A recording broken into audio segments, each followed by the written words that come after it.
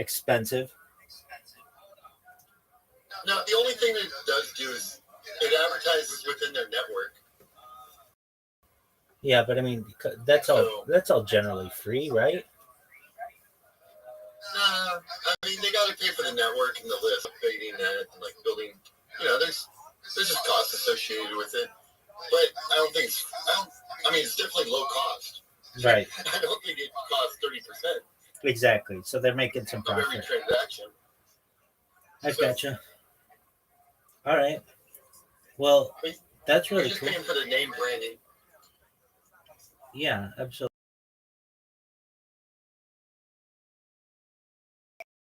It's GoFundMe. They're totally different. Okay. Because GoFundMe has a limit, I think, of like 5,000 or No, something. no. I've known. I heard about somebody who just got $120,000 from GoFundMe on the radio. Really? Yeah, they were in a car accident, and Oh, they work at a station in LA, and basically they did a bunch of fundraising for the person. I know they got $120,000. wow. That's cool. Yeah, I don't know. Again, when I did my Kickstarter GoFundMe Indiegogo, because I did it on all three platforms, that's when I got contacted by the people. And GoFundMe is great because you get the money instantly as it comes in. So, like, if someone gives you $10 on Kickstarter, you don't get your money until you fund it and all the way or whatever. But GoFundMe, the very moment that someone gives you $10, you get that money. That's really interesting. So that's cool. Yeah, definitely. Yeah. Some people just live off their GoFundMes. I know that. They just have a constant GoFundMe, especially like cam girls and whatnot. They use it to like just for fun stuff constantly. I could see that. Like, I need my hair done. Right. I want new nails. I get that. Yep. You been studying anything or reading up or anything interesting? Just been chilling myself in these different spaces. A little bit on cryptocurrency, a little more, but How's your X Spaces metrics going? I would say very well. I'm at 2,200 people who have followed me in a little more than a month, which is without a blue check. That's amazing. Yeah. That's amazing. Great work. Thank you. I appreciate it, and I think so too. Normally, like if you try a lot without a blue check mark, the most you're going to get in a month is maybe 500 people.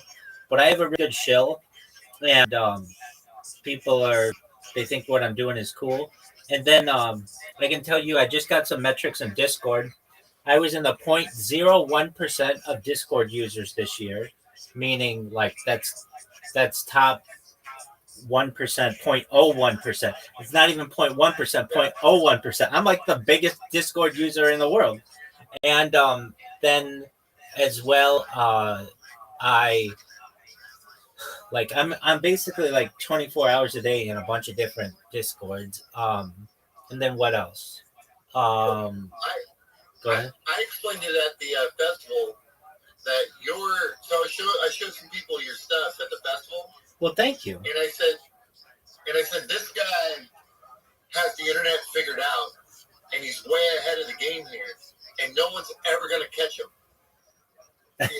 Because no one can catch up to you in the amount of data that you have. That's true.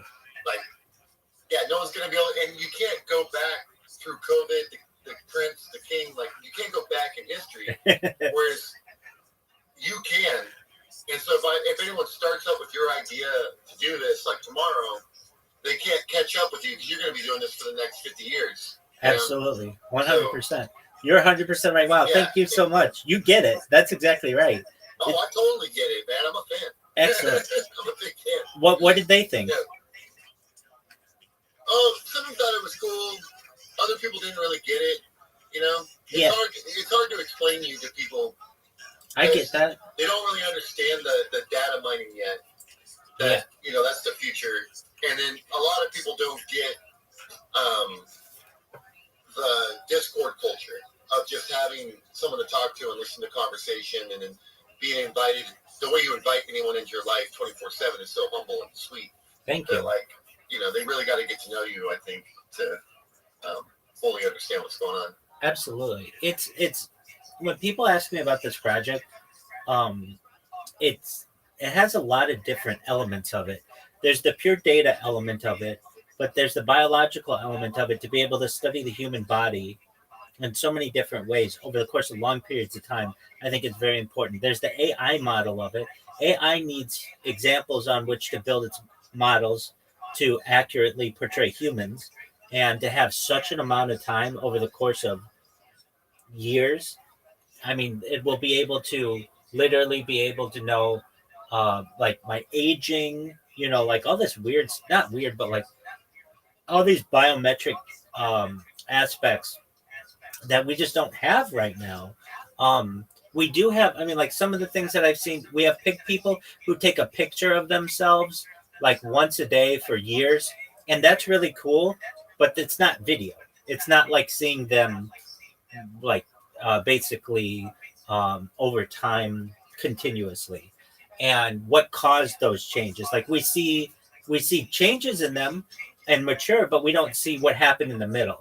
And so this allows people to basically see what's going on in the middle. It's the story of my life, which is certainly interesting to some people, but then it's the story of humanity. I keep a radio in the background that archives all of the world's news events. I mean, I hate to say it, but many times media changes its opinions on things, and we don't have a record of that. I have a record of it. So, when people are saying to do X, Y, and Z, and then 2 years later they say, "Oh, we didn't say that. We said to do X, Y, and Z." And it's like, yes, you did. Here it is. We have evidence of this. Like here's an interesting one that I have caught myself. Okay, do you know who Shohei Ohtani is? He's a pitcher and player for the Dodgers. You got to live under a rock to not know that. Thank you. Exactly. They're like coming to the game, but yeah, I know him. Yeah. Okay. So he had this controversy of his translator who was siphoning money from his bank account to place bets. Do you recall this? Yeah. Okay. Yeah, a little insider trading. Exactly. So I remember when this broke, and initially ESPN did a sit-down interview, or at least they said it on the radio, with Shohei Ohtani, and Shohei Ohtani was saying that he gave his translator the money. He just didn't know what the money was being used for, because it was like millions and millions of dollars that anybody would know would be coming out of their account. But what Shohei Ohtani did not know is that even doing that is a federal offense, and he would have gone to jail for it. So ESPN said on the radio, or at least I have it archived, that Shohei Ohtani had done this sit-down interview and said, "I didn't know that this person was using it for gambling, but I did give him access to my bank account." They had to change their narrative to then say, "I didn't know that this guy had access to my account." But even any bank is going to tell you, if you're taking out millions of dollars, they're going to make you do some kind of two-factor authentication on your phone. You're just not going to be able to just have an ACH withdrawal of $8 million for whatever reason. Banks aren't stupid. But basically, this would have meant that Shohei Ohtani would perhaps never have the opportunity to play baseball again. He would have been banned from baseball. He would have had to do federal time, and it would have messed up a lot for the MLB. So they went and they changed their tune, and I remember listening to this being like, wow, they certainly changed that story. But I have an archive on my stream, and I'm sure there's a lot of other stuff I have archived that people in the future will be able to say, hey, that's not how it went down. Now, if you look up using AI or anything like that, you look up, did Shohei Ohtani know about his translator stealing the money? It'll say no, he had no knowledge of it. But when that story initially broke, they announced that Shohei Ohtani had done a sit-down interview with ESPN saying that he was giving him the money, he just didn't know why he needed it. And that was a federal offense. So anyway, I just thought that was like an interesting evidence of historical revision, and there are a lot of those things, and that's what I think makes some aspects of my stream really interesting. Additionally, it's all of the relationships that I've been able to make and other things, but people don't recognize that, and I tell them, but they don't really hear it. This is the biggest event in global history, and they get it, but they don't. And I'm competing with World War I, World War II, September 11th. Why would my stream be so important? And it's because it is. You're an archiver. It is. That's exactly right. Yeah, so you're an archiver. That's really important. Observers and archivers during this era are very important. That's exactly right. The great assimilation is going to happen, and they're just going to reset all the information. That's exactly right. I mean, this is like you. There's no way for the AI to even know about that stuff. That's exactly right. They'll write a model that doesn't have any of it in it. That's exactly right. Everyone. Exactly. By the way, that paper comes out next week. Trump is releasing the paper to regulate AI in all 50 states, and states aren't allowed to regulate their own AI for 10 years, right? No, they might make it infinite. Oh, I'm sure they will, but I think the law is for 10 years, and then they might renew it. But they're going to make it so that states can't operate their own AI laws. Right. But what that's going to do is force people out of the states and into places where they can manipulate the law. Oh, I'm sure. Just like they do with banking law or finance. Cayman Islands. Like in Ireland. Exactly. Those kinds of places will be very attractive. Be very interesting. Well, at least with what I'm doing, I mean, it's like the Epic of Gilgamesh or the Bible. It's like writing down events in somewhat of a timeline fashion, even though neither of those are perfect timelines. But it is, I'm just using a new type of means. Like basically for the last, let's say throughout human existence, we've had like cave drawings. Okay, that was like one way to record information. And then we had writing on like papyrus or on pelts or skins. That's another. And then we really then started to have audio recording, well, pictures, I guess, which are certainly important, audio recording, and then video. But all of this has happened within the last 150 years. And never has anyone been able to archive this much of it. Do you know who Buckminster Fuller is or was? Here, 1 second. Before you jump on that, I just got something to say about what you're saying. Have you ever considered that the majority of the information, though, throughout history is orated or like taught by another person? It is. We're mouth to ear. Yeah, the majority of like what we actually need to know and learn is mouth to ear, or you have to see it, eyes to hands. Like I have to watch a hunter hunt with a bow. I can't just learn online and watch some videos. That's true. Absolutely. Like you got to be there with the person and the physical tool to use it, like the hatchet or how to even make the stone tool. Right. So I feel like this new thing, there is a lot of stuff written down and whatever. There is a lot of that, but it's not as important as the orated knowledge. We shouldn't lose sight of all that. That's still very valuable, oration and learning hands-on. I'm in agreement with you. Currently, the person allegedly who has archived the most about a single life is Buckminster Fuller, the guy who came up with the buckyball, the physicist kind of a deal. And the reason why is because he started, he had a diary that he did for a long part of his life. And then also he had like papers from his youth, and it's all combined, and it was basically stored at Stanford now. And you can go and visit Stanford and like see this, but it's not available to the world. You just can't go online and view it. And even if you can, it takes a long time to go through all of that information. With mine, you can sit on your couch and watch my entire life for the last 4 years and absorb anything that you want about it. Or you can take AI and take a 24-hour stream of mine and have it edited into the top 30 seconds or the top 3 minutes or the top 10 minutes, whatever. And it all can have watermarks in it. I can tell you at least ChatGPT does the most amazing timestamps of my life. It'll tell you what song I listened to and what I was talking about and who with whom I was talking. I mean, just at every interval, if I just take a 12-hour video of mine and put it into ChatGPT, it just tells it to you immediately. It's freaky. No, I love it. Yeah, we're using that all the time for social media. You know, last night at the festival, everyone in the room anti-AI, right? Sure. But then all the producers, we all talked about how we use it and showed how we use it. And the most impressive way was this one guy has a network of podcasts, and they all send him. They're all filming right now, like all these podcasts, like yourself, right? And then what he does is he manages all the social media for all of them in one place, under one account. And then all those podcasts, he does all the clipping for them by putting them all into AI and then pumping them out on this page that's like called the Ultimate Podcast Network or something. And then that network gets hundreds of thousands of views a week because he's pumping out so much content and using AI to make all the clips.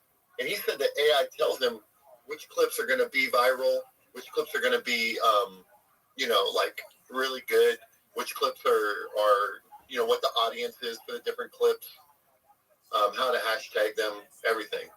So that's how he's using AI. And I thought that that's a pretty effective way to do that, because I don't think everybody's going to want, a lot of podcasters and whatnot don't want to go through all those extra steps of like what you're talking about, dropping it into AI and then clipping it out, exporting the movies and putting it on the social media. You do all that yourself though, right? Like you're just doing that daily, dropping your stuff in and looking at it, or no? How often do you? I don't really. No, look. I don't look at it. I mean, here's when I use it. Occasionally, somebody will. When do I use it? Okay, so that is a great question. I have some concerts that I've done where I've just sung, like I'll go through and sing every Elton John song, or every Bruce Springsteen song, or every um, Billy Joel song, and then I've got these like long form concerts of mine that I actually like to go through and listen and watch those. I have some interviews that I've done that I sometimes will listen to. Sometimes people come in here and they will be like, "Hey, we had this conversation yesterday. It was really good, but I can't remember everything from it." And I'll say, just go to my stream and, my previous stream from yesterday, and on 20 different streams, you can listen to yourself. Like, oh, okay. And then they can literally have all of the evidence that they needed from that. I've had somebody, this was a few years ago, but they used my stream in as evidence in a police case. Basically, somebody had drained somebody's wallet or stole their NFT or something, and they wanted evidence of what happened. And I had been live streaming it at the time, and they asked me for the record of it, and I had that. So, there's some really interesting aspects of it. But what I do is just too much for me to just go through and listen to on a daily basis. I'm more focused on the future, not so much the past. I know that these discussions are being archived for the future. So at this point, I just need to just continue generating content. And perhaps, what the plan is I go into these Twitter spaces and somebody's going to hear what I do. I've got people with hundreds of thousands of followers who are already following me, and it's going to click in somebody's head. It's going to go viral. When that happens, the world's going to not know what to do with me. They're going to have so much content to dig through. I mean, I have over 100. I think it'll be instant, man. I think they'll know what to do with you. Well, you're going to get your own Netflix movie and your own like series. Oh, and then you're just going to keep creating. That's exactly right. You're going to get budgets to do stuff and have content made every day. That's exactly right. So what it's going to be, probably my life through the movie will be, each year of my life will be its own motion picture, and there'll be like 100 different movies, but we have a lifetime to be able to put these out. Just like those movies, 1912 and 1915 and 1927, just but in with my life. And then there'll be a lot of sit down conversations with people who know me, and they'll be like, so when Rabbi was 15 years old, did you ever think he would do something like this? And those kind of conversations with people I know. There are certainly going to be, my goal is to give people a way to view my life 24/7 from a first person view. So like literally I just wear glasses that allow people to view my life in real time for first person view. And um, then you're right. People are going to know instantly, like, this is a big deal. Once you start going through how much data I have, and I have people do this already. They're like, I was looking at one of your YouTube accounts, you've got like 20 of them, and it was just 12 hours and 12 hours and 12 hours and 12 hours and 12 hours. Nobody has that much content. And it's like, I know. And that's why this is such a big deal. And then on top of that, 0.1%. Hey, Rabbi, I gotta run. Take care. Come back when you have time. But yeah, man. Good catching up. Talk with you. I'll talk to you soon, okay? Excellent. God willing. Take care, my man. You too.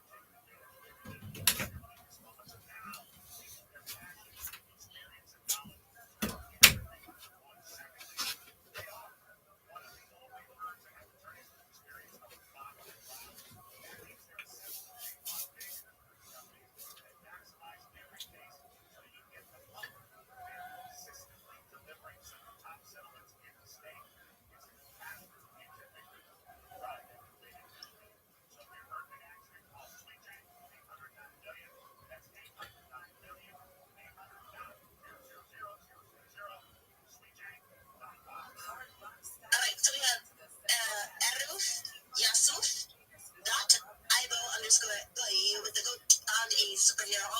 We have Tracy Newton Gia. Kalama K. Oh damn, I can't say his name. Kalama K. Momozoma. We have Izumi Zona Laika G. Maxon dot dollars with a kitty cat emoji. Supremo Mandela Mother and Earth Web 3. Let's go and let's grow, my people. It's amazing. Amazing. Thank you so much for showing up. 13 to dream. Let's go ahead. Let's go ahead and bring up some people. Let's go ahead and hear what people have to say. I also just want to let you guys know again for the newcomers in today's space. My mic is never this bad. It's only bad today since for some reason I'm on my PC and Twitter is telling me that my mic is my original mic, which literally is like £100, £200 on the fucking mic. I have to use my headset mic, which is horrible. So I'm sorry if you guys are listening to this, but also thank you for guys, thank you for moving on and doing what has to be done. Let's go ahead and carry on from what has to be done. Actually,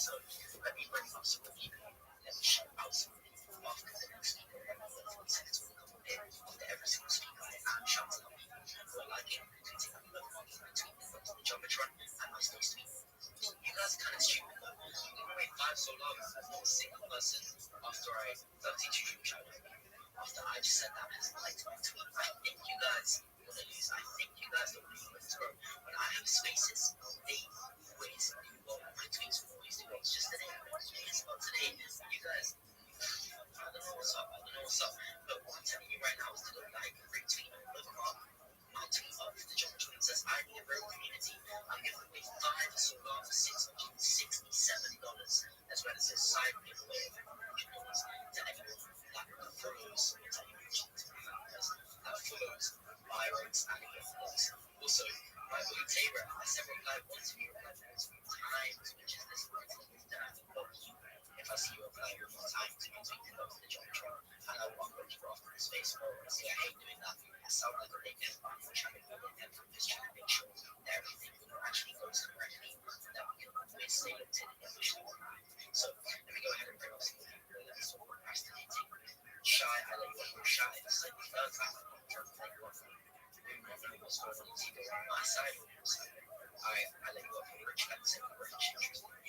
Jordan answered with two wonderful guys. We are connecting as a speaker. So, did you able to see them?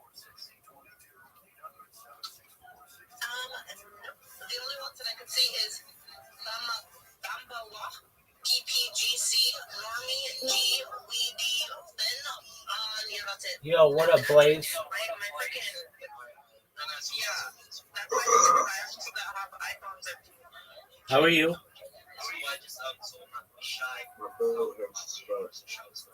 All right, well, I hope you feel better.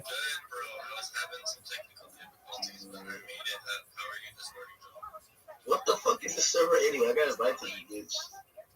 All right, how old are you? There's an age limit? Yeah, how old are you? 15, so probably leave it off, but Yeah, just leave. I appreciate it. Take care. Come back in 3 years. okay. Peace. That was nice of him.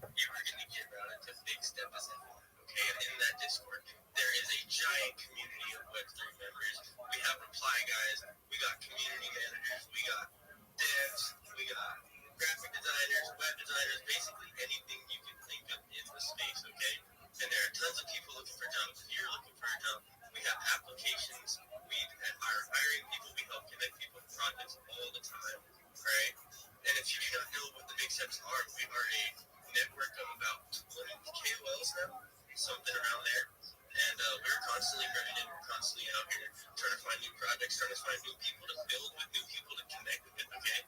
And the reason we host these spaces is so that you guys can all connect and grow too, okay? Because we are all giant communities, so that's why it is very important you're following everybody next to you, everybody in the space, and you're sharing the space, because the more people you get in here, the more you grow as well. It's not just about us growing, it's about us all growing as a community. Thank you. Of course, any day, any millisecond. Bro, I appreciate you so much. I come up here, we're probably the next episode you want to see of here, so I appreciate you coming up here, showing up, and fucking taking out 10 minutes here. I appreciate you. Let me go ahead and bring up some people. Let me go ahead and speak to some people. Without further ado, the 32 people will also be showing up this week. You are engaging from my tweet, and the junction, and retweeting. Alright, my people. Hopefully you guys have taken your hands out of the pickle jar and you guys are locked into today. But anyways, we have Drakey with an alien emoji and the glitch emoji. We have Dicey with Dicey. And the Moss.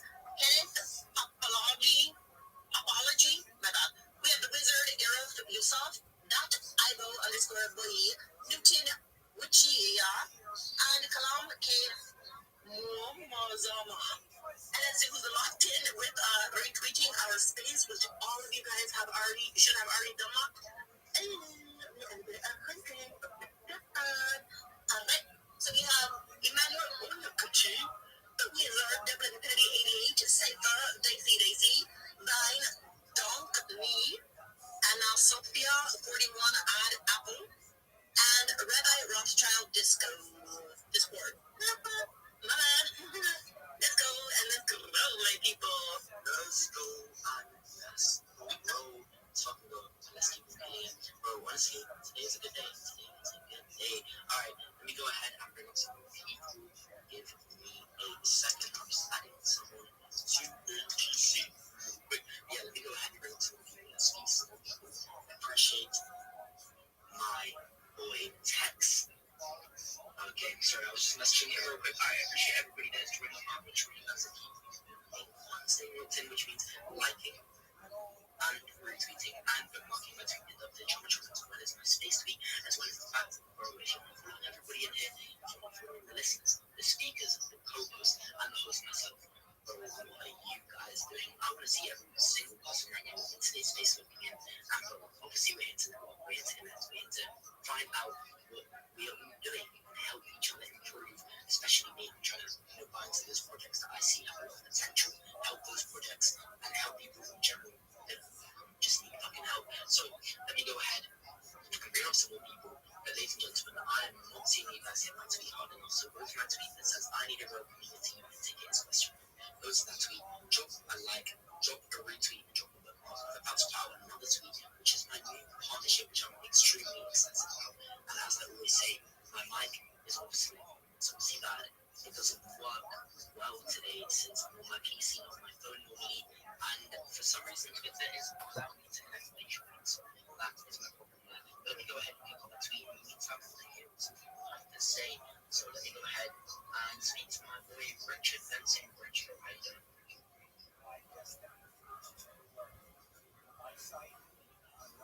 Richard Fencing, Rich, bro, are you there? Are you there? My boy, he has his hand up in his face and speaking. How about 8 Miles? Are you there? Yeah, thank you so much, my host. That is Jolt. Or is that the real pronunciation? I don't know. But you're doing so well, bro. Thank you for the massive space. My co-host, 32 Dream. Yeah, thank you so much. You're so massive.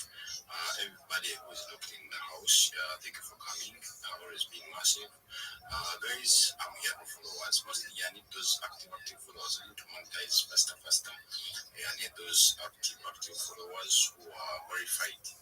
As you see, I see the space all the people who are looked in are verified, most of them.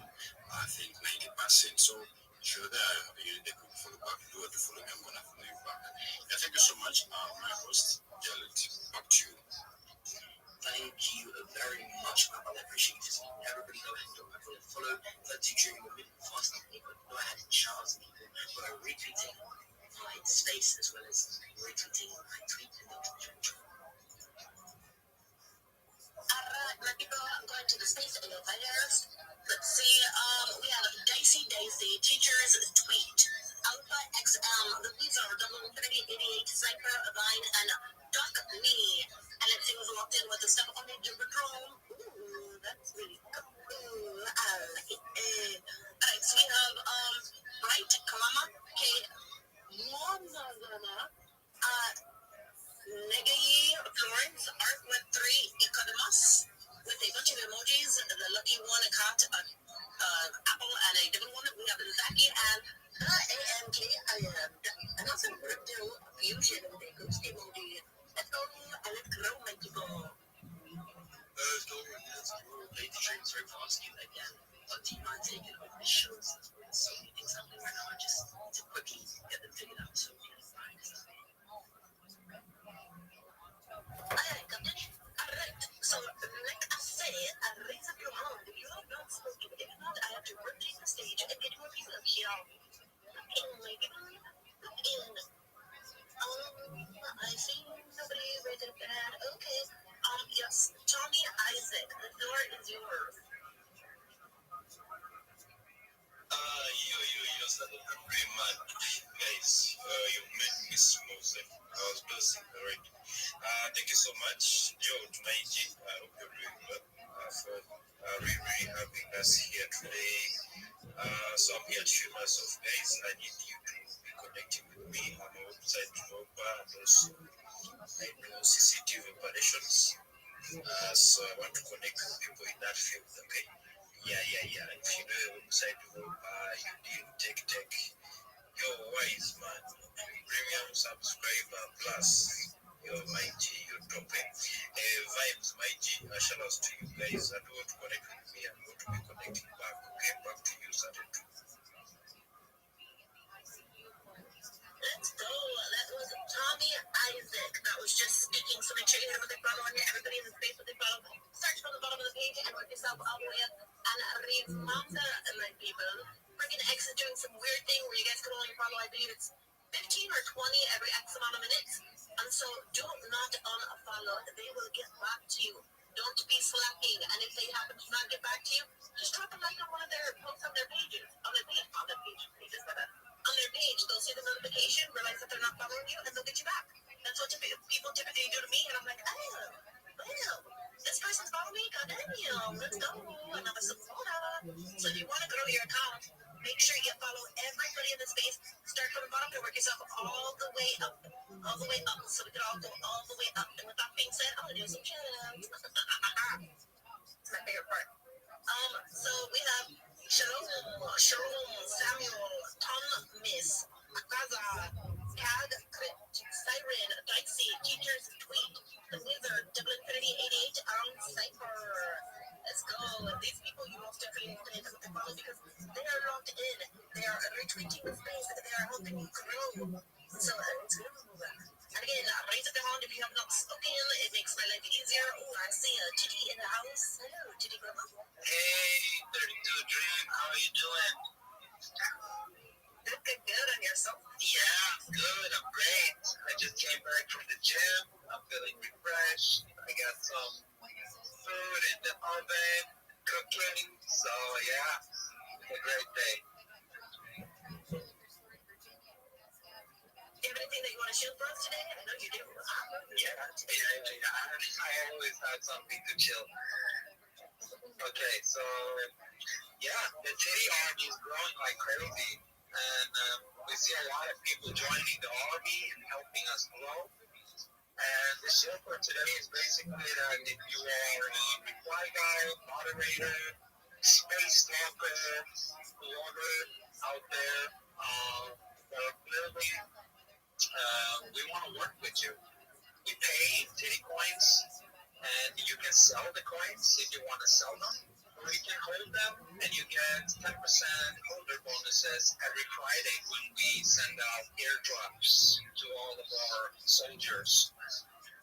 So yeah, I think we cost like 60 soldiers yesterday in the army, and it's growing fast right now. So I'm so excited. In 1 month we launch our actually it's 30 days from today exactly that we launched Phobos, and that's on major platform. Yeah, you already know, but if there's someone that don't know, we've been building that for 3 years. And Tittycoin is the experiment. So you can say basically that Tittycoin is the community-powered project, and Phobos is the machine with all the utilities and games and NFTs and all of that. Titty will have its own NFTs and mini dApps, but the main purpose with Tittycoin right now is the power of the community. So if you want to work, if you want to be creative, get in the army, join our Telegram channel, and start creating, and you will get points. And every Friday, your points convert to Titty coins that are sent to your wallet. So yeah, that's my show. Appreciate you. Yeah, George, what's that, bro? I appreciate you for coming on there and giving us that show. You are a everybody gonna show my boy yo, I'm not gonna lie, bro.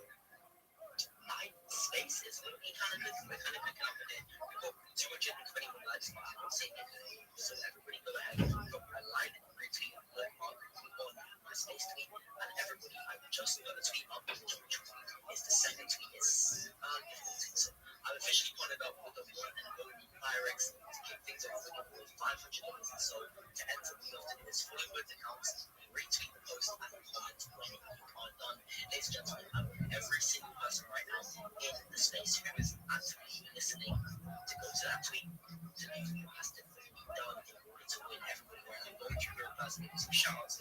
Remember, only reply one time, Siren, fuck you, and I'm blocking you off the space since you replied, and spam reply. Remember, we are not spam reply, that's not how we roll. So go ahead, go to my tweet that is giveaway tweet that one of those are not speak by number your things going on. Yeah, you already know that. Go to that tweet, drop a like, drop a retweet, drop one reply and the bookmark, and then go to my other tweet that says I need a girl from UT. What is the ticket? For the ticket is a question mark. Go to that tweet, I want everybody to drop one reply, a retweet, a like, and a bookmark. If you're not doing that, you're fucking racist. Do not be here. I'm literally giving away that is $667 right now. So if you want to win that money, if you want to gain this, if you want to be fucking live, you have to do what has to be done in order to win. If you actually want to get in, what you have to do is like, retweet, and bookmark my space tweet, as well as like retweet, bookmark tweets on the geometry. That is right now. Go. I need to fix my geometry. Wait, but if you're able to take down tweets on the geometry. Yeah, I can do that, but before I do, you have partnered up with, say that word again? I said virus, which is actually budgets. I just realized that I said it. Yeah. I was trying to figure out who you partnered with, and then I saw it, I was like, bro. Do you mind taking down so the tweets that I spam twice? So if the tweet's already up there, then it has to be up there once you get it. Because I can't, yeah, because on my PC I like try to screen through, and it just doesn't work. I like caps in a second. So yeah, please go ahead and do that. I appreciate you so much, and I will take over her job of shout outs. So let me go ahead and shout out to you who have been liking, retweeting, and bookmarking both of my tweets. Let me my space tweet. Let's not forget that. Boy, you go ahead and go to my space tweet first. I've been doing many shouts on space, so let's go this up. Alright, we've got Phantom, Ghost, Deej, Sage, we've got Jacob, we've got James Forever, we've got Leo, JD, Tommy, we've got Baby Billionaires looking fresh with that gold badge, we've got Yo Mama, we've got Ghost, EYOR, we have got Taylor, once again, we've got Trigger, we've got Dicey, and we've got Maya. Thank you guys, I appreciate you guys hitting, but you already know, these guys are in it for the fucking win, these guys are in it to get this for us to win that $5 and I know everybody else wants to win that fucking money, so go ahead and do what has to be done in order to win, which means liking, retweeting, replying one time, and bookmarking. Remember, when you spam replies, it ruins the algorithm. It makes it so if I was this week next time, I would just show up the spam bullshit. So you're kind of, testing things, testing how you will go.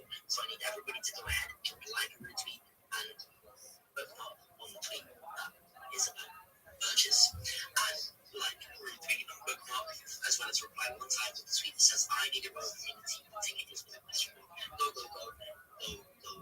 Let me speak to some more people though. After the next speaker, I'm also shouting out some more people that are max engaging. That's Dude Dream. I appreciate you so much for doing what you just did up on the Johnnytron. It looks way cleaner now. I can't see it, but I only see through it, which means it's good. So that's 6 tweets. That is 5 tweets. I think 1 tweet's missing. Actually, no, I think it should be right. Alright, cool. Let me go ahead and bring up some more people. You have your hand up, my brother. Let's hear it, man. Let's say this 40-second show. 40 seconds, that's all I get? You know what? I'm up to a minute, bro. Alright. So, I'm kind of new to all these spaces and stuff. I'm a businessman, I'm a business owner in the real world. And what I've learned from, people that make more money than I do is you got to have multiple streams of income. And that's pretty much what I do in the real world. I have a company that I started 7 years ago from my kitchen and brought it to, I'm in a 6,500 square foot facility now, making about $1 million a year, which is pretty good for a single operator. And I've been in the crypto space since like 2017, trading stocks, then to Ethereum network with their $300 gas fees. And eventually I came over and found the Solana network, which I thought was pretty amazing when you could buy like $5,000 worth of something and it only cost you like $3. story short, about a week ago, I was in the casino trading stuff, and I came across the Normie token, and like 98% of the stuff on PumpFund it bugged after 10 minutes. So I decided it's too good of a ticker. Normie, everybody knows what Normie is. It's probably used just as much as like Chad. So I took it over, got the decks, created the Normie account, created the community, applied for the PumpFund Creator Rewards, got that, and started doing some live streaming on that. And everything was cool for like the first, 24 hours or so. And then I happened to be in a space with Grant Cardone and Gary Cardone, and they were talking about AI and memes. And they're like, memes are cool and everything. They won't last very long because they're like a fart in a bucket. So the only way to make a meme these days, something that lasts longer than 38 minutes, is to turn it into a brand. So then I was kind of sitting there and drinking my coffee, smoking my cigar, like, okay, I already have a brand. I already have 20,000 customers or more that religiously buy my products already. Why not turn Normie into a brand? So that's where I'm at right now. Normie's going to be kind of if anybody knows the brand Supreme, it's going to be like if Supreme had sex with Louis Vuitton, and that's where the Normie brand, the Normie vibe, is going to be. It's not going to be cheap merch because, as we all know, there's a reason why you can't buy a Rolex in Walmart.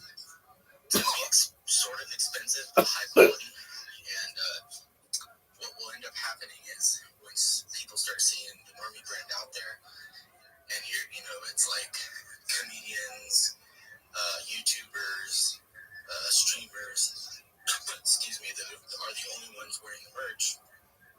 You're going to get the regular people like, oh, what is that? I want to buy that. And then they're going to go look to the website or wherever I happen to put it and be like, oh shit, that hoodie is $395. I better work harder so I can afford to, rock the Normie Nation stuff. So anyway, that's, I'm a businessman. That's where I'm at. I'm cooking. Follow me on the X account. I started doing some streaming on PumpFund so you can actually see who you're talking to, who you're investing in. I'm not a dev. I hate that word. I'm a CEO and I run shit like a business. Oh yeah, so I appreciate you so much for coming up here, bro. I want to see you were cooking. Bro, that's the before. I don't want to be seen as a dev. I want to be seen as a fucking CEO, bro. Well, you will be seen as a CEO. Everybody go ahead and drop my follow. I just dropped you a follow too. It sounds like I found an idea in a set place. You know what you're doing. You know what it's to come since the CEO. You can't make a fucking CEO. So I appreciate you coming up here, man. And I think us to be able to speak in front of these people, man, and showing confidence when we speak as well. It means a lot. And obviously, bro, everybody go and drop my follow. Much love. Real quickly, if you get a second, go check the pin post on any community. I've lost count of how much I've locked. I think I'm buddies now with Streamflow, but I think it's a little over 300 million tokens I've already locked till next year. I've burned like 31 million. I got a bag. I call it my fun bag that I'm going to use for giveaways. That's up to like 52 million. Then I have my own personal bag, which is at about 45 million. So I own a fucking chart, it's not going to really go any lower than it is right now. That's a 7-year-old chart. Yeah, thank you for that. I really like what I heard, bro. Go ahead and send me a DM and let's discuss. I think we can do something in the future. Let's explore. Right on. One thing I will say, I don't really pay anybody for advertising. I don't do it in my real world job, so I'm not really going to pay other people to promote the product. I want to do it organically. So if we can work together in an organic way, I'm totally down. That's what I'm looking for. Right on. Let's do it. For sure. And that's a mind space, bro. I appreciate you guys for speaking. I appreciate you only speaking. Let's get moving. Let's get going. All right, ladies and gentlemen, bro. I see you guys clicking, but not even hard enough. Go up to both of my tweets on the double try. Give them a like, retweet, or reply, and a bookmark. Since it's worth 5 likes, we have the aura of liking my tweet 5 times just off one account. So go to those tweets.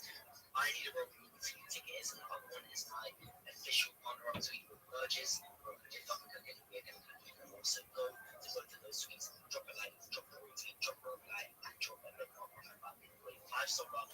Something does all those things, as well as the fact I'm giving away 500 dollars in sold. Just for the one specific tweet, me and Purchase actually doing it. So it's a joint giveaway. It's not me. I'm not taking the thing that. What I'm trying to say is, bro, we're giving away a lot of fucking money. If you guys want to win this money, if you want to be shown and be seen as a real person, you have to literally just those tweets. You have to retweet, look them up, and reply right now. If you want to win, of course, if you want to win for us too. Let me go ahead and speak some more. But don't do dream. Can you trust me? Of max engaging with the tweet. Alright, my people, let's see. We have a Dolly token of Dicey Defy Drift King. He blocked. That's KIB blocked. John Lou Web Bricks Tarot of Web3. D underscore Marvel the Couture. Crypto Nomad X42. On Bills. Let's go and let's go, my people.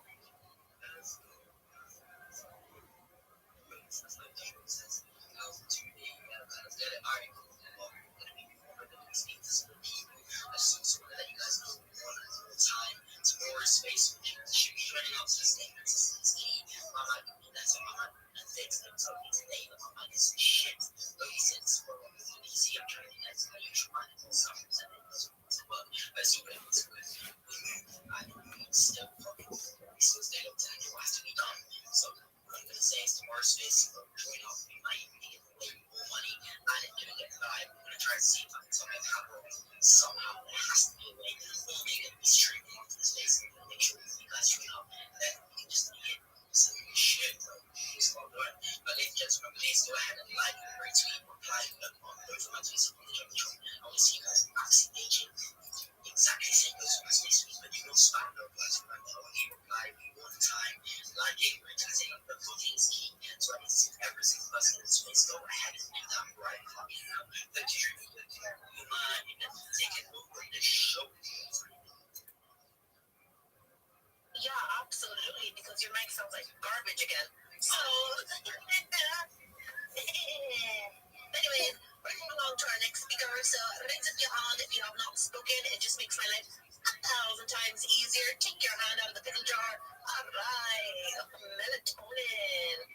Let's go. The floor is yours. Don't make me sleepy. Alright. GM, Joe, GM, 32 Trainers. GM Vibes, Stream, everyone on the space. Yes, it's good to be here again. I mean, this is a project account, but I'm always active on Vibe Space and Joe Space. Yeah, it's good to be here. So, I'm building this project alongside my friend, right? So we're just trying to reshape how people see melatonin supplement as a whole, right? Melatonin is always seen as more like a hard substance or something that you can easily get addicted to. Meanwhile, if you mix it with the right components, it actually has more advantage and leads to no side effects, right? So we're building in a design space and we have our product almost live at the moment. And yeah, we are building to test it first.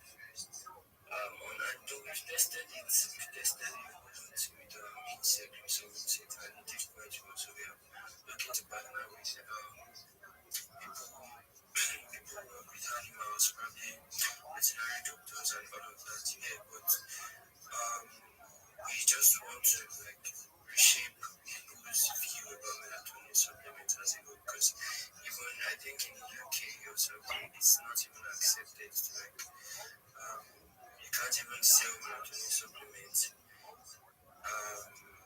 without rules or something. Alright, so we're just looking to like reshape that narrative and all. So yeah, we're just starting out and we're looking to partner with a whole lot of people and yeah, it's nice being here. I don't know if this space will still go on for a long time because I will be joining my normal account very soon. Oh, Trader by T, I think I know you. I said you, yeah, thank you very much. All right, that was melatonin. That was was just speaking, so make sure you hit them with a follow and hit everybody in the space with a follow. And bro, make sure you hit me with a follow too. Like, what are you doing? Everybody that grabs the mic, you must hit your host and your co-host with a follow. Like, don't be slacking, my guys. Don't be slacking. Seriously. But anyways, with that being said, I'm gonna do some shout outs real quick, and then I'm gonna move along to the next speaker. And those that I shout out, actually, everybody in the space, y'all should go to the repost as well and scroll through that and hit everybody in there with a follow. Because clearly these are the ones that will also share your space when you do your own space. And so clearly these are the ones you most definitely want to follow because they're amazing. They are absolutely amazing. So everybody in the space, go to the repost and hit everybody in there with a follow because these are the ones that are absolutely unlocked in. We have Dicey, Ravon, Straw Hat Stew, hey, what's up, amigo? We have B Greenlee Coin, very long name. I can't see the rest. Let me just click on your page. B Greenlee Coin, $ B Green. We also have XX7. Hello, amigo. We have Neon in Austrian Peter. Kenneth Popology, John Lowe, and Jaden. And also your mama's in the house. I want to hear some jokes, my guy.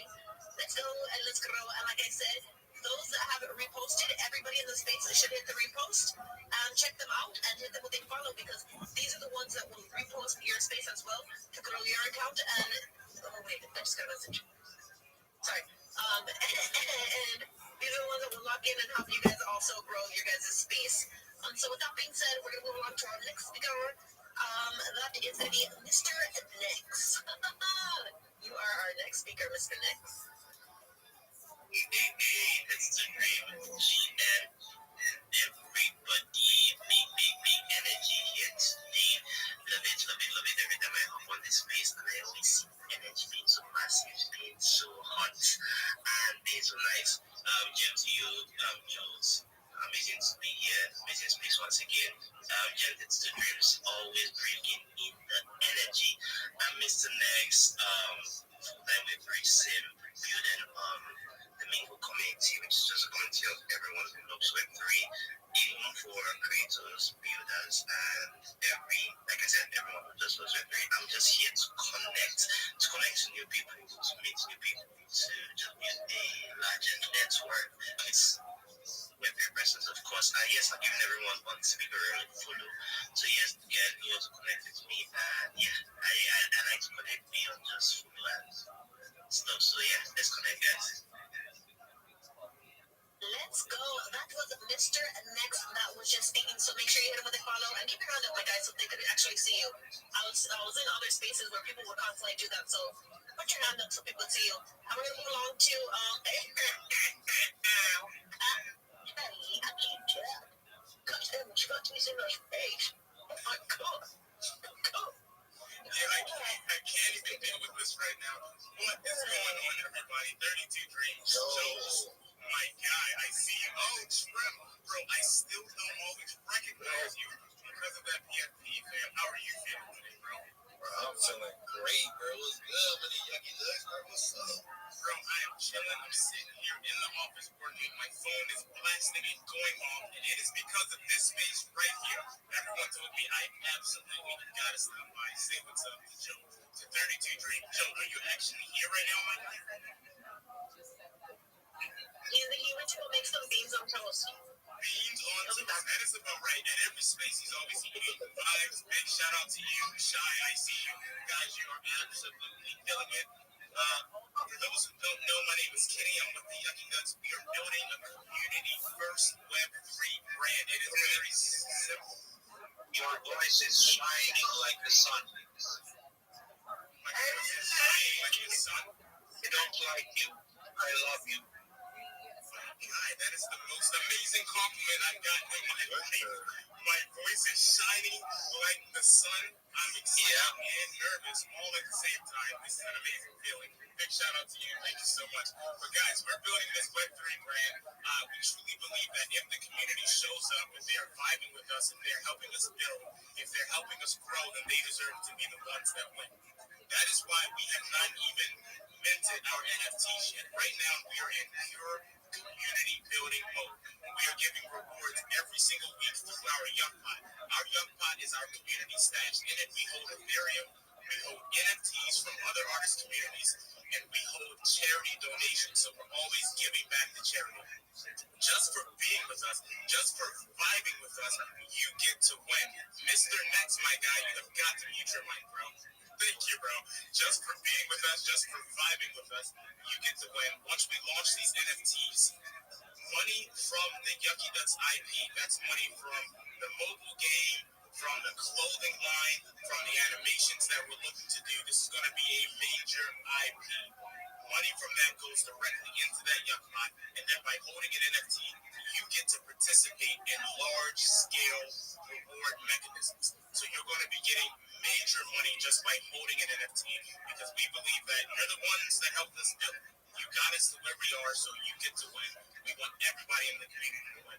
Also, we're doing our best to collaborate with as many NFT communities as possible. We've collaborated with the Baby Billionaires. We're doing things with the NFT Kid and the Kushlings. The Kushlings of Fire. Our current Yuck Pod actually features more of their NFTs. We want to be the largest supporters in the space for other NFT communities. We can all win together. We can all grow together. Check out the Waddle. Check out the Yucky Ducks. Drop us a follow. You guys are in very, very early, and we are so excited about the things that we're building. I'm going through it. I'm following everyone in here. I hope you guys do the same. Stay locked in. You are listening to the GOAT 32 Dream. Big shout out to you. And guys, we have a space later on tonight at 9 p.m. EST. I hope you guys are there to vibe out with us. 32 Dream, I am tossing you the mic. Thank you as always. I appreciate it. Oh my God. Again, that was a talking talk. Let's go. Anyways, his spaces are on his head. Yes? I don't want to get in a fight with you. That's so random. I hope not. But anyway. No, but you know the sound you're making, I'm getting scared. You know what I mean? That's the kind of sounds Jackie Chan would do when he's kicking the face off someone. Well, apparently I need to get some water, because I need some water right now. But anyway. Let's go. But again, Yucky Duck, if you guys don't know his schedule, just look at his header, and you guys can actually turn the notice on for him, so you don't miss his spaces, because they are always massive. But with that being said, I'm going to do some shout-outs, because I haven't done that in a while. Hopefully everybody in the space is locked in and have already retweeted. Again, that is a key component to grow your account, and so everybody in the space must be retweeting. You can always undo it after the space, but while you're in the space, always retweet. And with that being said, I'm going to do some shout-outs. All right. We have Straw Hot Stew, Don and X with the GOAT. We have Dicey, X-Raider, and Nook. Why does it say I'm not following you? I got you. 1-3 Chief, Drawon, B Greenlee Coin, $B Green, XX Sabo, and Amigo. We have Neon, Australian, and Peter. I haven't said that in a while. Hey, Peter, let's go, and let's grow. And again, y'all most definitely should hit that repost as well. Scroll through everybody that has reposted, because clearly they are locked in, and if they go to your space, they will retweet it as well and make your space grow massively. And so go to the repost and hit everybody that has reposted with a follow, because these people are absolutely locked in, and their hands are not in the pickle jar. But anyways, we're going to move along to our next speaker, and we have Carbon Marshall. The floor is yours, big guy. Yo, what's up, everybody? What's up, everybody? What's good? I see a lot of basic hats on over here. I can start mentioning names, but I can just keep ahead with what I got going on. Yo, what's up, y'all? What's up, Titty Corn? What's up, Dream, Shine, Boz, Joke? And with that being said, we have another Carbon Marshall. Actually get into about a project that I'm on to, which is Pixie. Those of you who haven't heard about Pixie, Bitcoin Pixie is something that's been hidden in plain sight since the very beginning of crypto. Now, Pixie is the mother of all memes. As you all know, famous memes like Shiba PayPay. But going back to 2009, where it all started, Pixie was discovered on the original Bitcoin website, the very first one created. Now, basically, you can go up on there and scroll down to the last, and you see the Bitcoin logo and click on it. And then the little fairy that pops out, that is the Pixie that I'm talking about. Now, Pixie is huge because basically she is a verifiable piece of the earliest crypto legacy. She's been there since day one, not there, found her out there, and brought her to life as a new coin. Salon where people can see her and get to vibe with her. So yeah, we are 3 months old and counting. We launched around September. We have an on-top over 800 to 900K market cap. Currently sitting on the market cap of 80 to 90K market cap. The market's been going crazy with the flying to 150, 90, 80. But yeah, we are stable and that's the major thing. We got strong holders. And yeah, we are doing a lot because we're not just any trending token. We're actually get to build long term. And say we are partnered up with the Solar Chain community for one of our utilities, which is the NFTs, which we will be launching on February because we're not rushing things. We're trying to build up community and everything that we got going on at the moment so that people can get to see us more visibly. So yeah, we have 104 million tokens, 104 million tokens earned, which is like 11% of the supply. We did that just to keep the supply tight and valuable for everyone that's in the project. And also the dev wallet is super locked, so there's no bothering about, plugging and shit like that. You literally go track it up on the tokenomics session, and you see that the only activity there was the burn that was made. So yeah, basically community engagement is one of our major things because we're trying to give back to the community. We have a space around 6 p.m. EST time. I would like to welcome most of y'all if y'all got time to pull up in there. That'd be fucking great. And yeah, we have a whole lot coming up. So basically, I just say go check out the project, do your research, get in the movement. I can never push you to get in the project, but all I can say is go see for yourself, check it out, and if it's good for you, grab a little bag and just get into it. So with that being said, I'm not gonna say much. Check out my profile, check out everything that we got going on. We have a contest going on. Check it out on the mainnet and vibe with the project. Get to win giveaways and prizes and a whole lot of other stuff. Because we believe giving back to the community is a whole bunch of good. Without the community, there is no project. So yeah, with that being said, shout out to everybody on this space. Like we always say, retweet, vibe, connect, and engage with each other because that's the only way that we get to grow. So with that being said, thank you 32 Junior for putting me up on here. Appreciate you. Let's go. That was Barbon Marshall. That was just speaking. So make sure you hit him with a follow. I have a random question for you. Have you ever seen Altered Carbon? Amazing show. Amazing show. Oh, not really, but I guess I'll check it out. Yeah, you absolutely should. It's on Netflix, or possibly still on Netflix, but yeah, amazing, amazing show. But anyways, again, everybody in the space, make sure you hit Carbon Marshall with a follow. How do you say it regular? Carbon Marshall with a follow. And hit everybody in the space with a follow. Start from the bottom of the page and work yourself all the way up. And remember, my people, listen. Those that do not have a blue check mark can only follow 100 per day. Those that have a blue check mark is about 400 per day, and those that have an affiliate badge is about 1,000 per day. But X is doing some weird funky thing where you can only follow about 15 to 20 people every X amount of minutes. And so remember, they will get back to you. And if they happen to not get back to you because somehow you get lost or whatever in the people that they follow, listen, just go to their page. Drop a like on one of their stuff. They'll see their notification and let them mali. They'll hit you with a follow back, hopefully. Everybody is in here because you guys want to grow. Also, what are you doing? Drop everybody in the space with a follow. And most definitely hit those that have reposted because these are the ones that will repost your space as well. And these are the ones that are absolutely locked in. With that being said, I'm going to do some shout-outs. We have a Straw Hats too. Somebody with a pink bow and some funky things I can't read, but it's at B8I81. We have Alliance. Yes, so let's go. We have Alliance with 2 hearts, 2 white ones. We have Dicey, Gifted, Creator.Soul, Lavender, Mobbits Beyond, Algeria, I believe, and Kahina. I swear to God, English is my primary language, but some of your guys' names, like, honestly, it makes me wonder if it is, really. It's goddamn. But anyways, raise up your hand if you have not spoken. Keep your hands up. Let's go. That was not easy. We have G. What is it? Hey, good morning. Jill, everybody. Shout out to Joel. Thank you so much for the space. I think it's my first time here. I appreciate you. 32 Dreams, your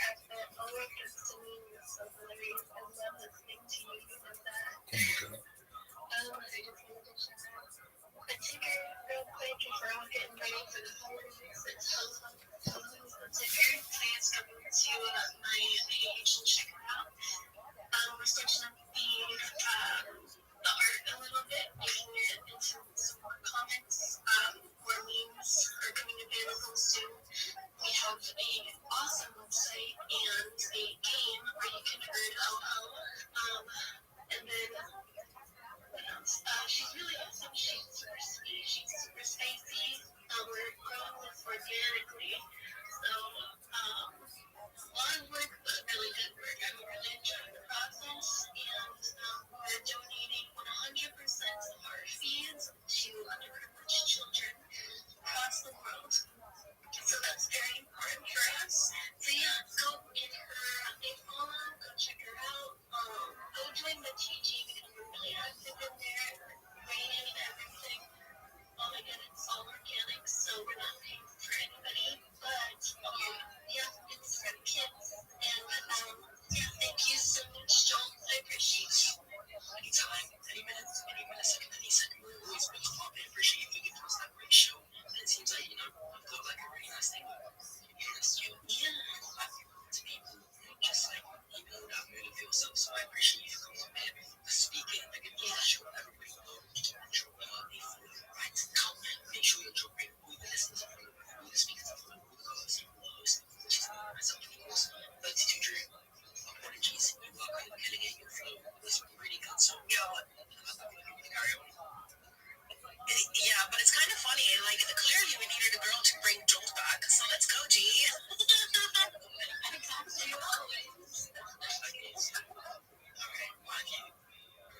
I'm just gonna stay silent. Alright, cool.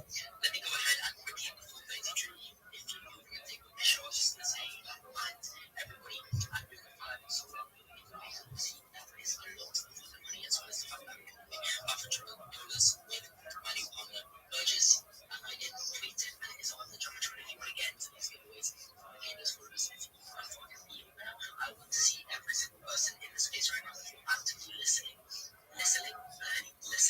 go to my tweet. I pinned up to the Jumbotron. It says I have officially partnered up with the one and only Burgess to kick things off with giveaway $500. So blah blah blah. That's your intent to just go through things right now.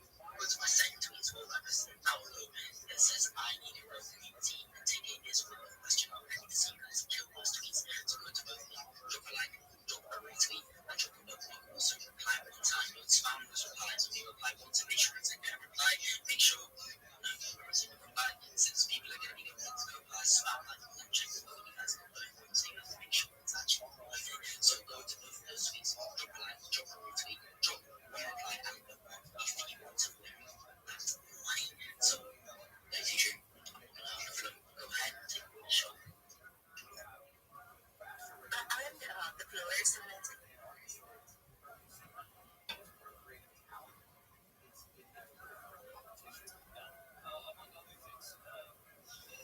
you can always undo it after the space, but while you're in the space, again, like I said, that is a key component to grow your account. You must retweet it to get more people in here so more people can follow everybody. So lock in, my people. Yes, I just saw that go up.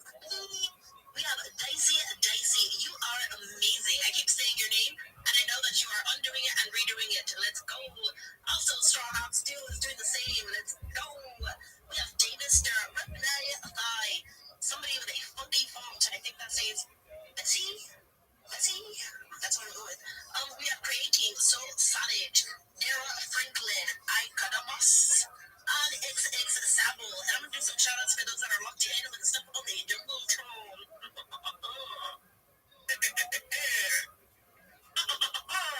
We have Dicey,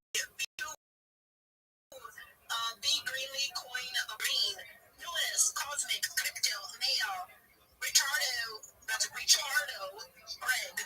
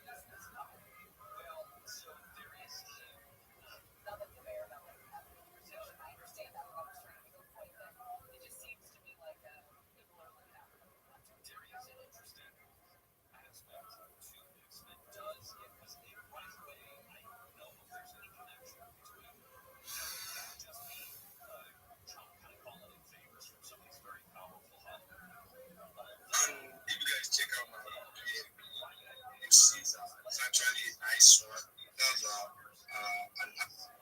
art from the quality in the old NFT. Actually, it has not launched yet, so we're still working on it. And it's actually going to be a great one because there are going to be rewards for early or past, let's say early buyers. It's actually a good NFT. And you guys should have heard about Dreams NFT.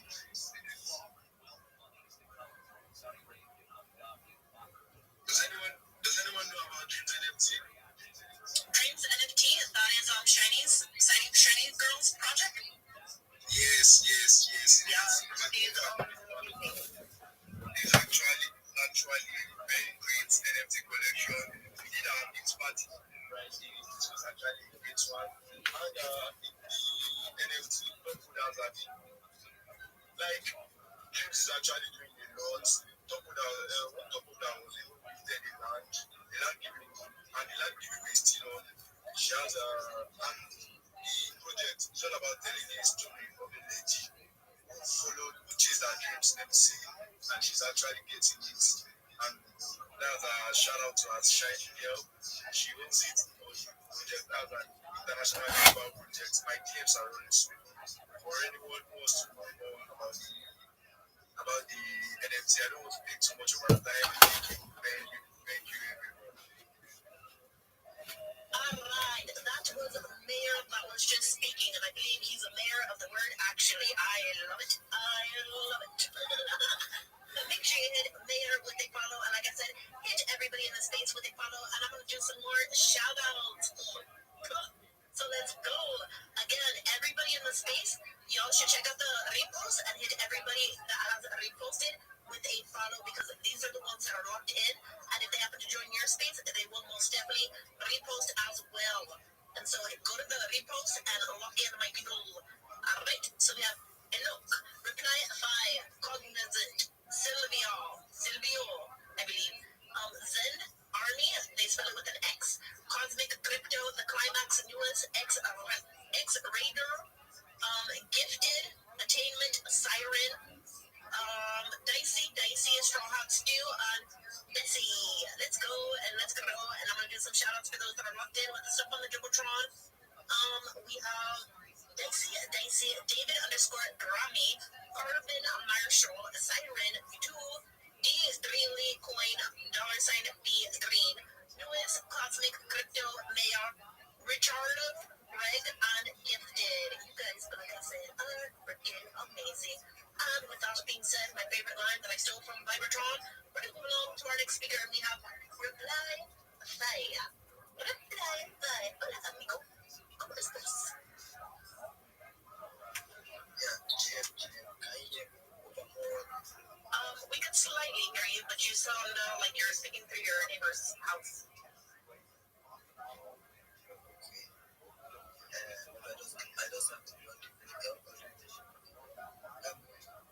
I'm a black one. I'm an active black guy. Yeah, I offer the reply services. I help creators be active on their niche. I'm their posts, their niche, and I help with any replies. And I help keep conversations alive. Audience interaction, and I give clear reasons to my content. Also keep consistency in the content. If anyone here needs to learn more football than I have, 1,000 replies per day, then man, and 1,000 replies per day includes 80,000 to 250,000 impressions per day to that for my service. A lot of creators like, why shoot me a deal?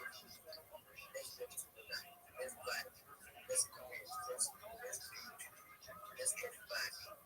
That's it. Do what you follow me and follow back. Let's support each other. Absolutely do well to follow Reply Fire. That guy is a massive reply guy. So if you guys are looking for a reply guy, hit Reply Fire in the DMs, lock in my people.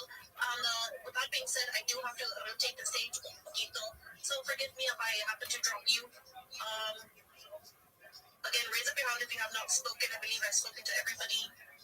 Raise up your hand. I'm so sorry if I drop you.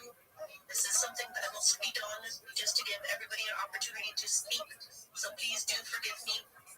You could always request again if you happen to want to say something else. I'm so sorry. I hate doing this. I really do. All right. Hopefully, some of these people actually work when I accept them. And while those are attempting to get approved, I'm going to do some more shout-outs. Again, everybody in the space, do me a favor, and like I said, go to those that are reposting, go to the repost, and hit everybody that has reposted with a follow, because these are the ones that will lock in and repost your space as well to get more people in. We have Dicey, Siren, Enoch, Baby Whale Shark, Bouncy by Signals, David _Barami, Defy Low, Davidster, Reply Thigh, Cognizant, Silvio, Zelda Army, that's with an X at the beginning of their name, Cosmic Crypto, and the Climax. I'm going to do a shout outs for those that are locked in with the stuff on the Jumbotron. I'm going to go to I Need a Real Community. The ticker is lunch. Good question. What is the ticker? I have no clue. Let's see. So we have the Siren, My Crypto Space UK/news. Enoch, Gifted, Icodamas, with a lucky symbol, a cat, apple, and a devil emoji. We have Davister, Mavis Beyond, Don FX with a goat, Dicey, and Devil in 3088. Yo, bro, Devil in 3088, if you're in the space, are you going to spread like, what are you doing, nigga? What are you doing? Everybody wants to know about your shoes, my guy, so don't be shy. I know you're not damn shy. So come on, let's do this. But anyways, with that being said, we're going to move along to our next speaker. I see Elias with the 2 hearts. I saw you requesting and then you dropped it, so I shot you a mic. The floor is yours, my guy. Unless you're running. Oh, no. Elias is running. That is unfortunate. I'm so very sorry. But anyways, Elias is a fan of the best club in the world. Hashtag Hala Madrid. That is Elias with the 2 hearts, the 2 white hearts. Make sure you hit him with a follow. Unfortunately, he cannot speak. You can always request again, my guy. I'm so sorry. I do have to remove you so I can get some more people up. And let's move along to our next speaker. We have Soul Saliouch. I like your people. What's up, GM, everybody? Appreciate you letting me up.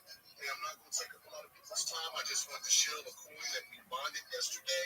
As you know, Franklin coin has reached a $20 million like all-time high recently. So there's been a lot of medicine with Franklin. There's been his sister, his girlfriend, his mom, all that, whatever.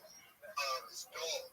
So what we did yesterday, we launched a coin called the official Franklin coin, and technically it's a real coin. It's a meta between Benjamin Franklin and Franklin the Turtle. And as you know, Benjamin Franklin, there was a coin minted many years ago called the Franklin half dollar. Here we go. You ain't got no hair, though.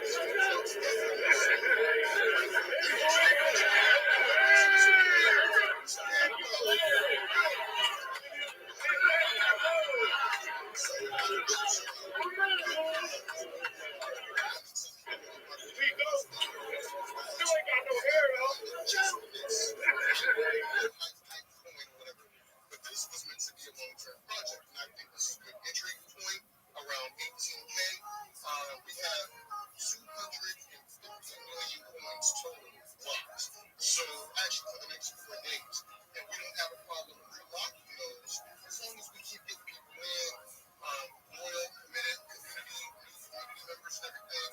I mean, we just want to create something big, grow our community, and like I said, we're local new people, and we're not the type to cheat, drug, or bail out on anybody. We've bonded projects before, so we're here to stay.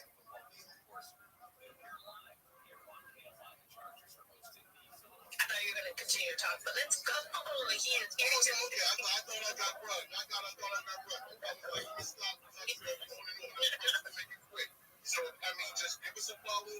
Even just give us a retweet. You don't even have to buy. Just like I always tell people, just support us.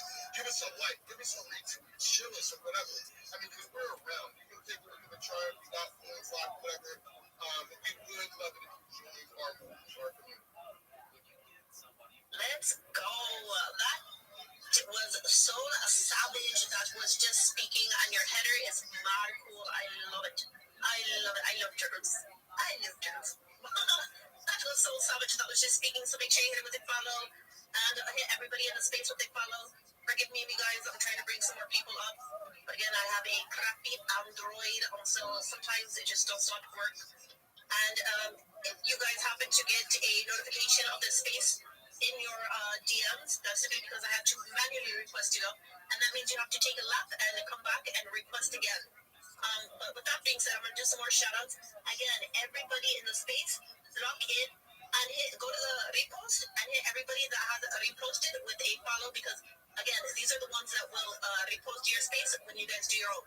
So we have Dicey, Caroline, Siren, My Crypto Space UK/news, Davister, Josa, Enoch, Baby Whale Shark, Bouncy by Signal, David_Grammy, Defibo, Reply by Cognizant, Silvio, and Zend Army, that is spelled with an X. XEND. I'm going to do some shoutouts for those that are locked in with the stuff on the Jumbotron. Which one am I going to go to? I'm going to go to Vibes. Vibes Post. That is a really cool booked. So, let's see who's locked in with that one. We have a Siren, T. Rayar, Enoch, John Law with a globe emoji. We have that. Ivo_boy with a goat emoji on a superhero. Dicey, Kalam K. Mwamazama. And we have Nigaya Florence. That sounded like I said a bad word. I didn't like that at all. But anyways, we're going to move on to it's not a bad word, but anyways, we're going to move on to our next speaker. And Trim, stop laughing, my guy. Like, you're messing me up. Damn.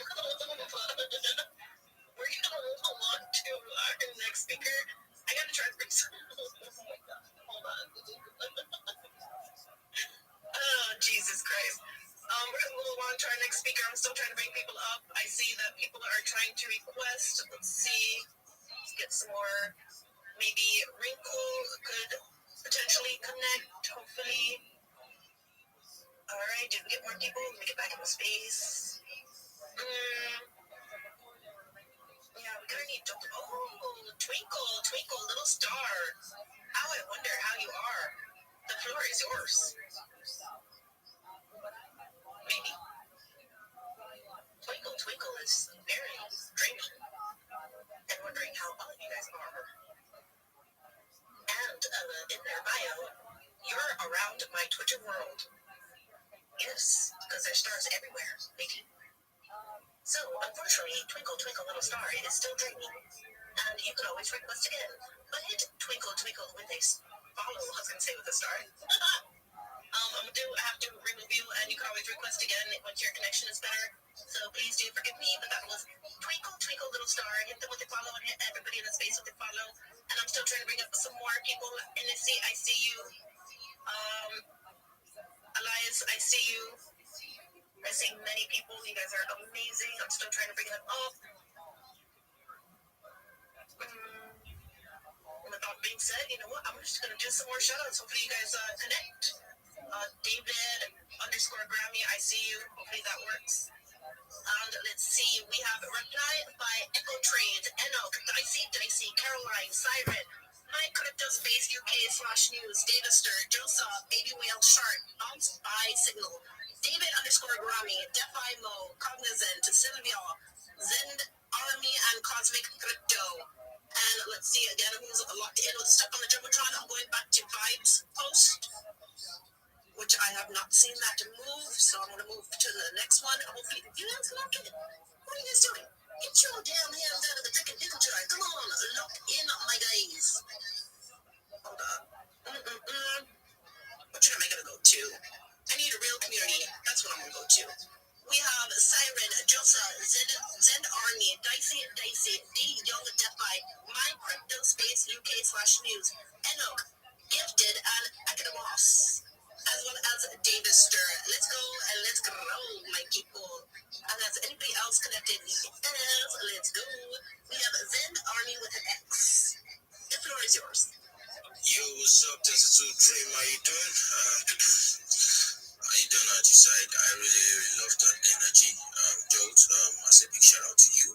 Big shout out to everybody on the speaker level. And maximum shout out to everybody in the listener level. It's a great time to be on the space with you guys again this evening. And You can just use this app and get some free money back. You probably don't even know, so check out Claim Your Souls.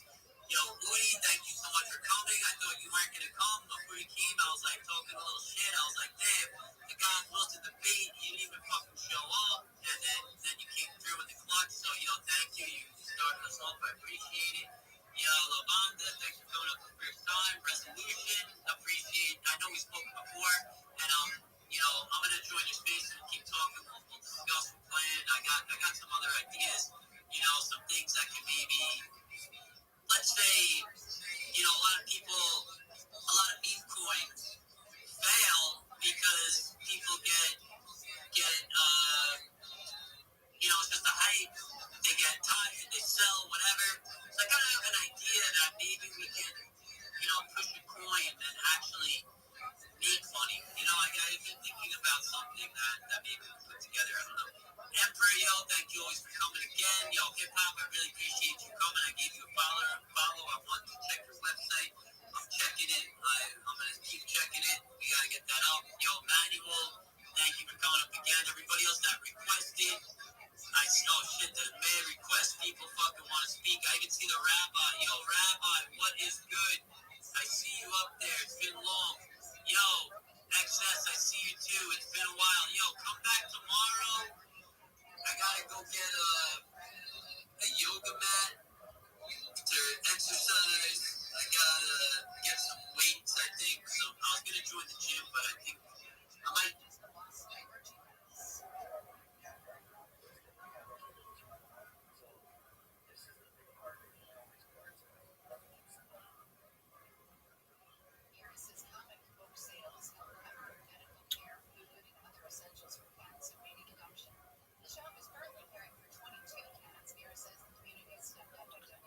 One, 101, 201, 212, 3 4 5 6 7 7 8 3, 8 4, 8 5, 8 6, 9 6, 9 7, 10 7, 10 8, 10 9, 11 9, 12 9, 13 9, 13 10, 13 11, 13 12, 1 0, 1 1, 1 2, 2 2, 3 2, 4 2, 4 3, 5 3, 5 4, 6 4, 7 4, 7 5, 7 6, 8 6, 9 6, 10 6, 10 7, 10 8, 10 9, 10 10, 11 10, 12 10, 12 11, 12 12, 12 13.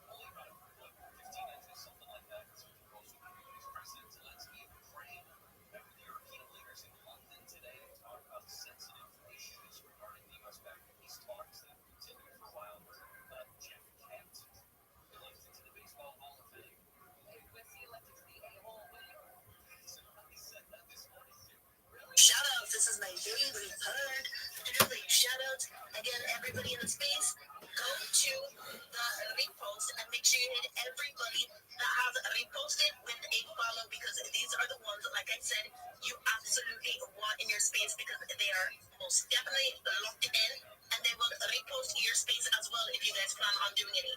We have Lavanda. Oh my gosh, Lavanda, I haven't heard you speak in a while. Grab the mic. We have Sela Dumar, Gift Elf, Mr. Dot Morris, Big Bird, Reply 5, Saren, Anok, Knob, Right, Hennessy, D Young Dubai, Sadiq Midi, Echo Trade, and Dicey. And I'm also going to do some shout outs for those that are locked in on the stuff on the Jumbotron, which everybody should be reposting that as well. We have, I'm going to go to the chicken one. We have Enoch, Big Bird, Bouncy by Signals, Siren, Web3 Titan, Defi Mo. And I'm going to do one more, because what the heck, I like doing this. This is my favorite. I'm going to go to Vibes. All right. So we have Bright, Z Army, Big Bird, D Young Defi, Josa, Dicey, and Reply by, as well as J Real. Let's go. These are amazing. Let's move along to our next speaker. Again, raise up your hand. It just makes my life 1,000 times easier to pick on the next person to speak. Did I just forgive me, Carol? But I see somebody that just joined our space. We have Glitch in the house. A glitch? Are you there? Apparently, Glitch's network is glitching. So, we'll back to Tyrell. Tyrell, the floor is yours. GM, different dreams, GM vibes. Yeah, I was when I came to this place earlier with project account. So yeah, it's good to be here again one more time. This is my personal account. So I'm Kyrie by name. I'm a social media manager and a shit. writer.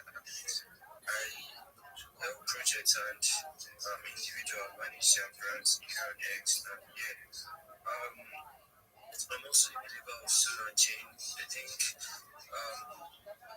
young dogs community should know a bit about solo chain. Yeah, okay, solo chain is more like an NFT agency, full service agency that helps NFT collectors, builders, and all bring their NFT visions to life. Alright, we help builders launch, ranging from the art customization, the marketing, the advisory services, and all, every single service you think you might need concerning building your NFT projects or launching. Provides every single thing, and beyond just being an NFT agency, we're also like a community where you, as anybody, either you are a newbie, you are probably a beginner or maybe an expert who is still looking to grow, because learning never ends, right? So we are a community that is actually like big on supporting individuals who are ready to grow. So either you have $0 portfolio or you have $1 million portfolio, don't worry. You are still welcome to the community, right? And we don't, maybe because you feel like it is an NFT agency and all of that, we don't only teach NFTs, we teach everything you need to know about crypto. Ranging from trading to account growth to Web3, just any single thing you need to know. And yeah, we are looking to like, personally, I'm looking to like probably build an African community or something. If you think it's to grow or something, yeah, we can connect. And yeah, also do not forget I'm a social media manager and a content writer, so I'm open to collaboration too. Thank you very much, 32 Dreams. Thank you, Joe. Thank you, Vibes. Thank you, everybody. Yeah, it's good to be here. Thank you very much. It's good to have you here. And that was Kyrell that was just speaking. So make sure you hit him with a follow. And like I said, hit everybody in the space with a follow and lock in my people. And typically, I would be doing some shout outs right now, but I need some water. And so I'm just going to move on to our next speaker so I could get some water. And we're going to speak to Nezuko. Nezuko, the floor is yours. Hi everybody. Oh, no, let's go. Hello. TM Dudes. Hello everybody. So I'm Nezuko. I'm a marketer, a trader. I'm also a club manager, currently working with Wabbits. I have a custom NFT made. Wabbits also has like a real life project and all, they sell energy drinks. So whatever NFT you mint would possibly be on your account. So I'm club manager, I'm a marketer, I'm a moderator. I also write. I'm a creative. I edit videos. I do everything basically. Jack of all trades, you might say. So if you want to find out more about collabing with Wabi's Energy Drink, you could come meet me. We're going to have your art displayed on the can of the drink and sold in real life. So yeah. Again, it's Najeko. Thank you, Dr. Drinks. Thank you, Joe. Thank you, everybody. It's been a minute since I've been in the space. But yeah, thank you. Forgive me, I was getting some water. I want to start with who wants to say. You have been absolutely killing it. I appreciate you for going ahead.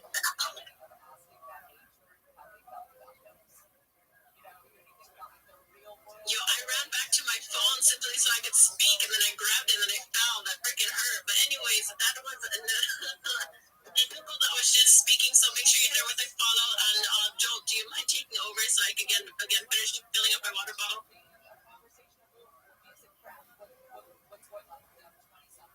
Okay, very good. Am I rugging you guys? Can you guys hear me? Yeah, we can hear you. We can. All right. Thank you. So again, that was Nezuko that was just speaking. So make sure you hit her with a follow and everybody in the space with a follow. And with that being said, like I said, I was gonna do some shout outs. And so this is what I'm gonna do. I'm gonna do it right now. All right. So we have Enoch, Dominic, Lo, Siren, Crypto Lord, Lavonda, Salah, Umar, Gift Elf, Mr. Dot Morris, Big Bird, and Reply Fi. Hold on. He has given us the fundamentals of what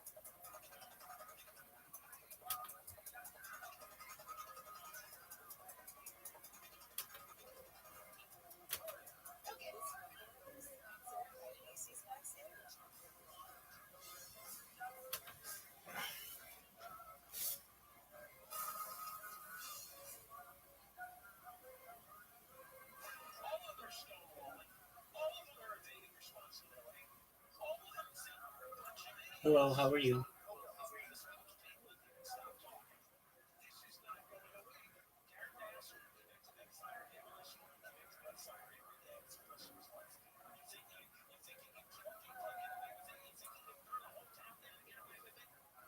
Do you guys speak English?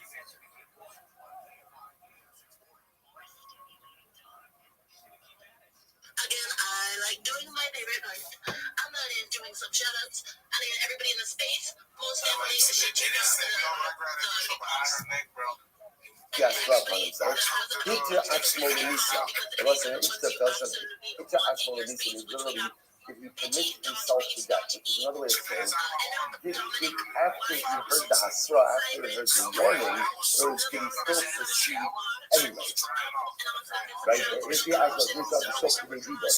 And again, didn't essentially, you not saw, didn't go out and violate immediately afterwards. Talk to the people. However, that was Zara. Somebody worshipped idolatry, right? So the witnesses in the Torah to say that Reuben worshipped idolatry. That's the witnesses. We are right. What type of idolatry did he worship? The Ta'ar Abad, the Markolis Abad. Did he worship Ta'ar? Did he worship Markolis? Ugama Abad. How did he worship? This is Dua, the Yahweh Karban, dirt, incense, the Nisok, Ablution, Ishtach, station.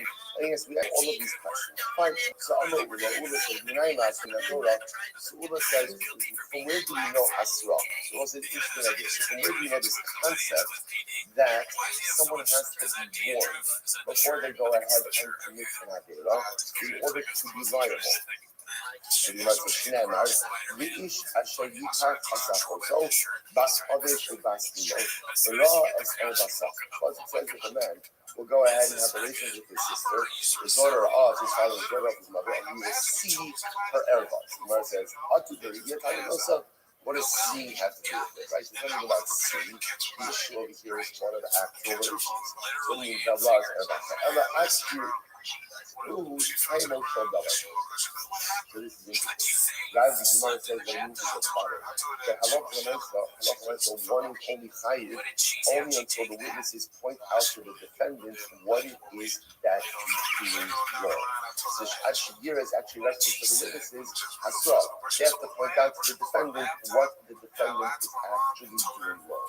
The Gemara says maybe unified. So I have to see over here the prohibition that they're referring to over here is a curry-bearing prohibition, right? Incest is the curry-bearing prohibition. Interestingly enough, you don't need hasra for anything commercial by curries. Why? Because curries is carried out by a powerful. You don't need hasra, you don't need a warning for an infraction that is supposed to be punished by a human being. So the innate in the curries, but I don't need the concept of hasra. For a curry-bearing infraction, type of the matter, 41A, today is in Lamalchus. So go ahead and give it over to Malchus. So what you can really see, this interpretation, you can really see the Makar, the source for the concept of Hasra. Beautiful. So the Yosef Ish Areyu Laharga Ba'arno. So the Pasuk says if a man will intentionally go ahead and kill another person, Ba'arma means with cunningness. What does this mean? Shehisrubo by dynamation, which means they warned him, and Halacha L'Maisa, he is still acting intentionally. Okay, so again, we'll say all just different sources for the concept of Hasra. Today, Rabbi Shmuel on a Hamotziam of some Koshi Shaitim. So it says the fountain gathering where the fountain in the Koshi. This is one of the Jews who violated the Sabbath in the desert.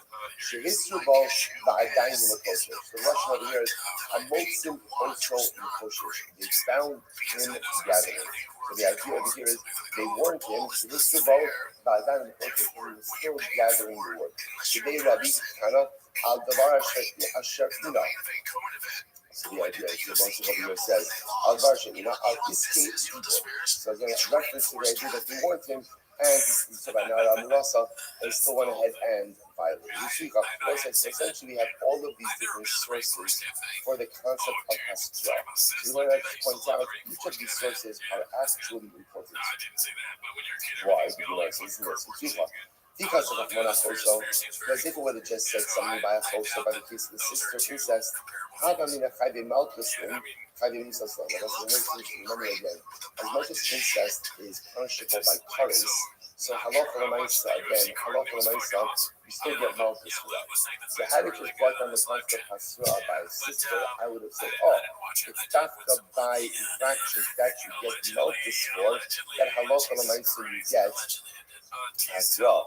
So maybe that's hiding me. So you don't. Therefore, Kasa Rahman or Kiyazi. Therefore, the Torah brings up lotion of Kiyazi, right? Because that's an intentional Aveira. That's an intentional Aveira of Karis that is punishable again by death. So that shows that this Karis also by Misa's baby. Okay. So the Gemara says, Vihi Kasa Rahman Kiyazi. And if what is just said, ultimately again, that's what the Halakha myself. And Chayiv to go ahead and give Asra by an act which has Nisa's basin, honey merely sight to kill. I would have thought, what type of diet misa? Only beheading, like by a sword, which is considered to be a more lenient form of death. Now we'll talk more about this in the next paragraph. I would say, again, it sounds strange to talk about death penalties as more lenient, right, and less lenient. What it means is really more painful and less painful. So I would have thought again that there's hasra by sayif, avaskila dechamura imalova by skila, which is considered to be more chomer than sayif, perhaps not. Which the Gemara says, the Gemara says, but why do I need two sources that both talk about skila? The Gemara says, Rabbi Shimon la'asuyei misrafim. So apparently Rabbi Shimon to include sreifa, but says that sreifa is a lesser form than skila. Rabbanon knows that the answer to the Chomer, tarach the kasav lakra. According to Rabbanon, both say something to this concept that even something to learn by Chomer, sometimes the pasuk will still go out of its way to mention it, and nevertheless. I have a little bit of one of the stolen, but let's say one of them agree.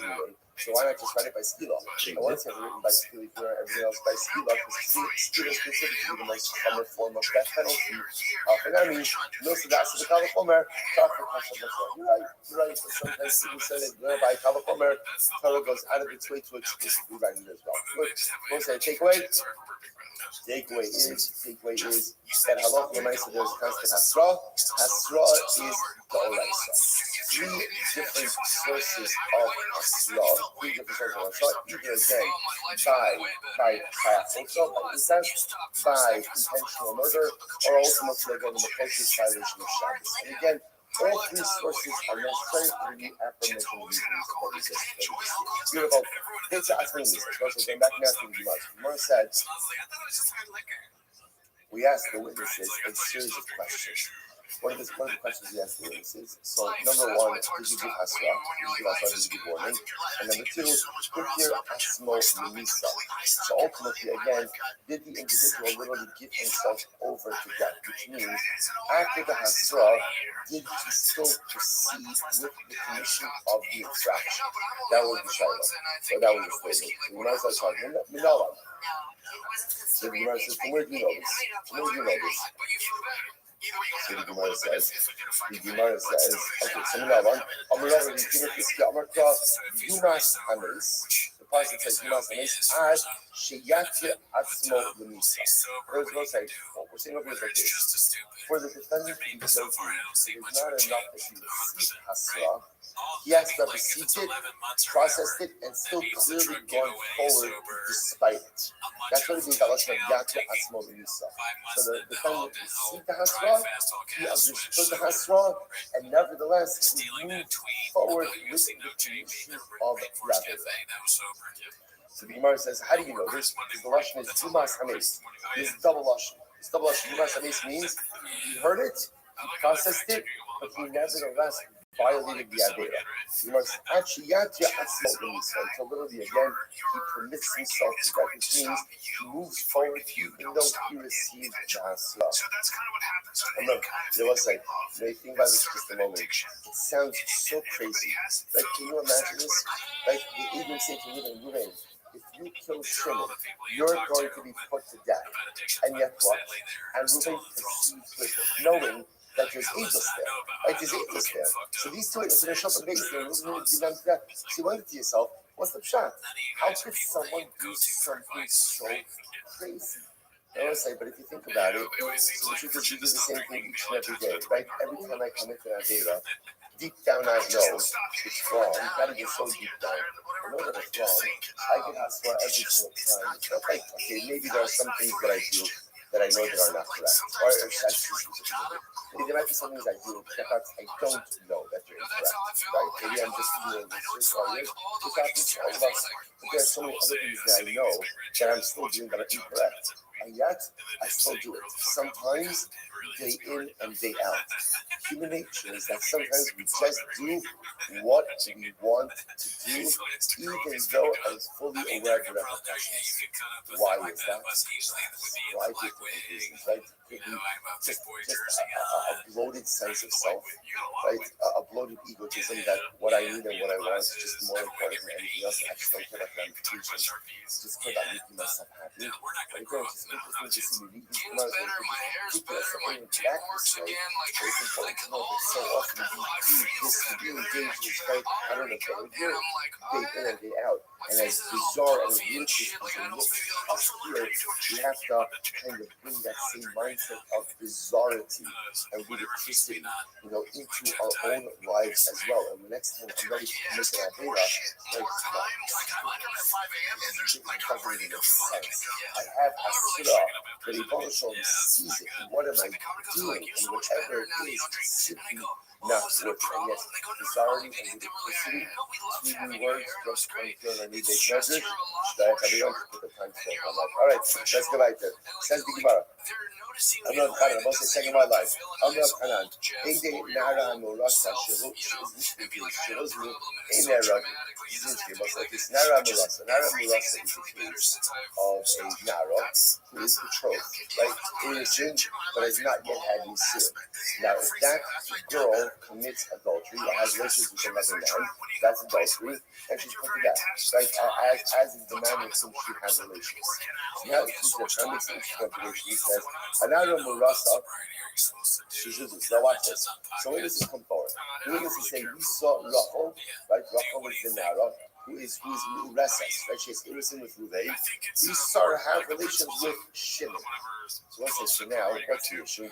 Let's say a second set of witnesses come along, and they say, first set of witnesses, you could not have seen that. Why? You were with us. You saw her commit adultery on Monday. You were with us in Florida on Monday. You could not have seen that happen in Baltimore. You weren't there. So the Gemara says, the witnesses can't begin into Adrian Zolman. Why? They can't be killed. Now, most in general, again, is next to Sakhtamakas, but we'll see in their session in general what happens in Adrian Zolman, reciprocal punishment. In this case, you can't impose reciprocal punishment upon the ignorant children. Why not? The Gemara says, because at the end of the day, they could claim, no, we weren't coming to impose the death penalty on Rachel. What were we coming to do? We were coming to prohibit her to her husband, Ruvain. That's it. So therefore, you can't kill her. You were trying to kill her. So the Gemara says, I behalf is Shuba. What was the word? That's the perfect. That's what it's here. He says, it has to be Hasra. What's Hasra? What's that? What would be the Hasra? Don't have relations with Shimon. You know why? It's a little detail over here. He's not your husband. Right? That's called adultery. And adultery is controlled by death. So they give her Hasra. Which the Gemara says, no, they didn't give her Hasra. They didn't give her Hasra. You know, Asuba. One second. If they didn't give her Hasra, then it's the only thing how to be executed at all. Which is the Isha Chavira. Who are we talking about over here? A very wise woman. And she might be young, she might be a Nara, but she's very wise. And the question of Yosef, what does Yosef hold? So the sign of Yosef, we go, Omer, Chaber, Ino, Tzarech, Hasra. Chaber, Tam, Chacham, doesn't need Hasra. This is also, we've seen this Yosef before. But Yosef holds that Hasra is only there for people who don't know. But people who do know don't need Hasra.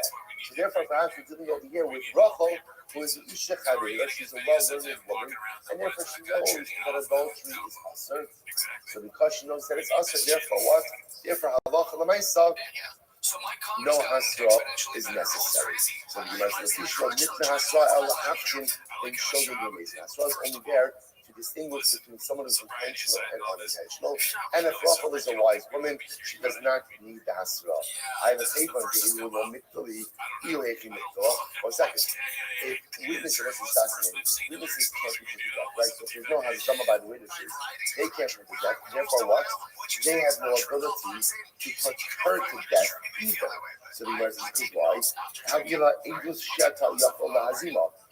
English Shata Yachol Hazima. Lo Shma English. One second. This is fascinating. Fascinating testimonial fact over here. Any testimony, right? Any 10 witnesses can't be made into Asian Solomon. They're not fit to testify. So let's say, what's the compliment? This is fascinating. If you're going to give testimony, essentially, what Allah says, you have to have skin in the game. Right? And what's your skin in the game? What's your skin in the game? That if you're found to be lying, we're going to execute you, or we're going to visit upon you reciprocal punishment. So if you can't receive reciprocal punishment, you essentially don't accept the testimony. Therefore, if you're telling me over here that Allah the witnesses can come to testify about Rachel, but they themselves can't be executed because they can always claim, no, we didn't come to execute her. We just came to ask her upon her husband. Then if they can't be executed, they're not subject to Azama. If they're not subject to Azama, then we can't accept their testimony. So therefore, then what are we doing over here? Which the Gemara says, hey, Akinam, so the Gemara says, Akinam, come out. You talk Shane and Ragin, so the Gemara says, you're right, that's what it's saying. Since these witnesses can't be killed, now why can't they be killed? Because they complained, we weren't coming to kill Rachel. All we were doing was coming to make her asura upon her husband. And they didn't give her asura. So the Gemara says, Sheikh, so too, she can't be killed. Okay, so let's say just an interesting case over here. Ella, the Isha Chadeira, the Kaimalan, the Mikra, Alisabeth, Mr. Rudy, from Mishkat. So let's say, okay, so where is there ever a case of a wise woman, Isha Chadeira, according to Yossi? Now remember, according to Yossi, a Chavera, a learned person, doesn't require Hasra. So according to Rabbi Yossi, would there be a case of an Isha Chadeira who can be executed? To which the Gemara says, the Chazar is in the priest where she committed adultery, and she did it a second time. So the Gemara says, so that would be a case, look at Rashi, from Friday class of Rashi, she's into the Chazar is the Hanaf is Mus Sheni, in your follow on the Osra by no Sharik by Nasaris is Mus Rishon, follow Ba'la Harba. Because in that case, the second witnesses can't say we're only coming to favor her upon her husband. Why? She's already prohibited upon her husband. Why is she already prohibited upon her husband? Why? Because halacha nice again, she already committed adultery the first time, so she must already be prohibited. Therefore, the Gemara says, no. So therefore, the only reason they become to testify is to have her executed. The Gemara says, and maybe they can testify, we're coming to God and prohibit her upon the second man with whom she committed adultery with. The Gemara says, she's in some evaluation. The case where she committed a second act of adultery with the same man. Inami, she's in some or she went ahead and she committed adultery with one of her relatives. And therefore, Allah knows that she's already prohibited upon this individual to begin with. Okay. Mashna Nara Mulasa. So the Gemara says, I feel Nami. I feel tsunami. No, so by the way, why are you illustrating this with the Nara Mulasa? You can go ahead and illustrate this same exact case with a regular married woman. So why are you illustrating it over here with Nara Mulasa?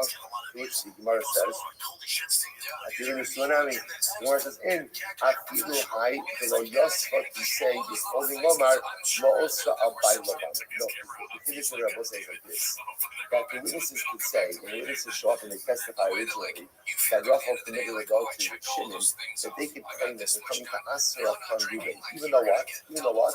Rothschild's not living with Reuben. I'm at a plot for such a claim like that to just be rejected outright because they're not living with Reuben. So what do you mean you're coming to Asra upon Reuben when they're not living together? Allah even in that case, the claim of the witnesses is believed. Okay, I'll read this stuff. Echanol beside, so what's the interesting case over here? So now, good. I'm going to this stuff. Echanol beside, great. Echanol beside, Echanol ba'arir. When is the show up? Now, the witnesses will come up and they claim that Reuben killed Shimon. That was remember again, so part of the Drishas Defectus is what do we ask? How did Reuben kill Shimon? Right, and specifically, what weapon did he use? What did he use? So what happened? One witness says Reuben used a sword, and the second witness says Reuben used an axe. So what says now? The Gemara says, ain't nothing. This is not a fit test. Are they contradicting each other? So because they're contradicting each other, therefore then the testimony is thrown out. So let's say so. Remember again, because this obviously is a very specific detail that needs to be ironed out. The contradictory testimony over here essentially nullifies the Aegis. Ain't nothing means their testimony is not a cohesive testimony, and therefore again is discarded. Again, let's say, to be clear, we're not claiming that they're liars, right? Remember again, there's no reciprocal, like these are not even zoning. It's just that the testimonies don't line up, so essentially it's inadmissible. Ain't nothing. Similar to Echadom Caleb Shorn, Echadom Caleb Levanim, how is it nothing? But again, let's say, if one of the witnesses says, Reuben, the murderer, the accused murderer, Reuben was wearing a white shirt, and the other one was saying Reuben was wearing a black shirt, So then halacha in that case, their testimony is fine. In other words, we don't care about that. We'll say why. No, it's not important why. Because the truth is, what the color of Ruben's clothing is really inconsequential to the act, right? What instrument to use to kill Shimon, that's very consequential. So in other words, the idea over here is we don't need them to line up. In other words, we need the information to line up, but we don't need every piece of information to line up. Incredible. So basically, when I was Kasha, Nachon, she Nachon. So the pasuk says Nachon. The Lashon the pasuk by either. So the rest of the Chagag the Sha'al Tekev, meaning MS Nachon Hagdava. So what does Nachon mean?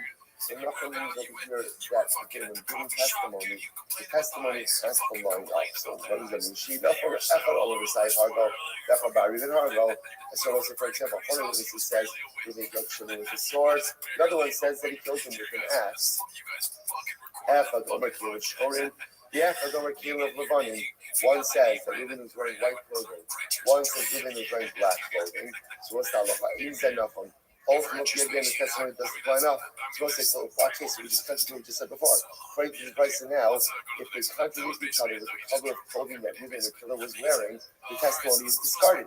So which one is it? Is clothing important or is clothing unimportant? So what's the halacha? This is incredible. No. The Suda Shachan Kuba. No. In the advice that says that there's Mahos that clothing was the case is where they're coming along and they're saying Reuben strangled Shimon. And what's Machal, guess? One witness says he strangled him with a white shirt. Another thing says he strangled him with a black shirt. Now, both sides, that is material information. Because in this case now, it's not just a din in clothing, it's about the murder weapon. When it comes to the murder weapon, there has to be explicit clarity amongst the witnesses what was used. So the Gemara says as follows.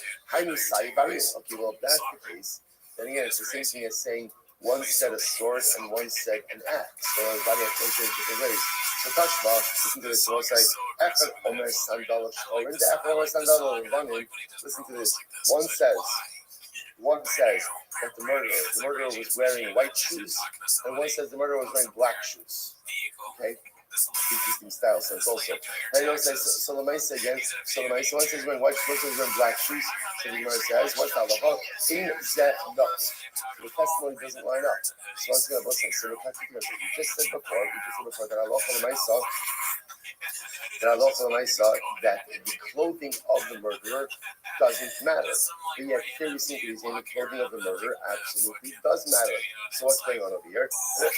So the Gemara says, Hasanamiki don't Shabbat both the sandal of the heart. Remember, what's the case? The case is where Reuben kicked Shimon and killed Shimon by kicking him. But that's the case, the shoes of the murder weapon. If the shoes of the murder weapon, then Allah will mention you. It's speaking clarity as to what there is. Tashma. Ma'aser but that Ben Zakkai both take enough. Because remember again, it's from Mishnah.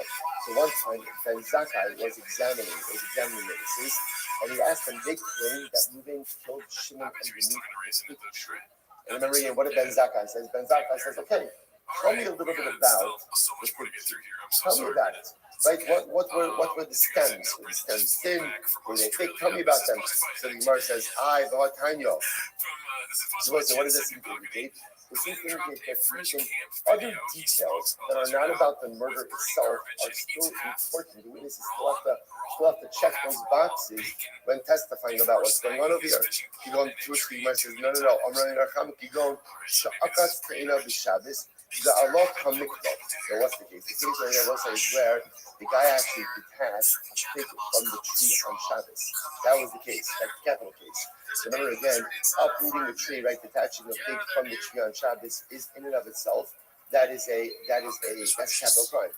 That's capital crime. So that's what we're talking about over here. The Gemara says, that's not what the Mishnah says. The Mishnah said the witnesses said that Reuben killed Shimon underneath the tree. That's what happened over here. To which the Gemara says, so what's the case over here? The case over here is the halacha l'maisa again. Halacha l'maisa. Reuben killed Shimon with the stem of the fig. That's what happened here. Killed him, he used the stem of the fig as the murder weapon. Which Gemara says, Tashma, Temim Shchoros, Temim Levanos. That's not what it says. It says Ben Zakkai asked him, tell me, were the stems, were they thin or were they thick? Were the figs themselves, were they white or were they dark? Rabbi Yosef, mi Ben Zakkai Losik Inish, shiny Ben Zakkai did the Dikos Kichakios Mashulei. Don't bring a riot from Ben Zakkai. Why? Because it was like Ben Zakkai, he was marked both with the Dikos and Chakiros, right? He essentially made them the same. So in general, both like there's a distinction between Bidikos and Chakiros. What's the distinction? Distinctions always like Chakiros are questions that are specific to the actual event itself. Bidikos are general questions. So generally, do we care necessarily what color the murderer's shirt was? Not really. Not really. Does it matter again if the figs underneath which the murder occurred were white or black? Not necessarily.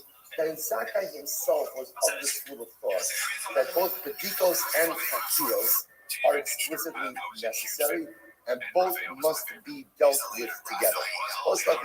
That's why Ben Zakkai was asking about the figs and the stems. And according to Ben Zakkai, the clothing is also important as well. Ben Zakkai, by the way, who's Ben Zakkai? Who is Ben Zakkai? He said, he's incredible. Ben Zakkai. Rabbi Yochanan Ben Zakkai. Who's Ben Zakkai? Listen, Rabbi Yochanan Ben Zakkai. Do you know how much we owe to Rabbi Yochanan Ben Zakkai? Rabbi Yochanan Ben Zakkai essentially saved Klal Yisrael in the aftermath of the destruction of the second Beis Hamikdash. Rabbi Yochanan Ben Zakkai was responsible for all of the takanas we have. Zeh for the Korban and Zeh for the Mikdash. We're getting to two different types of takanas. Two different verses. 1 second. If it's Rabbi Yochanan Ben Zakkai, mi havi b'Sanhedrin. Is Rabbi Yochanan Ben Zakkai ever part of the Sanhedrin? Chronologically, it doesn't make sense. Watch this.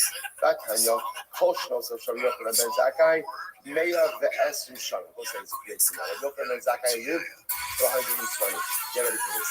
Get ready for this. Arboim Shana, Asa Kippat Matya. For 40 years, he was in business. He was in business. Like, Mem Shana Lamad, for 40 years, he learned. Right, he did it right. He did his things in business and he learned. And Arboim Shana Limit, and for 40 years, he went ahead and he became a Rabbi. Like, he taught students. So it's something amazing. So first of all, it doesn't mean that the 40 years he was in business, he didn't for God. But what it means is he was in business. What happened in business? Again, yeah, you cover your Torah, you cover your solution. The sheer learning was not his full-time occupation. At the age of 40, he decided to go, or after 40 years, he decided to pivot. So it's such an incredible story. You sometimes think that, like, great people are just born that way. Like, they're just born with a Talmudic spoon in their mouth, right? Like, this is what they know, this is what they're born for, this is what they're destined for, this is... I would say, people make choices about the kind of lives they want to lead, about the kind of people they want to be. It's not an accident. If you think about it, by the way, there are three people who follow the same paradigm, right? Same people. Who are the same people? Moshe Rabbeinu, Rabbi Akiva, Rabbi Yochanan Ben Zakkai. All this 40 paradigm. But it's 40 paradigm. Now, again, that's what the person says. It's going to see three people, 40 paradigm. Is it exact? Maybe it is, maybe it's not. It doesn't even matter. It doesn't matter. What it means is great people make a choice to become great. Great people hit a crossroads in life and they realize, okay, in this moment now, I have a choice. I can just keep on going. Just keep on going, right?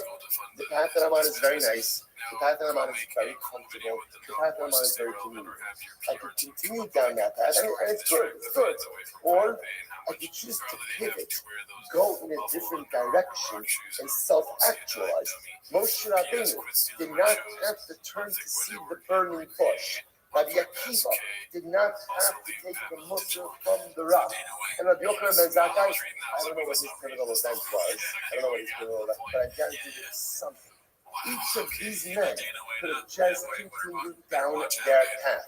And can you imagine what the world would be like without the Moshe Rabbeinu, Rabbi Akiva, and Rabbi Yochanan Ben Zakkai? Life is all about making the decision at those crossroads, at those pivotal moments, to go in a different direction. Okay, often our pivotal moments are not necessarily as dramatic as these.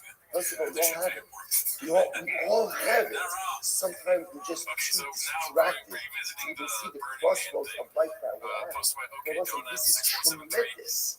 Just because my life has been a certain way up until this point, just because I've been so good, doesn't mean I have to be the same person or have this same life going forward.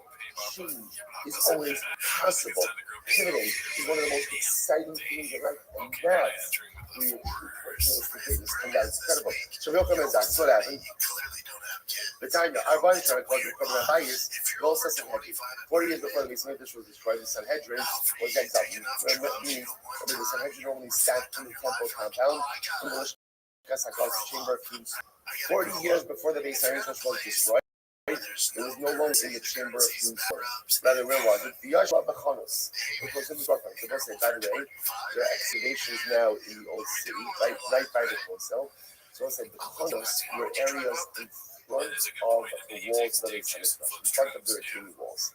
They literally, again, had stores there. There are two things there. Mikvahs, right? Because you have to go to mikvahs that should be unearthed. These mikvahs with two sets of staircases, right? One going in, one going out.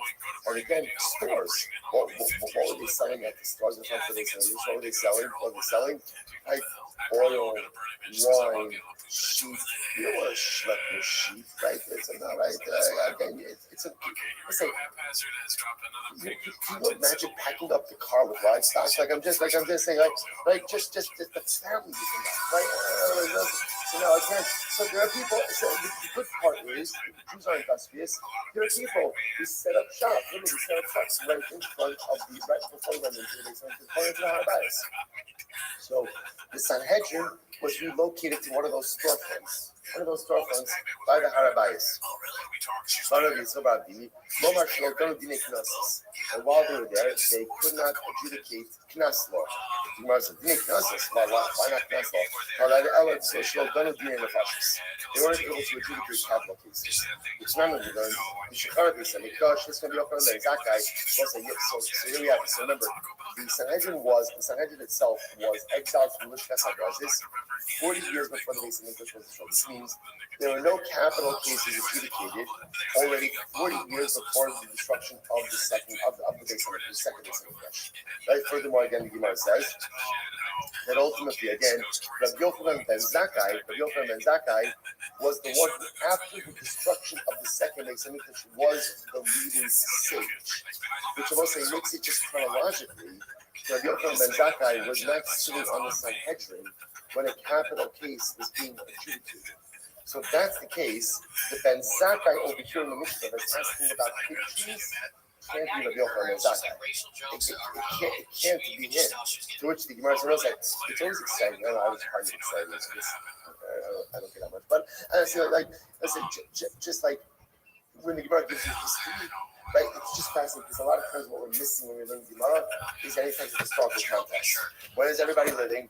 What's happening over here? So here, this is a major piece of Jewish history over here, right? Because Rabbi Yochanan ben Zakkai, the Gemara says, could not have been a member of a Sanhedrin which adjudicated a capital case. Because Rabbi Yochanan ben Zakkai is the ranking sage when the Beis Hamikdash was destroyed, and there was no capital cases being adjudicated for at least 40 years earlier. So the Pashtas, he was never involved, at least as a sitting judge on a capital case. So the Gemara says, Ella, Ben Zakkai Da'alma. There must have been another guy named Ben Zakkai, not Rabbi Yochanan ben Zakkai. Which was Haran, so it seems to be clear. He saw that Rabbi Yochanan ben Zakkai, Rabbi Yochanan ben Zakkai. So let's say it can't be him. First of all, because if it was him, how can you say that he became Rabbi Yochanan ben Zakkai? Ben Zakkai. How can you do that? How can you do it? This is a Gregor Hadar. How can you possibly go ahead and just call him Ben Zakkai? It doesn't make any sense. To which the Gemara says, Latanya, my school, but the Yochanan ben Zakkai will take the Indian, again, the Raisa. And the Raisa said it was a Yochanan ben Zakkai who was asking the witnesses about the thickness of the stems of the fig tree. So it sounds like it is him. But how can it be him? Ella, we'll say watch this. Rabbi Yochanan ben Zakkai was never a sitting judge on the Sanhedrin that was adjudicating the case. But where was he? He was in one of the rows. He was a Talmud. He was a student. He was in one of the rows in front of the Sanhedrin. Jewish Gemara says, so what happened? So they were adjudicating a case, and Rabbi Yochanan ben Zakkai, remember again, we'll say, Rabbi Yochanan ben Zakkai, they took input from the students sitting in the rows in front of the Sanhedrin. Rabbi Yochanan ben Zakkai was a student. He piped up and he said, hey, Pedro, what about asking the witnesses about the stems of the fig trees? And they liked it. And what happened on the days?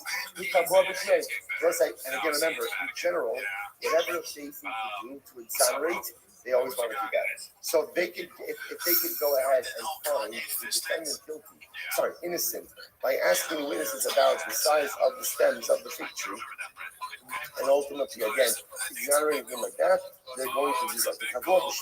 And they liked it so much that they established it in his name. So the Gemara says, you have a lomar, you have a lamad, ben Zakkai haba. You have a party of the commendations, they rabo. You have a unit, other party of Yochanan ben Zakkai. You party ben Zakkai, Hashem de Meikara. If you party of Yochanan ben Zakkai, Hashem de Ashta. So now understand it.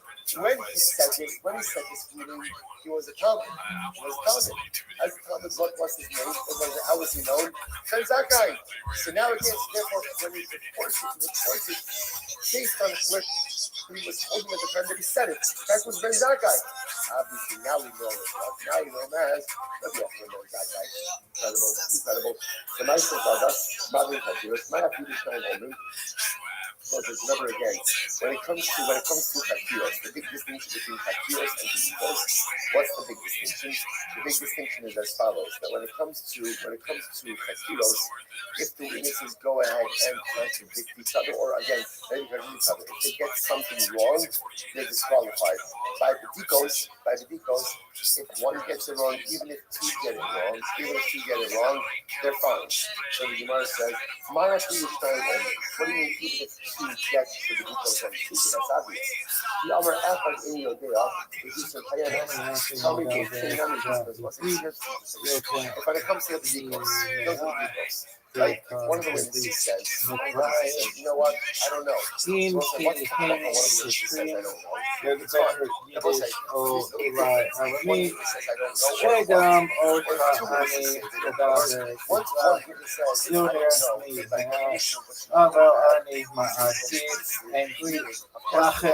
So once the guy says, I don't know, or if two say, I don't know.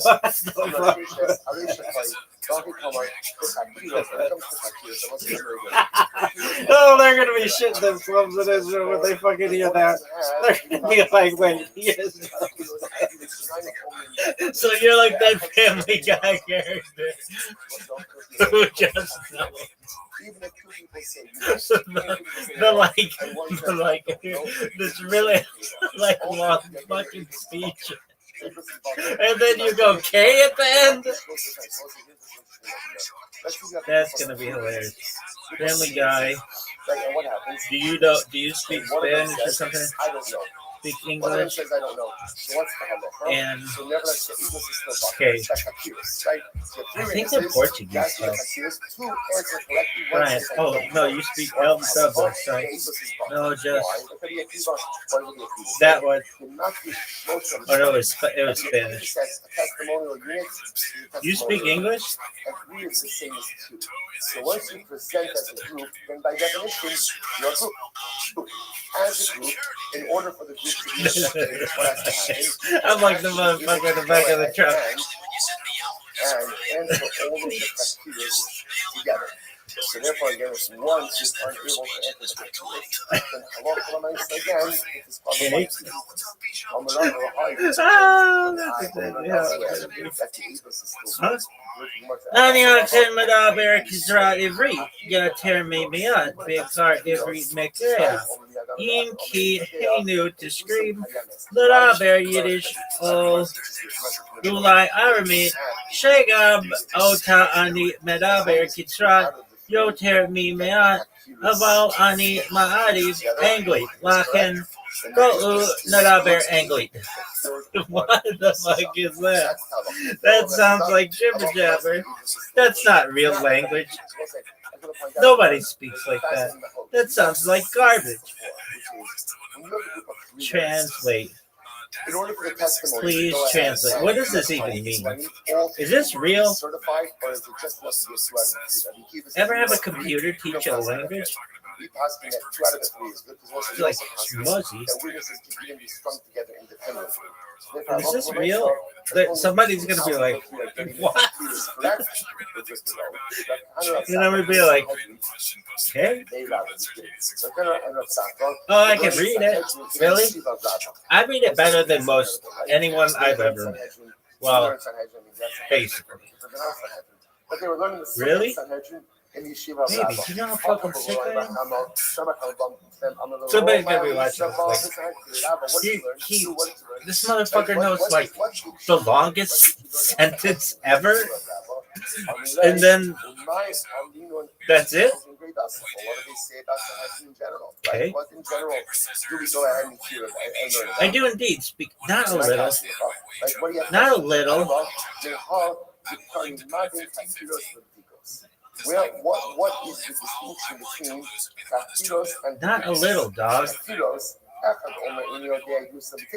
when it comes to Kakiros, if one of the parties says, I don't know, then ultimately, again, the Egos is bottle. I don't want to just say a little. Why? Because it's really not. So again, All this right. is the fundamental distinction that we've seen over and over and over again. Hakiros, which remember again are the 7 questions listed in the beginning of our Mishnah, right? We only see only 3, but we passed the 7 questions. Those 7 questions, those need to be answered. And if you can't answer it, either you answer it wrong or you say, I don't know, the halacha is you're out. You're out. Bedikos, if you get those wrong, you're still in. You're still in. What's an example of a particular question? For example, particular question? Like color shirt. Right? Stems of the face. Color of the face. They're important. Now again, they are important. Remember, they even keep discretion with those that are important, but they're not necessarily part of the court's details of what it is that occurred. So therefore, again, one or both witnesses gets Hakiros wrong, you're out. One or more witnesses get the Dikos wrong, you're in. As the Gemara says, but one, Nifti, Ibi, Garaisi, Naishna, Hakiros, Naishna, Dikos. I understand, why is that? Why is that? They're both Doraisa. Both Hakiros and Dikos are Doraisa. They're both Doraisa. Then why do you have latitude with one now with the other? Amalei, Hakiyash, the Hakiros, and the Yodea. Dahagile, Edu, Shiata, Yokol, Lazimo. The Dikos, Echad, Oman, and Yodea, Kayanes, Edu, Shiata, Yokol, Lazimo. So let's say it's a very simple distinction. By Hakiros, so let's say, all of those questions are what are necessary in order to make the agent acceptable to our summer. Right? Remembering what says, the cloud level is witnesses who cannot be named for Ibn Zomanin, they have no skin in the game. Therefore, their testimony is not accepted. Anything that for any of the Hakira questions, if they get those wrong, those leave them susceptible to being named for Ibn Zomanin.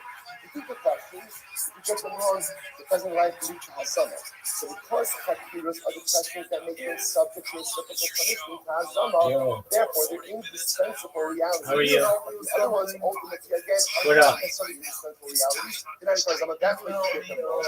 But who I'm going to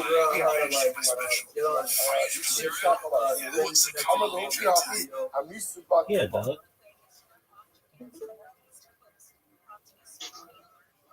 Did you change your name? Yeah. Okay.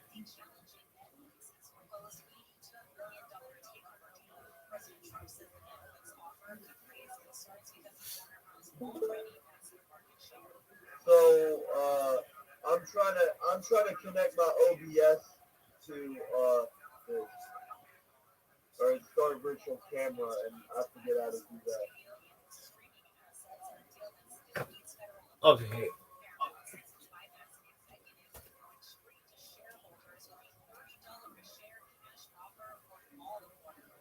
I'm listening. Okay, so what are you trying to do? What are you trying to do? I'm trying to get the start virtual camera to connect to the Rumble studio. Okay, do you have your virtual camera running in OBS? Yes. Okay. Then at the bottom, there are options to unmute your mic and turn on your camera. Unmute your mic and turn your camera on and make sure it's connected to your virtual camera. No, that one, yeah. Okay, but do the camera. And then I go back to here, and then I start virtual camera. No, your virtual camera should have already Is been. that, Is your virtual camera started right now? oh, so then go like that? Yeah, is that your virtual camera? Yeah, it is. Okay, then you go live. Alright, so then I start streaming. If you'd like, if you have everything else connected, yeah, go for it. Alright, hold on.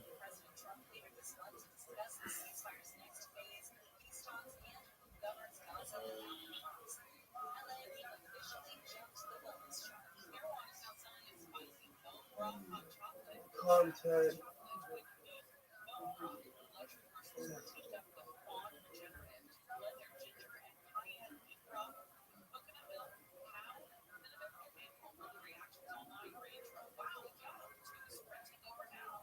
Alright. I'm trying to figure this out. Yeah.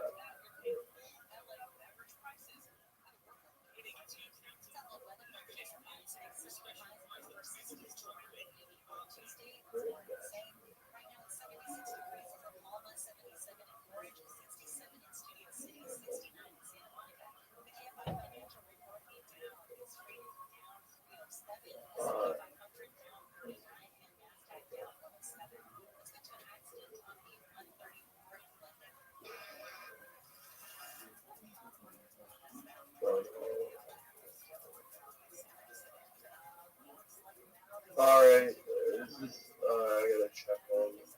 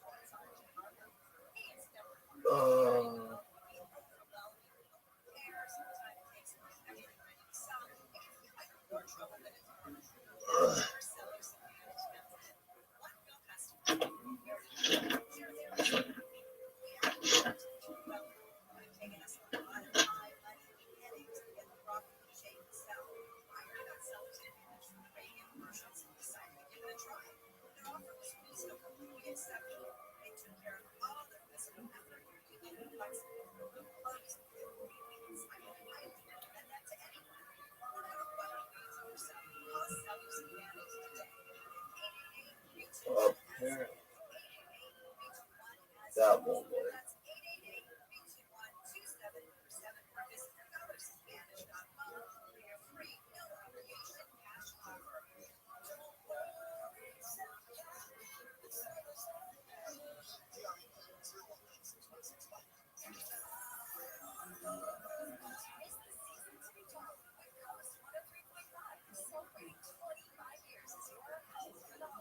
Flashlight power rating.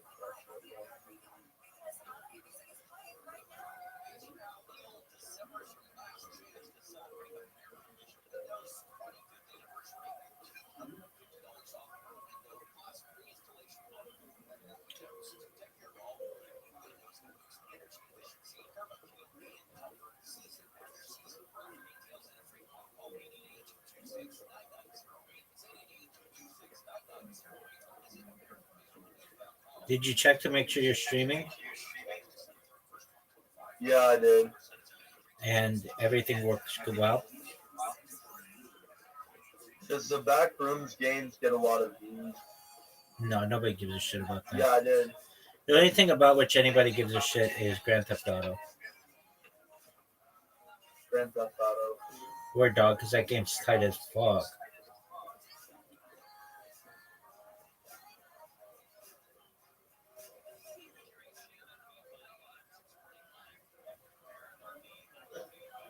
Yeah, I did.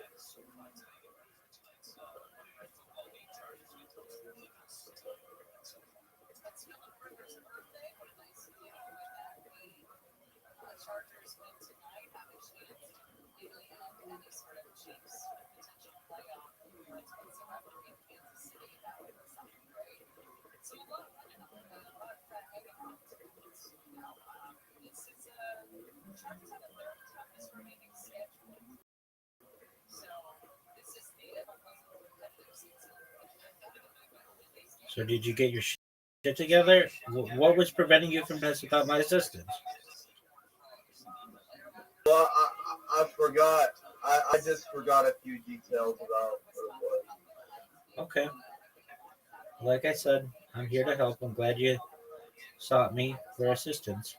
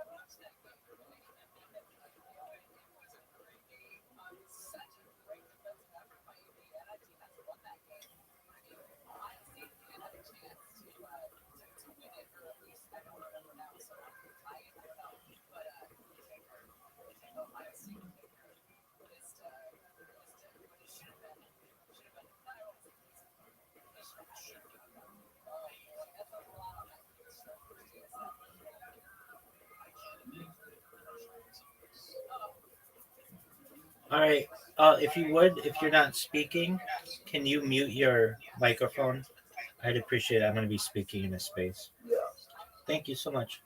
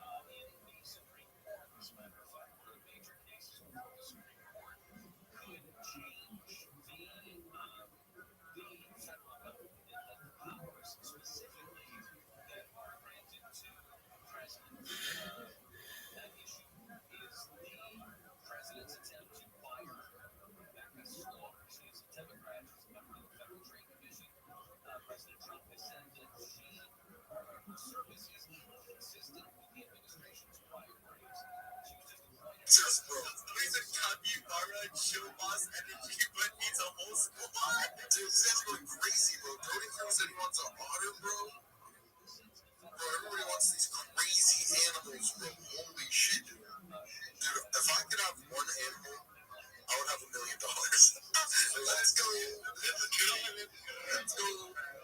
Let's go. Anyways, guys, we're gonna continue to cook. We're gonna continue to grind. So shout out to all those people. Let's continue to fucking grind through our space. Remember, we're doing a $250 USD giveaway to somebody who likes every detail in our jump truck. But let's go ahead and let's move on to our very next speaker to go ahead and tell us why they're valuable, bro. Austin, what is good, bro? I'm good, right? I'm good.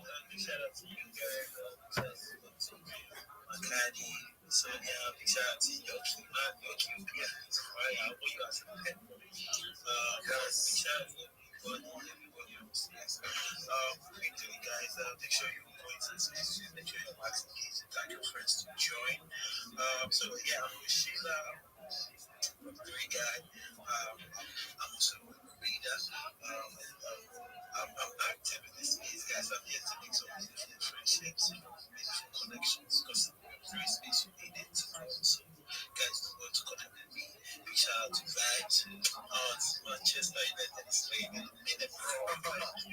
Let's go. Shout out to my boy Austin. I hope Man U is able to pull off the dub. I hope that you guys are locked the fuck out. Everybody here is following all of our listeners, following all of our speakers. I hope that everybody is locked the fucking going absolutely crazy because, bro, if you're not going crazy, then probably you're just going to be a little pussy.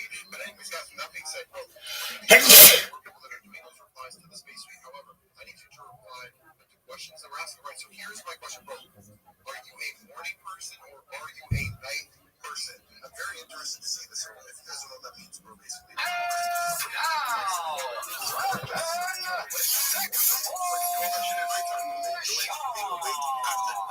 Yes, sir.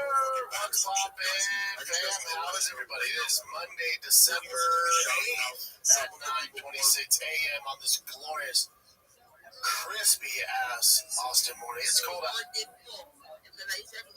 usually do those content like afternoon when everybody are like asked to just do that visibility. People should see my content and all of that. I remember I joined a particular space, and when I joined this space, I asked for the mic. That was actually the first time for the mic. I was almost peeing on my body because I was really sweat and nervous. But I was like, I didn't just speak the mic and speak. And I spoke. I told them what I was doing in this space, and I told them about my educational series that I was starting again.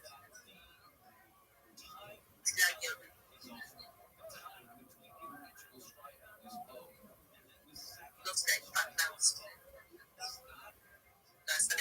So, and that was what made me. I remember that was the she was like, why don't we do it as spaces instead of writing? Since we are going to do so it's like it's a partnership and all of that. And I was like, fine, but I've never hosted this space. So I told her that she should host this space, I'll host. Then I told that, then I created like a picture, like an infographic with AI. And what I wrote there was collaboration over competition every time. And that's actually very key in this space. So it was true her because she was initially in the space before me. It was true and she had no audience on her space. But there's something that I had that she did not have, and there's something that she had that I did not have. So it was more like we're complementing each other. She gave me the visibility that I needed, to be honest, because she already had more people. That's from her, I knew so many people that joined in my space through her. But then, I was the one creating my spaces. I did not collaborate with her. I didn't know anybody. I didn't know who to tag. I'll just be there. Nobody will come in. But she knew people. She tagged in those people, those guys. And from there, when people started hearing me talk and everything, we connected, all of that. So that was how I started my own journey here on X, building here on X. So I continued with that 2 weeks educational series. It was like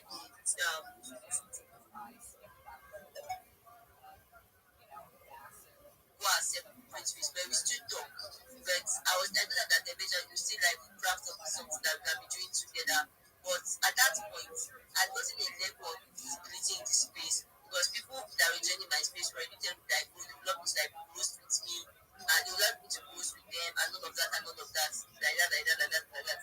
So I was able to use that visibility, use my voice to actually build myself in this space. I started growing organically in this space, and then I met Fortune. And I'm sure that I usually ask questions a lot. Like I ask questions a lot if I don't understand. Maybe because of I had that analytical skill with me. I know how to like analyze projects. So if I see something that is not right, on Fortune I do ask him and all of that. That also gives some form of visibility. Yes. So now that was I don't think the three space. That was just like true nice story until I experienced a major setback, a major challenge, and that one happened like this that's when I lost my account. Now that was like the biggest I think that's the biggest setback I've actually experienced before because they said it takes like years to actually build like a house, but it takes 1 day to destroy it. And that was it was like I understood what it meant. Because imagine up in this space, you speaking, using all your efforts, your time and everything to build something solid, to build something that has true value and all of that. And it is in the triple overnight, everything just vanishes. That's how houses are. Imagine maybe you are a parent, you build your house from scratch with a family, seatbelt and all of that, and your child, you don't see your child, that person's child is like a wayward person, and he just sells it off to someone or just destroys all the person's years of hard work of effort, everything just buy. So that was how it was. But then I don't believe that at the end of the day, it just depends on the person. If the person wants to give up, at that point, I say, oh, I don't think the thing is that reputation is still continue. But that's just like normal life. If somebody dies today, they will mourn over the person. When they mourn over the person, the number of people that will work on your on that person it will be plenty. Millions and lots of people forget. They just say that you forever remain in my heart. So after that one, give them like a month after.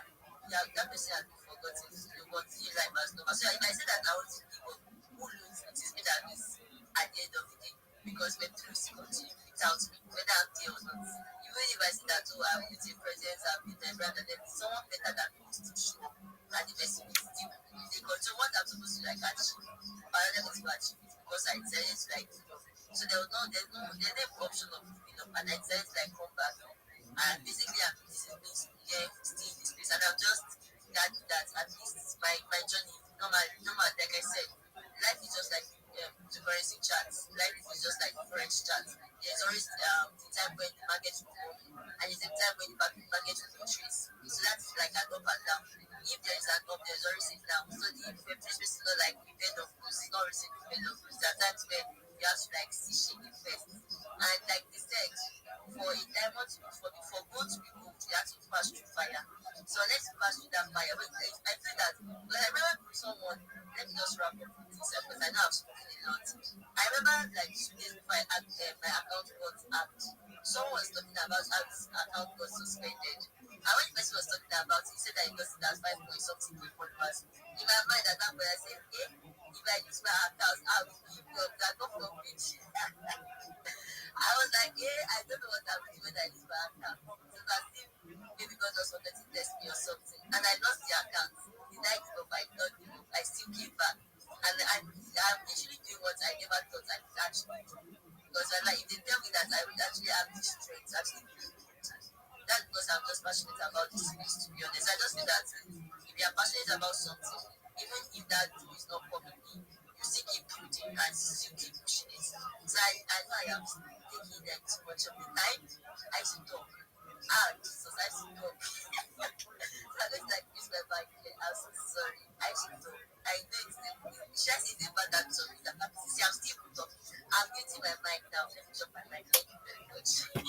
Oh my god, thank you so much, Becca. Thank you so much. Because you guys like mind my environment. I'm outside the class. So, oh my god.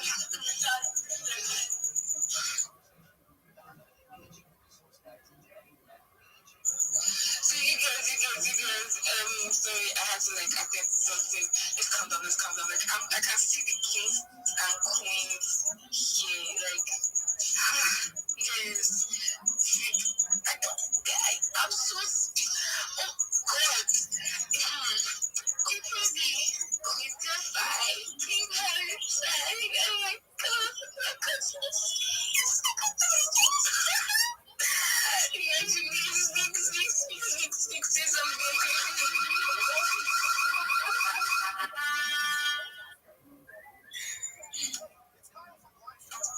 Please say something, you guys. Thank you. I'm so happy to have you on my stage. Okay, let me do a quick shout out before I give the mic to anybody. So shout out to everybody up on my space. I really appreciate it. Like I opened this space. I was at this space with two minds, but the support I'm seeing, encouraging. So shout out to you, my co-hosts, Zenith and Becca. Shout out to you, Gift of Three. Shout out to you, Queen Freezy, my queens, Queen Becca, Queen Freezy. Shout out to you, Queen Defy. Shout out to you, Rabbi. Shout out to you, King Valentine. Shout out to you, Ghost, Falcon Five, Rex. Shout out to every one of you. Thank you guys so much for coming up on my space. Yeah. So basically, I'm so happy. So basically, I should speak good. Yeah, Queen Fizzy, have the mic, please. I'm Rabbi because I'll get to you, sorry.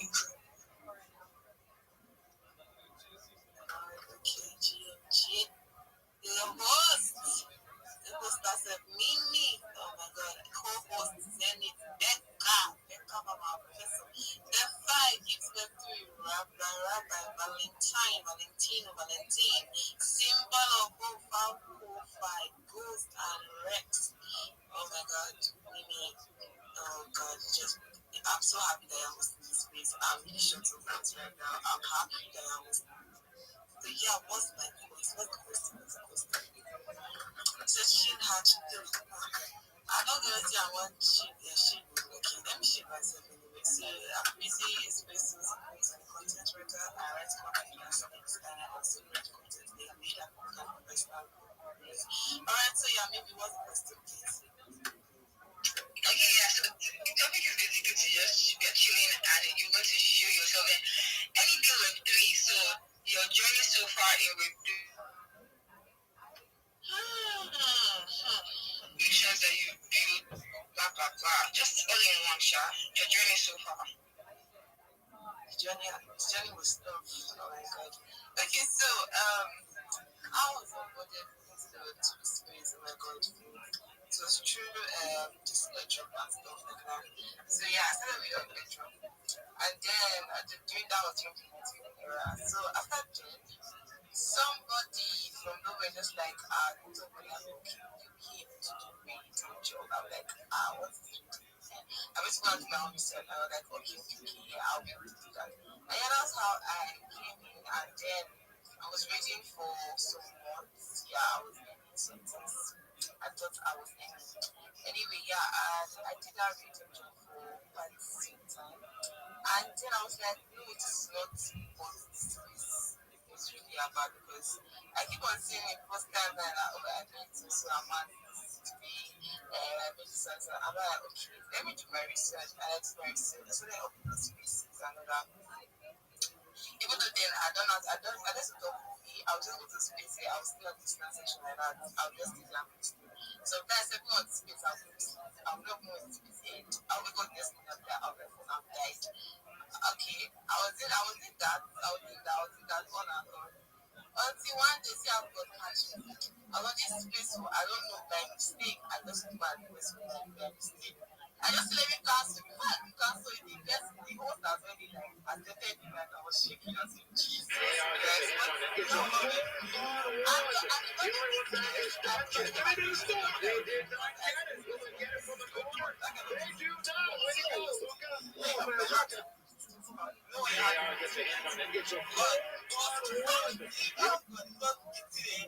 I was shaking. I said, God, what will I say? What will I say? What will I say? That one was going to me. What will I say? What will I say? And then, before you know, the host just called by the actually, this space they were talking about, it was an AM business shadow.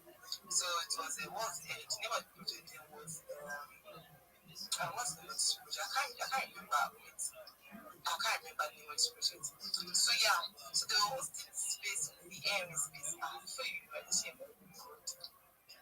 I said, I'm sorry, I said, I took a deep breath, God. I'm like, cheers, guys, cheers to the host.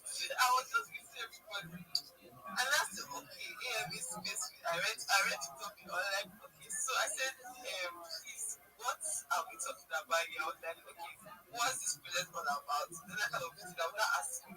So they're not telling me, breaking it down. Like, okay. And before you know that from that shyness and I was not after that voice. From there, I got how good. I was like, hey, the owner of the project, the gem of the project, like, he wants me to host a space. I was like, because I was like, I was so shocked. I was like, I don't what did I say that this man gave me like I will host space. What will I do? I don't have one space. I've not done it before. All I could do was wait, and go to I say, wish this, That's what I was thinking. I said, God, how will I do this? The guest came to the game and said that he's the kind of person that likes to speak. I said, okay, no problem. He has said, okay, put the space. Then the person that hosted the space for whom that this was okay. So how to not research I asked the question. So I was just so tense because I knew that I was going to go to sleep the next day.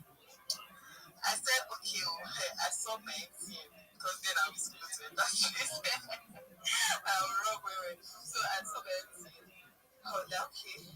I fixed that with space. I didn't, and I missed it. Like, this time I was going to okay, I remember the name of the place. Like, your friends in Ika. So, so I visited this place. I don't know where all this came from. Hey, do you see me now talking right now? That was how I was talking to them.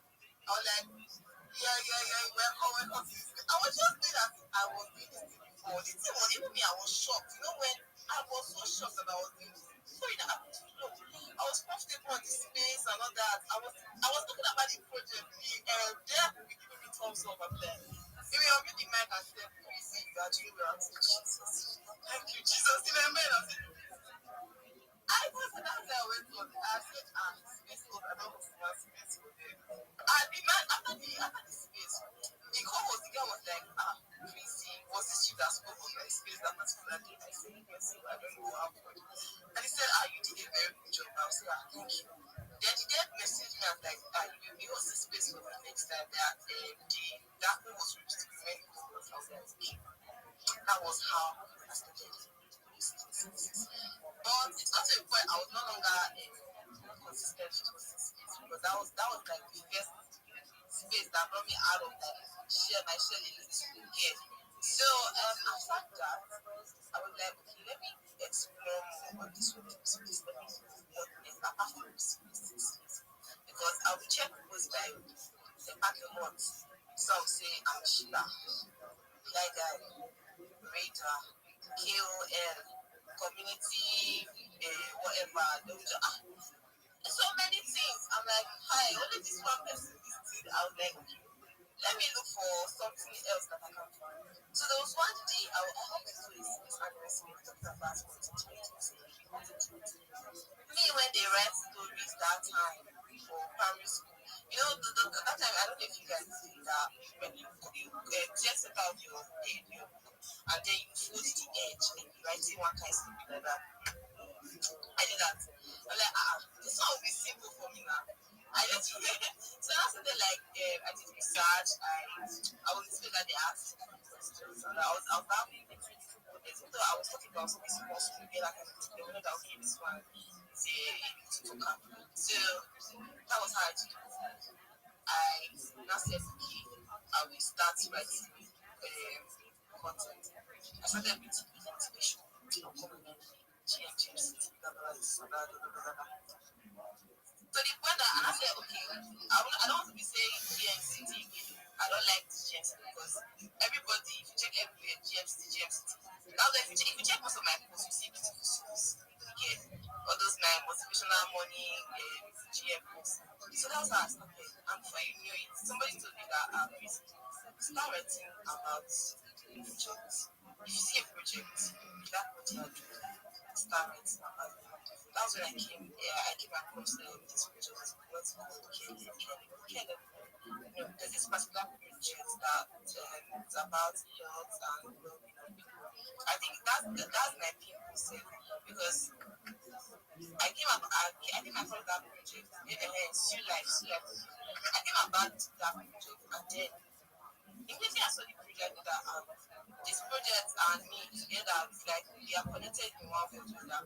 Because during my secondary school life, let me say you guys my secondary school life, when I was let me say okay, I changed my secondary school to a particular school like that, and then it was really hectic because it was like a 40-minute drive from home and I was this kind of person very quiet, timid, too slim, Jesus Christ. And then I was in this school. Girls were bullying me because I was too quiet for their liking, because I was too slim. And blah, blah, blah. So the thing it went on. It took the point that I was depressed at a very young age. I was there. So yeah, I don't talk too much anyway. But yeah, that's how I came to know, right? I started writing about this as I wrote about this, right? And then the dev messaged me, I was like, crazy, this is very insightful. I was like, okay, I'm somebody that's really like what I'm doing. I did research again. I started research about projects. Projects that I knew that okay, I understand and I started writing about it. That's why I became a content writer. So along the journey, it's not really easy. It's very easy. You just have to like stay consistent, Yeah, so maybe I'll drop my neck here. I don't really hear the voices of someone like all the time. This is something. Thank you very much for being with me this week. Thank you. You're welcome. Sorry. You're welcome. Thank you so much for coming up on this space. I really appreciate you. So, looking like we have some prominent presence on this space. So good. I'm blushing really hard. Like, really hard. Oh my god. I feel fine. Like, shout out to okay. Let's calm down. I see a king in his glory. He has come to like grace his presence.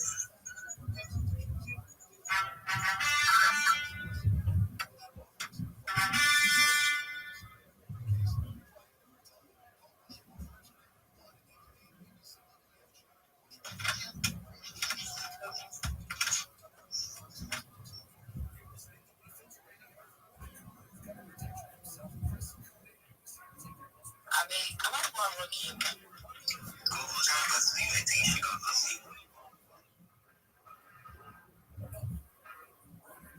So Becca, are you working?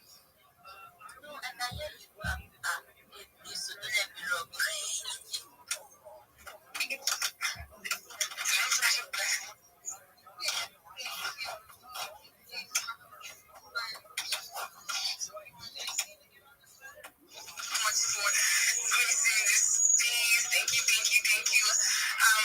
That being said, let me quickly do shout out to everybody up on the space. Shout out to my co-host, Bennett, Rebecca, shout out to Valentine, shout out to Queen Gibbs, shout out to Queen Queasy. I think I said Queen Rebecca, but I think she left.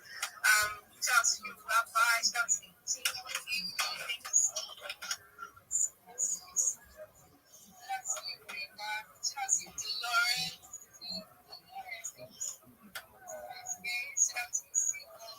Daniel, Jerry, Senga, X, Rayman, Harry,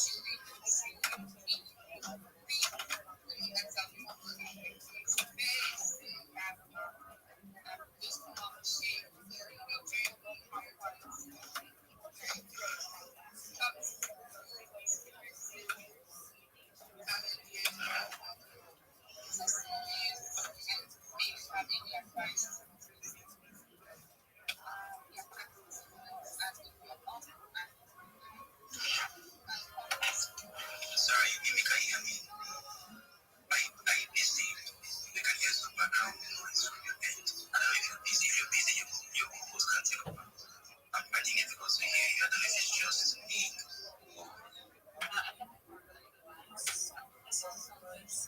Yeah, so if you're actually doing something, your host can take over from where you stopped, okay?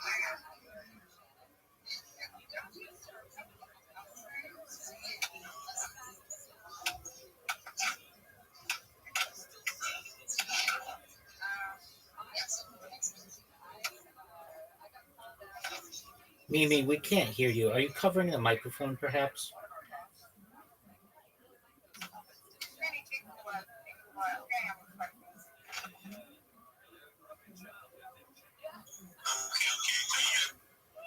Yes. Yeah, loud and clear. Okay. Shout out to the people here.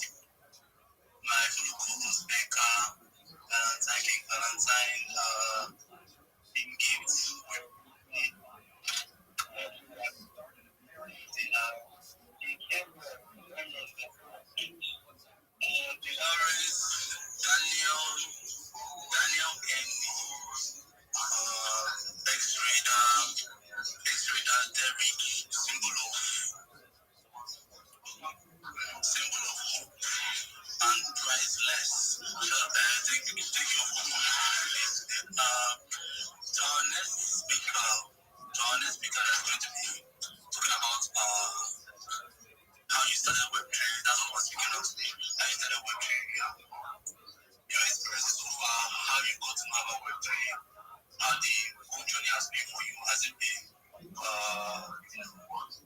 moving so well? Has it been frustrating? Have you been confused? Your confusion and everything. Share your story with us. King Valentine, your hands have been uplifted. Over to you. Yeah. GM guys. Maybe this is your first space because this is the first time I'm opening on your space. Yeah, GM to the Coco. Sing it, man. I see you, Becca. You're everywhere. Guys are super active. GM crazy. GM give.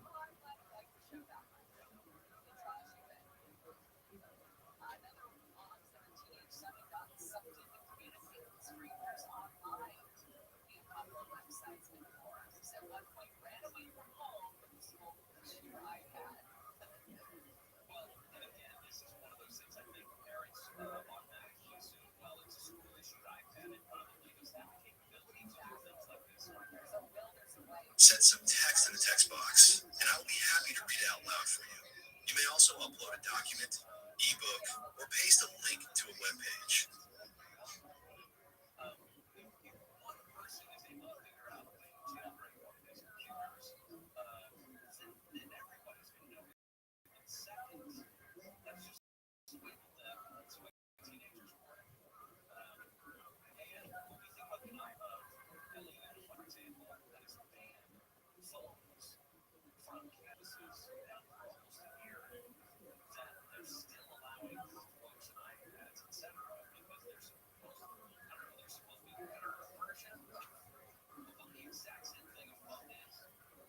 כן, אני מדבר עברית, בעיקר עברית מקראית, אף שבפועל אנחנו אמורים לדבר יידיש או אולי ארמית, שגם אותן אני יכול לדבר במידה מסוימת, אבל אני מעדיף אנגלית.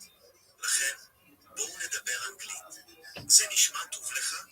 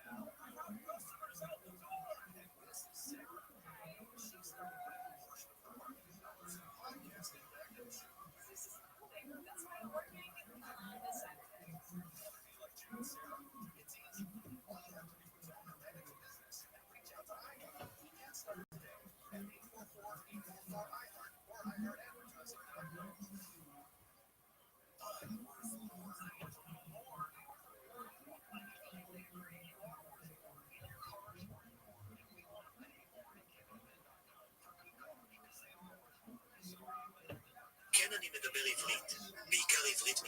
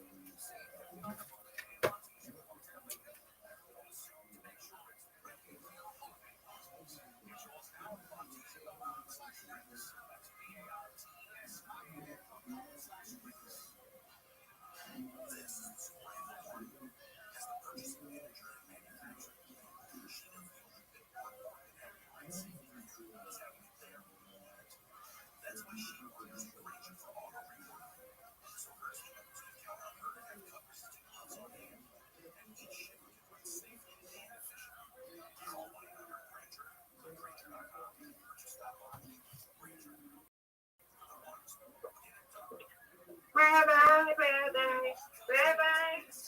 Yes, ma'am. How are you, Miss Aquarius?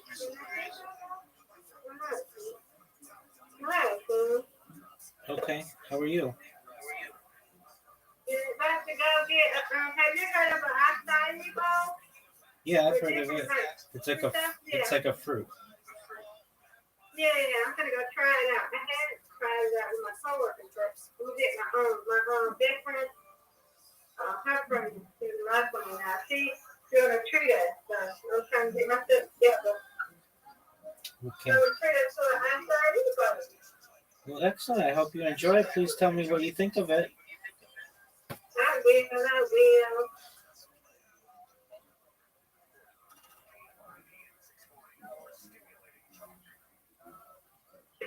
Have a good day. Have a good day so far. So far, so good. Thank you. Welcome.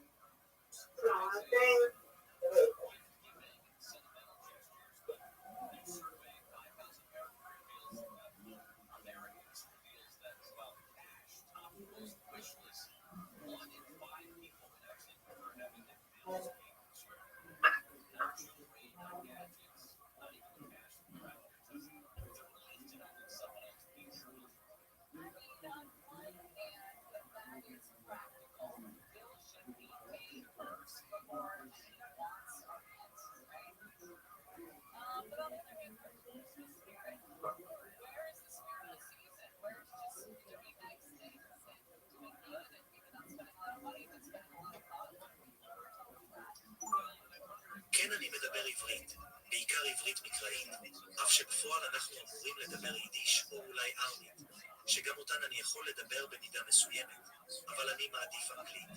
לכן, בואו נדבר אנגלית. זה נשמע טוב לך?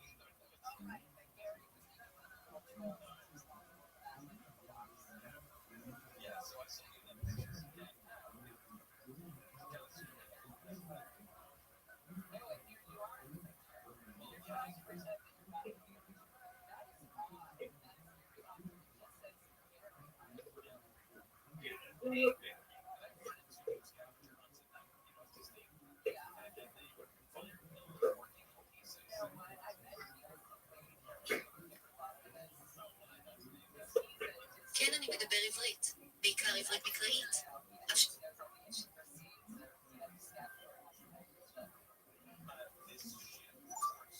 כן, אני מדבר עברית, בעיקר עברית מקראית.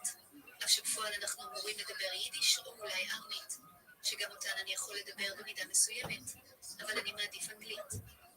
לכן, בואו נדבר אנגלית. זה נשמע טוב לך? Yes, I speak Hebrew, mostly biblical Hebrew, so in practice we are supposed to speak Yiddish, maybe Aramaic, which I can also speak to a certain extent, but I prefer English, so let's speak English. It sounds good to you.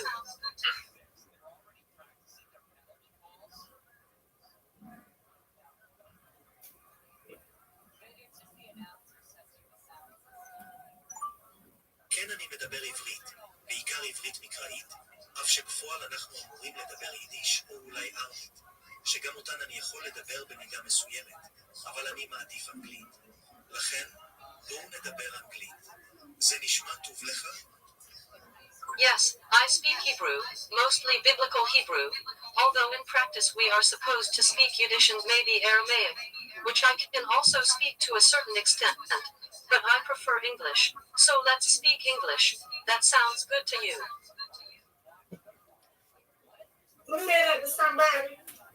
Oh, I'm just translating something. This is Aquarius.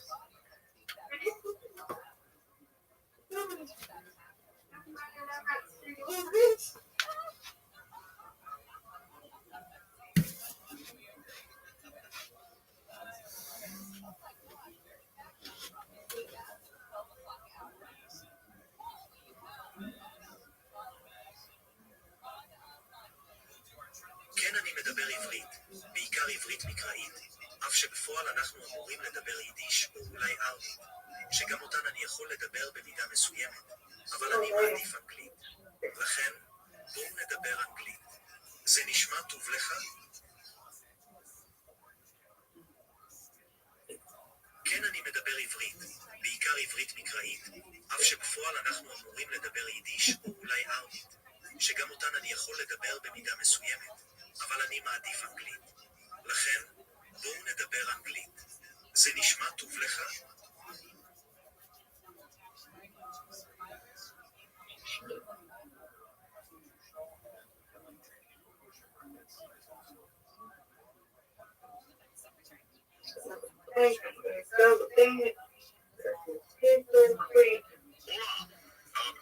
Me llamo es Brian. Let's see. Nosotros queremos ir con ustedes. That was pretty good. But actually, when you said me llamo es Brian, you don't need the ace.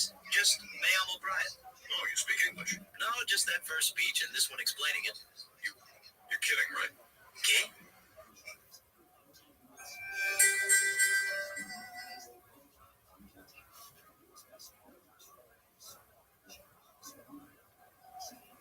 כן, אני מדבר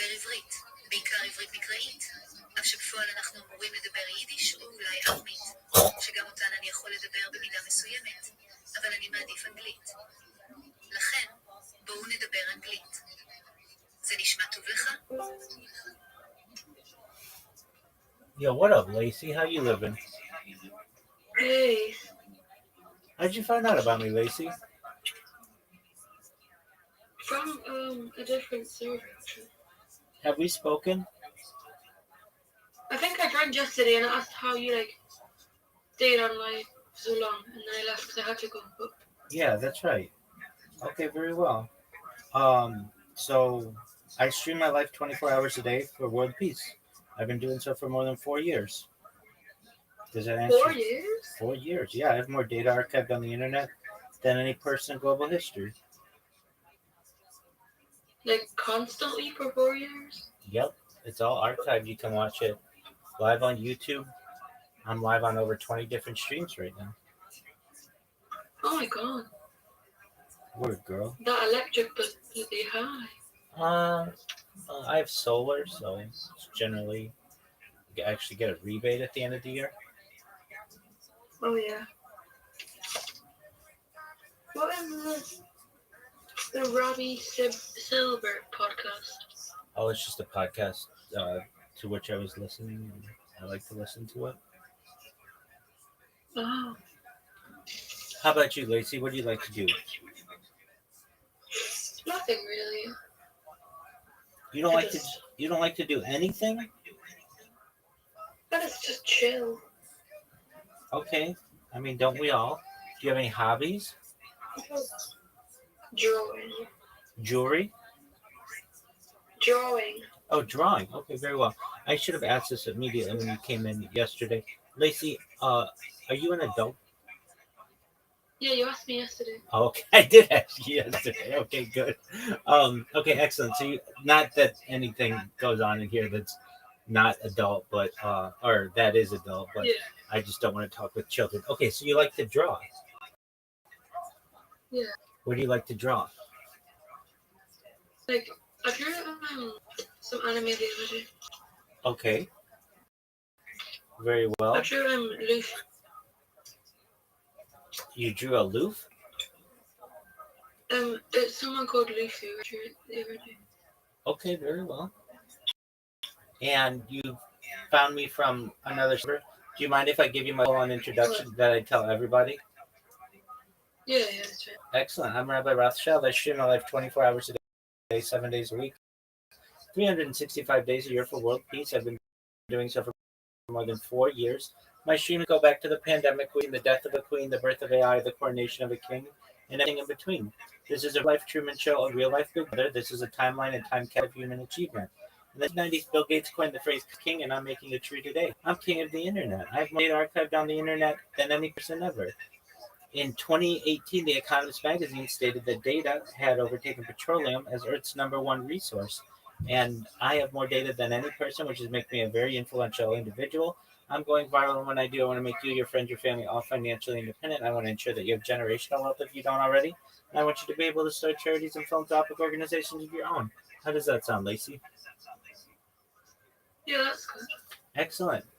I don't only stream my life for world peace. I want to help end world hunger through the use of technology such as agricultural drones, floating greenhouses, saltwater greenhouses, hydroponics, vertical farming, cloud seeding.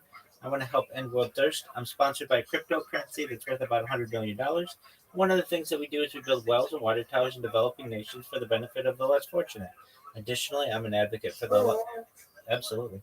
I'm an advocate for the lifestyle program and most importantly, desalination technology. How does that sound to you? That's really cool. I agree. Excellent. So that's what I do. My entire life is essentially for the last 4 years been on camera. And you did ask, has it been on like straight through? Every 12 hours, I archive all my streams so that they're available to the public on YouTube. But I have my live streams going back for 4 years in 12-hour increments. Wow. Yeah, it's a lot. That is so cool. I appreciate it. So if I may ask, what Discord did you find me? It was the e-girl world. Of course it was. I'm the biggest e-girl on earth. Can't you tell? No, it's just a really big Discord they let me live stream myself in there. But I do like gaming, but it's not like a, I wouldn't say it's a passion of mine by any means. I enjoy just building relationships with people, learning. I love futurology. So study of the future, things like anti-gravity, antimatter, faster than light travel, faster than light communication, things like artificial narrow intelligence, artificial general intelligence, artificial super intelligence. I like to talk about things like space tourism and space elevators, terraforming of other planets, perhaps one day interstellar travel, things like um, Santa Claus machines, replicators, invisibility cloaks. I like to talk about de-extinction. If you don't know, Lacey, what de-extinction is, it's essentially bringing back once extinct species. The first successful de-extinction took place in the year 2003 with the Pyrenean ibex, which was a goat located in northern Spain, southern France. Fast forward to the year 2021, a company out of Dallas, Texas is founded, known as Colossal Bioscientific. They've made it their goal that within the next 3 years to reintroduce the woolly mammoth into the Arctic Circle, utilizing Asian elephant surrogates. I think this is a big goal. Following the introduction of the woolly mammoth, they want to reintroduce the Tasmanian tiger, followed by the dodo bird. What are your thoughts? Oh, that's really good. I agree. That stuff fascinates me. So, to be honest with you, that's what I like to discuss. But the good people and e-girl world have allowed me to give people a portal into my life from there. And I don't generally talk to anyone in there. I just give them a camera view on me and hope that people do what you did, which is get curious enough as to see why is this person always live streaming their camera? And then I get to find out about what I do. Yeah.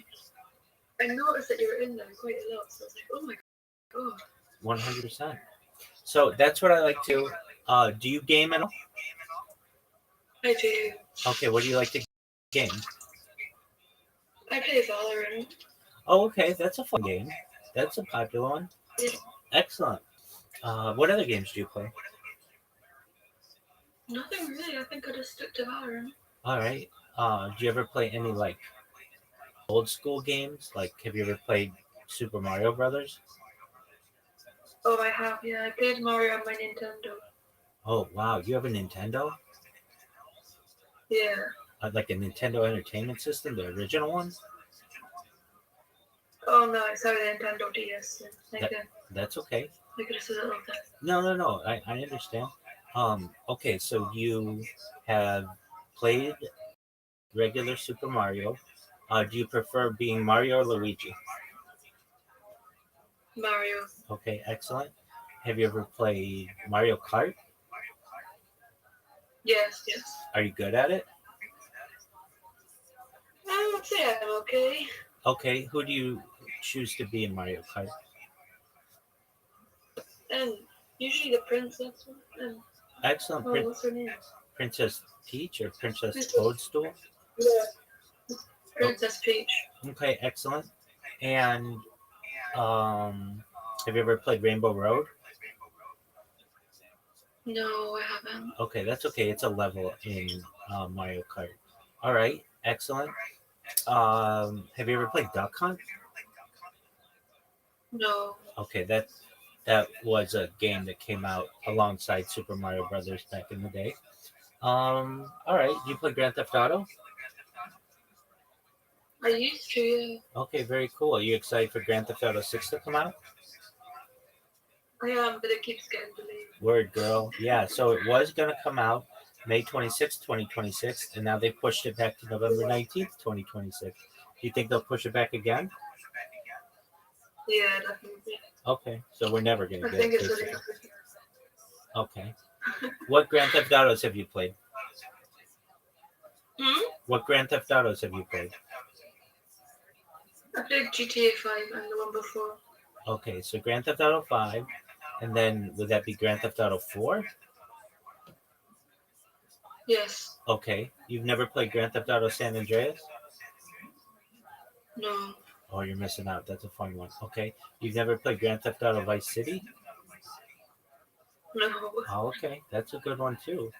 It's got an amazing soundtrack. It has like everybody from like Michael to like Oh wow. yeah, it's an amazing game. Okay, let's see. So you're excited about Grand Theft Auto coming out, but it keeps getting pushed back. You like to draw. What else do you like to do? What other kind of art do you like? Painting. What do you like? With what do you like to paint? Like animals. No. That's what you like to paint, but with what? Like acrylics, watercolors. Oh, really? Anything? Okay.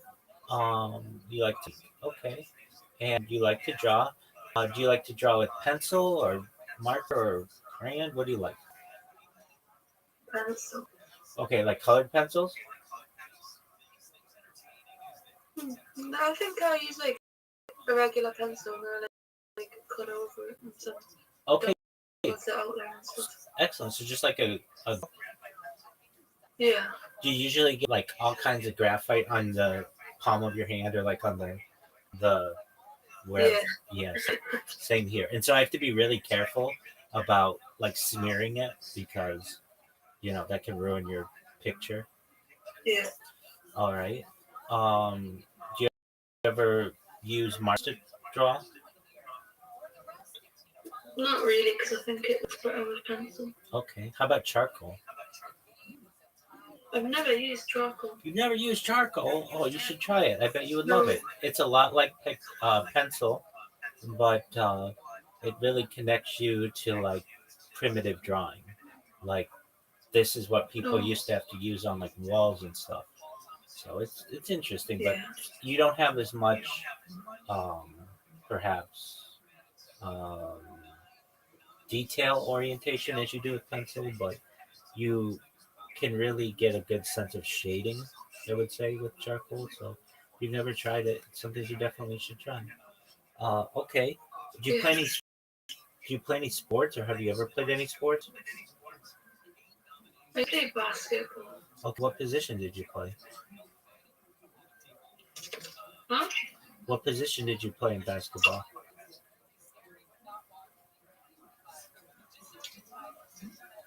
My thing is lagging out. What? Sure. What position did you play? Oh, center back. You played center? Yeah. Okay, so you're tall. I don't know if that came through. You're tall. Yeah, I'm tall. Oh, okay, excellent. So you played basketball. Did you score a lot of points? Yeah, I think so. Okay, did you get a lot of rebounds? A few, yeah. Okay, did you ever get a block? I think I got like 2 of those. Okay, that's something. All right, and so you played basketball up until you were how old? Until I turned 16 because I had an injury on my leg. Okay. So it's a career-ending injury, and then you just Did you ever play soccer? No. Okay, or football, as you might call it. All right. Um, Aside from Valorant, do you ever play any board games? I mean, that's not a board game, but aside from that game, do you play any board? Yeah. Okay. I play chess. Okay, excellent. I love it. Play chess. Wonderful. Okay, so you like chess. What else do you like? Checkers. Okay, you like chess and checkers. Excellent. What about you ever play backgammon? No. Okay, dominoes. Yes. Okay. You ever play Risk?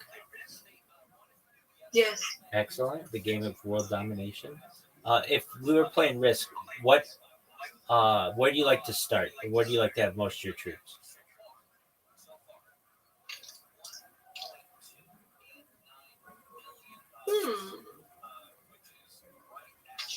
That's a good question. That's why I asked it. I can help you with the choices. There's Oceania, Asia, Europe, Africa, North America, and South America. North America. Okay, that's a good one. All right. And do you ever play Monopoly? Yes, I have played Monopoly, yeah. Okay, what is your go-to Monopoly piece? I don't really have a go-to piece. I just like Okay, play the game. excellent. Well, I don't want to take up all your time. I appreciate you coming back. I wondered what happened to you yesterday. You should know I'm always here. If you ever need to talk to anybody, I'm here to support you. I want the best for you. And I get people who live their life alongside me, like Brandon does. I get other people who come in and just sleep here. Um, whatever you want to do. But if you ever need anything, I'm here to help you. Okay? Okay. Excellent. Well, it's a pleasure getting to meet you, Tay. And don't be a stranger, okay? Okay. Excellent, Lacey. Take care. Thank you. You're welcome. Shout out to Lacey. I am still shocked that this is word. These are words of people. כן, אני מדבר עברית, בעיקר עברית מקראית. אף שבפועל אנחנו אמורים לדבר יידיש או אולי ארמית, שגם אותן אני יכול לדבר במידה מסוימת, אבל אני מעדיף אנגלית. לכן, בואו נדבר אנגלית. זה נשמע טוב לך? Somebody's got to think that's funny. I think that's funny. It's like that episode of Family Guy. No, will be abstinent. I'll be absent. I think that one. Me llamo es Brian. Let's see. Nosotros queremos ir con ustedes. That was pretty good. But actually, when you said me llamo es Brian, you don't need the ace. Just me llamo Brian. Oh, you speak English? No, just that first speech and this one explaining it. You're kidding, right? Okay? That's really cool. כן, אני מדבר עברית, Can a neighbor demand a treat? בעיקר עברית מקראית. Baker read. That's not English. שבפועל אנחנו אמורים לדבר יידיש או אולי ארמית. Huh? גם אותן אני יכול לדבר במידה מסוימת. Huh? אני מעדיף אנגלית. Huh? לכן, I got that one. בואו נדבר אנגלית. Huh? זה נשמע טוב לך? Jamish not too huh? Is that's not. Say it. Say it like a pimp. Indeed. Akan ani medabar ivrit.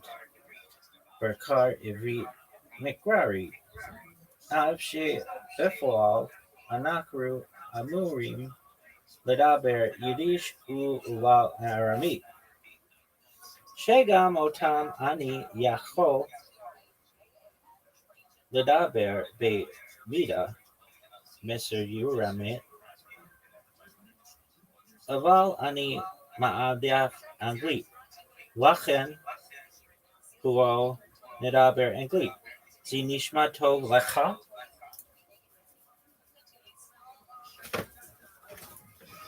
So let me get this straight. You got the longest fucking sentence memorized. And then it's like, I mean, so what Aramaic to me? What are you? My connection?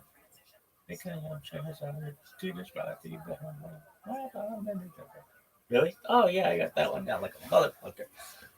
What else? Oh man. Bracho down.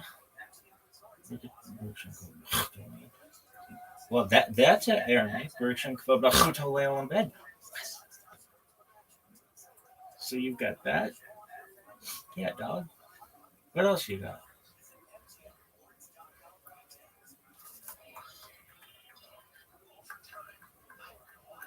That's more than 99% of people on Earth. Really? For sure. All right. So you have Modani, Lefanaka, Melchai, Vikayam, Shehazar, Tabinas, Mati, Vahan, Rabbi, and Riksham Kod, yeah, that's more than 99% of people on Earth. All right. What about what Hebrew do you know? I know Ken and Law.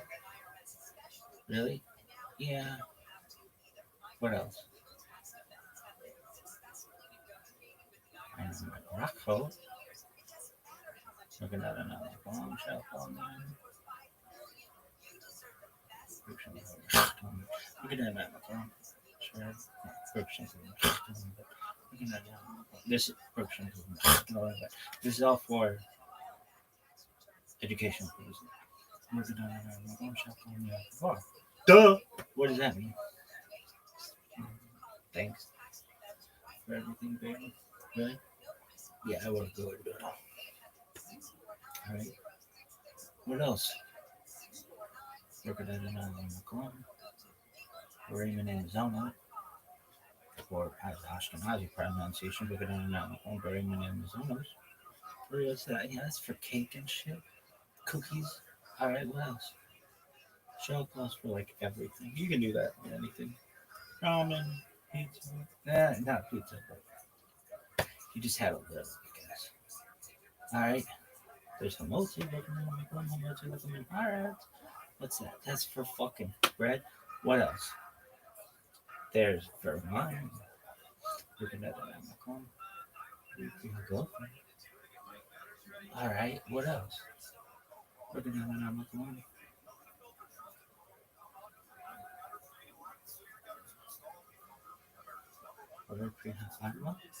What's that? Shifting the ground. Looking at an Amazon. Shifting the tree. Really? That's it, baby. But if you don't know anything, just know we're going to I'm share. Get a shiny thing that's off with the matter. For example, looking at it shelf on the other door. That's all you need to know. About washing my hands. Work it out at Amazon. And sure get a shiny thing that's off with the matter. I'll maybe let you down. Duh! Everybody knows that. That was the first one. Really? Yeah. Why?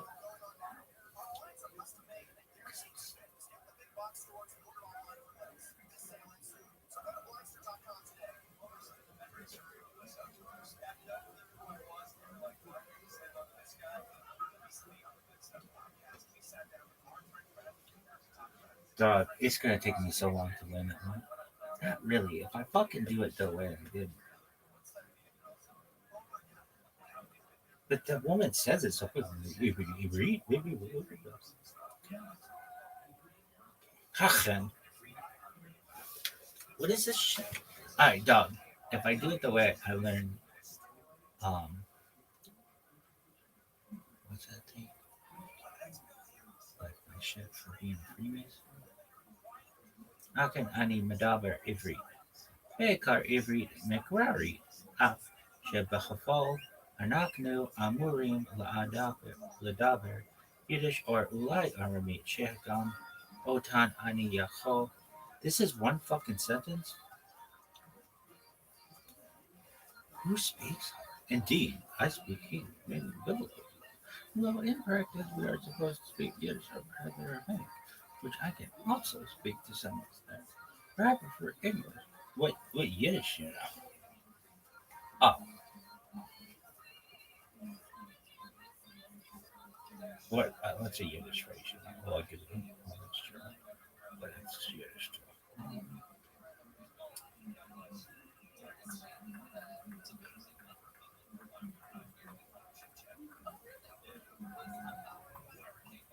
I have this phrase that I like. It was like,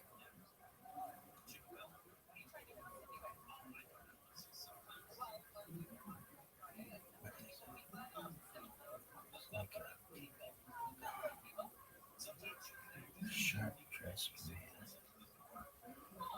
Okay. Mensch took us. What Yiddish should my grandmother teach me? Took us. Chutzpah is a good one.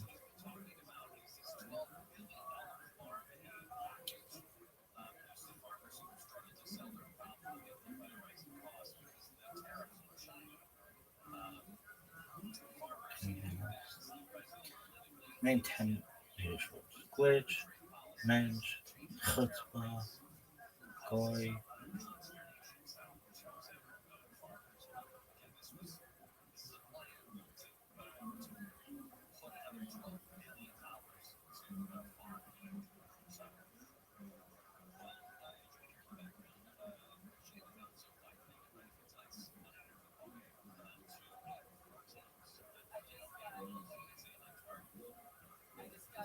German.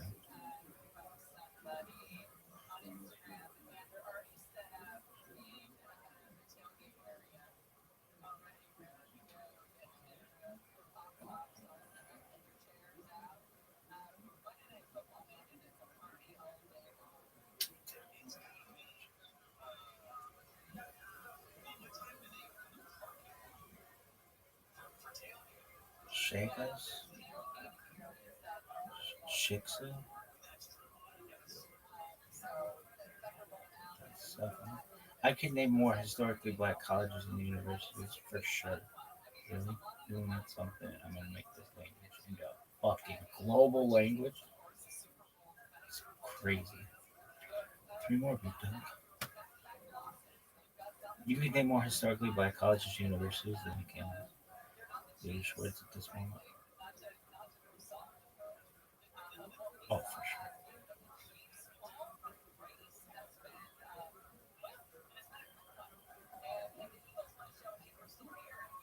I'm trying not to use Hebrew words.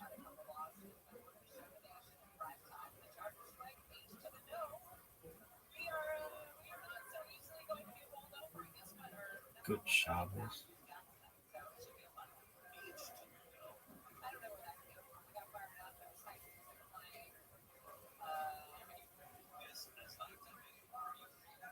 That's 2.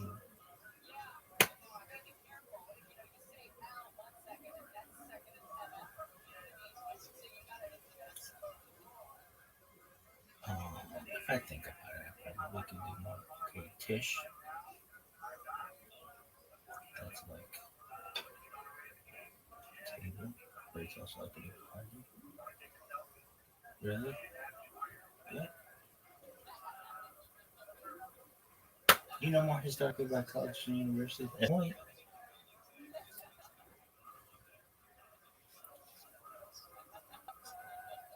Hakan Ani Madaber Ivri.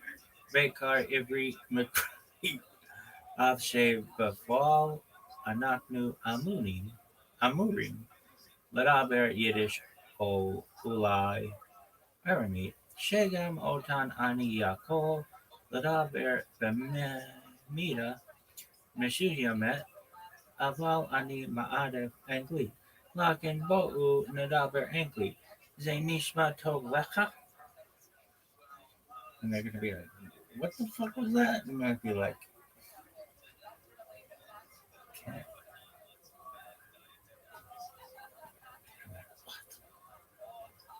What kind of pronunciation is that? I'd be like, super Ashkenazi. Bitch.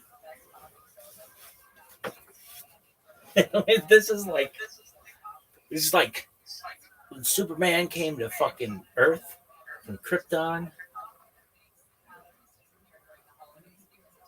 It's gonna be wild shit. They're gonna be like, what? And I'm gonna be like, speak Yiddish or Aramaic. They're like, no one speaks Aramaic. I'm gonna be like, I do. Morani lefanaka melchai v'kayam shezar tabin ishmati behem la rabba menu deva. Like, you know a song? Be like, is that a song? It's a phrase. Like, okay, well, what else do you know? I know that one like a motherfucker. And be like, oh, wow, impressive. Yeah.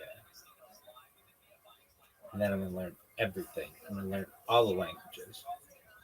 I'm going to like triple the amount of vocab. We'll have hilarious vocab. Gilf, turducken, everything.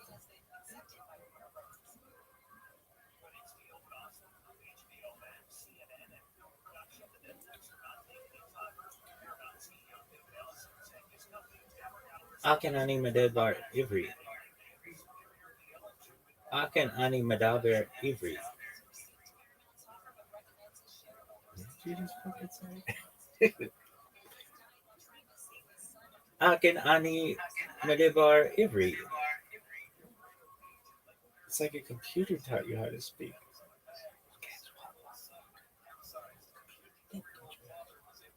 Can you read?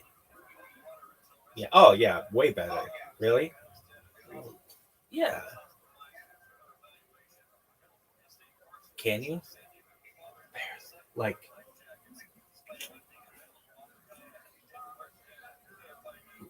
how much is? I'm not like Home Depot Israeli yet. I'm like just looking at the border, kind of Israeli. Really? Yeah.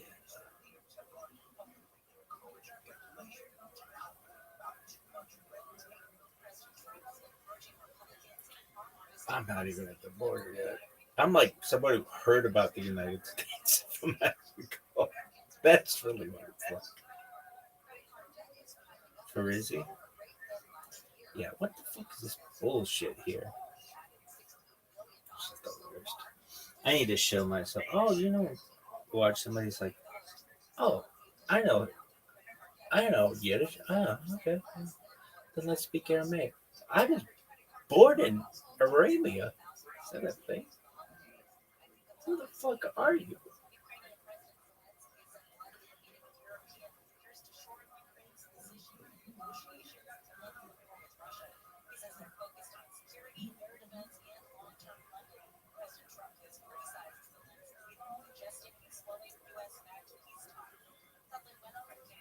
So let me get this straight.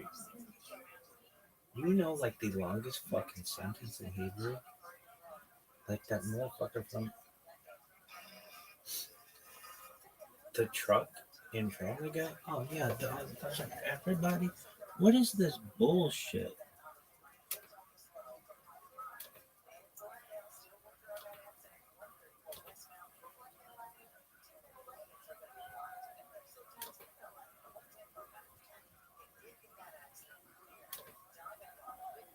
Dog, I gotta fucking fix this shit.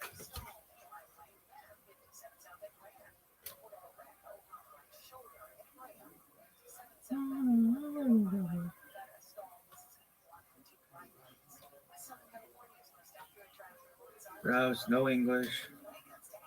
Man, this has been a long time since I fucking done this. Rouse, no English. Okay. If image. Sign up. Okay.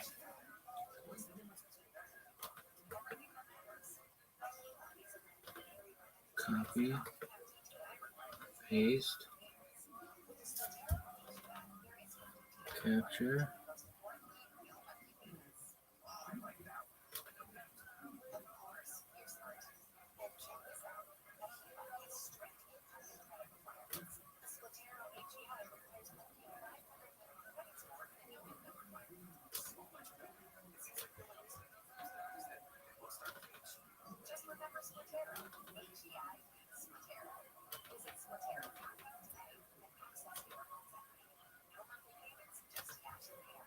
Capture.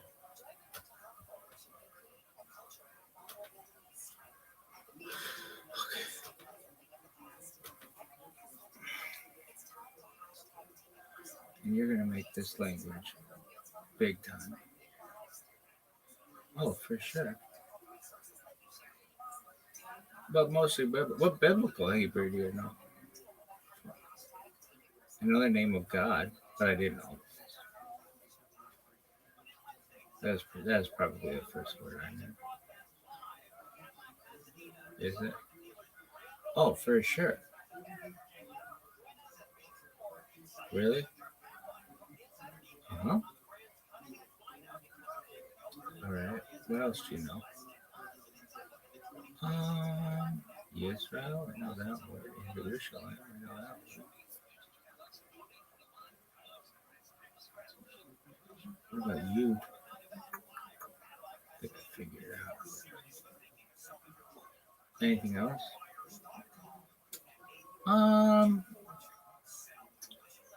No, that's about it. I know Shalom. I know Shalom. Really? Spell Shalom in the air. Oh, it's like got the thing, the shit,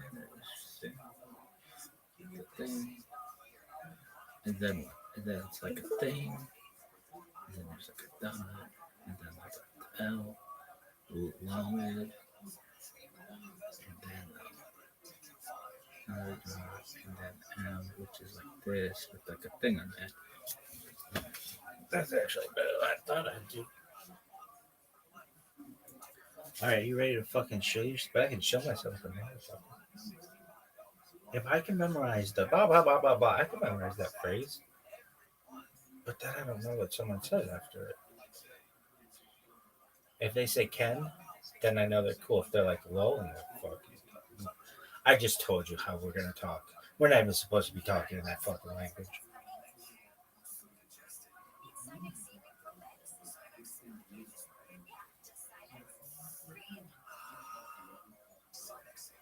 That's so tight though that I was able to translate that and then have that thing translate. It's like, what is that? It's like Gilligan's Island or something. How is it like Gilligan's Island? I don't know. The fucking professor had coconut laws and shit. Vibe and chill evening.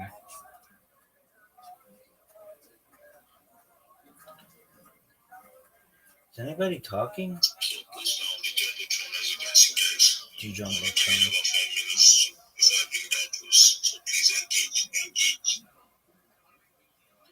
I bet this motherfucking thing's down.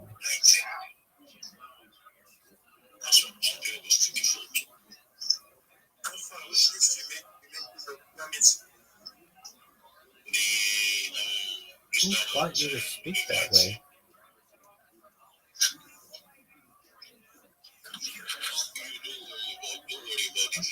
Oh, fuck.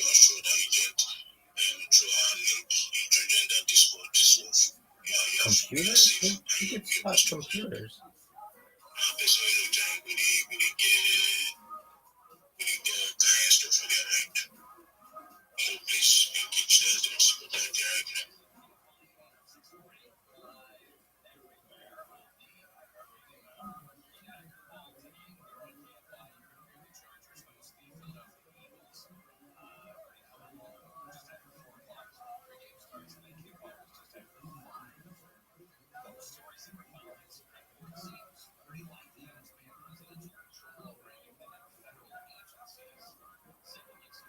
Yo, dog man, please show myself. Yeah, go ahead. That's why it says it. Alright, I'm the biggest pimp of all time. Oh my god.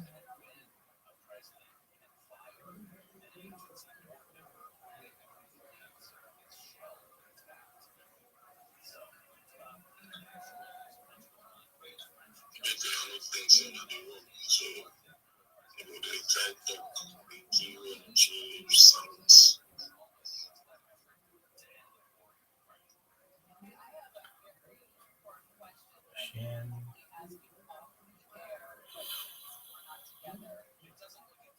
H1. Mem. What's the H1?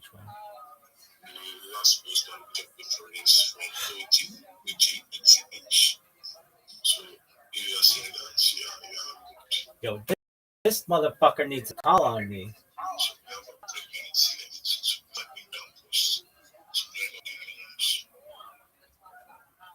You people, yeah, not a race thing.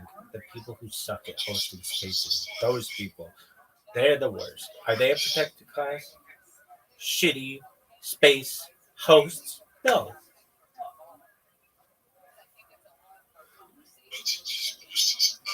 This is the worst. Dog. I've hosted like a 1,000 spaces. That many?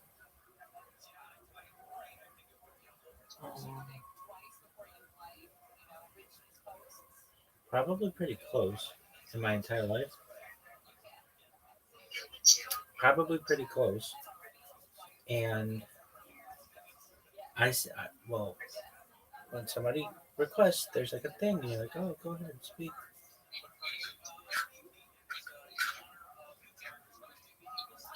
This is the worst. What's the H one?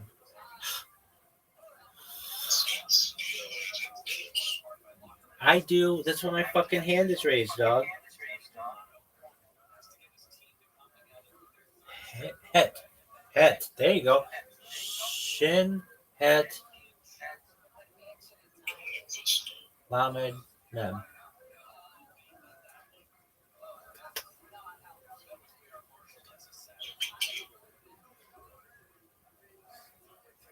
Nigga.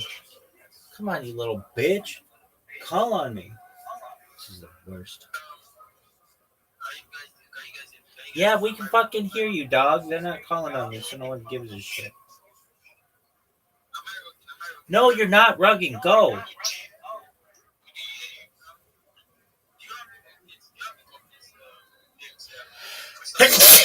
What a great sneeze. One of the greatest sneezes that we've ever seen in the history of the human people.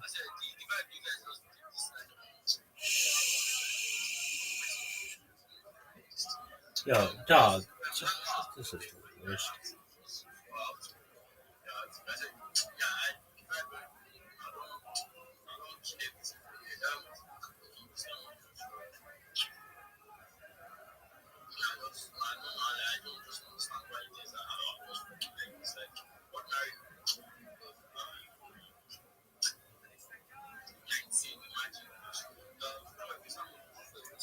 Yo, let me talk.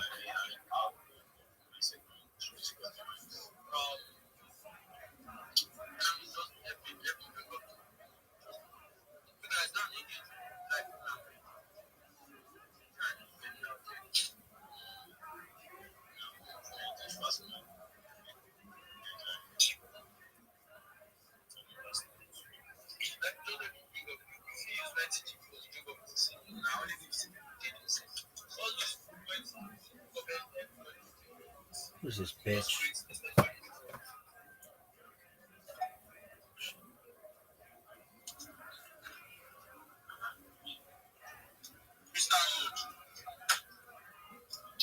There shall be something to see.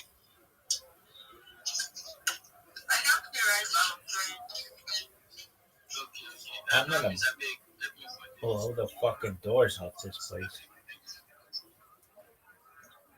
And Rabbi, and more.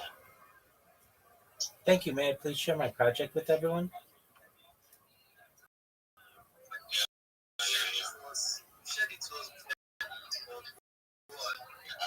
All right, well, maybe not everybody. Rothschild, if you don't know who I am, you will. Apologies if you've heard this previously. I stream my life 24 hours a day, 7 days a week, 365 days a year for world peace. I've been doing so for more than 4 years. My streams go back to the pandemic. We've seen the death of a queen, the birth of AI, the coronation of a king, and everything in between. This is a real life Truman Show, a real life Big Brother. This is a timeline and a time capsule of human achievement. In the 1990s, Bill Gates coined the phrase content is king, and I'm making it true today. I'm king of the internet. This is the biggest event in global history, and here's why. In 2018, The Economist magazine stated that data had overtaken petroleum as Earth's #1 resource. And I have more data archived on the internet than anyone ever, which is making me a very influential person. I'm going viral, and when I do, I want to make you, your friends, your family all financially independent if you're not already. I want to ensure that you have generational wealth if you don't already, and I want you to be able to start charities and philanthropic organizations of your own. I'm unlike any influencer you're ever going to meet. I'm not live on one YouTube stream nor two YouTube streams. I'm live on over 20 simultaneous YouTube streams 24 hours a day. You can view my life in 360 degrees. I even have a ceiling camera. If you want to view my YouTubes, the link is in my profile. Additionally, you'll find it in my pinned post. You'll also find in my pinned post a link to my link tree. I dare you to look at my link tree. No one dares you to look at their link tree, but I do because I have more social media than any person ever. I have more content than any person ever. You'll also find a link to my Discord, discord.me/Rabbi. We have over 2,500 people in the community and grow larger every day. I want you all to know that in addition to making you wealthy and wanting to promote world peace, I want to help end world hunger through the use of technology such as agricultural drones, floating greenhouses, saltwater greenhouses, hydroponics, vertical farming, cloud seeding. I want to help end world thirst. I'm sponsored by a cryptocurrency that's worth about $100 million, and one of the things that we do is we build wells and water towers in developing nations for the benefit of the less fortunate. Additionally, I'm an advocate for the Life Straw program, and most importantly, desalination technology, where we pump Earth's seawater onto land to make it drinkable.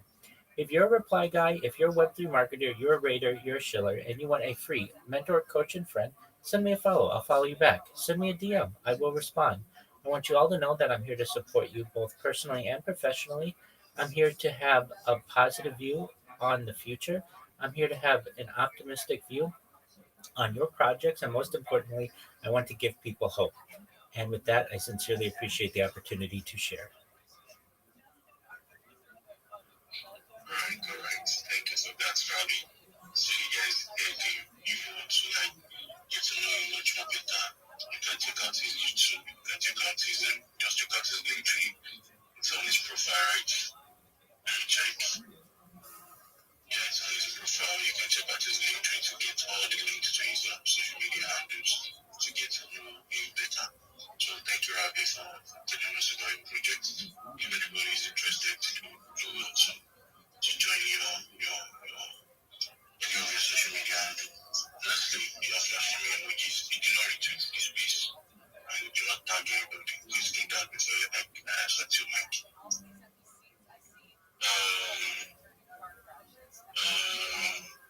Prime. Message to mic. Right. Lastly, I'm still giving you a chance to retweet this piece and tag your friends or your enemies. Alright, guys. Hope you guys are engaging.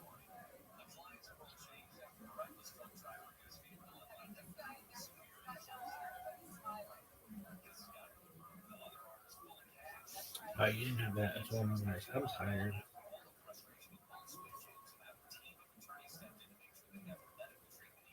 You just be optimistic about your projects.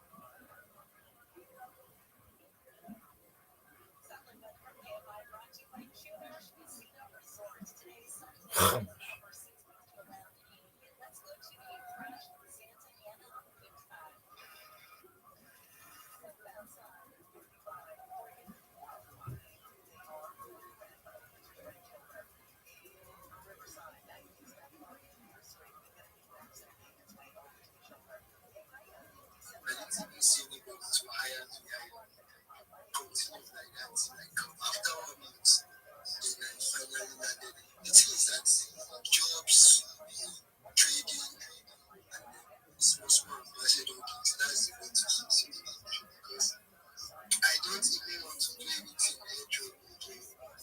Yes, I'm seeing this guy.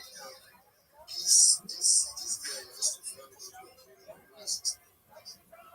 I don't even know.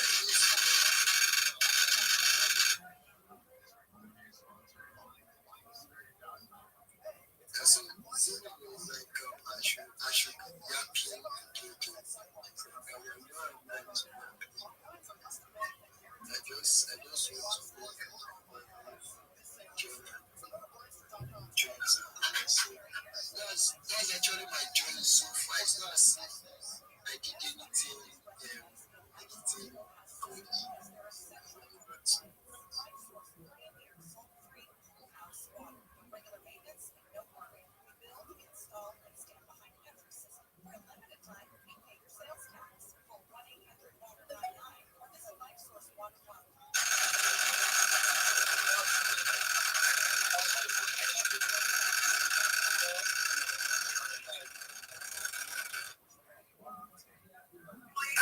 What happened now? You didn't just make noise. Okay, Mr. Rabbi Rothschild, okay? That's correct. May I please share my project? May I please share my project? Let's go. Excellent. Thank you so much for the opportunity. I'm Rabbi Rothschild. If you don't know who I am, you will. I stream my life 24 hours a day, 7 days a week, 365 days a year for world peace. I've been doing so for more than 4 years. My streams go back to the pandemic. We've seen the death of a queen, the birth of AI, the coronation of a king, and everything in between. This is a real life Truman Show, a real life Big Brother. This is a timeline and a time capsule of human achievement. In the 1990s, Bill Gates coined the phrase content is king, and I'm making it true today. I'm king of the internet. This is the biggest event in global history, and here's why. In 2018, The Economist magazine stated that data had overtaken petroleum as Earth's number one resource, and I have more data archived on the internet than any person ever, which is making me a very influential person. I'm going viral, and when I do, I want to make you, your friends, your family all financially independent if you're not already. I want to ensure that you have generational wealth if you don't already, and I want you to be able to start charities and philanthropic organizations of your own. I'm unlike any influencer you're ever going to meet. I'm not live on one YouTube stream nor two YouTube streams. I'm live on over 20 simultaneous YouTube streams 24 hours a day. You can view my life in 360 degrees. I even have a ceiling camera. If you want to view my YouTube streams, the link is in my profile. Additionally, it's in my pinned post. You'll also find in my pinned post a link to my link tree. I dare you to look at my link tree. No one dares you to look at their link tree, but I do because I have more social media than any person ever. I have more content than any person. You'll also find a link to my Discord, discord.me/Rabbi. We have over 2,500 people in the community and continue to grow every day.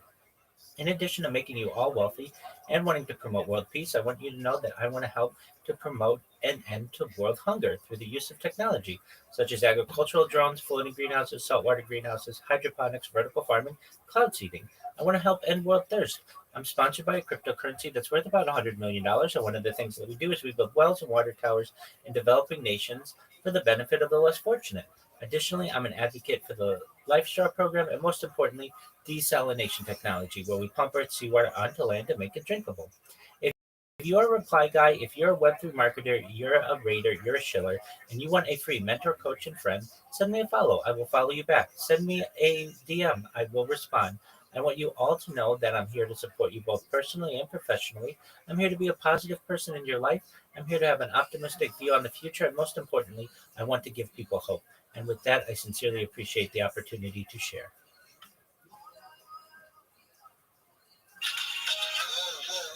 Rabbi, that's a very, very, very nice one.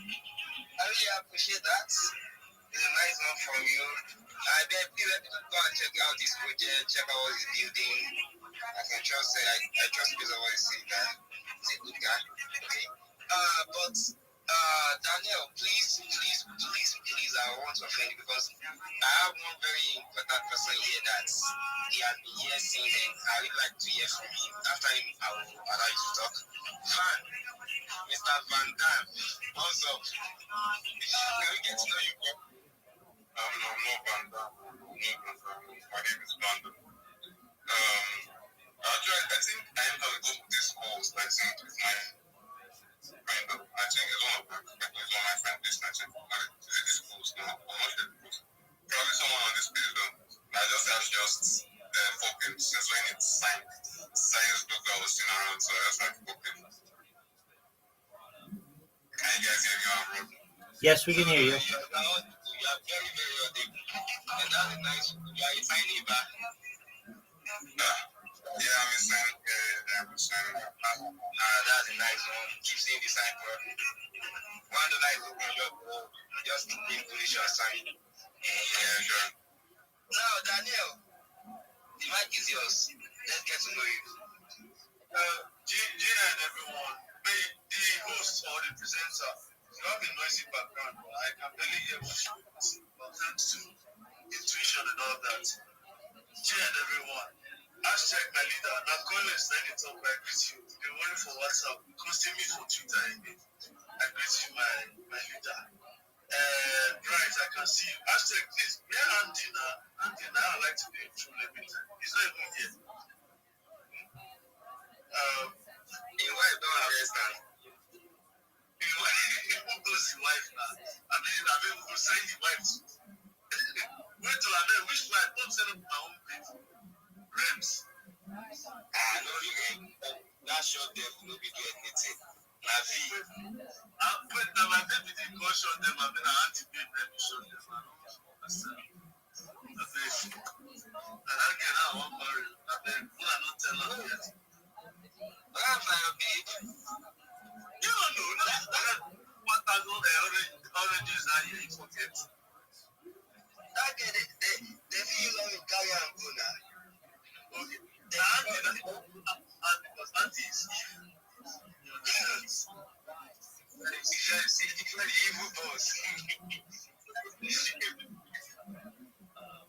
I want to thank everyone. Yeah, this is my second stance on Twitter because I'm not usually chanced. Yeah, sometimes I they shout the WhatsApp space and all that. Just like one of the speakers was saying that airdrop is good, but at least when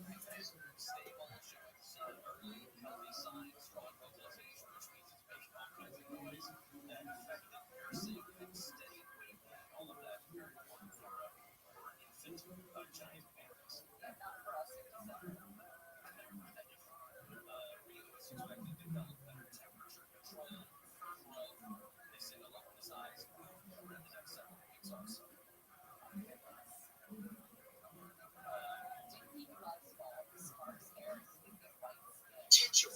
Our mission is super simple. Like I said, we're Web 2. And our mission is to bridge Web 2 and Web 3 through fun, accessible gameplay and animations. So I heard a couple of folks say that you're artists, that you're animation, that you're animators who want to work with you because we are going to do stuff with our studio in this space. So we're fostering friendships across communities and creating a gaming ecosystem where every part and collection can actually benefit from being involved. So if NFC Royale isn't just another NFT game, it's a movie track for interactive entertainment powered by players and creators. And right now, we did all of that without having an NFT collection of our own. We've already integrated a ton of different collections into our ecosystem. We're moving into season 2 here at the last end of December. So if you have a collection, please connect with us because we want to hear from you. We want to connect with you. We want to get your NFTs in the game and your holders. And, introduce you to other communities that don't know about you. Now, I can say we did all of that without launching an NFT collection. But today marks the day when we actually launch our own Infinity Orbs. They're a little character in our game. So we launched our Infinity Orbs. I'm actually going to go ahead and drop this on the purple pill down at the bottom if y'all want to check this out. Right now, we're reigning and wavering between number 4 and number 5 on launch my NFT right now. So it's hot, it's moving, we're doing some numbers. We're in the middle of a whitelist right now. Public mint opens up at 6 p.m. EST, and we're doing some giveaways. So 5 p.m. EST, we're going to have a space. So come hang out with us. Maybe you'll win a couple of Infinity Orbs over there. But yeah, like I said, we want to connect with you. If you have NFTs, if you're part of the NFT community, talk with us, learn how you can grow with us, and we're taking IP ownership to a whole new level. Thank you. Let's go. That was Infinity Royal or NFT. Yeah, you know what? That is very complex. I kind of like it. I love it. When you overthink it, it screws you up. When you overthink it, it screws you up. But yeah, so that is Infinity Royal. And I see you see that with our on the beginning. Bro, just real quick, I just wanted to say congratulations on my guy on the launch with the NFTs, man. I see you guys are absolutely crushing it, bro. Congratulations, man. Thank you so much. And I know you guys are going to have much success with the NFTs. I can't wait. I'll be into some of those as well. So, community supports community over here. That's what's up. That's what's up. Oh, yeah. I like that statement. Community supports community. That's what's up. Infinite, I love those NFTs. Well, when am I going to get mine with an NFT? Shout out to you guys. You guys are amazing. You guys from Infinity. So make sure Infinity is the NFT. Is it Infinity? How do I pronounce you guys? I'm going to host this space, and I'm just going to be like the first person that can say it right then a win a 101, because this is hilarious. So I don't even want to tell you how to say it, because I just want to tell you you're right in the space, because this is so great.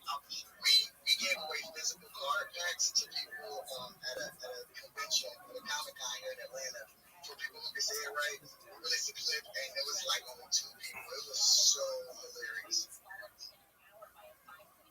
All right, I got it. My God, Infinity Royal. Technically, you got the first one, right? But it's not royal. So let's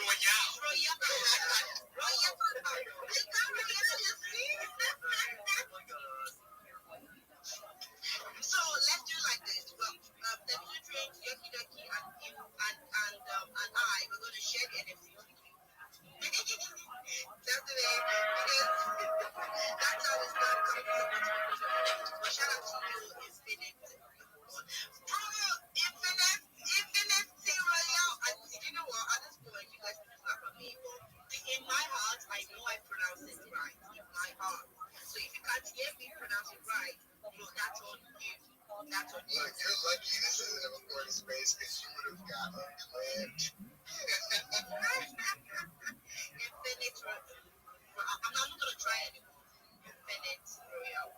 I give up. Shout out to everyone. Make sure you're connecting. Make sure you're engaging on all the posts on the Jumbotron. Retweet and like the posts on the Jumbotron. It's a $250 giveaway to those that reaches and like the posts on the Jumbotron. With that being said, make sure you're connecting. Make sure you're retweeting the space. Which is that purple field, okay?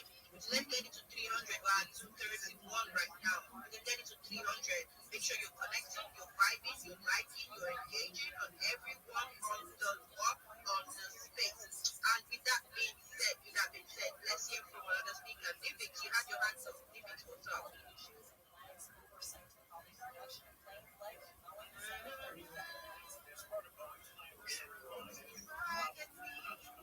Oh, you're here. Welcome back.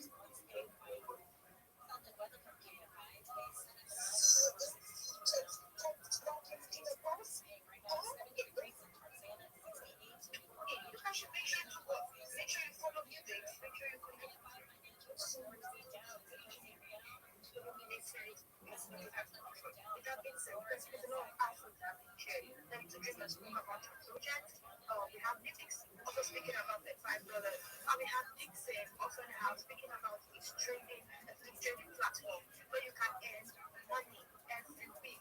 Once you get the training, once you get satisfied as a trader, you should start train yourself. They're going to teach you a lot of things, CA, a lot of stuff. They're going to tell you it's growing, but it's not one of it. So do not connect with this next. So you can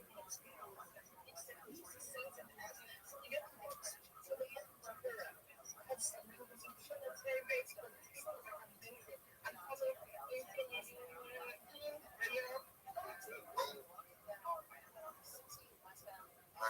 Your mic sounds like it's in a garbage can right now, bro.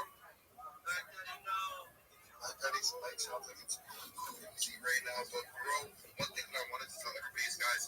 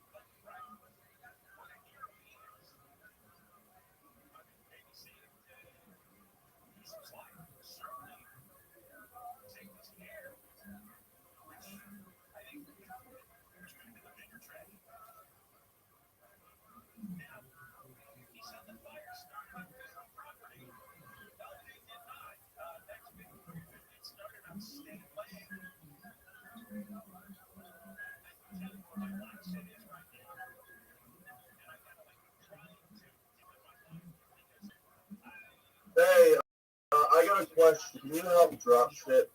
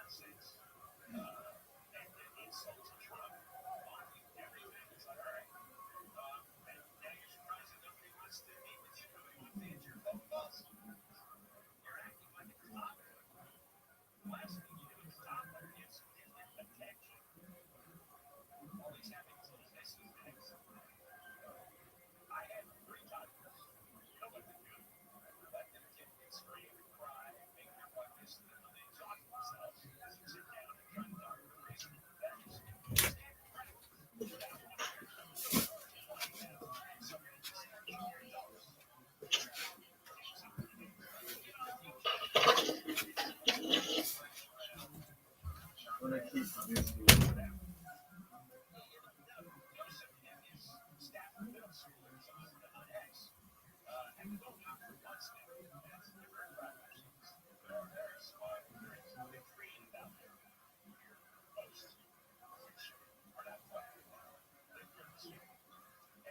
I'll be back.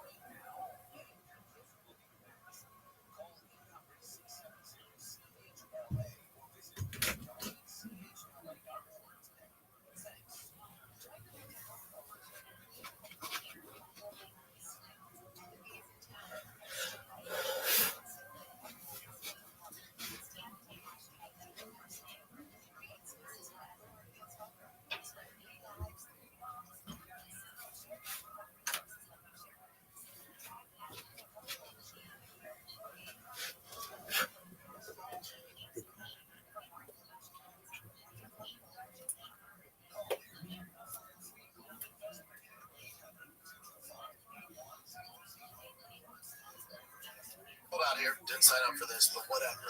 How we doing, guys? Everyone good? Great, grand, wonderful. Had a nice little weekend. There's nothing better. And now,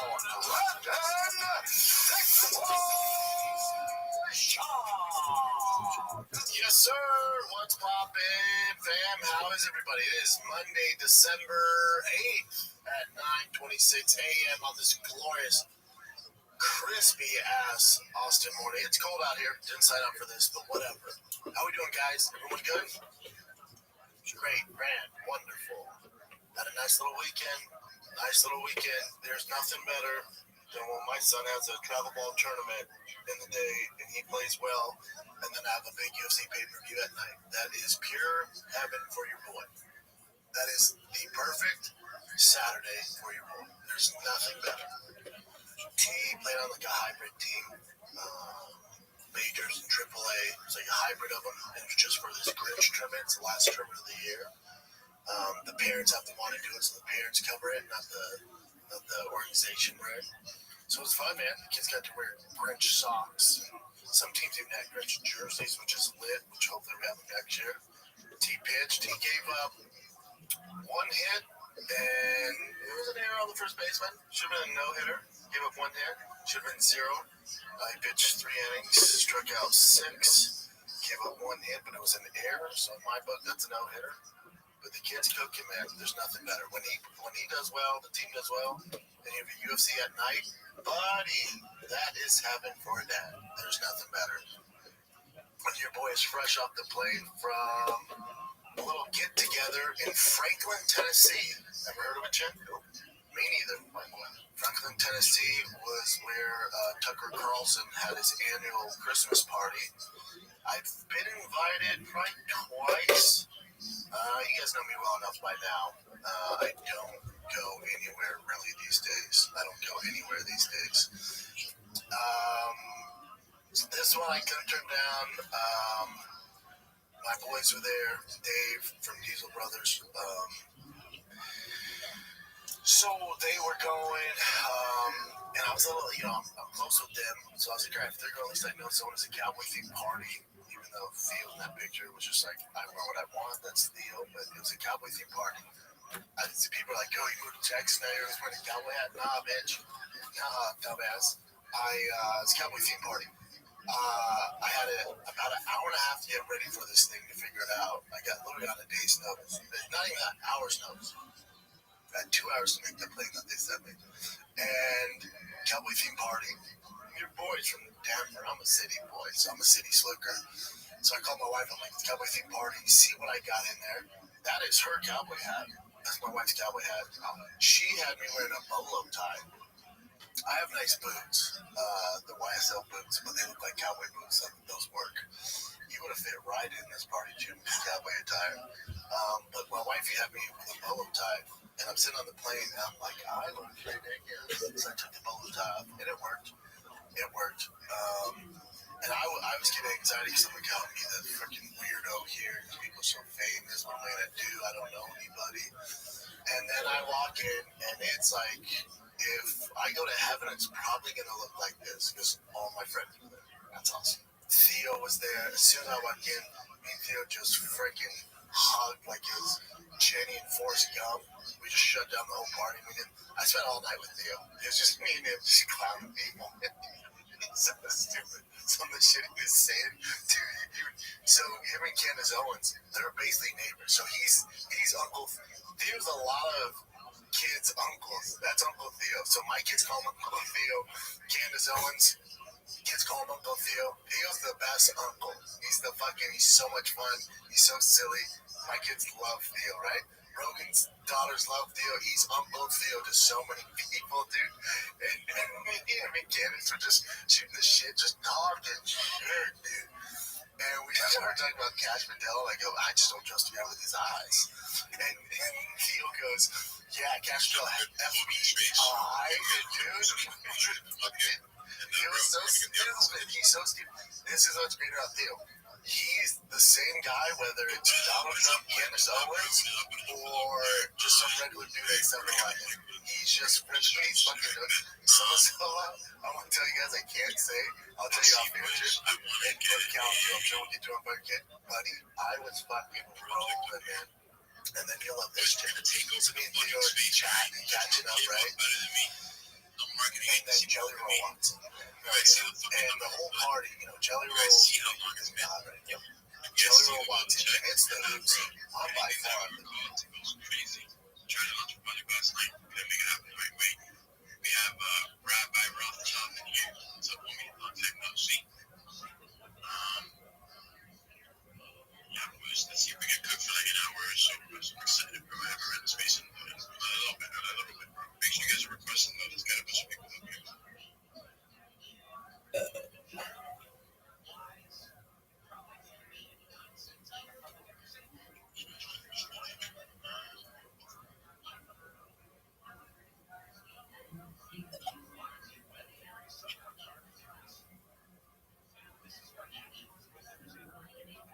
Alright, boys. Yo, Quan, what's up, boy? What's up, boy? Yo, Rabbi. Jim, brother, how you doing? What up, brother? Me good. A few people up in here. I'm around the space today.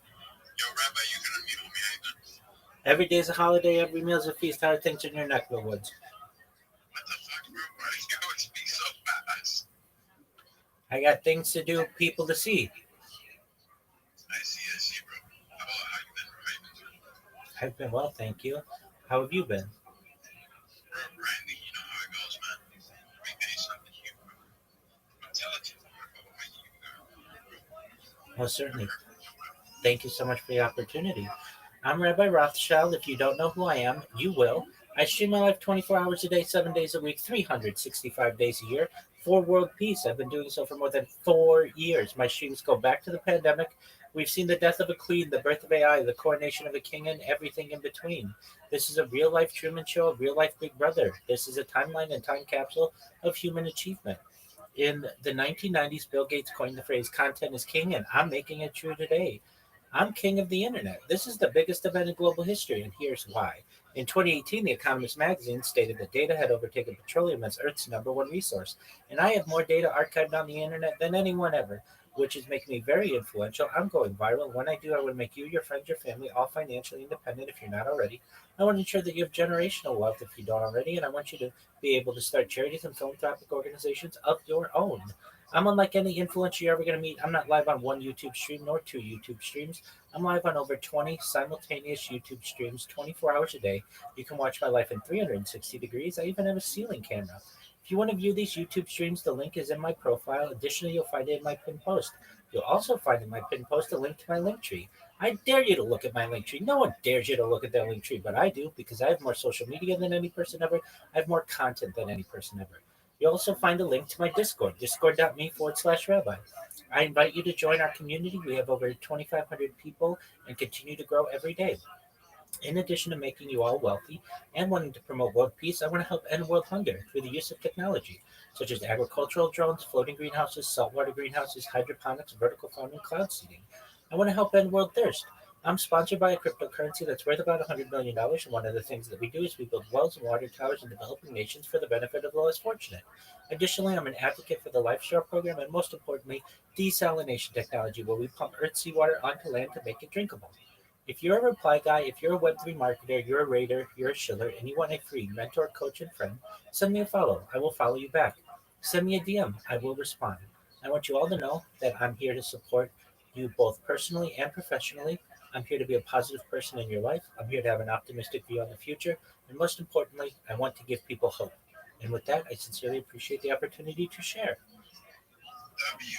bro. I fucking love it, bro. Yo, content is king. I agree 100%, bro. And I love what you're doing, good and angry branding.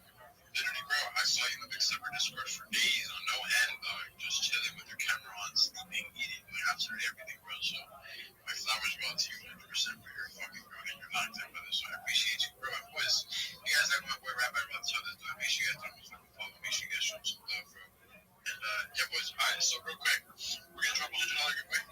I don't think I'm gonna run the full space today just because I don't have a co-host. And that would trust. Bro, I have one you can opt in as a co-host, but I have someone that I'm supposed to run the space with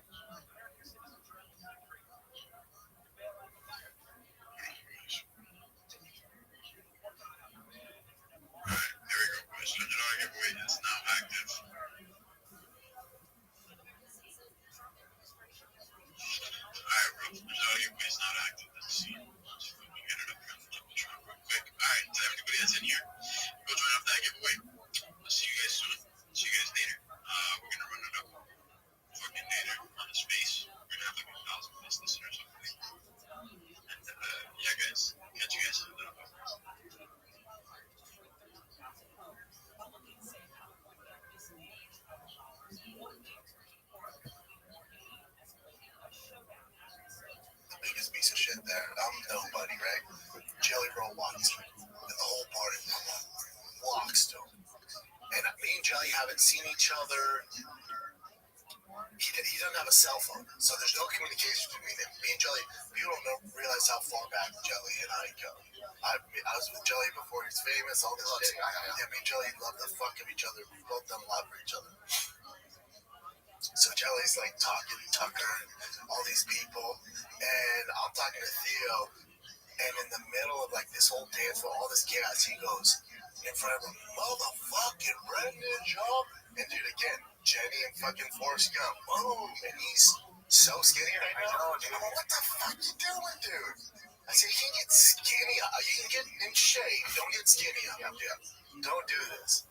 So it's me, Theo, and Jelly for most of the night. Candace Owens. Oh, dude, I had such a good time. And then it's just, you know how it is when you have you know what it is? It's like when you go to college, right? And you make your new friends, and then your high school friends who you're close with come to the same party, and you're like trying to manage both groups because Theo, Jelly, Brigham, right? Those are my boys here. Those are my guys forever. And then both Daves, the Diesel brothers, Whistling Diesel, Hans, like those are my guys too. So I was like trying to balance that dynamic. It was just so damn fun. I told Theo, I said, you made my night, brother. It was just like old times and just clown people. I won't say who the celebrity is. You'll love him, Jim. But yeah. So so Cletus is awesome. So that's Dave Sparks, right? Dave Sparks. So so the Diesel brothers, both Dave. So there's Diesel Dave, which is a guy who looks like he works in a mine with a carbon fiber cowboy hat on, and Whistling Diesel makes that carbon fiber cowboy hat. I want one so bad, I gotta order one. So Whistling Diesel's wearing the matte carbon fiber hat, and I think it's so dope. And then Diesel's wearing the shiny one. So there's two Daves. It's Dave Sparks and then Diesel Dave. Those are the Diesel brothers. And then Cletus McFarland. I'm a fan of. I haven't seen a bunch of Whistling Diesel stuff, but we're boys, right? And then Cletus, I love Cletus. Never met him, but I love his content, love everything he does, what he represents. Cletus is exactly who you think he is. He's such a good person, just a downer. You can tell he's just this country boy, gearhead. He saw Candace Owens, he saw Tucker. He was like, oh man, you think you could introduce me to Theo? I'm like, what? I'm like, dude, you're such a big deal. Yeah, Theo would be fucking stoked to meet you, man. And he saw Candace Owens, he saw Tucker. He was like, oh, yes. He's such a good person, just a downer. You can tell his content, love everything he does, what he represents. Cletus is exactly who you think he is.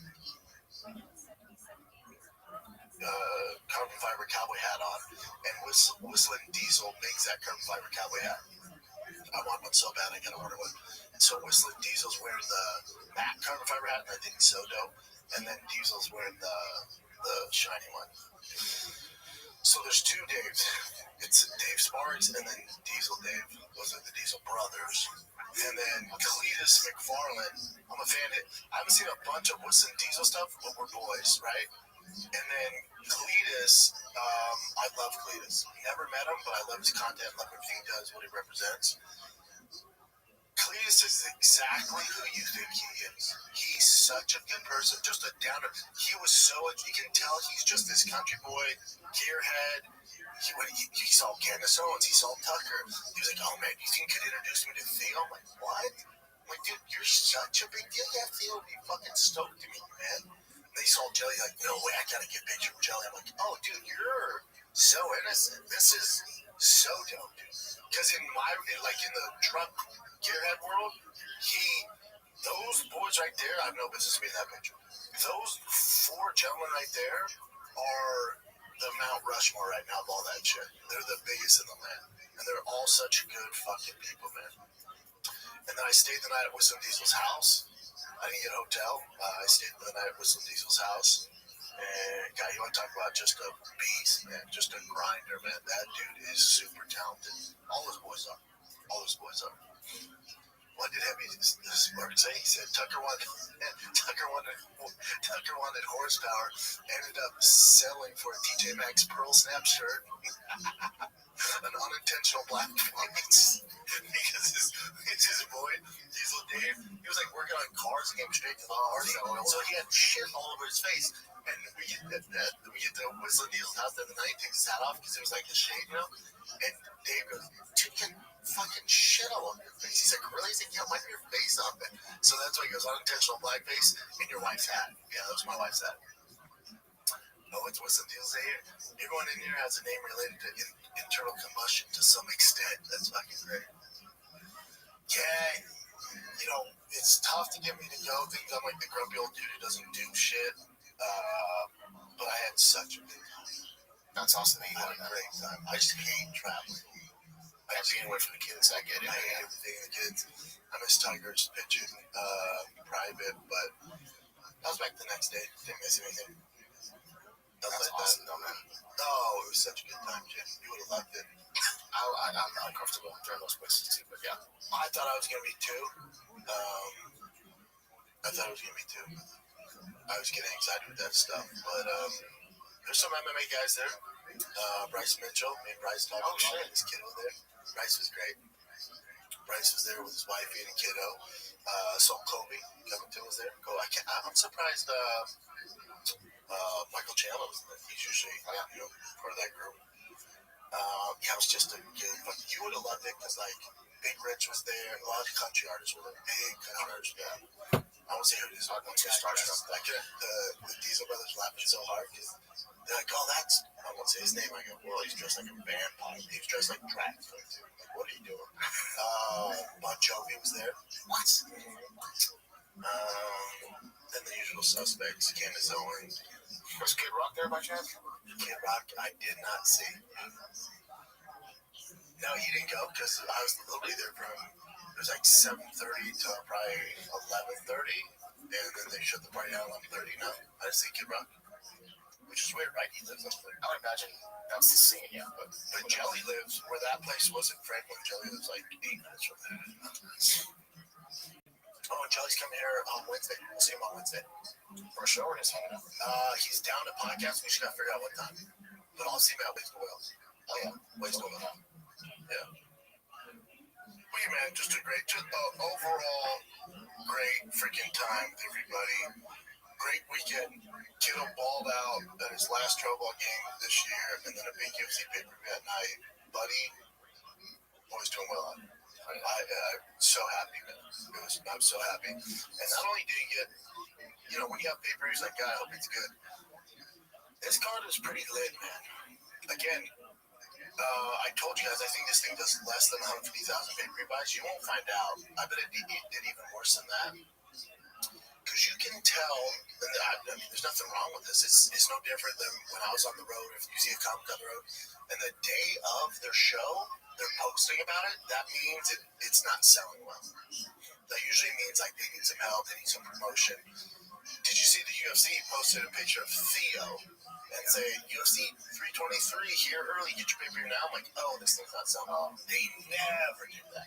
There's nothing wrong with that. You're trying to get fucking views, dude. You're trying to get eyeballs. So they use Theo, like, hey, look who's here at 323. Make sure you order it now. I'm like, oh, this isn't selling well.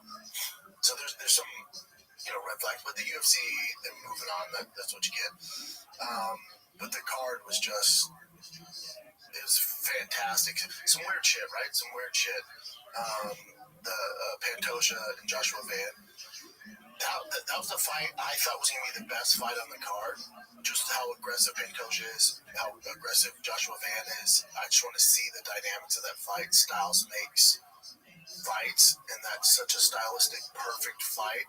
And those guys are so talented and aggressive and cardio. And Joshua Van striking against Pantoja, and how would he deal with the grappling? And we didn't get any of that. Now,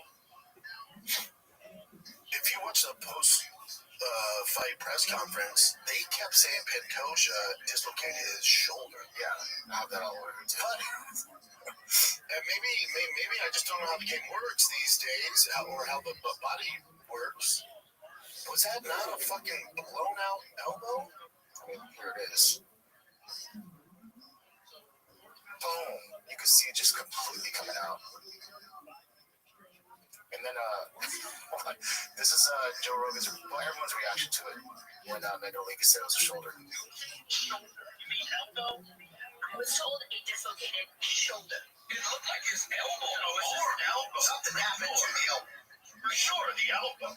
Just giving you the exact wording from our medical physician. Yes, it was. I was told it was his left shoulder that dislocated and went back into his own. Just letting you know. I saw his elbow like literally leave the joint. Well, maybe something with the shoulder. I never saw it. Certainly, there's something on that elbow. I've never watched it. You guys are watching it. They're like, clearly there's some issue with the elbow as well. Here's the good news, is if it is dislocated, because I thought, I told about, because I watched it with my mother and father-in-law, right? They like UFC more than I do, right? But I was like, they're like, oh, it's just like, DC was like, oh, it's a dislocated elbow. I'm like, buddy, I've seen this one. That's a fuck, that thing shattered in multiple places. He's going to be out at least a year. At least a year. Now that we find out if it's a dislocated elbow, shoulder, that's 4 to 5 months, 4 to 6 months. Some peptides, some other shit. You're not out that long. So if you're a Pantoja fan, which I am, and you want to see that fight again and pretty fast, you're hoping for dislocation. Dislocation, we're cooking. Meaning it's not the end of his career. It's not going to affect him too much. If that thing shattered like it appeared to be, and you need plates and screws, dude, his career is basically over. But it sounds like it's a dislocation. All right, fam, let's take a little break here. Just chat about the Real Housewives of the UFC. Listen, if you want to find the perfect buzz without the hangover, I'd like to tell you about Breeze, spelled B-R-E-Z, an incredible functional beverage company revolutionizing how we drink. Their line of feel-good tonics are the perfect alcohol alternatives with an effect you'll actually feel. They use a small amount of THC, CBD, and functional mushrooms to create a fun effect without the traditional drowsiness and downsides of alcohol. And no, these aren't like your typical edible. You fill each blend within 10 minutes. And the effect will last about an hour and a half, similar to a cocktail. It's mellow enough for your moms to try, but stacked if you're trying to dial it up, fam. They ship all across the United States, so head to feelthebreeze, BREZ.com/shop. Use the code SHOP, SHAP, for a $5 credit and free shipping on your first order. Consult with a physician before use if you are pregnant, nursing, or have any known suspected allergies or medical conditions, or taking any medication. FDA has not evaluated these products for safety or efficacy. Products are intended for 21 and over. That one bummed me out because that's the fight I was looking forward to most. The MMA audience isn't give Joshua Van shit. It's just what we do, what you guys do. To guys that win like this, if you think Aljo, I think Chris Weidman, Anderson Silva, which, they have no control over these freak accidents. With Joshua Van, he's going to get shit for celebrating the way he did. But before you give him shit, remember, he's the second youngest champion ever. He comes from a war-torn country. His whole goal in all this ascendance to greatness is to buy his mom a house. This gets that done, no matter how it went down. So I think that's why, like the coach put him on his shoulders, even I was like, oh, mama, there's a way to deal with this, where you can win over the fans. If you would have gotten the mic, like, this isn't how I picture myself winning, I'll take it. We're stoked, because regardless, mission complete. But as soon as he's ready to go, he will be you tell me when you're ready to go. I didn't technically beat him, but I will take this. There's a way to handle it where you're going to get some shit no matter what. It's just the world we live in. But you don't want the onslaught. So Joshua Van has to tread a little lightly. Because that fight, we didn't see anything. So he just has to tread lightly there, but it's not his fault. Not his fault. Either way, he'll fight before Pantoja, whether it's dislocation or if it is splintered in multiple places and has to have major surgery. Either way, you're going to see Joshua Van fight before that. If it's up to me, it's Horiguchi. It's Horiguchi, not Tatsuhiro. Horiguchi's a little more accomplished, does more for Joshua Van's career. Let's talk about the main event and I'll break down other stuff. So, right, I watched it Saturday Night Live. Okay. And my overall takeaway was, I still believe this, even with the biased commentary. Now, let me say this. No one's more biased than me when it comes to fighters. I'm super biased. Like, you'll see, like, people like, yo, your picks are terrible. Oh, great. Because I either have a connection to them or I have some connection to them, so I'm going to be biased. I've always stayed that. How long have you been on the show? 10 years? I'm biased as fuck. So don't listen to my picks. Because I'm not breaking it down and making sure you guys win your bets. I'm doing it on people that I like or know have a connection to. So I always come up with a narrative for them to win and how they can win. That's what I do. The commentating team also has bias. There's nothing wrong with that. Even in the NFL and MLB, there's bias. It's just how it goes. It's human nature. The commentating team had a bias towards Marab, especially when it comes to DC. Like, they were showing, Adam Martin, some people that know their shit in the space. After 2 rounds, it was like, oh, this is 2-0 for y'all. This is easy 2-0.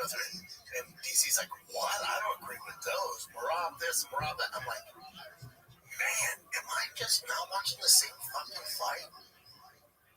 I don't know who needs to hear this. That fight wasn't close. Yeah, but look at the CompuStrike numbers. Shut the fuck. That fight was not. That was a blowout. John beat the shit out of him. That fight wasn't remotely close. That should have been 50-45 across the board. If you just absolutely love Marab and want to find some kind of round to give him maybe the third or second, that's being generous. He beat the shit out of him. Remember how they judge a fight. It's based, number one thing they're looking for is damage, significant damage. Nothing CompuStrike, not all that shit, not takedown defense, none of that shit really matters. The number one thing that dictates a fight, as it should, is significant damage done. He fucked Marab up with the body shots, the kicks to the body, landing the right hands, and this all starts from his jab. Now, if on Friday you go, hey, Marab's going to stand for the most part, I would have said, oh, he's going to get fucked up. Because what makes Marab super special is his cardio and his grappling. His striking is at a 2-stripe white belt, blue belt level as far as world class. A lot of people get it twisted and go, well, Marab's world class. Yes, and he has the biggest tool in the game with his cardio. The biggest tool is the biggest weapon in all of pro sports, his cardio.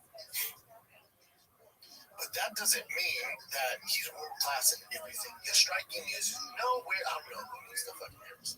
His striking is nowhere near elite. It's not. Jan grew up striking. Jan has strike longer than Marab has probably wrestled. Striking is what Jan does. So if you told me going into it, Marab's gonna see how he fares on the feet, I went, oh, he's fucked. That's not a good idea. That's not a good game plan.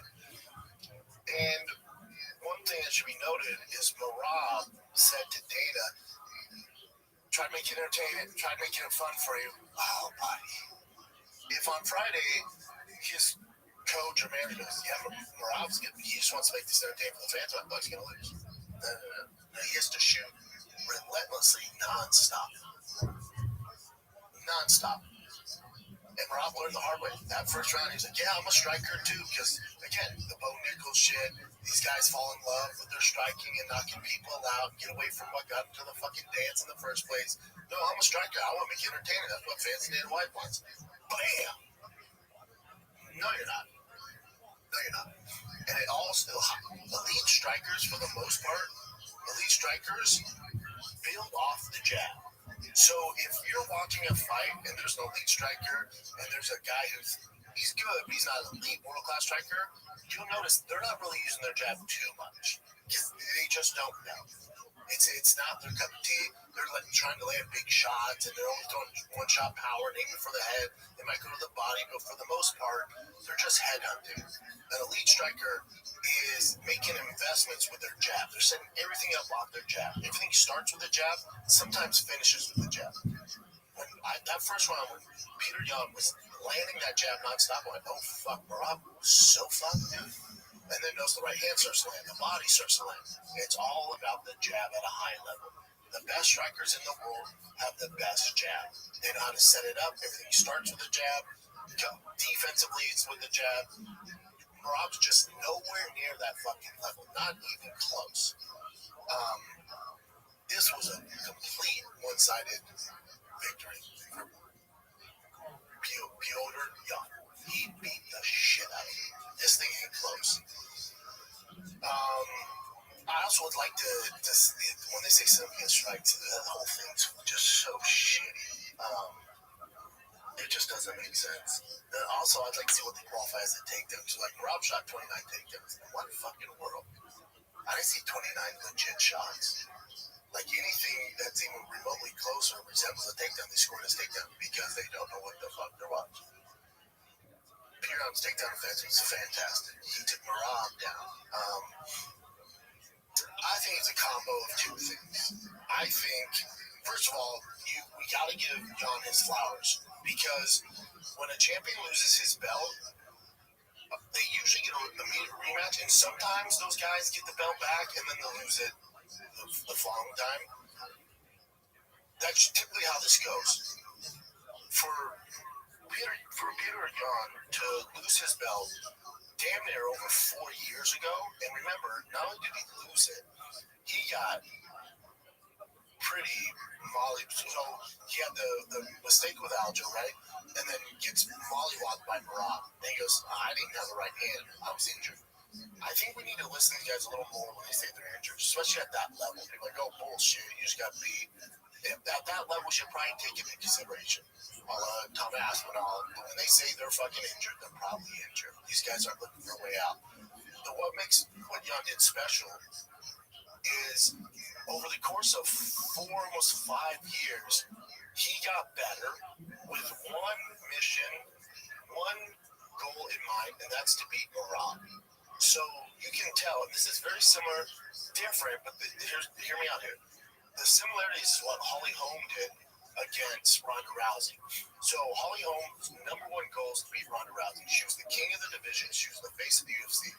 So in her training camps, even though her fights weren't Ronda Rousey, she still prepared to fight Ronda. That makes sense. So the way she set up her kicks, which ultimately ended up knocking Ronda out, her takedown defense, all that was done in the hopes of beating one opponent, and that's Ronda Rousey. For Jan, it's the same thing. He loses, right? Goes on a 3-fight losing streak, I think. But then he wins 4. In those wins, you can tell and kudos to his team, his coaching staff, dude, for them to put this together. In those wins, since he lost to Marab, the goal was to get back to a title shot and beat fucking Marab. So you can tell that in training camp, he's focused on Song Yadong, he's focused on Figueiredo, he's focused on McGee. But we have the tools where we can beat them already. We're adding a few wrinkles that are going to make fighting Marab a nightmare. We're adding a few wrinkles. We're working on this certain things that we know that we can use in the current opponent that we're fighting. But the overall goal is when we do get there, we're going to get there, is this will definitely work on Marab. It's exactly what Holly did to beat Ronda. So for this dude to lose in March of 2023 and then come back at the end of 2025 and become world champion and not just beat him, but convincingly beat the shit out of Marab is so insane, dude. It's so impressive. It's so goddamn impressive. So I think to tie this all together,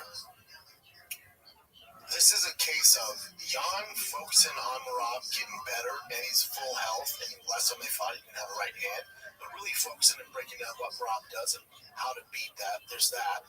Also, Marab's 35, and this would be the fifth fight, damn near calendar year, the fourth fight in calendar year, but he's fought a ton. 35 is tough on him, and he's 35 years old. It's tough, man. So I think Marab, which kudos to him, flowers to him, he's trying to capitalize. Him and his team know that from, the last Peter Yan fight or the Jose Aldo fight, over the course of time, he's not getting better. Matter of fact, he's slowing down a tad. And when your thing is cardio and grappling, and at 135 especially, this ain't heavyweights, at 35 especially, when you start slowing down is when you get in trouble. There's no way to prevent that slowdown. There's nothing you can do. But what you can do is realize that you might be slowing down just a notch. Now, Marab's at 11. So Marab at a 9, still pretty fucking good. But Marab knows next year, he's at an 8. The following year, he's at a 7. So that's why Marab and his team's brilliant about this, going, let's get this work in while we're at a 9. Let's fucking crank these out, stack our fucking money, and get as many title defenses as we can before Father Time goes. That's enough. That's what he's doing. Alex Vieira, same way. He's older. They know. Let's get this in because this doesn't get better. If anything, it slows down. So I think Peter Yan was focused on Marab. Marab knew he had to get these title shots in, and he slowed down just a tad. And Marab, in his full capabilities, beat the shit out of him. Now, this is good for the division. This is good for the division because it opens it up now. Because before, it's like, what the fuck we gonna do? Marab just beats the shit. He's beat everybody. Remember, I told you, if I'm Marab, I either retire or I look for a fight with Volkanovski. What do you do with him? He's beat everybody. Not anymore. Now it's a different story. Now, if I had to bet, which I haven't betting yet, but if I had to bet, now what you're going to get on the White House card is Russia versus USA. You get Peter Yan versus Sean O'Malley. And Sugar beat him. So there's a story there. And you have America versus Russia. Take my fucking money. That's the next fight you're going to get. That's what you're going to get on the White House card. Because if you're Sugar, he's never beaten Marab. It's just not happening. If you're Umar, probably not. So these other guys, Corey Sandhagen, not happening. But now the story changed a little bit, So this opens the division up. It's actually sucked from Marab to say this, but it actually opens the division up. It's more exciting now. When you have one dominant champion, these lions just keep getting picked off. You're like, all right, I guess he's just the guy. And so nobody else gets a shot. And you kind of fall out of love with that division. Now I'm like, fuck yeah. Hell yeah, 35 is fucking lit. What are they going to do? There's a lot of contenders, man. This is awesome.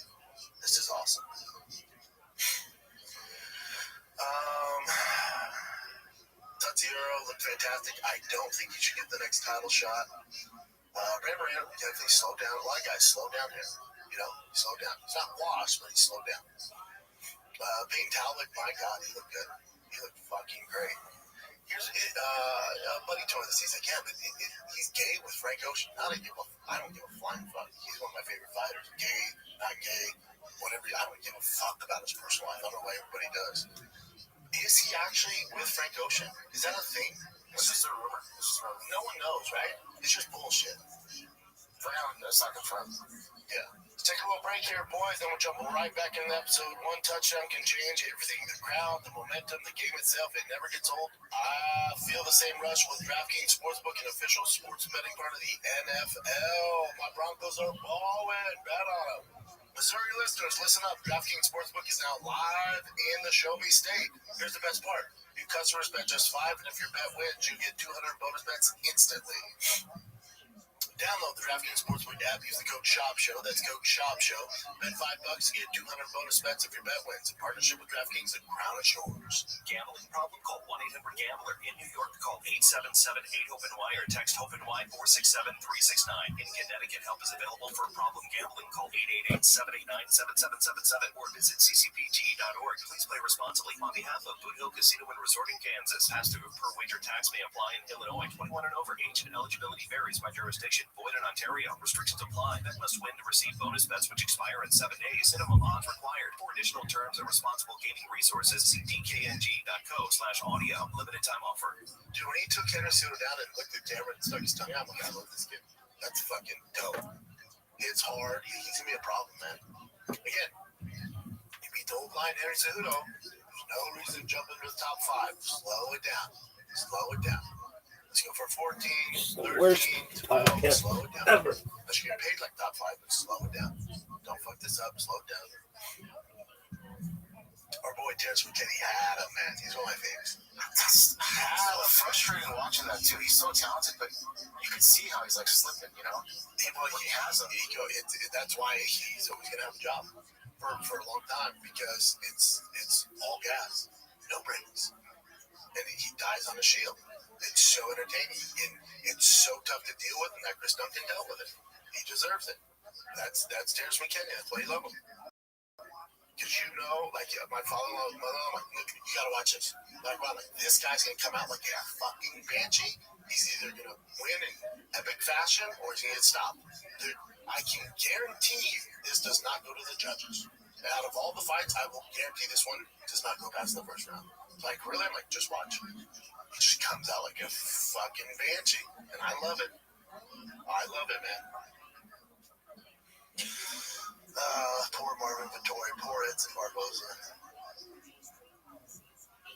Great card overall, though, man. Yeah, you like that Peter Yan versus Sugar? I do. White House? Yeah, that'll be fun.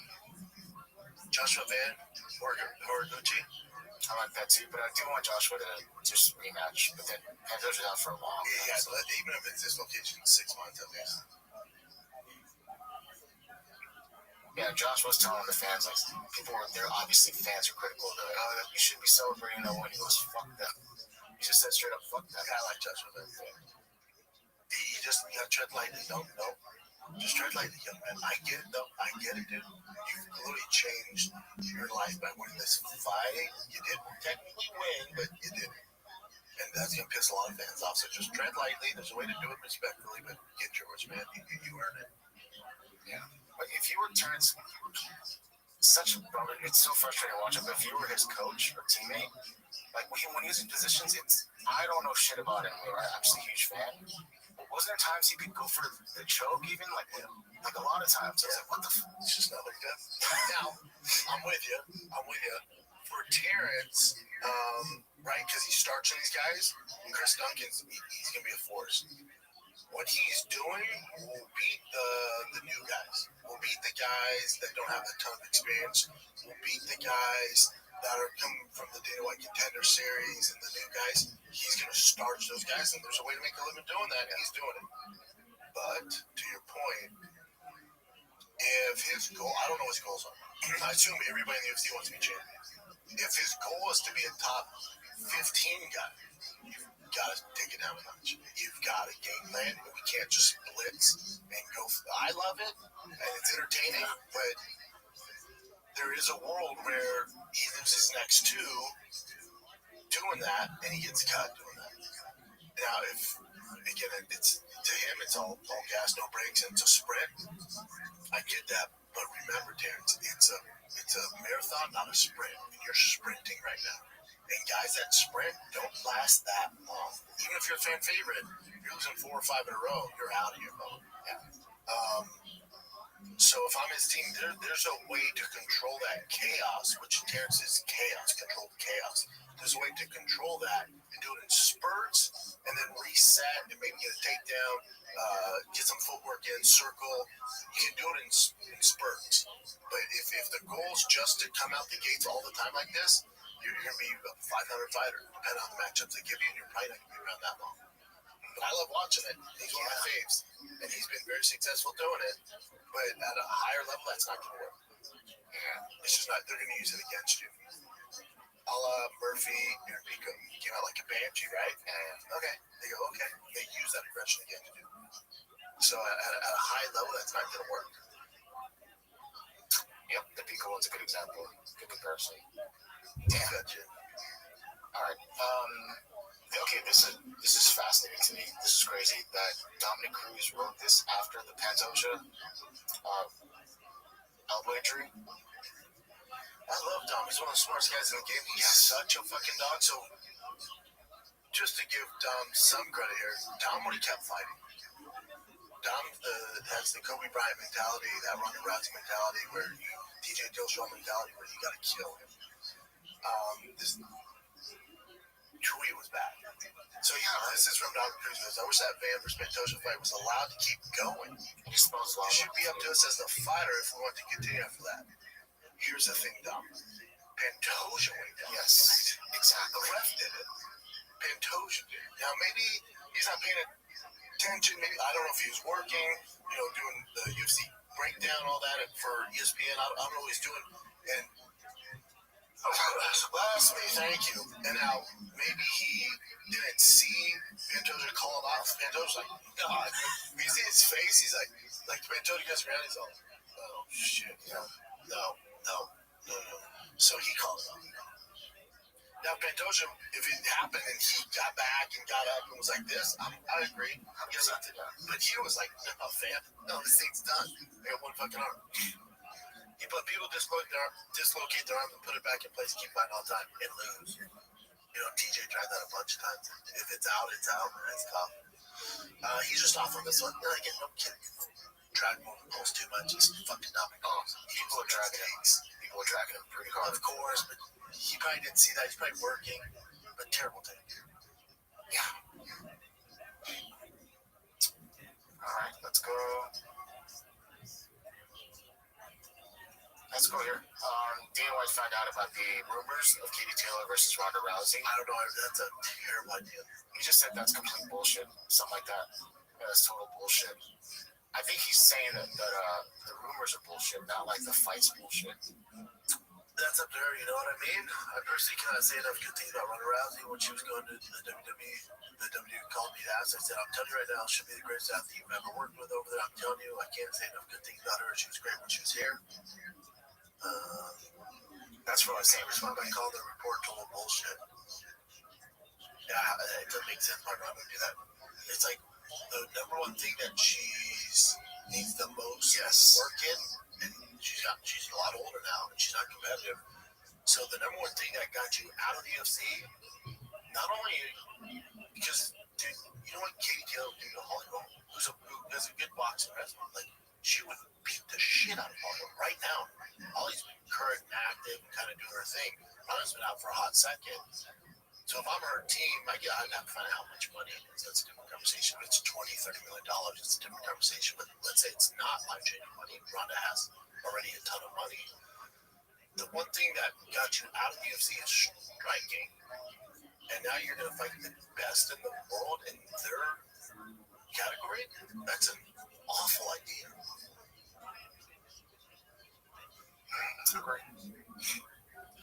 Okay, this is from the Logan Paul podcast, but it seems like this is recorded off the side, like not actually on camera, but it wasn't supposed to be on camera, and it's talking about Dylan Dennis suing the UFC.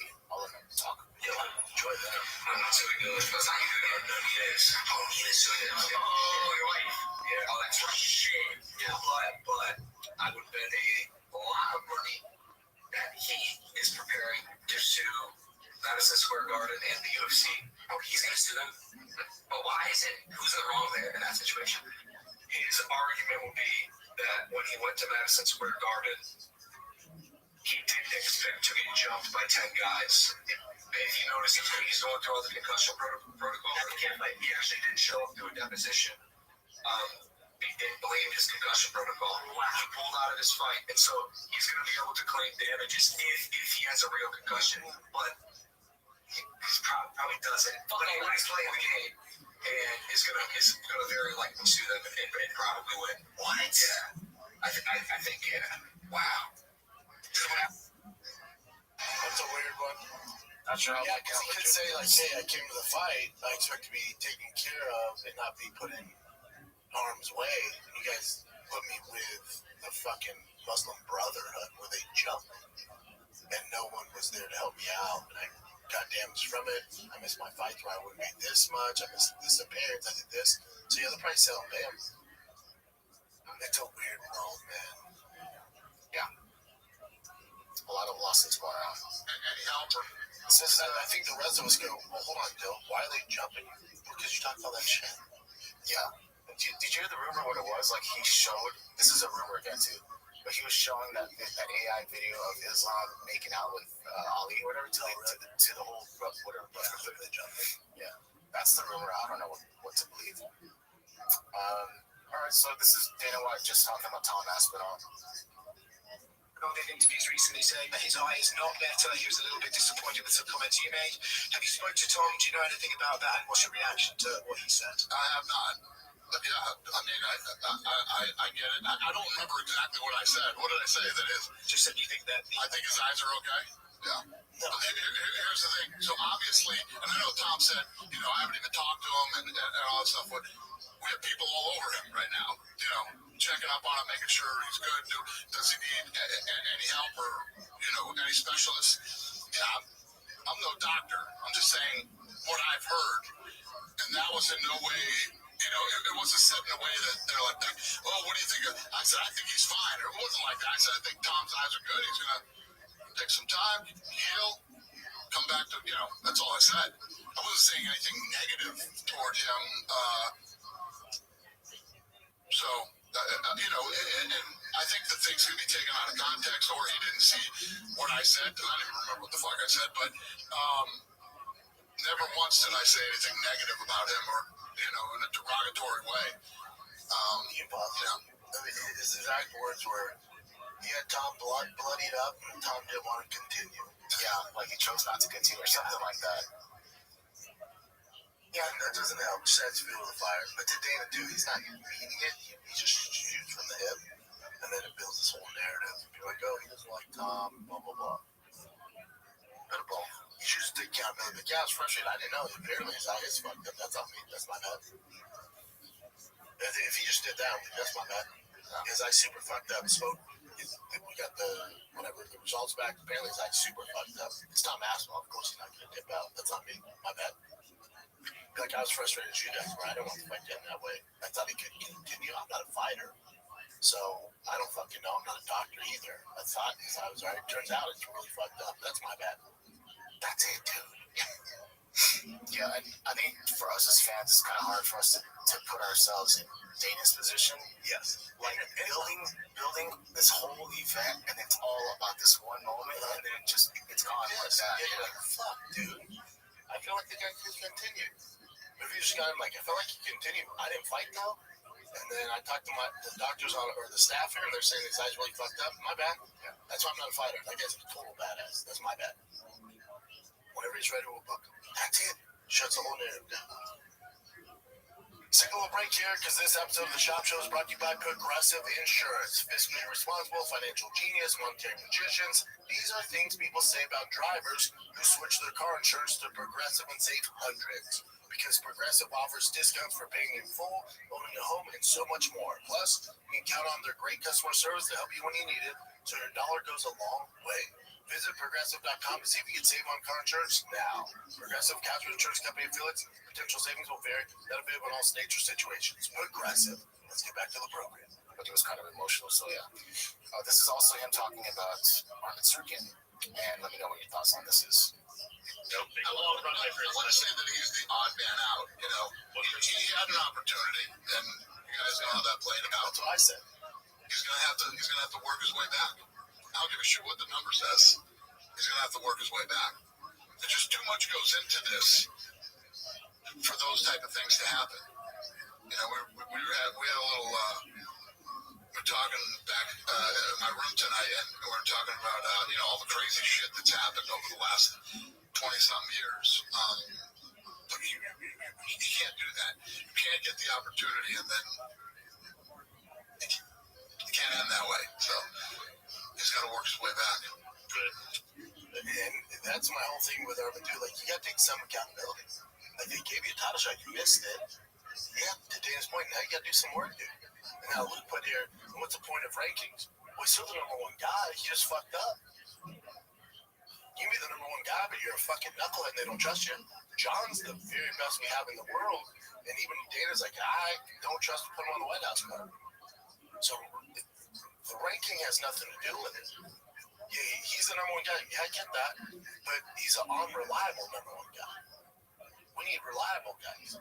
So if the number two guy I can bank on and never misses, doesn't have a history of missing, he's going to leapfrog the number one guy. We put too much into it for number one, be flaky. These guys got to take some accountability. And also, I love Luke to death. He knows this. When he was saying, what's the point of rankings? Dude, you know what's up. You know Marvin had a shot and fucking missed it due to a weight cut and blamed it on back. Like, there's going to be recourse for that. This is the recourse. This is it, dude. No, Dana doesn't like him. It has nothing to do with lying. It's business. You gave him an opportunity. You missed it. You got to do some work. We're not saying he's never going to get a shot. You got to do some fucking work now. That's how it goes. In the shit house. All good. Get out of the shit house. But I'm number one guy. Yeah, we know. You're the number one guy that we gave a shot and missed it. So now we keep fucking moving. That's it. So do you think, what, 2 fights? So one more last one? One more fight. Yeah. Just so you can trust him. This I thought was interesting too. This is apparently Trump talking about how many fights and what kind of fights will be on the White House card.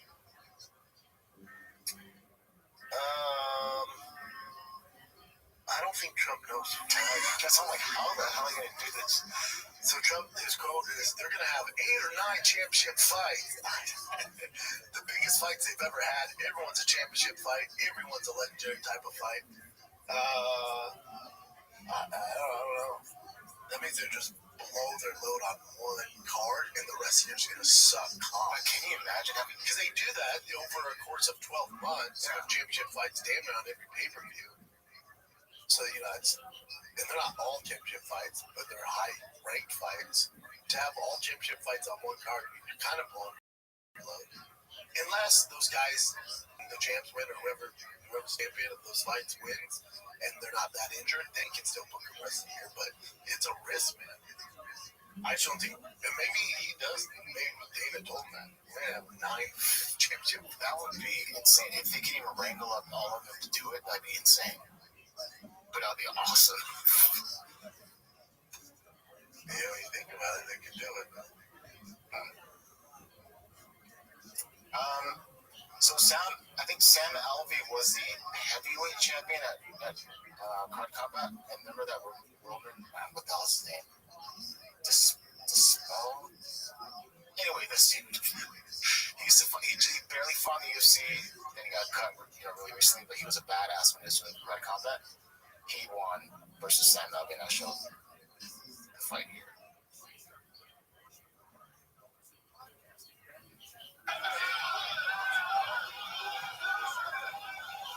Jesus.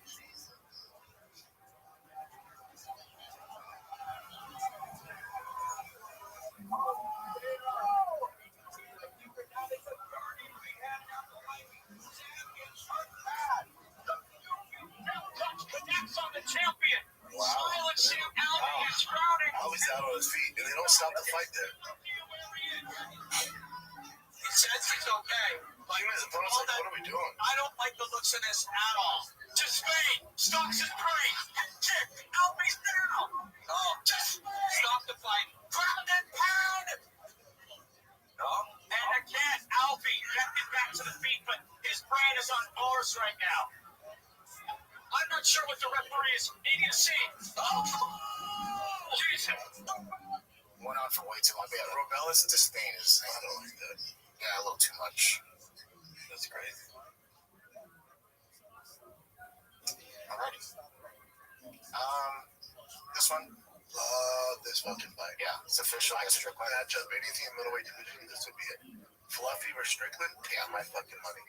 both cardio machine. And it's a fight night. Such a good fucking fight. February 21st in Houston. Let's go, dude. How far is it? It's like 4 hours away from each other. 3.5. Never mind. And then Tyson Fury posted this recently. You know how he was retired for I don't know how long, dude. He's in this a few times. I love him to death. So it's a painting of him as the king. Is that the king must return to his throne. There's a long and lonely road that only I can walk on, but after long and hard battles, awaits immortality. God's fighting women over the battle won over 2,000 years ago by a man who goes by the name of Yes Sir. In his holy name, I march forward in 2026. I love him, so I'll watch. No one's retired and come out retired more than him. Okay. That's the same one. This is also official now, too. Max Holloway versus Charles Oliveira. 326? Yeah, for BMF. You like that or you don't like that? Anytime Max is fighting, take my money. Now it's free up on Paramount, so take my eyeballs. Yeah, I'll take it. I'll take it. Okay. I'll take it. I'll say that. Then you have Stan Hooker, BSD, too. Yeah. Ben Moss Anthony. Yeah. This is a rumor. I don't know if it's possible, but yeah, this is a rumor. Cyril Gane and Alex Pereira. Rumors, some say that Cyril Gane and Alex Pereira, this is such a good fight for Alex, may fight for an interim heavyweight title. I assume that's in the White House. That's the best case for Alex. Yeah, of all the heavyweights? Sure. Yeah. Time for a takedown. Alex beats him, by the way. Damn, that confident? Yeah. It'd be cool to see them standing next to each other to see how big the difference is. I don't know how much of a difference they'd be. Cyril's a big fucking dude. That's the thing. He's a big dude, but Alex has a speed advantage. The leg kicks are going to fuck with Cyril.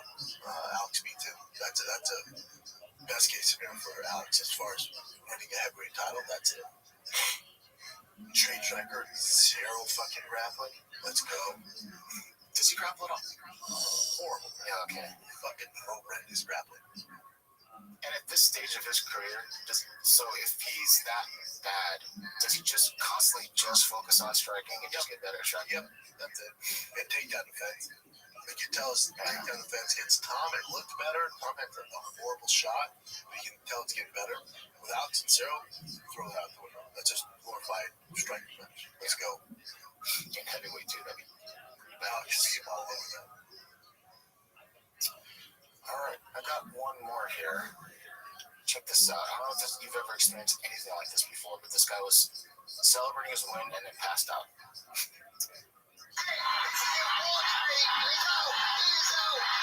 my God, what a finish. This young man is an absolute superstar. How quick was that? Oh, it's just all the blood rushed to him. So he's down there really grimacing and like putting all his energy to that. Then popped up, the blood probably rushed to his head. Then he jumped up there and yelled. So it was like the perfect combination to pass the fuck out. And it was also like this. Yeah, exactly. You see one though. Yeah. That's pretty much all I got, dude. Just for fun, man. We got a good fight night this weekend. It's actually, that was the last UFC pay-per-view on ESPN, but it's actually the last fight on ESPN. Brandon Royval, Cape. I don't think the winner of that's going to get our boy Joshua Van, but still, it's a big deal. Now that Pantosh is out of the picture for a little bit, it gives these guys hope. Right on. Oh, your boy Neil. He's always fighting. Neil's always fighting. Get that back. Yeah, terrible. It's the last one. It's a fight night for free, so watch it. Is that it, kids? That's it. All right, love you guys. Be nice to each other. See me out there, say what's up, but that's it. Thanks for everything. Like, subscribe, do your thing. Love you guys. Be nice to each other. See you next time.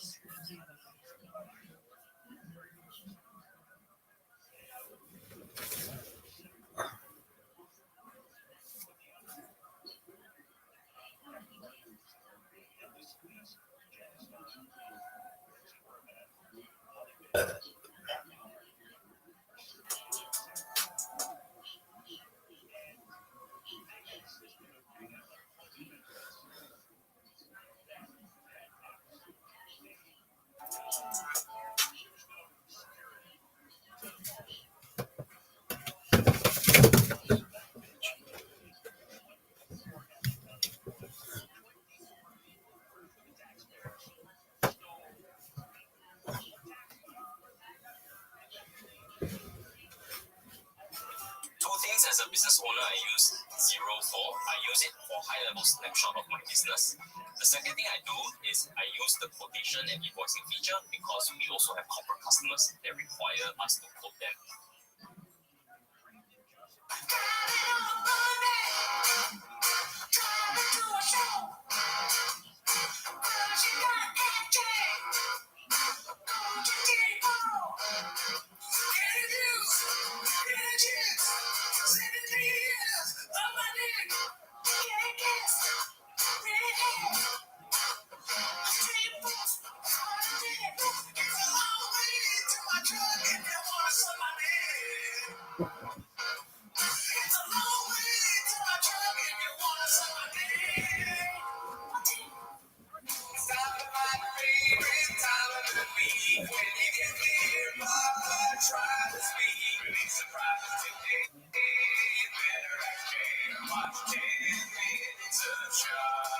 Welcome back to 10 Minutes to Shop. As always, join the Patreon, join the Discord, Reddit, all that stuff.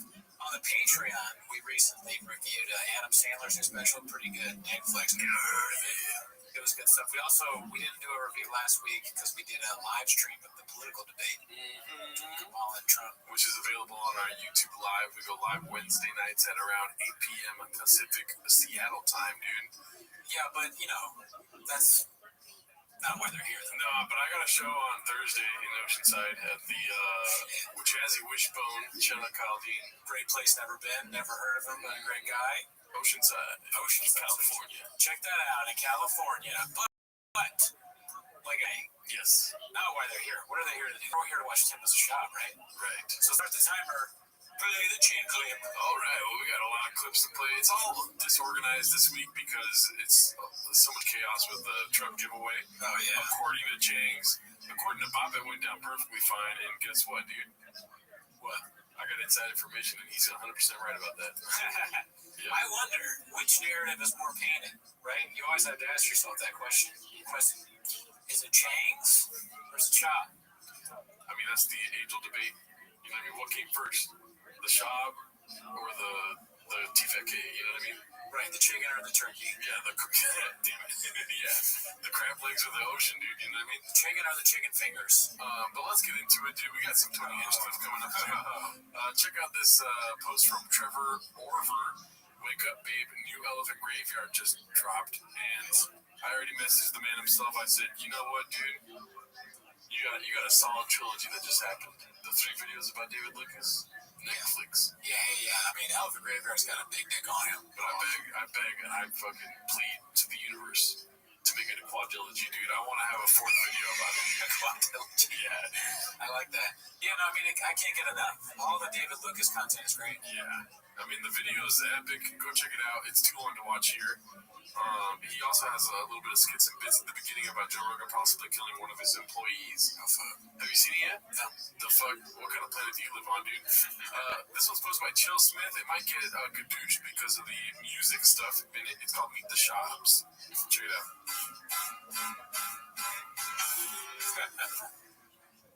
Of course. I know you're sick of the pretending, but you really couldn't help yourself apart from the beginning. Just shoot me, please don't sue me. I'll express my own opinions. And these stories that you come up with that never fucking can't take the pain away. Won't take a gang of us as plain as day. I really thought that you would take the bait and fade away. You thought I'd throw my pen away. Now speaking of a giveaway, nobody gives a fuck about that truck. Just throw that shit away. You a scam artist, but lately it's a bad harvest. You'll do anything to never work your damn hardest. You quit on comedy, you quit on MMA. You started a few podcasts claiming that you paid for me. You reap the benefits, your brother runs the day-to-day. But poor Jane signed up for this now dating when he came to play. With Rogan's blessing, Superman came to save the day. The CTE will cloud your mind until you see your days in gray. Look, I don't mean to spoil you. What does it say?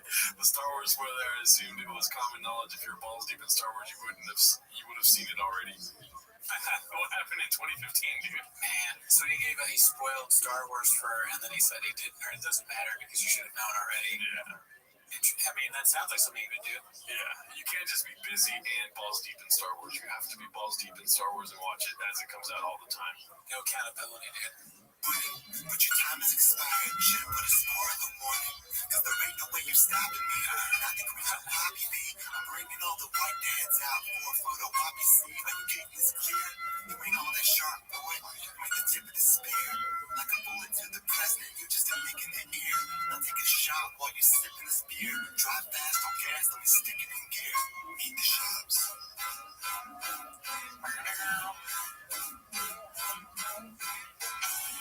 Dear Bob, I heard you sitting in your truck. The wheels you went into cruise fast on that. Giving a fuck. Should've left your ass stuck, I felt. With no help, ain't no seatbelt. Like fucking man, I guess you just shit out of luck. Like here's what the facts is. Always acting so attacking. You sold your soul to Rogan. Look at all the good that did. You never read the comments, but you always on your Instagram. You ran a foot race and turboed your quads like it's been man. Like Peter Vaughn, I think you got some things to figure out. It worked for him, why don't you take a different route? Try changing up your views, but that's way too many views to count. You said some foul shit and Papa Rogan had to rinse your mouth. Why? You habitual line stepper. That may sound a bit salty, but of course this is fine pepper. Always lying, now you're stepping into my sector. It's time that I got you. It's all the reason I know that. Love to see his name. Not checks, the pharmacist recommends he takes some dope. What the fuck? They do, they better be getting on decks. The bon voyage seems to get out of reach. In a mirage. Sometimes, like, these shop clips make an argument that AI is actually good. Like that one, because most of the time I see AI stuff, I'm not really a big fan. Yeah. But him looking all fat and funny, that's pretty good. Oh, yeah, dude. I'm always here for fat and funny, dude. Practice the shit that you preach. Not on fashion week, you're killing me. Nigga, TNT, pussy, it's a trilogy.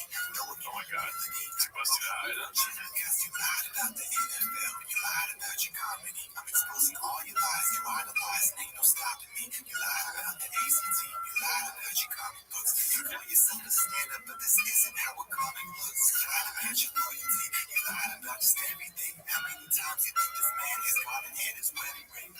You can beat my ass, you cheating ass, but you couldn't even ask for a weekend pass. You grinded like your feet on grass. Spend some time on the beaten path. I can spend a week in class trying to teach your ass, but you never learn to read the facts.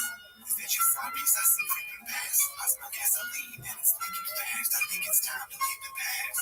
So let's meet up at the Starbucks, let's lock it in. You can call your girl and tell your family to box me in. Forget about this safety in a world that's full of crazies. Forget about your babies in the backseat of the Mercedes. The man who did some shady shit that man gon' have to pay me, yo.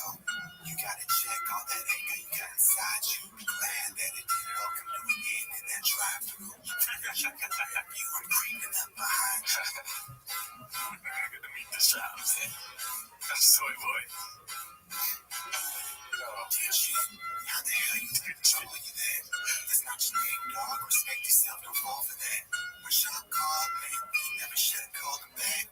But it's too late for that. I'm breaking out the almanac. Look, you're 45 and still ain't figured out the internet. That's why these fucking guys have always got you in a sweat. I know the pay is low, you're keeping it so frugal. You can get a job in IT if you ever learn how to Google. Tell me something, how come you can't keep a girl, son? It's just a question, I'm just keeping it real, son. Move back to Texas, go ahead and get you a real gun. I bet he dumps the body space down in a steel drum. Get right, you must be sick of all the lying. That's why you flipped a Crowder, and that's what you get for trying. Why you co-host always crying about your boy D'Elia.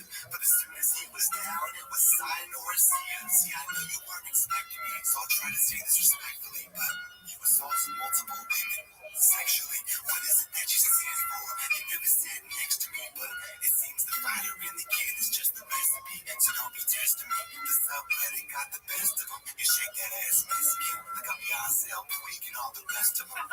Go ahead and post another thirst trap. She bending over for pictures, just like she got her man. I guess the only thing you care about is your wealth. You fine with being a trophy wife alone on the shelf. They say that BBLs ain't all that good for your health. So next time your husband's out, I'll come to Calabasas and do it myself. Pretty good too. Love it. Yeah, so shout out to that guy making that song parody. You know we're big fans of song parodies, right? Yeah, we love it. What are your thoughts?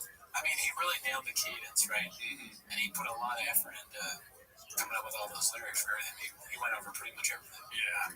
Everything. Yeah. I mean, all facets covered. Great job. You know what I mean? Could have been longer if you ask me. Right. While I was playing, I was thinking about like driving around in my car listening to it. And I just become that guy. Like if I could download this and the funny French Cliff song by Zegner, Frank Amico, just like you, if I roll down my window, is that guy? Is he listening to Meet the Shops? Yeah. It could be me. How would Brendan respond? Or a Lil Browse or somebody. Oh, you mean like a clap back, kind of like the rap? Oh, that'd be amazing. Lil Browse, I mean, you're getting called out, dude. You gotta come up with a song, Brendan, dude. Yeah, dude. Yeah, where you at? I don't hear you. It's not even a request. It's like kind of a demand at this point. I mean, if they stand on business, if they're trying to scoop up their bag, then they gotta do it. Okay, so let's get into this truck giveaway. This one's posted by OK Cheek 37332. It's the winner of the truck giveaway owns a truck customizing business in Colorado. What are the odds? So this is the phone call Brendan gave. 888 Will Stombaugh. Right, this is his page, and this is his Custom Willys fabrication business. This is his Custom Willys fabrication business page. It is sketchy to me because let's look at this number right here, 270. Yeah, 270 followers, dude. You know what I mean? Business is failing, right? 68 posts, 270 followers. That's a problem, right?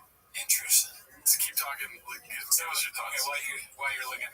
So Sean, let's see, how does he do this? He has a intern or schnoz or somebody look up random truck businesses that might not have a lot of followers and reach out to them to see if they want to be the one secretly selected to help you out, help me out. How you come with me, I'll show you my favorite shoe. You get a truck, and then we can make me look like a good guy. And it's the best because it's their drive fast all gas. So you got my hat, says truck on it. 210. He still says it's not 210 anymore. It's not. I always forget. That's my fault. That's the team's fault, actually. So do you want to guess how many followers he has now? 1,000. 279. Oh fuck, dude. They only got 9, dude. Where we at? Cats, follow this guy. Come on, dude. Yeah. And he started following one person since this post. But maybe the shop bump was 200. He only had 70 followers, and then the shop bump was 200. This is the best thing. Hands down, the best thing ever happened to Custom Willys. Custom Willys. We should get a Custom Willys sticker, dude. Oh, fuck yeah. That's a good idea. Let's do it. All right, so this one's very funny. Do you know Tim Heidecker at all? Yeah. What is he known for? Tim and Eric's? Yeah. Okay. That's the only way I know Tim Heidecker, but this is a great video, dude. Posted by Mountain Dew 52. It's called Tim Heidecker's take on Tony Hinchcliffe. You ready for this? Let's spill the beans on it. It's like the landscape has changed so much. You're a big Tony Hinchcliffe fan? No, I don't even. People talk about this guy. I don't even know who the fuck this guy is. Tony Hinchcliffe, is he the Kiss Tony guy? Yeah, man, he's the fucking goat. Better than him. Like with his insult comedy, it's fuck, you're done. It's crazy. You should start asking who is Tony Hinchcliffe. See how ruined you get. I would rather like try to do comedy. Just because I don't know who this guy is. Every time we go on tour, somebody will be like, "Oh, you're a comedian. Do you watch Kill Tony?" I've never seen Kill Tony. We should find a dumb clip of him. I would love to watch a clip of him. He's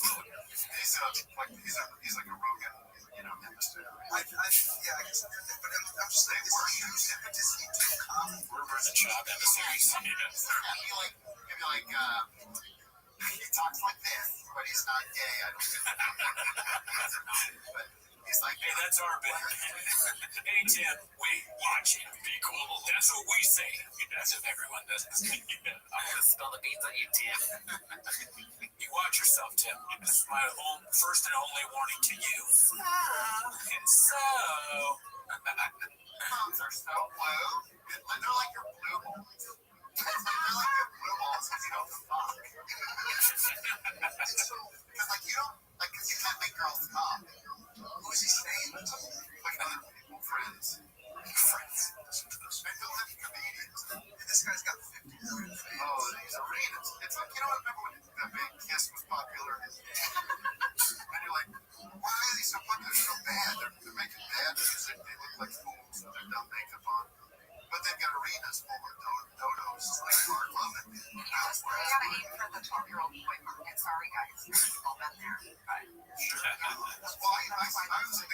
sounds like you have it. And then you kind of wise up. You hear real music. Yeah, dude. Funny stuff. Great guy, never met him to my degree. Yeah. Hell yeah. I like this public caducening of anyone involved. Yeah, I like watching. I'll be honest. I like watching Tony Hinchcliffe get made fun of by almost anybody. Oh yeah. It bothers me a little bit that one guy pretends to not know who Tony Hinchcliffe is. Yeah. I don't think he doesn't know who he is. Yeah. I gotta just call that out. I mean, he's on Rogan every other week. You know. I mean, he's a hungry wolf. You can't just ignore a hungry wolf. I think if you're really on, yeah, he can't give a hungry wolf a chance. Really, that's what he's not. He's not giving a hungry wolf a chance. But if you're on tour all the time and people ask you, "Wow, what is Kill Tony?" You're not ever looking it up to find out. I find that to be a painted narrative, my friend. Yeah, both things can't be true, dude. This one's supposed to be, oh my gosh, Sancho Villa, 88. It's Dicey. It's a post from Shop's wife. Its marriage is just a nice word for adopting a fully grown man who can't take care of himself. July Jumpy, goddamn, dude. Yeah, fuck. Wow, I hope my significant other never says something like that about me online. And then also, sorry, not sorry, just to top it off at the end there.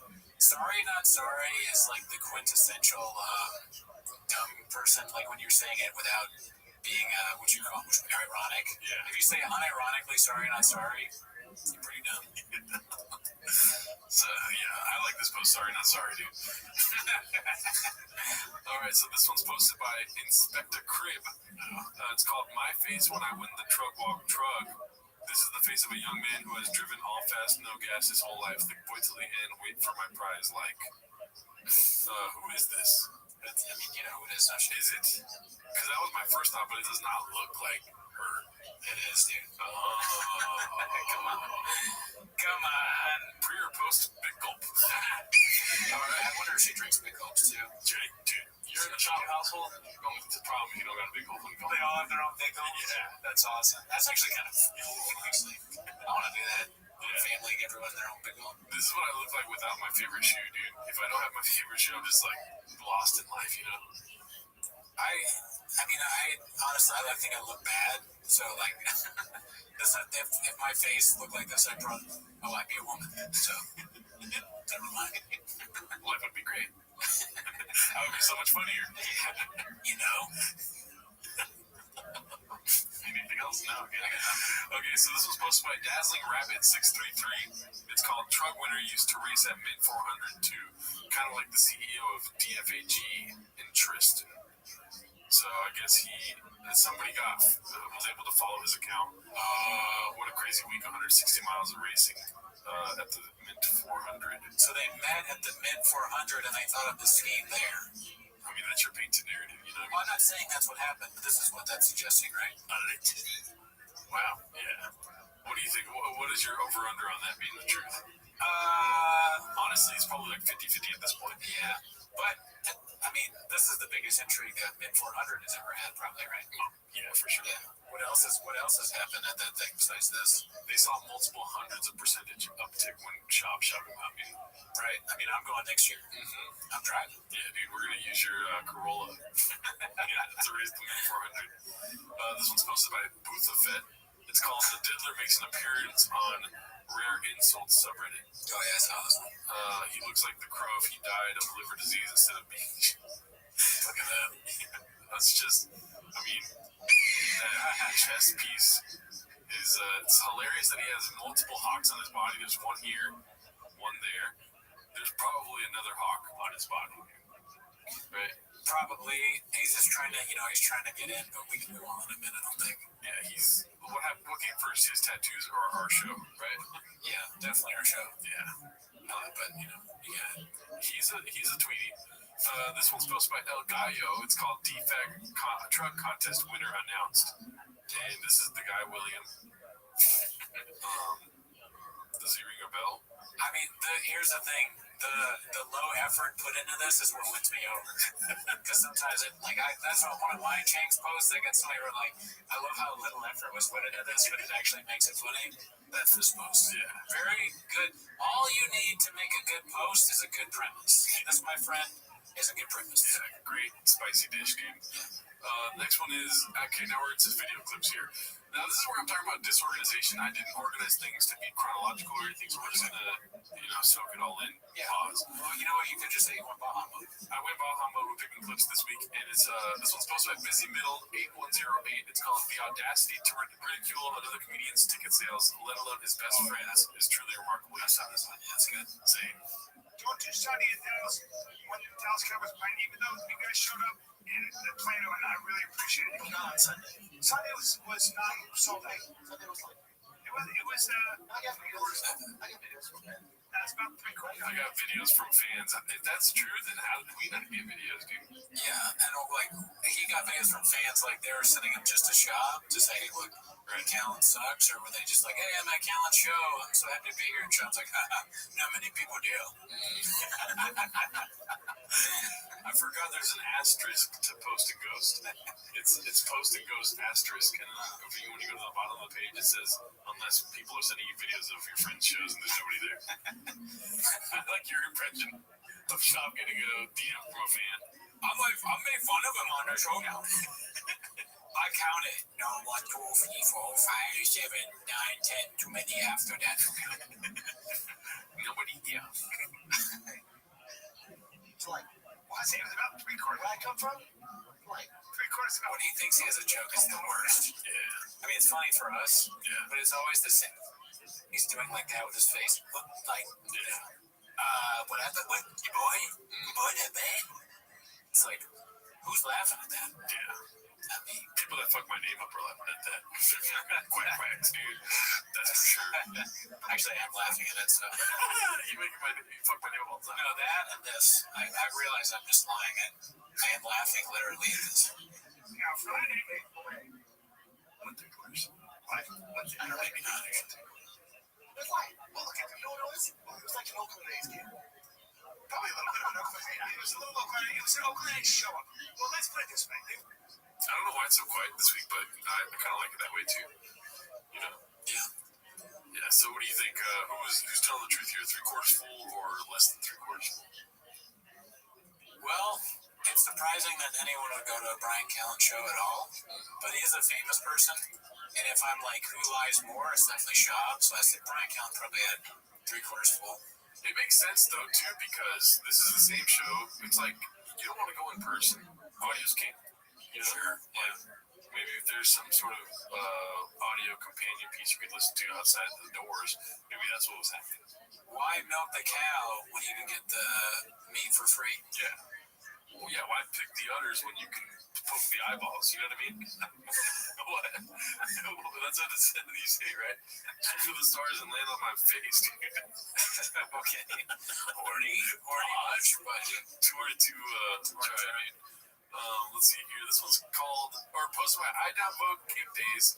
It's called Brian asks Papa if he was in Colorado last weekend for the truck stuff. Dicey. I haven't seen this one. neither. Well, I was in Denver, dude, over the weekend. You were? For the truck stuff? No, for one championship. Oh, that's right. No, How'd that go? Good. See family? oh yeah. Papa and Nubby. Good. Nubby. Oh, Nubby. It's not Nubby. I love it. What if Nubby is just like his childhood friend that had a nub and he's like, your name Nubby? Could be. That sounds like what it is. Yeah, 100%. What about Tarek? I don't know. They haven't talked about Tarek in a long time. I'm a little worried about my guy. Yeah. I wonder if Tarek is pregnant still. Maybe he's in Denver, dude. Tarek won the truck. Stacks. Trying to stack. Trying to stack my neck. Come on, man. That was good. Trying to stack my nub, huh? I don't know what that means. I don't know what stack a human being. What does that mean? Yeah. What are we doing here? Stack my nub is kind of pause-worthy, dude. That shirt is a what are we doing here thing. That's the worst defect shirt I've seen. The camo shirt? Yeah, it's horrible. It says like DFG here. It's like, what would you... It's very childish, I think. Who was buying that? Have they used the acronym yet, or is that just a pure Chang's acronym? Well, they haven't said DAFG, but I think that shirt said DFG. Oh, okay. Yeah. Damn, I closed the window already, but I'll look into it later. Do your own research, just like the politics. Yeah, don't just get the vaccine. Yeah. Okay, so this is the actual truck winning video, I believe. Confidence Search 8648. truck winner is from Colorado. You know what? This is the post, but let me go ahead and talk to the audience real quick, and I'm going to pull up his Instagram. Okay. In that clip where he does the winner, he has on that famous yellow hat. We were saying before that we thought maybe Joanna's making the clothes, and that's why he's so weird. Yeah. Maybe it's just like he's a good husband. That could be a huge stretch, though. You never know. Yeah. If I won the truck, which I guess I officially now not won the truck, I feel bad for you, bro. I would fucking I don't know. Part of me is like, well, you know what? I don't think I would sell it. I think I would use it for the show. We would do bits in the truck. Maybe have some sort of weird promo thing at the beginning of 10 Minutes to Shop in the truck. I agree. I mean, I wish we could shoot Timos in the truck, dude. That would be amazing. Maybe we could hit a wheelie. Me winning the truck, though, that means the shop has accepted us, brother. Yeah. Because he'd call me. We're the law firm, at least. All right, so let's check this out, dude. Let's see. This is the actual video of the truck giveaway. Will, what's up, brother? It's Brendan Chop. Hey, man, how are you? I'm all right. How are you this morning? Doing good. Where am I calling you at? Where are you located? I'm here in Montrose, Colorado. Montrose, Colorado. You're a Colorado boy. Yeah, born and raised. Born and raised, dude. Well, you won the truck, man. Dude, awesome. That is so cool. Sweet. Sick. I was excited for the shirts, but now I'm really excited. I was excited for the shirts. No way. He ordered like 100 shirts. He has like a room full of dry fast all gas merch. He bought a bunch of shirts. He's like, man, I hope I don't win the truck. I bought a lot of merch, dude. He's happy that I think he's happy he got the truck because now he has someplace to put the merch. Put in the bag. He's like, now I just need a driveway. He needs a house. Let's see. Well, yeah, man. Tell me you're going to use this thing for what it was built for, man. Tell me you'll check it out. Yes. There's so many trails around here, and, there's a lot of off-road series that I want to jump into, and yeah, I'm looking forward to it. I'm so excited. I'm pumped. Well, brother, the team will be in contact. We'll figure out the logistics with the truck. The team, yeah. I don't know if I want to put the team on something this important. Yeah. I think it'd be funny if it was like, be clearly real if the guy was crazy. That would be funny if he was like, I'm just so happy that I won this because it gives me the opportunity to talk about, the Jews and the vaccine and they're making our kids vaccine. Brendan, I'm going to drive to New York and figure out what happened with Building 7. Yeah, he's like, do you know, now I don't even have to tell you this, that 9/11 was orchestrated by it's not how they told us. And another thing, he's like, well, what about truck? He wins Alex Jones' truck, too. Alex Jones doing the truck giveaway? No way. Oh, yeah. Oh, fuck. I didn't know that. I don't know if it's another post on Chains, but yeah, he's giving away a truck, man. As soon as they give away this one, Alex Jones is giving away a truck. I bet Alex Jones' truck thing is more successful. Oh, probably. Yeah. You gotta buy, Alpha Brain and stuff. And, Oh, yeah. How do you win? 40x entries. How would you win an Alex Jones truck giveaway? I don't know. We can look into it, but let's see. Oh, and this is going to be fun, man. Dude, you got a great point, though. Why give it to the team when the team keeps fucking up, dude? That's a big responsibility. Oh, the team flipped your truck. Yeah, what are you thinking? This is really a bad move. Yeah. I can't thank you enough for participating and couldn't have picked a better winner. It's insane here. Couldn't have picked a better winner. Oh, fuck. I didn't pick up on that, too. He also doesn't know English, so let's not take him for his word. Yeah, it may just be messed up. He messed up words. Yeah. We've all been there. Like always. But it's funny that he said I couldn't have picked a better winner than Brent and Brian and the other. But was like the truck stuff when he said Denver. What's that? Oh, so you got the truck stuff, right? The stuff you thought you were, being 100% legit about, but really you're just giving it out to some dude in Denver. Yeah. That stuff. Yeah. Couldn't have picked a better winner. Very strange verbiage. Colorado, man. It's awesome, brother. I'll be in touch. Later, man. Bye. Gonna check out this part. Yes! Let's go, dude. Hey, he's gonna use it for all for it. Let's go. Yeah, so there. What are your thoughts, Brendan? definitely see it could be a fake phone call. Yeah, from watching that, it doesn't seem like the realest, most authentic phone call. But who knows? And like we'll see in another post, the comments were probably a lot of comments getting deleted, dude. A lot of comments getting gadooshed by Zuck. You know what I mean? Oh shit, maybe Zuck's behind the giveaway, dude. You know? Well, they are good friends. Yeah. First biggest comment on here on Chang's is Grand Bullfrog. Well, the guy on the phone sounds like he's been caught completely off guard and is super fucking excited to talk to his North Star about it after entering a raffle to win his truck. Does not sound like they discussed this conversation beforehand. Joe is tall. Yeah, that's where I'm thinking. Yeah. Anyways, painted narrative, if you ask me. Let's see what else we got. Okay, let's take a little break from all that Bappa stuff, dude, and watch Tony getting annihilated in the comments. But I mean, that's a painted narrative. He's totally annihilating somebody in this clip. So let's see. ASAP Rocky. I went off on this one guy in an all-black show. Like, I mean, the super black show. One night I do a Michael Jackson style joke, and some guy with a grill, and, you know, just give a picture, stands up and goes, "You don't make fun of Michael Jackson. Fuck you, homie." And I go, "Fuck you, you broke bitch." And like, I just start going in on him in the crowd. Boom, I'm smashing this guy. Destroying him. He's like, oh my god, he was like, you know how he's black? He was just as afraid of me as he would have been the cops. Boom, is joking, all directed towards this one guy. I'm smashing this guy. I go, "Look at your tinfoil bitch-ass grill. Sit down, you fucking broke-ass bitch. You spent all your money on the outfit you wore out tonight." The crowd's just roaring. And they were roaring a little bit too loud, but I didn't really notice why. I didn't think anything of it. And I'm running late to my spot at the Comedy Store. I get a call from my manager, and I take it. I go, "What's up? I just had a fun set at the Black Show." The Black Show. Yeah, so this is the funniest part to me is when he's talking on the phone with his manager. Right, the real conversation that happened.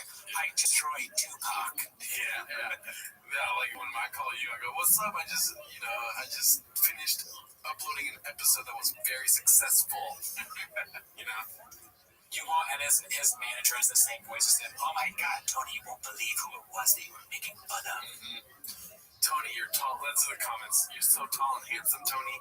The guy you were making fun of was not a celebrity. Fucking annihilated his whole career. I gotta keep my eye on you, hungry wolf. Yeah. So let's see. Oh, he goes, "Yeah, did you just completely annihilate?" I want my agents to talk to me like that. Yeah. It's like, Brendan, did you just completely annihilate that flapper show? Yeah. Yes. Gerard, did you just completely annihilate that whole can of baked beans? Yeah, you fart, motherfucker. I've had a baked beans renaissance, dude. Let's see. ASAP Rocky. Why the fuck you lying? Okay, so let's get into the comments here. The first one, let's see here. Nobody is more proud of Tony Hinchcliffe than Tony Hinchcliffe. Imagine unknowingly roast a millionaire by calling him broke and thinking you annihilated him is crazy work. Yeah, all he said was that he's broke. That's it. Yeah, like, what's poor about him? He's a millionaire. Yeah, let's see. I'm going to turn off the music for this. Tom Segura's face is salivating at the pain of the pores. And then everyone clapped as story. Straight roasting like a 12-year-old fresh out of homeschooling. Something tells me his manager did not say, "Did you annihilate A$AP Rocky?" I'm in a line competition, but my opponent is Tony Hinchcliffe. My manager calls and says, "Tony, you're my most handsome and masculine client. I am so happy to represent you. Did you just change all of comedy by making fun of A$AP Rocky?" Never heard of it, and Rocky's still winning. I don't know what that means. Oh, A$AP Rocky. A super black show. From that point on, I can't take anything close to seriously. Sounds like a great chapter of things that never happened. Still want this footage. Completely annihilate. Yeah, nowadays, no way this was said. At the black show sounding absolutely bizarre. He's so proud of himself. Well, I learned who Tony is. Never heard of him till now. Now everyone is a worldwide household name. Tony loves Tony. Manager called Tony to tell him to stop calling shows with something. Right. Anyways, we get it. Yeah. What are your thoughts, dude? I mean, that was pretty funny. Got some pretty funny people in the comments. Yeah. Tony is ridiculous, as usual. I don't think that happened. No, not a chance, dude. There's so many stories that are going to come back, and people are dissecting them as we speak, dude, of Tony just lying. Okay. This is how it all starts, dude. Next thing you know, there's a Chang's knocking on his door, dude. He's going to be getting wartime CEOs. He's going to get regular CEOs and stuff in charge of it. He didn't even hire them. You know, they're not calling him tall and handsome. They're calling him stupid and small, you know. Right. T-Mont. 10 minutes of Tony coming soon. Yeah, right. I mean, if that's something you guys want, please comment below. I don't know how much longer I can do 10 minutes of other comedians, but... I mean, he's bigger than Chop. He's almost bigger than Chop now, right? A million % he's bigger than Chop. Yeah, right? Yeah. So, yeah. Good happen. I'm surprised there's not a... Well, there's the Kill Tony subreddit, but aren't they fans? Yeah, he has an army of just redacted supporters, dude. You know, but we'll see what happens. I love shitting on David Lucas.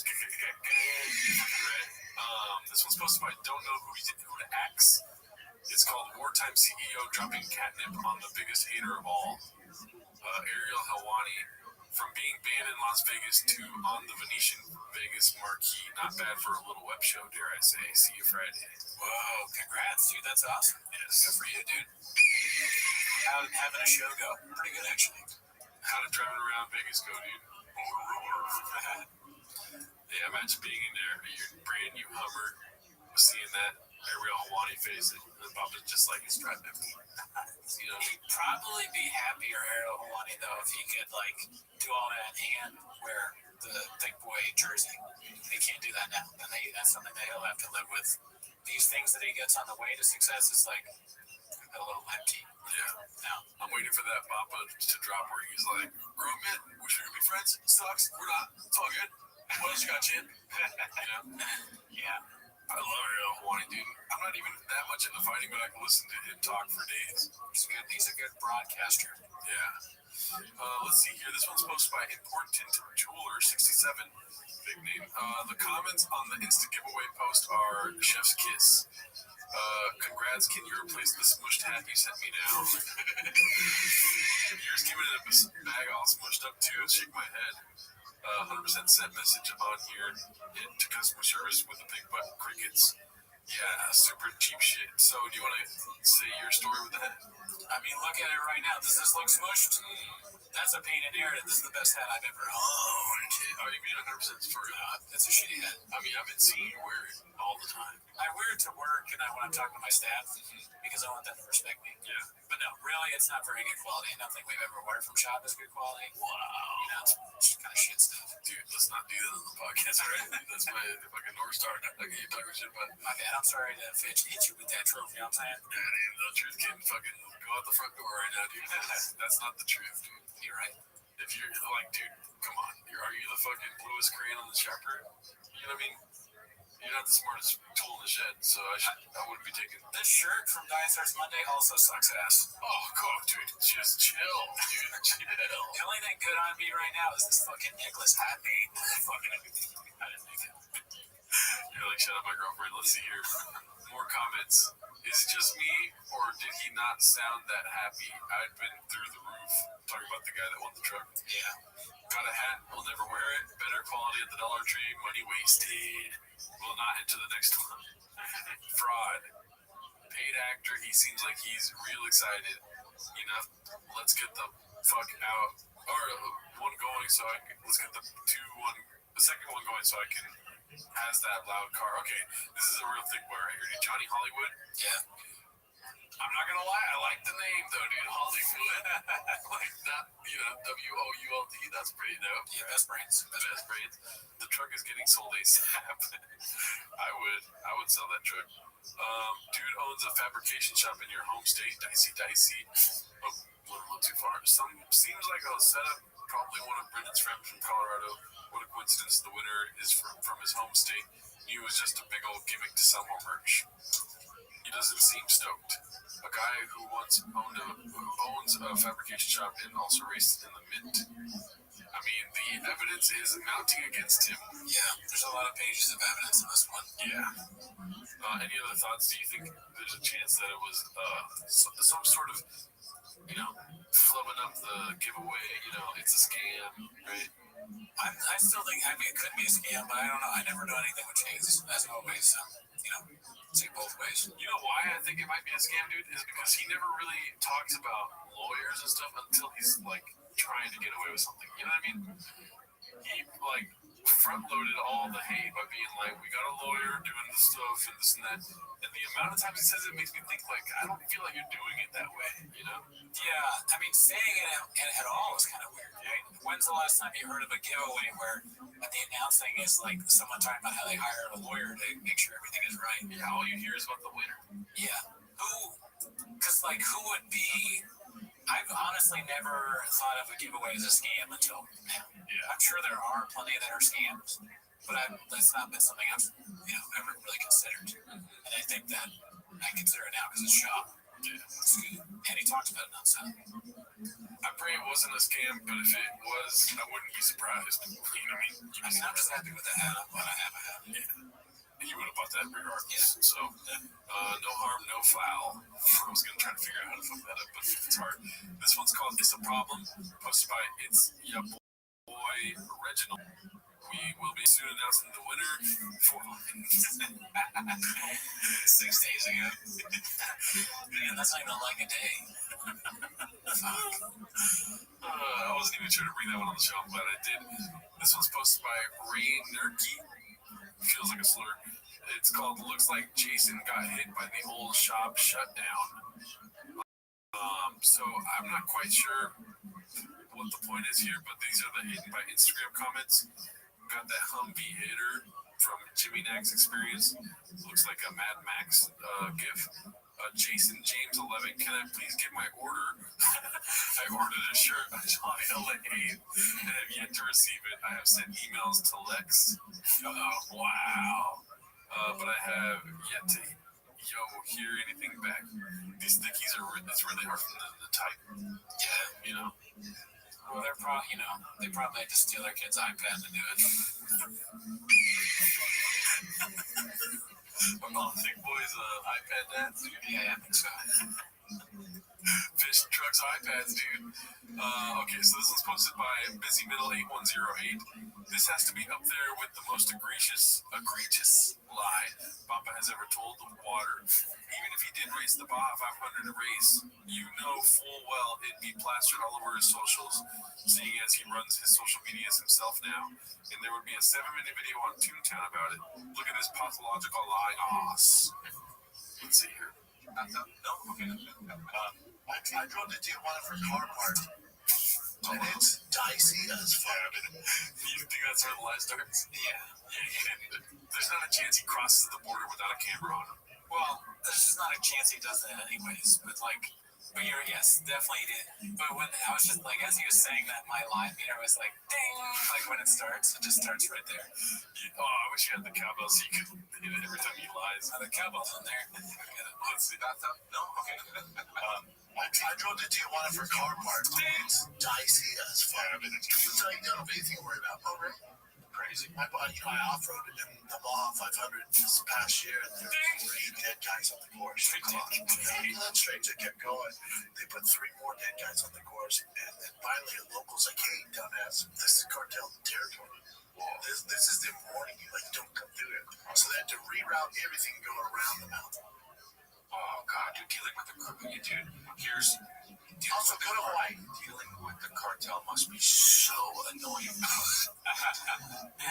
But so he's saying that when he was driving the race, he saw a dead body on the track. Yeah.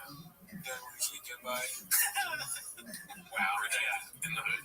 No, I mean boys in the redacted hood. Yeah, or Stand By Me. That's wild. I don't think he raced today. I don't think he went to Tijuana. A lot of this episode is nah, that's not true. If he didn't record a trip to Tijuana, he was going to Hong Kong, dude. Let's be honest, right? Yeah, let's see. He was going to get a rub and tug. Yeah. At the famous Rub and Tug Club. Let's see, this one's Confident Search 8648. It's called Timeline of a Scam. I didn't watch it. I was intrigued by the title. So let's see.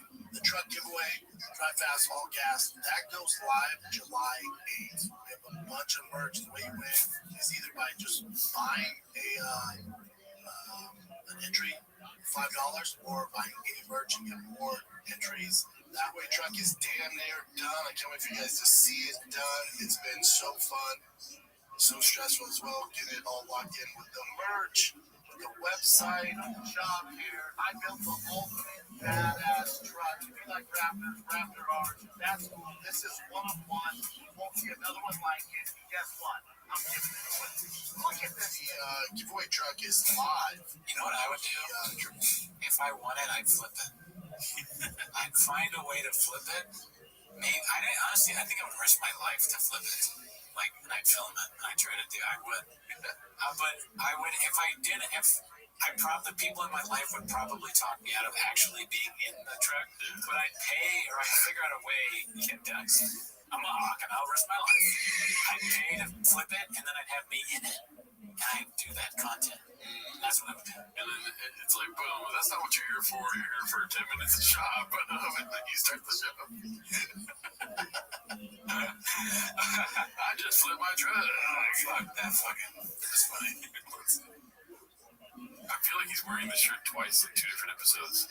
It's like, Papa, you gotta work on It's live, man. It's only has things. Blessing here, Daddy. Yeah, true. I mean, I've worn this shirt so many times. Anxiety. Drive fast. It's Drive Fast, All Gas. Not I love that hat, dude. It's one of my favorite ones he has. We should get that, dude. He doesn't know that it's upside down. He'd say it's different. Can't thank you guys enough for all the support. This is going better than I thought. Less than 2 weeks, man. Drive Fast, All Gas. I'm sick of promoting this freaking truck. The next one we do, which will probably be in November. I take it, winner of the truck will be announced this week. Was it Thursday? We better have the goddamn name. It's a third party law firm that selects it, so we're waiting. Where am I calling you at? Where are you located? I'm here in Montrose, Colorado. Montrose, Colorado. You're a Colorado boy. Yeah, born and raised. Born and raised, dude. Well, you won the truck, man. Dude, awesome. That's so cool.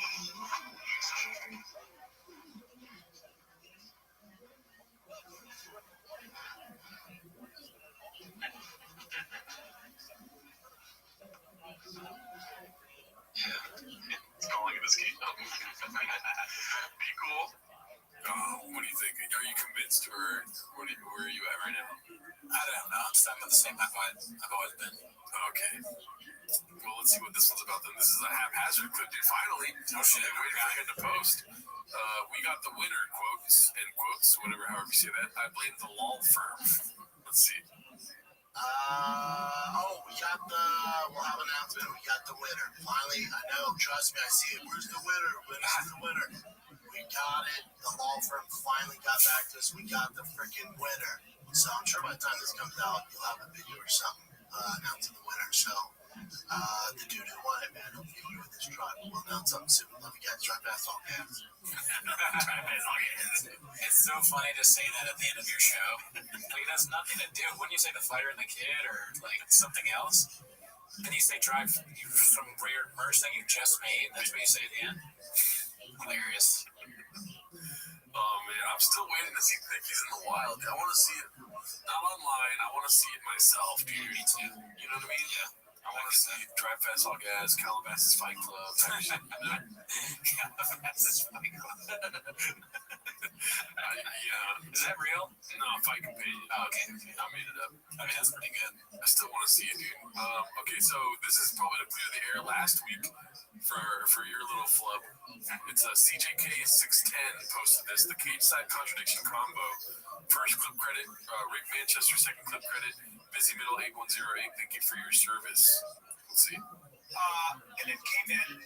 But he's sitting, well, I don't know, we were right behind Joe Rogan and Michael Bisping and John Anik, so I don't know if that's good. It just depends. Can you see it right there? That's a very good shoot. Because, listen, it's fun to see Cage Side and Joseph Rogan's our buddy behind him. hate to spoil the thing here. The best seats are not there. Just you have the pillars. You have a lot of people in front of you. You usually want to be now. Granted, if you're celebrity stuff, but you want to be kind of in the first, like not first row, but we're just above, so your eyesight. Yeah, no, for us, it was great. We could see him that close. For my son too, it was so awesome. Bad. He's getting in a cage and fighting. I'll tell you right now, though, after seeing cage side, having the best view in the stadium, in the arena, I'm glad I'm on the outside. Because it's brutal. Oh, but. Because, you'll love this. You'll love this. You'll love this.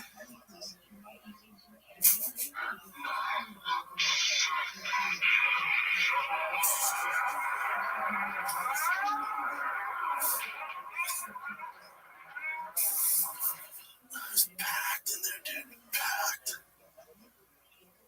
It was a fun time. Fun time. Where were you sitting at? Cage side. Cage side. Cool. Was it easy to see stuff, or was it? Oh, it's great. Yeah, great. Yeah, it was great. So, what are your thoughts now, dude? I still think the same thing. What? I think Chin, well, maybe it's a little bit different from what I thought last time, but I think Chin is saying that because he's like, but you said before it was hard to see, so he's just checking in on like your friend, like, oh, your case study, was it hard to see though? He's just not, I don't think he's trying to like check him or anything. I just think he wants to know, like, was this time different? Yeah. You know? Honestly, don't think he's doing anything. But Brennan is ridiculous. Yes. He just says whatever the bit is in his mind, he does it. And then there's no accounting for, the future where he's going to do the opposite. Dude, there's malintent when he does it, dude. When he's trying to be like, KJ's not the best. He's trying to make your experience worse. Yes. And then when he has the experience, he's like, that was great. Yeah, no, that's I agree with that. I think it's like, to him, the bit is, with his humor, kind of like what Mark said in the original interview we did.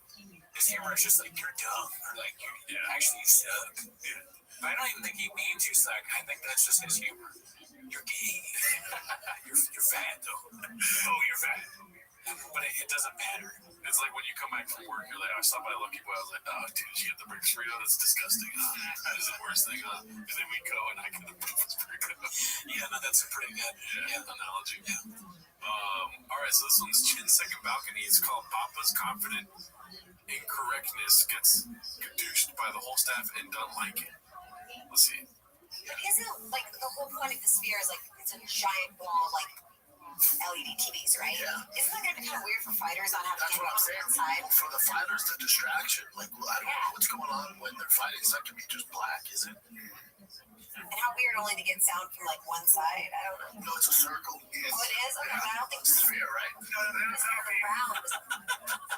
The fear in his eyes when he's trying to make sure that his fear is a circle.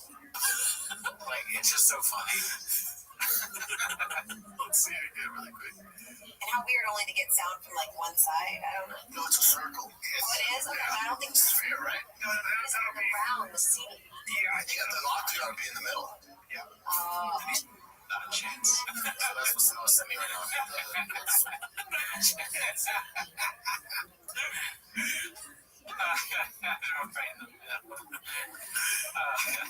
Kind of like that layout for us. It's not in the middle. So this is like the main area. So weird. That's very strange. Is it strange? I don't know. It is really weird. Oh, it's weird? To me, it is. Okay. Because, I mean, you're used to seeing, like, UFC events where it's 360 view. Oh, right. Yeah, it's not a chance. Yeah, you're right. It is in the middle. Oh, yeah. Like all sporting events, yeah. How terrified Papa is. He's like, it is going to be it. Yeah, that's good. That's good. I mean, he's traumatized, dude. I don't blame him on that one.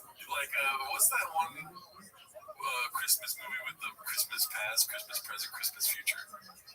Is that the Bah Humbug guy? Oh, yeah.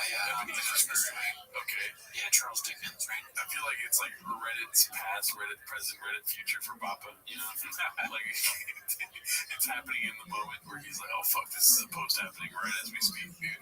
Can you imagine him in that character? I mean, he would never get it. Tiny Tim would be fucked.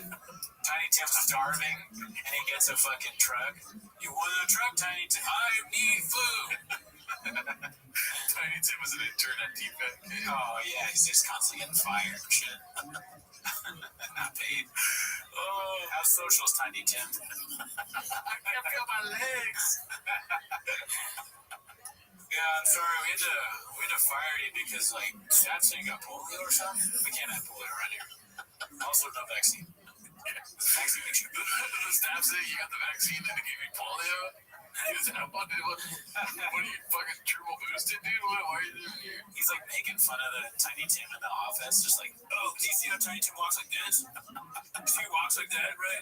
He has polio, right? Whatever, dude. Oh, he's gay? Because polio means gay. Yeah. Or he's like doing a bit. Higher polio makes you gay. Tiny Tim has a neck brace and it's like, I choked out Tiny Tim. Yeah, there's like a video of him doing this, and Tiny Tim's like legs are all in leg braces. Like, hey, sometimes you gotta show your interns, dude. Okay, I was excited to show you this one, dude. It's posted by Sock Puppet with a lot of underscores. Has Big Boy Auto Sales LLC been discussed before? Schlub is listed as CEO. There's reported doing some surface level digging on the truck giveaway when I noticed this. LOL. Searched and didn't see it mentioned before, but we'll delete if it has. As you can see, Big Boy Productions. Big Boy Auto Sales, dude. He started this LLC in April of 2024. Plot thickens, like that one comment said with 3 C's. It's rare. I didn't expect to see an open corporate appearance on this episode. Yeah, I don't know what that means. Is that what this website thing? I mean, is that not hilarious, dude? Big Boy Auto Sales with 2 G's. Yeah, that's how you know it's fake. It's not Shop, dude. It's not. Yeah, no chance. There's not 3 C's. It doesn't have 3 C's. Okay, nice one, dude. Cool story, brother. I wasn't born tomorrow. Dude, Big Boy Auto Sales. That's so funny. There's gonna be commercials of him selling vehicles with Big Boy.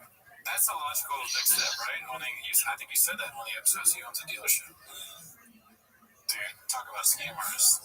Crazy, man. What up, big dog? Anyway, so this is another truck winner giveaway. We already watched this, but fuck it. Confidence Search 8648 posted this truck winner. How can I help you? But don't worry, he's sick of it too. Let's see. One championship. Thanks for having me. Congrats on Mighty Mouse. Look, hey guys, the winner of the Truck Drive Festival gas, we find out either today or tomorrow, so it will be announced this week. I can't wait. Trust me, I'm as sick of it as you guys are, but the winner will be announced this week. All right, kids, that's it. He's furious, dude. He fucking sucks. He has to promote it every week. How can I help you? I'm sick of it. Buy more merch. Yeah, so let's see. This is all right. So this one you were laughing. What'd you do, big dog? Accidentally had the audio playing. Yeah, it's posted by Chin Second Balcony. It's called Drake's Hello. Drake's Girls cover story for Summer Vegas. I'm well, thankfully. How are you? Hello. Wagwan, bro. I think probably. All right. So, I was here before. More holiday? I was here before. Goated holiday. Are you? I was on My wife is. She's like going to Vegas. All right. I don't have jobs. No. Oh, he told me. What you say? I don't have jobs. I don't hire people. You don't hire people? No, I don't. I help them to get jobs. That's okay. I help with jobs, but I don't hire people. Don't you have friends? I need a job. Like, I need to get paid. Serious. Okay. Do you have a resume? Yeah, that's okay. I don't understand. Like, sorry. Why Do you have a resume? Resume? Yeah, I do. I've created one. Okay. I do. Have you sent it to any recruiters? Yeah. What do you say? Have you sent your resume to any recruiters? Have you sent your resume to any recruiters? No, not yet. Okay, what are you waiting for? Well, those are the people who have jobs. What do you say? Sorry, this guy like. Sure. I don't. What do you say? Sorry. Recruiters are the people who have the jobs. So if you need a job, why haven't you sent your resume to a recruiter? That's what I would do. I'm not saying what she's gonna do. I'm saying I'm like, I'm actually sent people like I sent some people like I haven't seen job yet. Not people, recruiters. Not people, recruiters. Why haven't you sent your resume to any recruiters? Yeah, I did. Okay, you did. And did they interview you? Yeah. They try like I've gone for some interviews like it didn't work out. Okay, what happened? Yeah, could you just help me with some job? Like I just need a job. Yeah, no, I understand. I don't have jobs though. I help people to get jobs. So what I can do, I'll give you a list of recruiters and you send your resume to them, and then they can perhaps. What did you say? Yeah. Like that was alright. All right. I'm gonna send you a list of recruiters. Yeah. God bless. Yeah, just one moment. Nigeria though, like. Yeah, these are Nigerian recruiters, dog. Yeah. Thanks, dog. Yeah, God bless. All right, just one moment. Wait, is it what do you are sending it? So I've just sent it already. Did I send it to you already? Yeah, I sent it already. All right, did you apply? Apply? Like I told you already. I told you I've applied before. They didn't accept me and stuff like that. Okay, did you apply for the 5 places that I sent? You said you were just helping me and stuff like that. I just need some kind of glue. I understand. Okay, so I sent you the list of the 5 recruiting organizations, right? Yeah, you did. All right, did you upload your resume to them? I did. I've uploaded my resume. Okay, when did you do this? I did that like let's say last week. Friday. Okay, well it's only Monday. You got to give them some time. It's only Monday. You've got to give them some time. They don't just hire you immediately. It'll take a week or 2. Oh, they fire people. They hire people, yes. Oh, okay. So I will be part of the lucky ones that get the job after the fire. I mean, it depends. Did I also send you? Did you create a link tree? Yeah, I did. That was the best thing I did. Okay, excellent. But the platforms are no like join them. They're so good. Okay, well, don't be lazy. Listen, don't be lazy. Create the 30 different social media, connect it to your link tree, and then when you're done with that, come back to me, and I can help you with the next step. Alright, I'll allow you to say, I'm coming. Let me upload my link tree. Okay. There should be a segment of this podcast called Guess Joe Rogan's Yeah, coming. Thanks, bro. I think it's probably God bless you, Rabbi. You're welcome, big dog. Jesus Christ. I was like, wait a minute. He's at least 5'5", right? Let's see. So, without the shoes, though. Without the shoes, I would say he's probably a 5'4", 5'3" and a half gentleman, dude. What do you think? That sounds about right. 5'4". I would say 8 inches. Okay. He definitely has a big dick. But I don't know about that. Let's see. Oh God, what's happening? Okay. This one's posted by War Mode. It's called Remember When Big Gulps Were a Personality Trait. I get it, B. No, we are all into the truck giveaway saga. But I just remember when Brent tried to push soda as a lifestyle. That's all, kids. Love you. And in his bio, it says comedy podcast, whiskey, big gulps. That's like something that'd be on your profile when you are, 18 to 20, middle school or something. Or middle school too. Like when you can't get a big gulp, like you look forward to a big gulp because you can't drive to go get the big gulp. You know what I mean? But as soon as you drive to get big gulps, you're like, oh, there's way better things than this. There's titties and ass out there and stuff.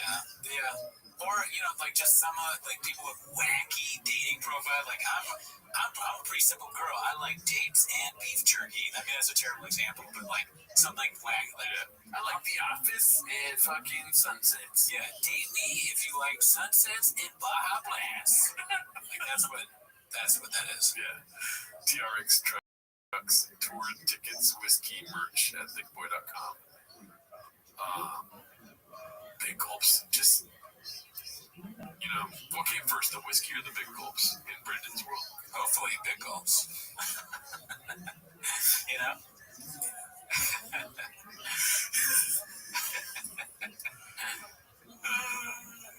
Whiskey coming first near prom. Yeah, we got an alcohol prom now. What's that joke? Some comic has a joke of, John Mulaney, the McDonald's joke, where the dad just goes to McDonald's and gets one coffee. Oh, yeah, that's a good bit. It's like Brendan Schaub being like, Dad, can we get big gulp today? It's like his McDonald's is getting big gulps. Yeah. He gets himself a big gulp. They don't get a candy bar. Sorry, I didn't pass. I took a fucking big gulp earlier today, dude. 7-Eleven, you have it your way. We should definitely get big gulps for the next show, dude. Smart idea. I'm down. All right, so we got one more clip, rather. It's always a sad time when we're ending the show off. I wish we could do 10 minutes all day long, dude. Yeah, but it's at 9:30, so. Yeah, true. Oh, fuck. 30 seconds. 29. This is called Hey Mark Whiskey. It's Yes, sir. The post is called Brendan showing us all his 32 at ACT best brains. How can I help you? Yes, go ahead. Go ahead. I'm back. Okay. Did you connect all your social media? How many different platforms did you connect to? The platforms, like I've met you before. You told me everything. You said you're going to send me some list of people after they fire them, and I just need this money for real, seriously. Look, I sent you a list. I sent you a list of recruiters. What you told me, let's be real. You sent me like 27 platforms to join. Like, what the hell? Seriously, like. Listen. The link tree already. Okay, listen. If you don't connect those, I can't help you. Yeah. You like. You said you're not paying me. Let's be real. Like, are you giving me money? Like, my man. I'm going to tell you this. I help a lot of people. I am not going to help you with this attitude.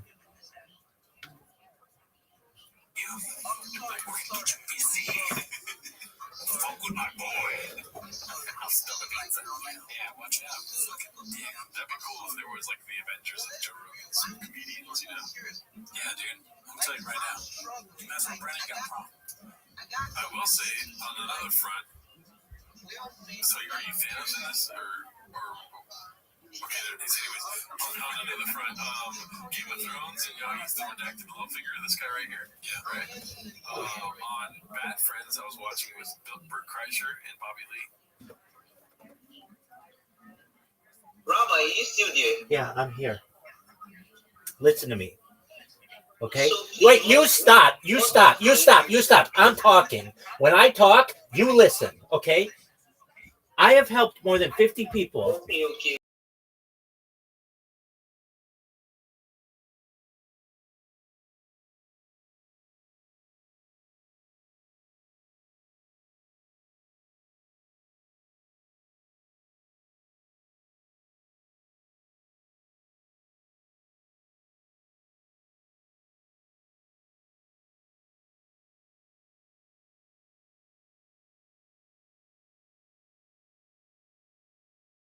did, I can't help you.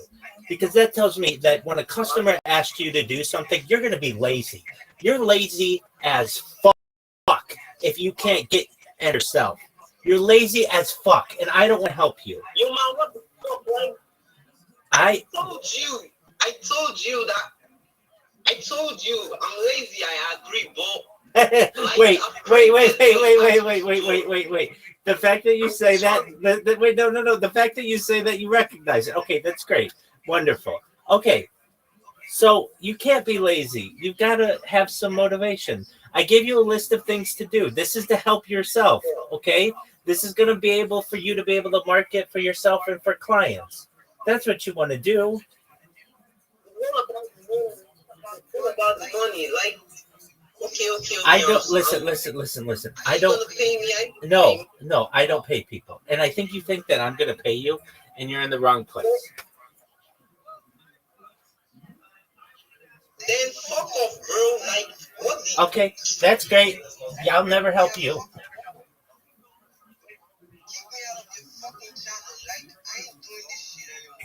And Bobby Lee calls Bert Kreischer Robert Baratheon, dude. Oh, that is a great. Yeah, fat drunk guy. Yes. Guys from Flying on the Horse. Sounds like Bert. It was a great catch by Bobby Lee. Does he watch the show? Who knows? Maybe. I mean, Tiger Billy does finance most of our shit. I mean, yeah, that's why our sponsors, Bobby Lee, right there. Thank you again, Bobby. You couldn't afford the camera without you seeing these cameras. We took your money and we gave it right to them. Yeah. All right, everybody. Hope you have a great week. Bye.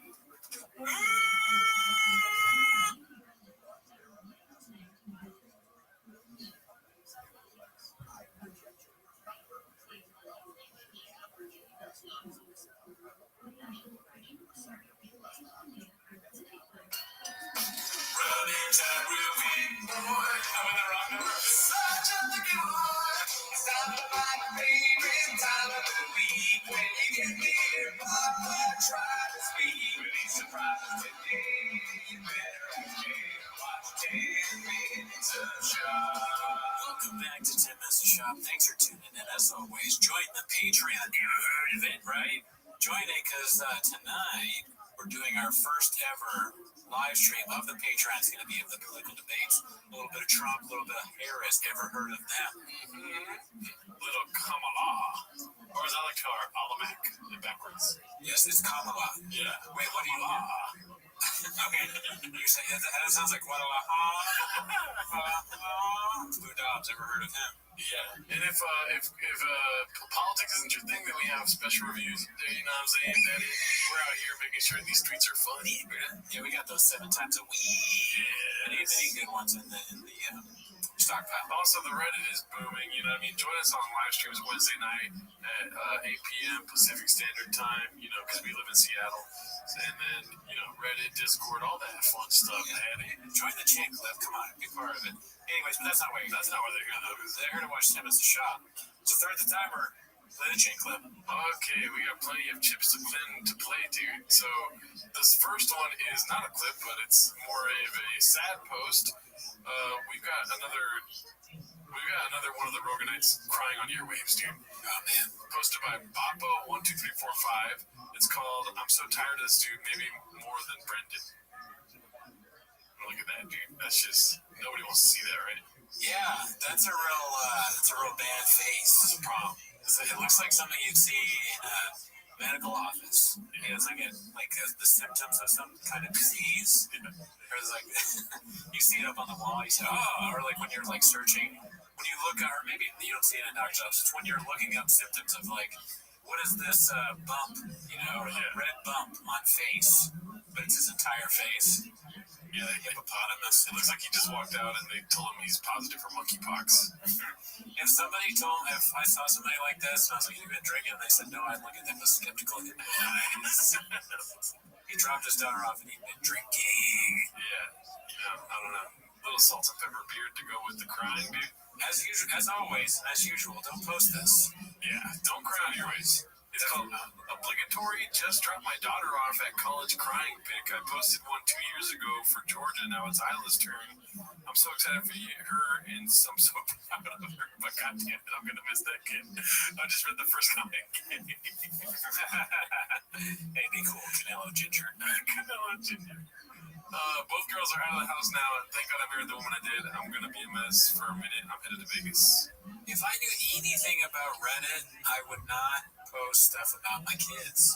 Right? Yeah. Don't do that either. Yes. No. Yeah. Great idea, dude. Good thing you don't have children. This one's posted by True MMHS, I believe. Never forget that this guy is genuinely a piece of shit who views poor people as lesser humans to himself. He is an untalented, unremarkable garbage. That deserves all his failures and humiliation. What do you think about that? Just that title alone. Well, I remember this clip well. This is the one where he talks about homeless people. I think it sums it up pretty good. Yeah. It's a little harsh, but Papa made me feel like. Yeah. Is that your takeaway, dude? This is a new joke. I actually have inside information from T5K. Okay, you're absolutely right. Shout out to it as well.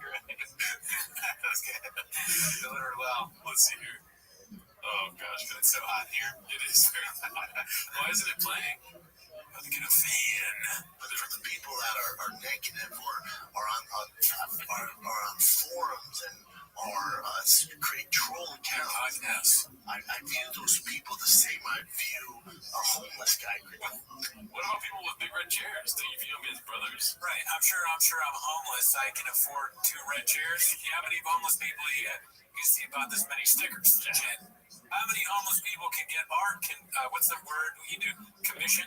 How many homeless people can get art commission? And this is not me hating on homeless people. This is not me hating on homeless people. How many homeless people have bobbleheads, dude? Not agree with everything you said. Yeah, look, I mean, you can't see these cameras. Yeah. They're pretty good cameras, okay? Yeah, dude. So, watch your story, bro. Watch yourself, Shop, Scoop. Oh, fuck, it's not playing again. Critiquing my art or critiquing my art. Yes. They do not matter. It literally does not matter. He's like a seething cope or whatever. This is seething cope. The guy with the face in front of me. That's what he is. This is the evolution of the C-Clamp too. At first he started praying for Jesus and stuff, and then it slowly turns into this. Not unlike Mr. Doom. Like, I'm sure Mr. Doom was at one point a good guy. Yeah. He fucking got the great thing. He put on the mask. Yeah, until he met Superman. His heart went like this. Who would go out of their way to create that account or to live in their mom's basement or whatever job they're working could not even fathom the amount of work it takes to pull off something, whether it's a set or a good podcast or a business or merchandise or, it's just, it does not matter, and I hope my son, I hope other people, they start to discredit those people even more. Because the type of person that were to go on YouTube and not leave a negative message, to even create an account to be that way is, I don't associate with those people. I don't know those people. It does not matter to them. To when people lets that affect their mood or their life, it's mind-boggling. We've talked about this before, the zebra head. What is that about? Oh, yeah, I had no idea. It must be someone else's podcast, right? They got zebra decorations. Somebody's drinking an oil can behind it. It looks like RoboCop's drinking an oil can. It's a taco. Oh, man, I missed that. I don't think we've ever fucking seen comment on that before. That's very strange. Drive fast. Okay, Daddy. The superhero is drinking. Oh, it is RoboCop drinking because I guess he's a robot and they think he runs on gas. He runs he runs on gas just like all things good. Yeah. Drive fast on gas. RoboCop obviously did. I'll know that. He's not doing electric cars. The zebra has an Oscar, which is something I hadn't noticed until now. Yeah. Did you notice that before? That zebra's looking homeless as fuck, though. He's not happy at all with what Papa's saying. It's pretty corny. Yeah, the zebra's more like a skeptical boy. It's corny to have one of those fake small Oscars in it. A little bit. I don't get one on that. Yeah, we'll probably have some volcanoes. What I noticed about what Papa was saying is that he is talking about being proud of merch. And I'm not sure if I would ever be proud of merch. I'd be happy if people bought and they liked it. Maybe it was really funny. But so I'm, doing the thing where I say one thing and say the other thing. But how could you be proud of something like this? This is poor quality. Yeah, it was very sweaty after I took it off. It's been washed in. Yeah. But I mean, it's just not very good quality. They sell it for like half off of half off. If you buy things. We bought the golden jackets. Yeah. Somebody commented, you idiots aren't even wearing the golden jackets. Oh, dude, it's so hot in California, or say Seattle. It's 100 degrees where we are. I have the AC blasting. It's 10 p.m. at night, 100 degrees. Yeah, dude, give us a fucking break. I told you too. As soon as we bought the jackets, I was like, this is the worst time to buy the jackets. It's the middle of summer. Yeah, I guess, but I mean, they're the best jackets we've ever had. And then you were like, should we do it? I'm like, yeah, dude. Yeah, I got some more information in it. Can it be the same as a cat creator profile? That's a good example. Who cares? That should make me laugh so hard earlier, dude. Even a homeless guy. That's right. A homeless guy was just creating a profile talking shit. It doesn't matter. Right? Because they're all the same. So. Yeah, dude, I don't know. Anyways, I like how these old chins get reheated and are like the most liked things on that week, Yeah, I mean, the classics, everybody likes the classics. But let's go to something that's happening currently. This is posted by Active Paprika 51. The shop shutdown is coming soon. Oh, this is not me for the comments. Brendan Shop is just as informed about what Jiu-Jitsu needs as he is about driving trucks. Let me guess, you have a purple belt and got it all figured out. Bring your fat ass down to LA so I can, quote, inform you. Let me know how it goes for you, big guy. I don't understand the logic there. If he comes down and he sees you, why would he have to let you know how that goes? Yeah. Wouldn't you know? You beat him up, right? You beat up this guy who did an internet comment that's not even really that mean. Yeah. And then he responds with, no need really. I already saw your match with Cyborg and your post-match analysis trying to defend your wasting of everybody's time, big guy. That sounds like he hasn't had his big goal. Yeah, that's a man. Because That's a man who had to rush out of the house, didn't have time to stop, get a large Dr. Pepper. This one's supposed to be by the Dirk Fiddler. It's called Brendan the Dirk Fiddler.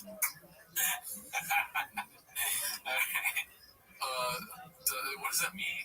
I don't know what the Dirk Fiddler means. It just says the way you said it. You're like, all serious. Like this next one's like the Dirk Fiddler. Like there's no comedy in your voice. It's supposed to be by the Dirk Fiddler. It's called Brendan's response when I said he is on Ozempic made me laugh. He also made it so I couldn't tag him immediately after saying that. LOL, what a soy boy. He also says, couldn't get your shit together. I mean, I'm not the one using peptides to get my shit together. LMAO. Goddamn. Let's see here. So, looking lean, brother. What's the new diet program? Lots of running, keeping up with the kiddos, good protein, and peptides from HRT. And just end this fucking weird plug for some random company. Transcend HRT. You mean Ozempic? And Brendan laughs. I think this is the next slide. He laughs and says, Ozempic makes you jacked? News to me, but a ton of soy boys see a dude in shape and chalk it up as Ozempic because you can't get your shit together. LOL, I get it. I get it. That's so funny. He wrote all that and he's like, got it. Post. And then this guy responded, I wouldn't call you jacked by any means. Skinny and Ozempic looking for sure, though. Isn't it funny how there's random people getting mad skinny right now and they're upset when people suggest it's Ozempic? Yeah, I mean, well, if I got like super jacked, they're like in really good shape, and someone was like, "Oh, Ozempic," I'd be hurt too. Really? Because people say that I'm on Ozempic when I lost weight. It's like it's just not true. But I don't need to like. What need do I have to make them know the truth about how I lost weight? I just drink great energy. Yeah, you didn't drink Ozempic. I got some inside information, man. You're completely right with that. No, I guess I don't know. I don't know. I see it both ways. It makes you look like you're using Ozempic. Well, here's the thing. You obviously are not taking Ozempic, so that's why it's not a big deal, right? Like, there's just like I don't know when people say you're on Ozempic, they're kidding, right? I think that's what I'm saying. Yeah. But like, I think people really are saying the shop is on Ozempic. Yeah. Right? I mean, like. Yeah. There's also a difference. If I was taking Ozempic and people were accusing me of it, and I wasn't really addressing it, you know what I mean? Yeah. I'm not on earwaves saying Ozempic is fucking for stupid people like he is at the golden hour. Oh, yeah. Did you say that? Yeah, there's a time right before he got skinny where he's talking shit about people on Ozempic. I don't understand why anyone would care that someone's on Ozempic to begin with, but I do think it's ridiculous to go on it and then be like, what? And especially after you've been insulting it like you just said it did. Like you saw Nikocado Avocado lost all that weight. Yeah, I did see. I don't know who that is, but I saw the post about it. Yeah, he's on Ozempic. It's just a thought. It's not like a indignation or what is it called? Like you're not fucking accusing him of a crime. Right. It's not a big deal. I mean, here's the thing. If a miracle weight loss drug comes out and you're not taking it, you just lost 200 pounds. You know what I mean? Yeah, probably. But here's the thing. If I were on Ozempic because I needed it and it made me skinny, what I would do is be like, you gotta take Ozempic, man. Yeah. I love this shit. It changed my life. I got laid now. Exactly. Like if someone's like, yeah, you're on Ozempic, I'd be like, exactly. I said it in the post. Read the details, Jen. What's the percentage chance that he is on Ozempic? I'd say 60-40. Yeah, it's at least that. I don't know, man, because like I know that he lies, and I'm supposed to just not believe anything he says. But it's so crazy to lie about that. To me, I just don't understand why you would, especially going this far. There's so many things he lies about. There's so many things that he hasn't met Adam Sandler apparently, and he said that so many times. That's true. I don't know. Maybe I just have too much faith. I'm too much of a fucking homer. I'm a sucker for everything. Well, I'm falling for Shab again, dude. He's bringing me back in. This one's posted by David Duke Newcomb. It's called Big Brown Destroys a Giveaway Casual in the comments section that he never read. I like that he's responding. That's good. Yeah, define good. Let's see here. Made for us. You're right. There we go.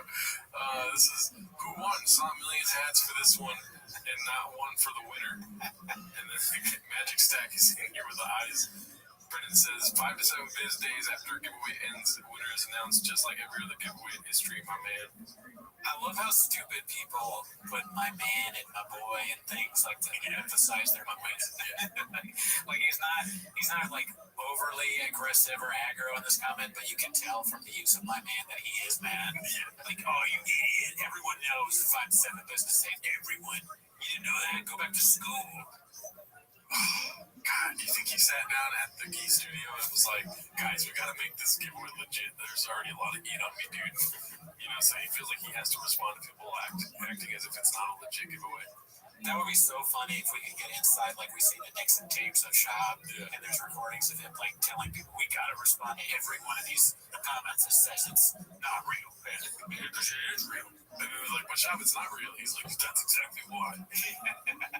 Also, just the 5 to 7. I'll never forget how funny that is. That is so funny. It's been 5 to 7 business days. We still don't know. Yeah, but he's gonna make content. People are just being assholes. He's gonna do a podcast. Here's the giveaway winner. Right. It's like in 5 to 10 months after they film the episode of Drive Fast All Gas. Yeah. Episode 4. Yeah, we forget. Like 10 minutes of content takes 6 months to make. I'm just pissed off that I didn't win the truck. You don't know that, dude. I know, but if I did win the truck, I'd already know because he's filming the episode, right? He'd have reached out by now. Yeah. What if it's in my spam? If I check my spam message and there's a thing from Shab in there, I'd self-harm. I'm not gonna do that. I'll do it later. Let's see what this one is. It's posted by Confidence Search 8648. It's called The Intern Looks Like She Smashed a Bottle of Batch Number 1 on the Chris Calabas this morning. I will say, it's not a good look for her, dude. No. It's hardcore, dude. Started to undanger kids. Fuck you. I thought this one was kind of cool. You don't really see a lot of people that still work together after all these years. If I told you right now, 30-second pass, you could say the N-word. You can say the N-word. I don't know what she's saying right now, dude. But yeah, Chin's face is like, what's that smell of fucking? I thought we got rid of all the tiger thing. Years, but if I told you right now, you got a 30-second pass, you could say the N-word. Go. Tony's being said it live. Like the people on there, like that. That's where I take my kid. Yes, this is where we're at. Every week. Oh, it's real. What what if it's just as hot there as it is here? Was it filmed this week? Probably. So they're just as fucking. That's why they're all in shorts. They're just as tortured as we are. Or she's drunk as fuck. I mean, we're not drunk, but yeah, she seems drunk. She seems drunk as fuck. Drunk and hot. Yeah. Figuring. Or I mean, literally, not figuring. Let's see. If the Hells Angels are going to do this, they're not going to announce it. They just show up. Yeah, this begins circulated. I don't know if it's real because Hells Angels are like, you guys are killing it. I've seen it. Really? He looks like great. Now, I don't know what his hours like, but for when Kill Tony, he's leaning forward. He's so fucking funny. That's great. Oh, it's very different when he's doing his actual stand-up versus when he does the real stuff. His stand-up is really awesome. Also, that Cam Patterson guy saw it. Makes you just smell their fingers. His stand-up is really awesome. That Cam Patterson guy saw it. I saw him yesterday with Nick. Oh, he's so funny. So Nick got me tickets to him, his girlfriend, and Kev from Golden Hour. Subscribers. Additional NFL Plus Premium terms at NFL.com/terms. Did DraftKings pay for that? I know I always ask that, but like, what the fuck? Oh yeah, well, that's a whole nother chin for later on. It's a weird ad read. But what would you do if I came fucking smashed to the podcast? Oh, I'd be so worried because you're sober. Stories, you get the wrong stereotype about it. You don't have to be sober. The quality would go down so bad because I don't know how to do anything. Me be drunk. I mean, you drunk is probably better than me sober. Instead of the intro with Brandon Chop's face sliding in, it's time for my face. It's just me shotgunning beer. That song is playing, but it's your meltdown. Welcome back to the podcast. I don't know what the fuck that ball ass was. Just telling me bullshit. I don't even listen. Hey guys, just see on live chat. There's no live chat going on. Can you in fact make yells in the chat, please? Let's see here. Okay, so we watched this on the live stream. We stream every Wednesday, if you're wondering. It's called The Civilian Looters Elect You Upbeat, posted by Jabronified. You know, we already said it. Yeah. So he's been looted, and I guess thieves just come in and take whatever's expensive and just fucking walk out with it. This is crazy. Hey guys, I'm here at my a couple days ago, legendary comedian Rick Crusher. You know the guy who does that one show where he takes his shirt off? No, the guy, what do we think of next? What do we think of next? Man. Blank comedian just become like a fucking art form. This guy's got it down. He knew exactly how to get him. I like how his headphones are taped up. It's horrifying by how bare the shelves are here, right?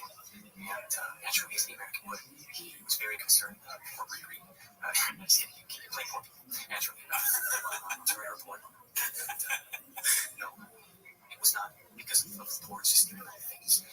It's because we're in the 80s. Closing stores there. In the process of filing for bankruptcy. And of course, they're scaling inventory. And as a genius to figure this out, but for pressure. So, please think critically about the wife and his hard going yards and just slapping up nonsense given to us. And the Joe Rogan experience. Yeah, please just care more about your things.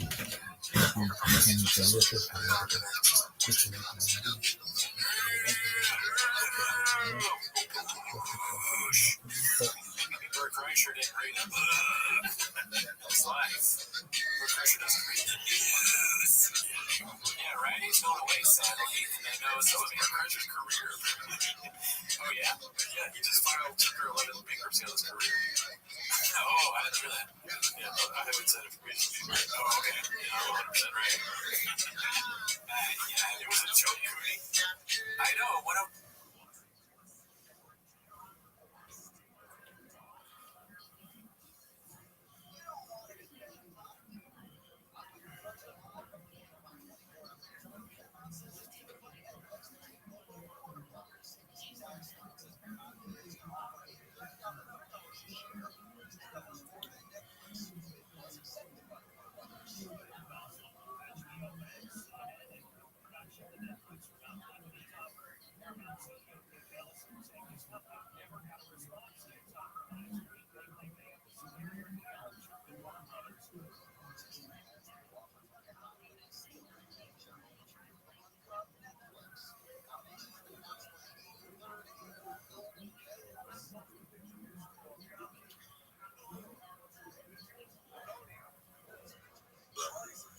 as low as $100, yeah, you stand a chance of earning about 15 to 20%. So that's like 15% of $100.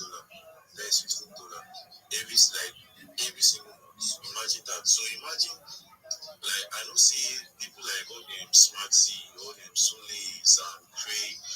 They are going to put about 1K dollars to be earning up to 100. Okay, you gotta reflect me.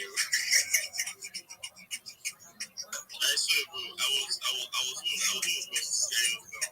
Like, how's how? When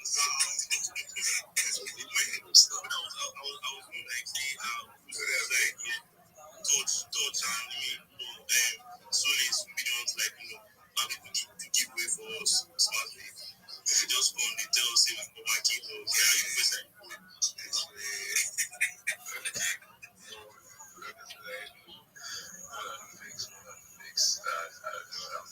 so yeah, I really don't understand Charles. There's also Nigerians.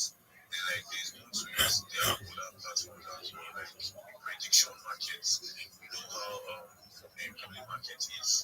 So Nigeria also has a prediction platform for that. They have generated over $2 million in volume through them, just through the prediction market, over $2 million in volume.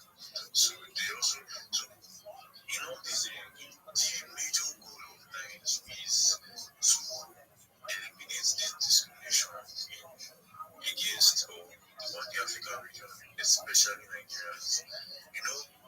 Some of us, I'm not saying most people, like some of us in the job space, West region, maybe you are looking for a job, you have the skill, you have what it takes, you can do it, you are ready to put in the work and everything, you have the passion. Once you are chatting with the days now, and you just say, I'm from Nigeria, some of us, instead of saying I'm from Nigeria, we'll say, I'm from the GMT plus one region, I'm from WET region, we don't want to talk Nigeria with the shape. So all those kind of stuff, instead of like us hiding, we don't have. Sorry, check the alright. Yeah. So through the Night Link, is going to be a jobbing platform actually, where they on their own are going to connect with companies. So this like I said earlier, it's an ecosystem. So these platforms are technically connected. So through the Night Link now, which is a jobbing platform, you are going to have to take courses on 90 Lane, which is a learning platform now, whereby they have courses for you to take, like crypto courses, Web3 courses, info.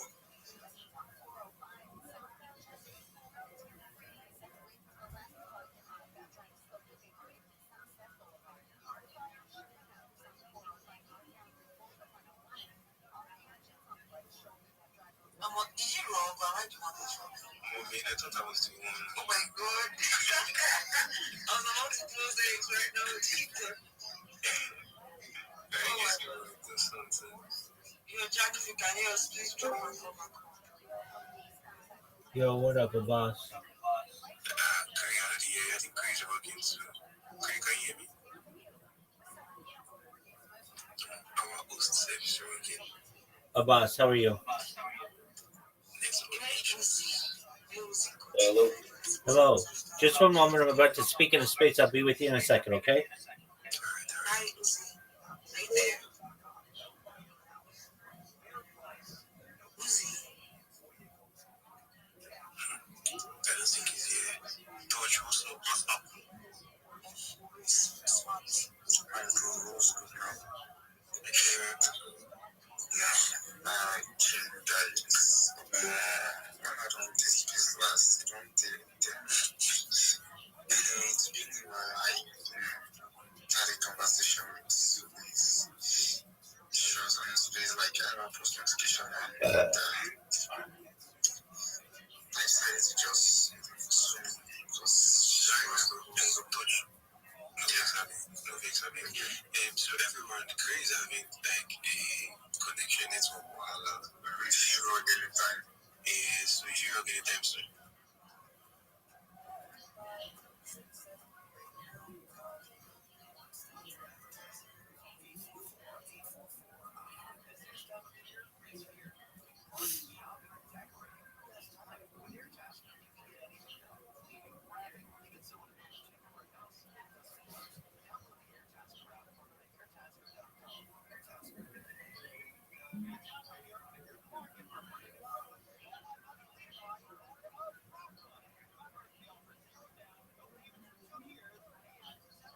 I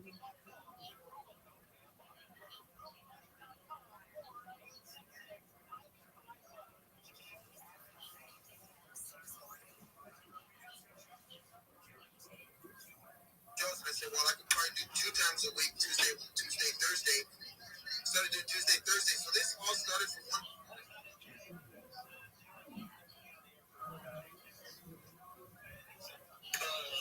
I don't know what the floor is at right now, but it was looking pretty healthy the other day, so I'm not going to look, but I'm assuming it's all good.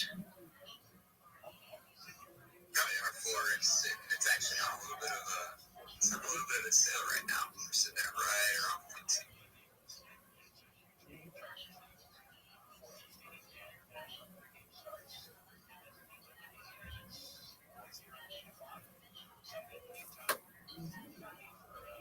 Over my head, dude. And I was doing another joke, but I pretended to be Joe Rogan. Keep with me.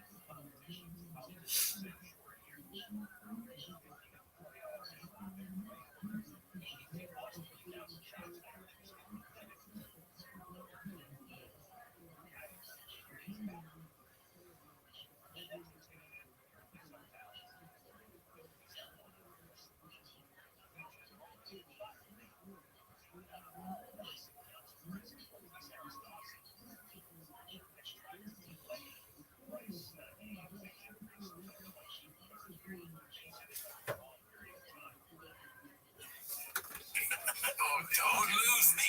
We're deep in the Papa first, dude. Yeah, we don't know what's real and what's not. Yeah. Anything else about Rite Aid closing down, dude? I mean, the full clip where he says that he used to hang out there all the time, like all day long, I just think that's so strange. No, that's bullshit. There's no way. What do you do at Rite Aid? Okay, so you're walking around, you're looking for a drink or something like that, or maybe some snacks to bring home. You go to Thrifty's and get some ice cream. That's at the most 30 minutes. Yeah, you gotta go to get your prescription, waiting in line, that's longer. You know what I'm saying? You get your prescription, you take some fucking Addies, and then next thing you know, there's some baddies that walk in, they're just chilling at the Rite Aid too, and then you gotta get deodorant. That's my number one place to go to get deodorant is Rite Aid. Okay, you know what I mean? And then you go to Thrifty, like you said, get a bottle of water, bottle of some motherfucking tequila, dude, right? And then next thing you know, you're there for 6 hours. But that's all gone away now, dude. That is an interesting. I like the way you map that out. But can you imagine seriously?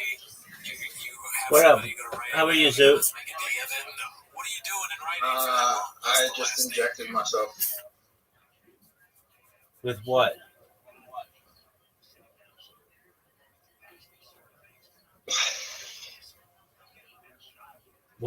Would you inject yourself with the cock? Yep. Wait, what did you inject yourself with, dog? At the soap. With what? Soap. What the fuck is soap? What is soap? You just injected yourself with soap? Yeah. What does that mean? Means I clean myself. Dog, did they not speak English where you are? What in the fuck are you saying? I don't know. I'm Rabbi. How's your day going? Amazing. Are you ready to lose? Rabbi. I asked you a question. Yeah. Okay, do you want an invitation? Rabbi, this time last year I was rich, now I'm poor. Fucking sucks. Shit happens, baby. Was it all because of Dog with Hat?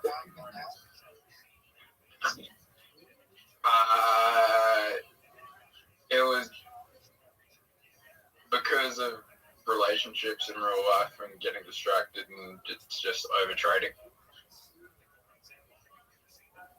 And getting braided. And having mental breakdowns. Okay, was it because of that girl? No. Okay, well then what did relationships have to do with it?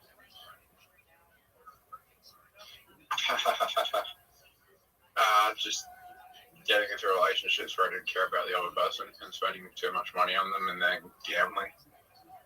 It's degenerate.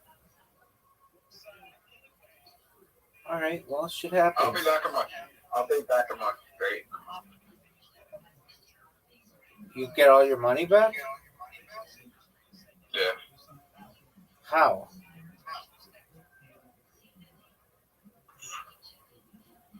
I got a plan. It's gonna take 6 months. Okay, well I thought you were gonna be back on your feet in a month. Yeah, it's okay. Okay, are you ready to lose or no? Nah. Okay.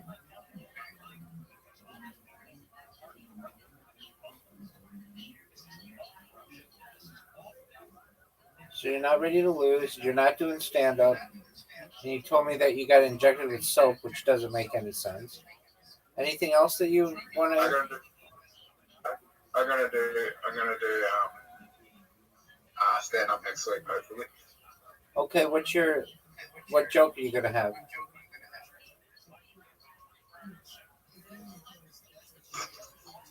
About going on an orgy. What about an orgy? Just about something like an orgy. Okay, what's your joke? What's my joke? Yeah, that's what I asked you. You ever got on high, Rabbi? No, wait, you ever gotten high? At an orgy and you couldn't get it up? That's your problem with everything, Zoo. Sorry? That's your problem with everything. You ever gotten high at an orgy and you couldn't get it up, and then you just like, oh, fuck, why are the girls here fucking black dudes? This is not good. Oh, that's going to be your joke? No, not like that. Okay, so what's your joke? Here's one of my jokes. I went to everyone I fucked at the orgy. I asked them what they did, and they all said they were mental health workers. So it's like, if I need to check into the mental health facility this week, which is very likely, I can't, because as soon as I get there, I'll be like, yeah, this chick likes fucking black dudes, and that's all I'll be able to think about.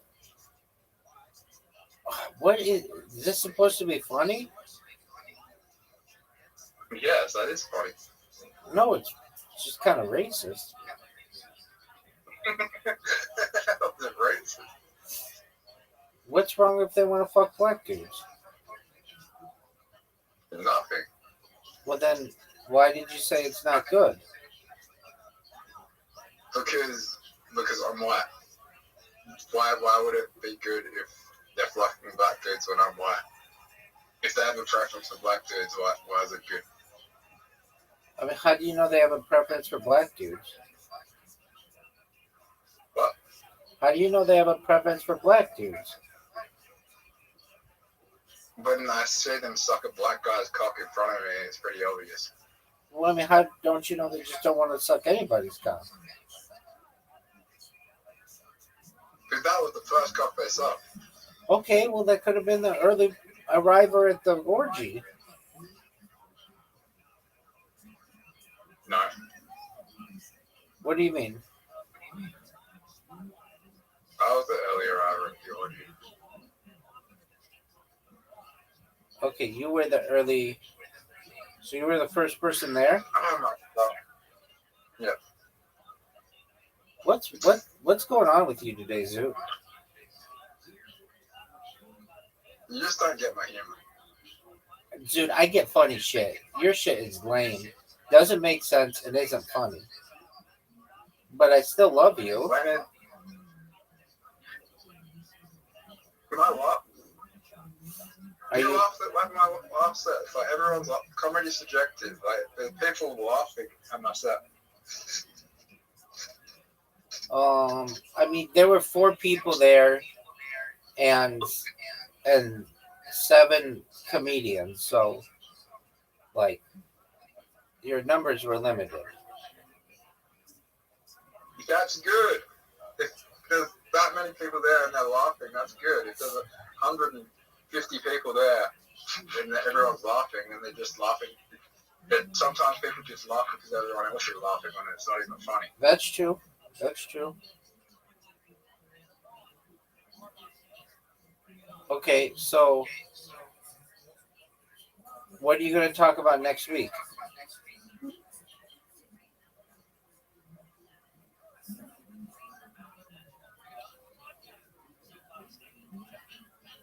What are you going to talk about next week?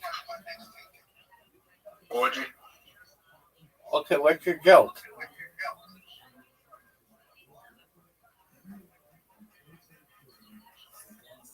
You ever fucked a fat chick at an orgy and then she's like, and then then someone says, oh, there's pizza, and then you got to stop, and then you got to be like, oh, well, I have the munchies anyway, so this works out.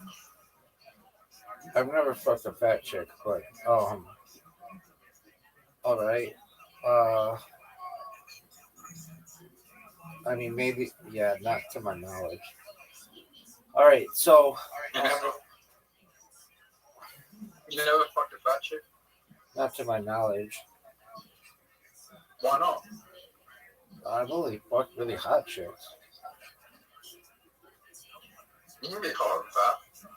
Yeah, I know, but these girls were just like generally all in shape.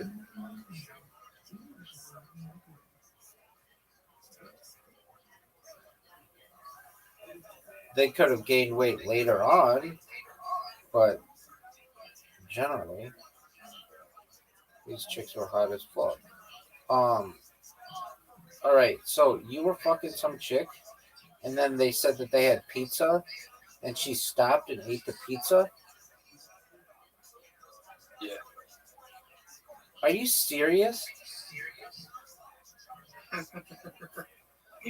You are serious. What kind of pizza was it? It was all sorts. So it was a pizza party. Wow, that's like depressing, dude. So you're banging this chick, you can't orgasm, and then they say, "Hey, we've got pizza," and then she's just like, "All right, well, it's pizza time. Peace." Yeah, but I had the munchies anyway, so I just went downstairs and had pizza. Okay, so how could you turn this into a funny joke? The fact that you have munchies isn't funny, but it would be like, here's what. Now this is funny. It's very self-deprecating, but if you want to go with something funny, it would be: have you ever been in an orgy and you've been fucking a chick, and you're just about to come, and they announce that there's pizza, and I messed it up. Okay. Have you ever been so bad at sex that you're at an orgy having sex with a fat chick, and they announce that there's pizza, and she immediately gets up and eats some. That's kind of fun. Yeah, it's not bad. It's depressing. But, I mean, it works. I'm depressed. Okay, well, I would be too with as shitty at mini golf as you are.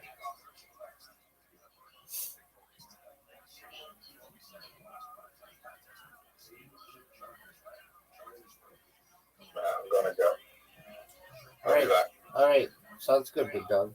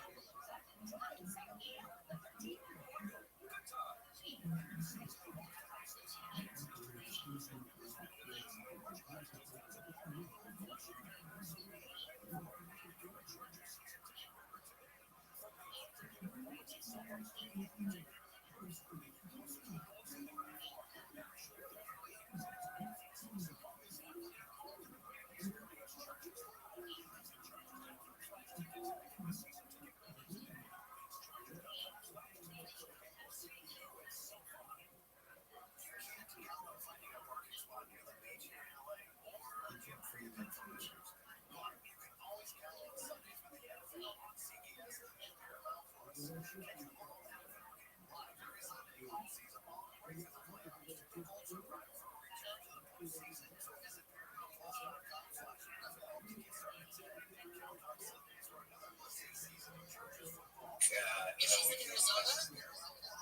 She's in Arizona, so here's what happened. Get out of here. She's on the border of Phoenix and some other high-end golf course city. I don't know if it's out there. Maybe. And then she, and then okay, you're not coming back, but when are you going to start going to this business analytics? She's really good with numbers. Well, when are you going to get into that field? She's like, well, Dad, I've been working at this job for 4 years while I'm in college. I'm going to try to get a house before I quit the job because it'll, for the credit check. Okay, so she bought her first house this year at the age of 23. So big shout out to her. Yeah, congratulations to her, man. Definitely. I've been supporting her with every week while she was in college. Didn't know she was working. But I guess now we know where she got the down payment. But this was the plan here, Chrissy. When she got her house, I didn't know it was going to be this early. Why? But I've always told her, look, I'm going to help you out every single week. I'll send you some money so you don't need to worry about it. But when you get a house, I want a little shack in the backyard so I can come in there and just retire and do my stuff. She's like, yeah, no problem. That was the plan. So she sends me the video of the house that she bought. I get all excited. I'm sitting there watching the video. It gets to the backyard. I pick up the phone. I go, honey, there's no backyard. There's a fence and that's the desert. So, Dad, don't worry about it. We're putting your room on top of the garage. I hang up the phone. More excited, man. The room on top of the garage. Why did I think about that? I go back to the video, pick up the phone. Honey, you don't have a garage. She's only going to build one. I'm like, what? So I got to wait for that. California puts an elevator on there. California, actually closer to you, California than I am to her in Arizona. No, I live in Arizona. Oh, you're in the border somewhere? Yeah, I'm right on the border of Nevada, like 15 miles out of Nevada. So she's about probably 8 to 9 hours away, and depending on where you're at, California is probably about 6 hours away. Yeah, I'm 6 hours away from her, from here to Phoenix. I'm in Orange County, California. So lower California, yeah, Southern California. Yeah. It's pretty. I'm only an hour and a half away from Vegas, just so you know. Yeah, I did my little thing in Vegas for a while there. We used to love to do it down around weekends when we were in our 20s, early 30s. Now I'm going to have to. Definitely anything in LA, definitely anything in Vegas because it's so close by. It's 6 hours and we do it nonstop from here to Vegas. Usually it's a 10-hour drive because I have McDonald's stops. Restaurant stops, folks. McDonald's stops. Oh, no. You want to get Cane's? I got to go to Cane's for zucchini. I always stop at Cane's for zucchinis. We don't have that here. Oh, nice. So the best one right now is we got a Burger King. We got a Burger King that just opened. It's open 24 hours. So that's 2 places now that's open 24 hours in the city. It reminds me of when I lived in, this is tech, we were considered a hub city, so people from New Mexico were coming over and stuff like that. And, it was fun. We got next good. Came right back to Cali. I hated living in Texas. I lived on Palestine Lake right outside of Dallas, between Dallas and Tyler, where Palestine Lake is. And I'm like, why would I live on a lake when I can't even go in it because of the water moccasins? I mean, hello. And I lived in Florida, and there's this pond behind where we live, and you can go there because of the gators. So it's like, seriously, hello, stupid. But I did love living in Florida, but I moved out of Texas. I mean, you pull up to a gas station, and the crickets are as big as your feet, and they swarm you. It was so disgusting. I got out of Texas fast. Sorry for all you Texans. But coming from Montana, we don't have one like that. No. No.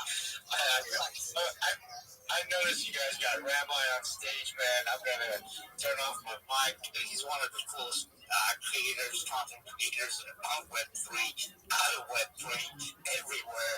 I mean, he's got a cool live stream that you guys might want to jump in and watch. It's hilarious as heck. I've seen a few of them, but I'm gonna turn off my mic. Yeah, I'd love to hear from Rabbi.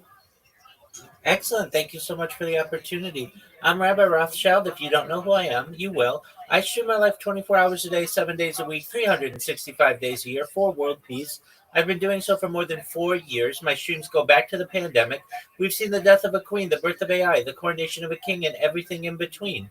This is a real life Truman Show, a real life Big Brother. This is a timeline and a time capsule of human achievement. In the 1990s, Bill Gates coined the phrase content is king, and I'm making it true today. I'm king of the internet. This is the biggest event in global history, and here's why. In 2018, The Economist magazine stated that data had overtaken petroleum as Earth's number one resource, and I have more data archived on the internet than any person ever, which is making me a very influential person. I'm going viral, and when I do, I want to make you, your friends, your family all financially independent if you're not already. I want to ensure that you have generational wealth if you don't already, and I want you to be able to start charities and philanthropic organizations of your own. I'm unlike any influencer you're ever going to meet. I'm not live on one YouTube stream or two YouTube streams. I'm live on over 20 YouTube streams simultaneously, 24 hours a day. You can watch my life in 360 degrees. I even have a ceiling camera.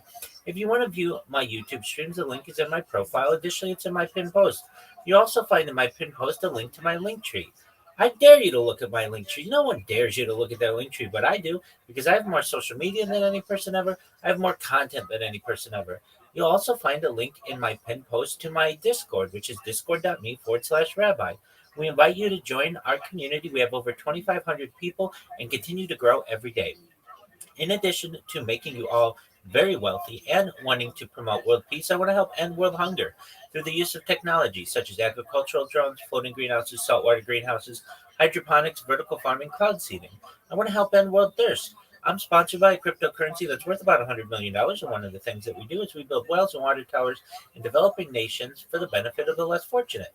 Additionally, I'm an advocate for the Life Straw program and, most importantly, desalination technology, where we pump Earth's seawater onto land to make it drinkable. If you're a reply guy, if you're a Web3 marketer, you're a raider, you're a shiller, and you want a free mentor, coach, and friend, send me a follow. I will follow you back. Send me a DM. I will respond. I want you all to know that I am here to support you both personally and professionally. I'm here to be a positive person in your lives. I'm here to have an optimistic view on the future. And most of all, I want to give people hope. And with that, I sincerely appreciate the opportunity to share.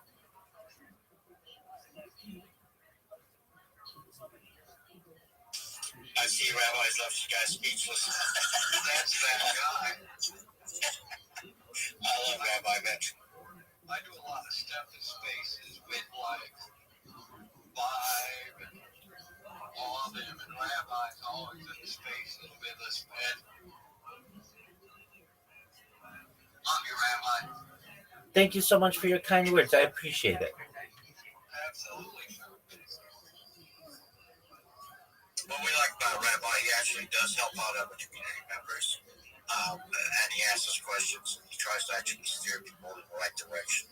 And that's a big thing in this Web3 thing. And we totally appreciate you, Rabbi. We really do.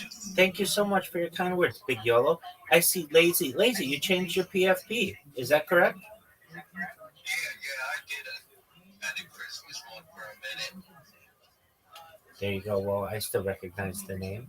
Very cool that you're getting into the holiday spirit, if that's what you celebrate, and keep people on their toes so they always have to keep an eye out for what you're going to be doing in the future.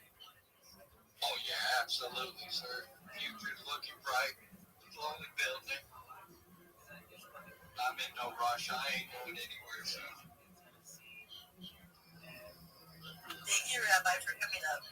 Thank you so much for the opportunity.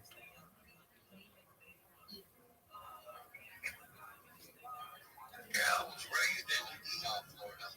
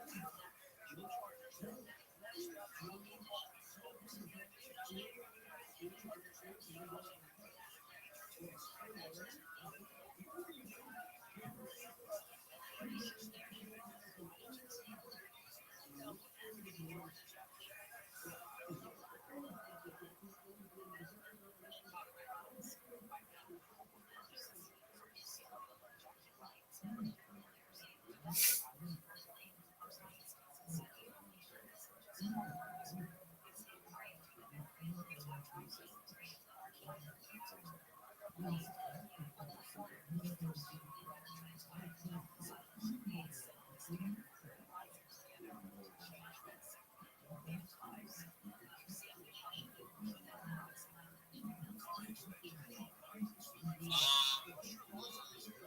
saw that Manuel was here.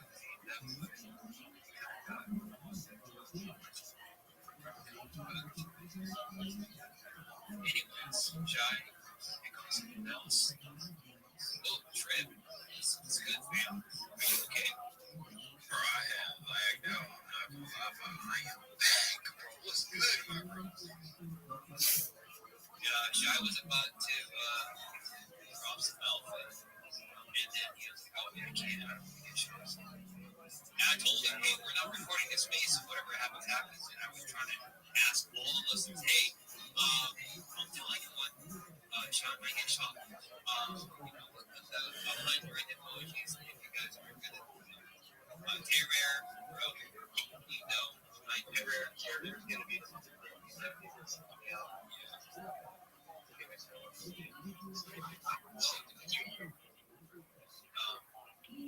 it isn't time. Bro, I won't tell anybody Cyber is secret is safe for me, bro. Yeah, I won't tell him, bro. Damn. Anyone wants anyone has some alpha or anything to share?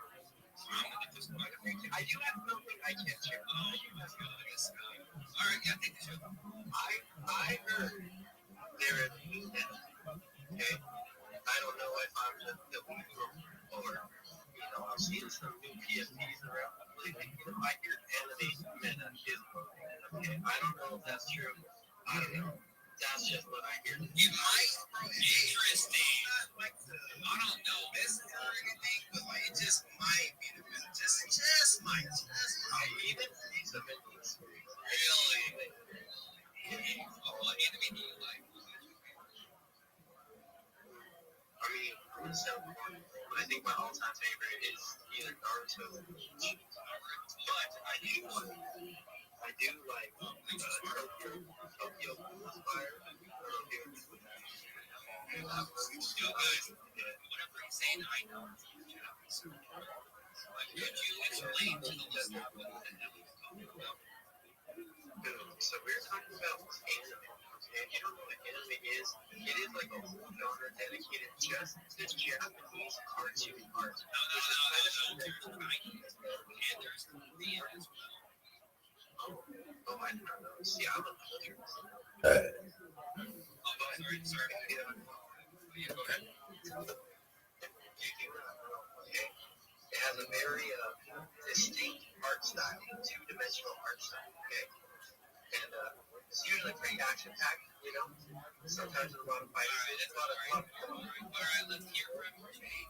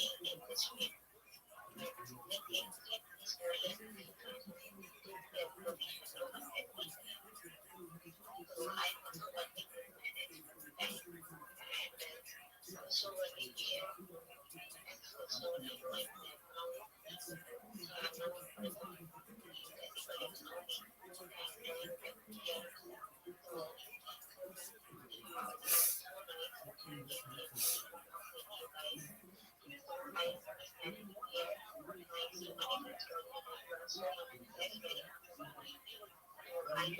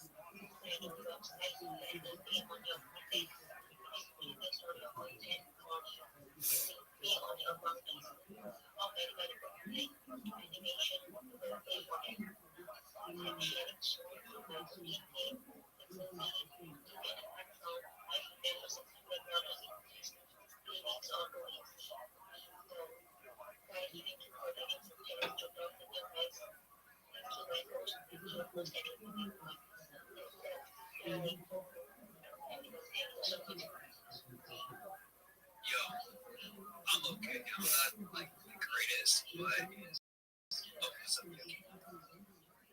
Oh, bro, I didn't want to interrupt you at all. I actually have to jump on a call, so I'm going to jump off, but I just wanted to say, Kubo, thank you so much for letting me co-host for a little bit, bro.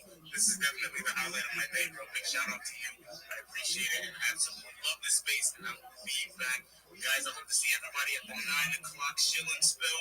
We're going to vibe out and do our thing. Shy, I'll see you in a little bit. Trim, thank you so much. And Kubo, my guy, thank you again, bro. Hey, likewise. Yuki, I'm like gonna speak to your space up there, and I'm gonna be like, everyone go rate it.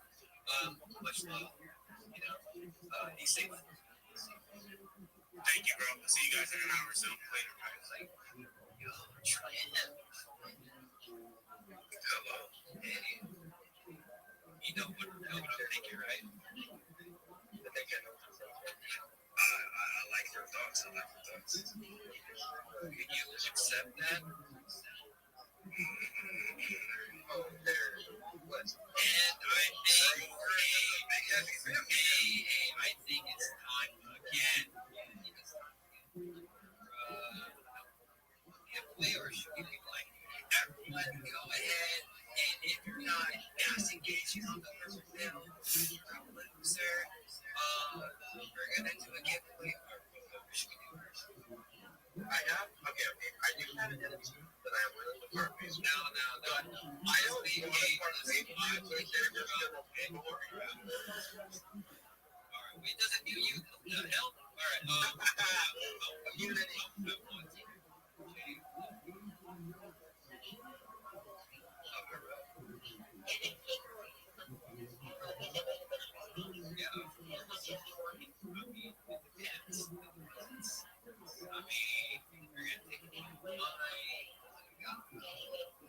okay, go ahead. Sorry. I'm being a dick.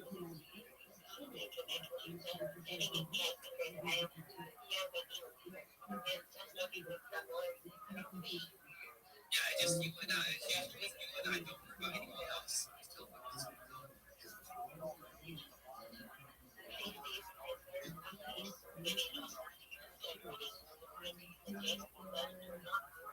Yo, that is hell. Everyone do not do teachers in line. Jay. Wait, I'm sorry. Did I say your name? Jay? Go ahead. Sorry.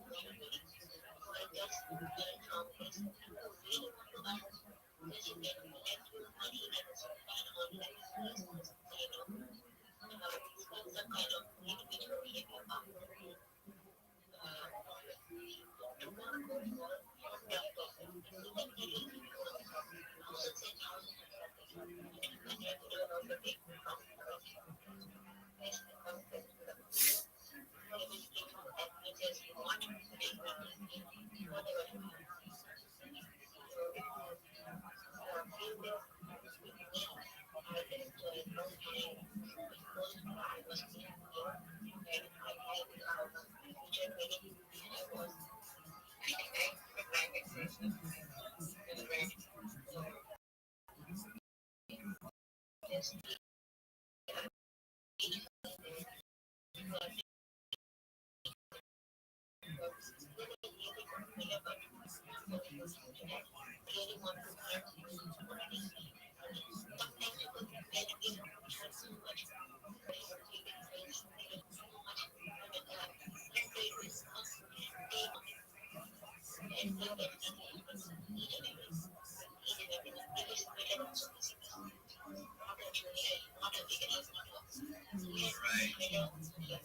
So basically, short story, or what is it? How is that going? What's the term? What's the long story short? Long story short, do not trade futures. Jay basically told us her experience, and it was very tragic. So everyone go ahead and show some love to Jay. At least we give her followers.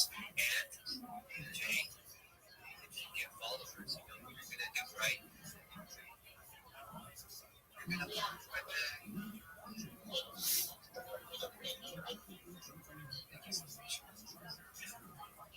Yo, Trip, shot. Yes. Why does it have to be rare? I see damn rare.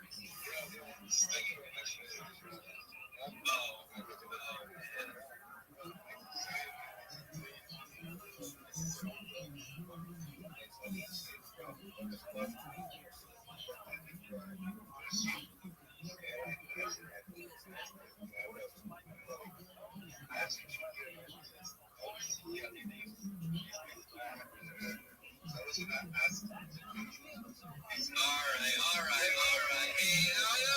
Don't make me too good. I protect her at all costs. I can do it. All right?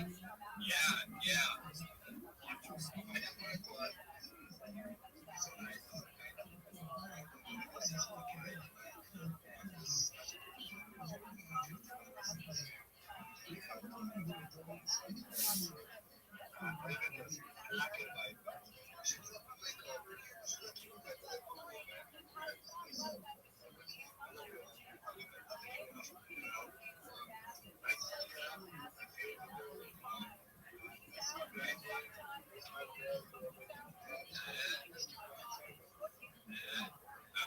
All right.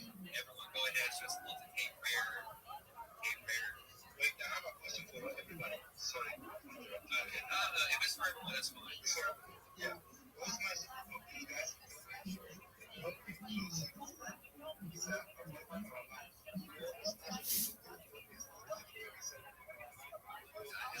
Tell my listener what to do.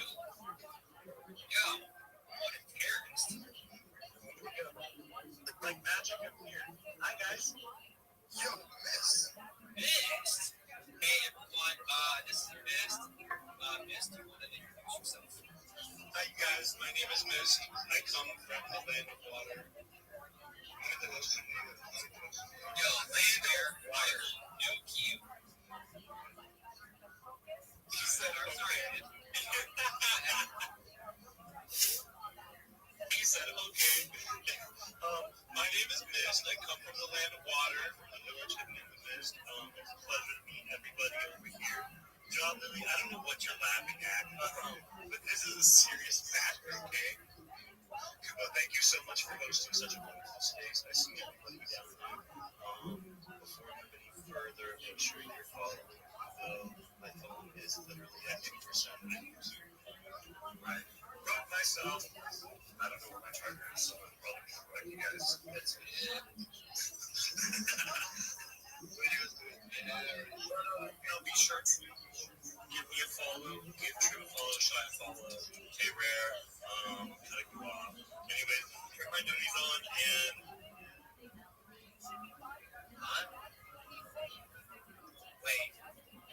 Huh? No, I didn't do anything. He just made himself. Hey Trip, can you ask me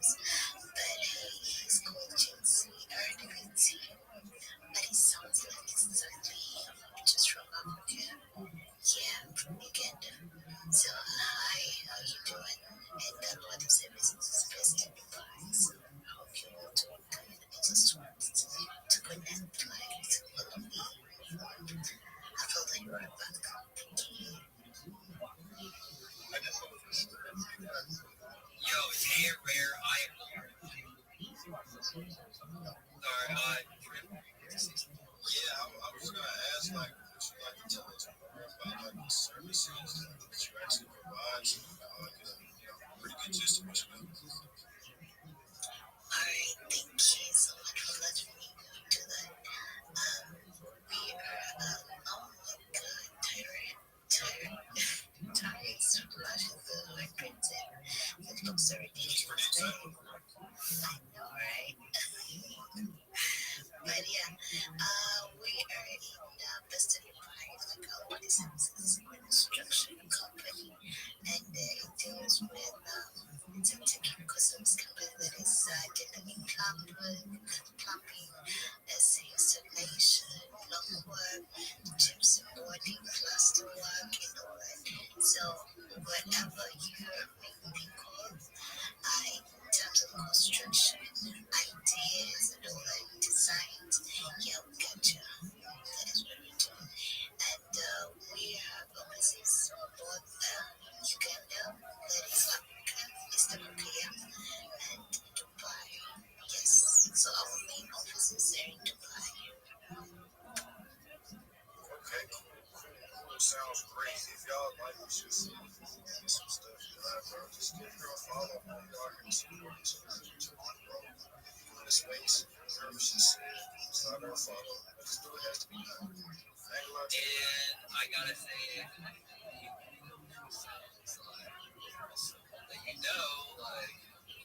slide in their DMs. Be like, hey, why aren't you following me? I just followed you. Everyone that followed you, come on, guys. Like, if you get a follow them right back. Are you okay?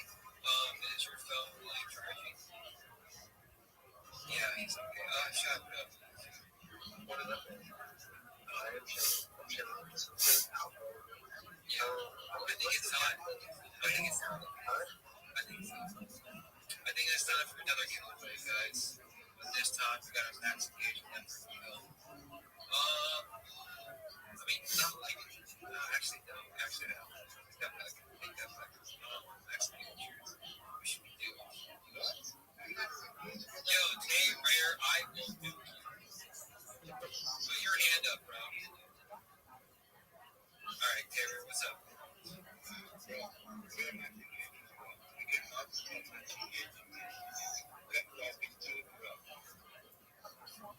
Well, I heard the new album is out here and that yes, they actually gave you all the posts for giving it a like and a reply and likes and a share before all that, right? You don't want to be spamming replies, guys, especially not with like half-ass replies that aren't intelligent. Like if you're replying to a reply, like you're adding on to their that's totally different. That's not spam, but like sitting there just mashing like the same files and you don't want that. That doesn't look good for anyone. That doesn't look good for you. It doesn't look good for us, okay? What you do need to do, okay, is if you have not already, make sure you are sharing the space. Make sure you are bookmark, give it a like, and you are at least one or two of your friends down there. And that is how you can get entered into the giveaway. Do you know what I am saying? Okay, like I was saying, that is how you get entered. You got a max increase. But don't do spam. What are you going to pick? Why are you going to pick? Are we picking? For it? Yo, what up, Zoo? Let me look. Should I just scrub my eyes? I'm working on an idea for a movie. Okay, what is it? It's about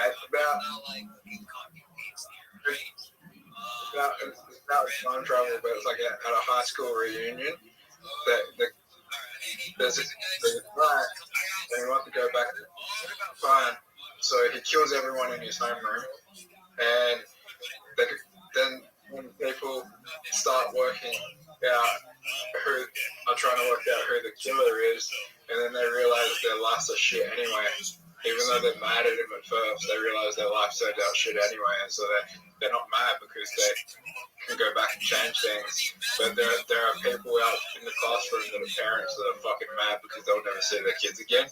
So then those people want to kill the guy, but then the others want to defend him because their life turned out shit. That's the movie. Okay. Did you watch that movie? No, that movie sucks. I had someone who was on a film, was a film critic for a time travel movie that I think you might like if you like time travel. So the idea of the movie is that basically there are two friends, and every time they put a movie into their VCR, like a VHS, it time travels them to that time. What are your thoughts on that?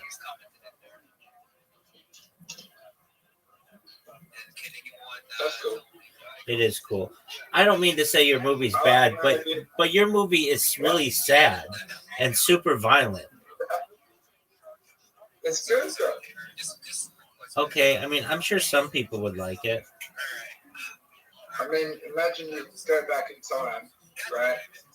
You go back in time, and you could be your like 15, 16-year-old self, and you can change your past. And then there's some people in there that you have to change their past as well. And some of them have children that they'll never see again. They're super angry, but they're like, the majority of people's life turned out shit, so they're happy with you. So there's like a group divide. A group divide of those people. Okay. You wouldn't find that good. You wouldn't find that a good movie. It might be okay.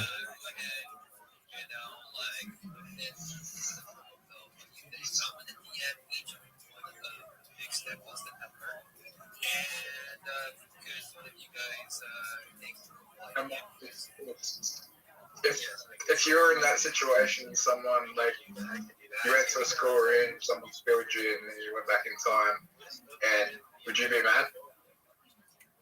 What's your question?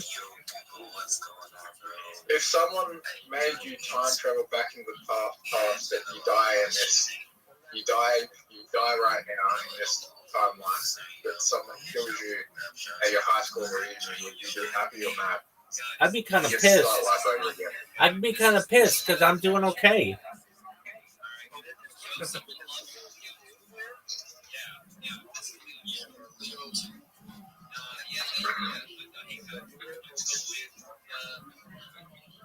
I guess I'll be kind of pissed because people would think I'm dead in this timeline. That's true. Get over it pretty fast. Let's move on to important news of the world. What are your thoughts on OnlyFans star Bonnie Boo being arrested in Bali on pornography charges? I think that's She got arrested with a bunch of Australian guys. I figured you'd be one of them. I'm not in Bali.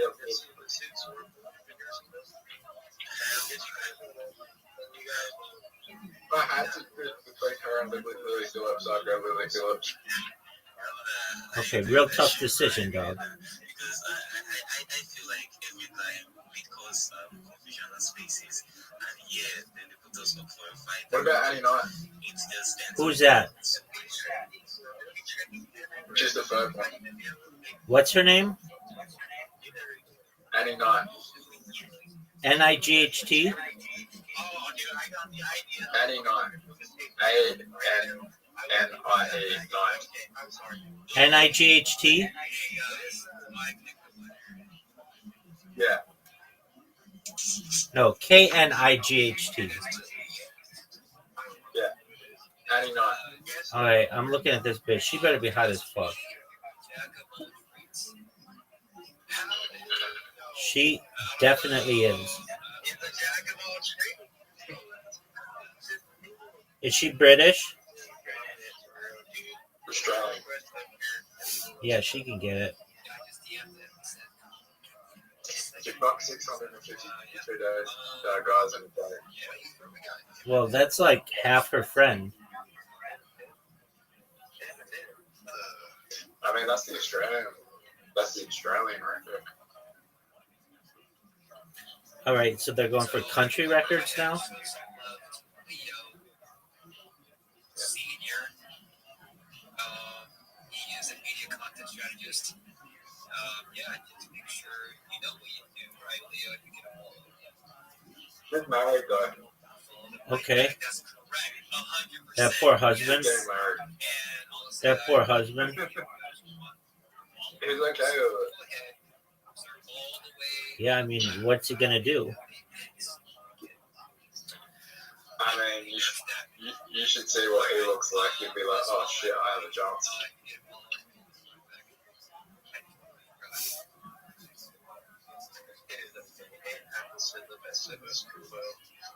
Is this what their hand up? Is this their hand offender puppy to puppy?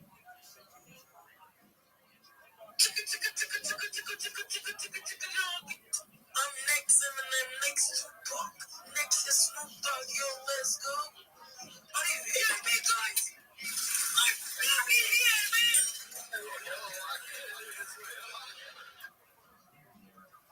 How are you today, puppy? No fucking donkey, bro. Yes. Are you here to spit some bars for us today, or are you to show your project? Bars on bars. Oh, yeah, bro. You know what? If it is okay with you, can we let this review the vendors spit some bars? I'm gonna say I'm just gonna say if everyone. I mean, if there's a lot of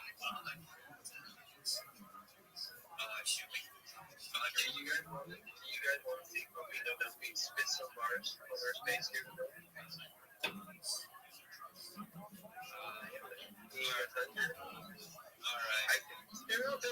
I meant to say, I poisoning yesterday on the outside. What'd you do? I swear, dude. This is the next M&M. What'd you do, big dog? You're right. I think I said carbon dioxide poisoning. I was meant to say carbon dioxide poisoning yesterday. You're good, big dog. I'm not a chemist. Have these symptoms. Where did he go? Did he disappear while we were talking to him? What the fuck happened? I think he's cooking up his bars right now. Yeah, he's about to tag you making his bars right now. Give it some time. Let's see. Oh, he is ready. Oh, he's saying this fucking shit, bro. This is the real Slim Shady. I don't know what you guys know, bro. Tell him, homie. Tell him. This fucking guy. I think it's time. God, we need to win. Everybody. Fucking start doing the thing. Yes, we can do the thing. Get the fuck out.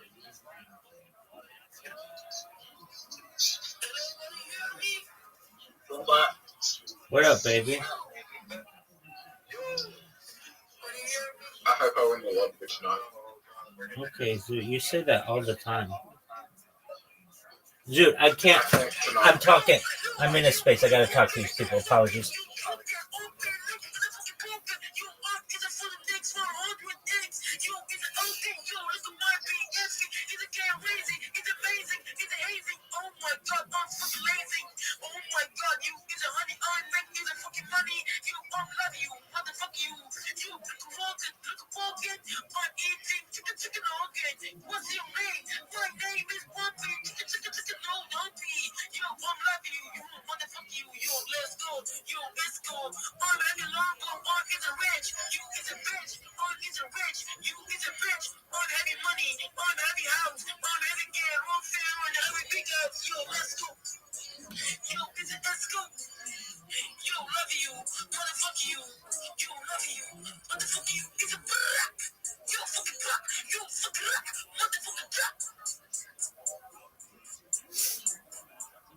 Amazing, bro. Amazing. Well, it is always a pleasure to have you up here, Puppy. That was Tim, can you take the mic for a second, though? I got a endless boots. Bro, I got you, gang.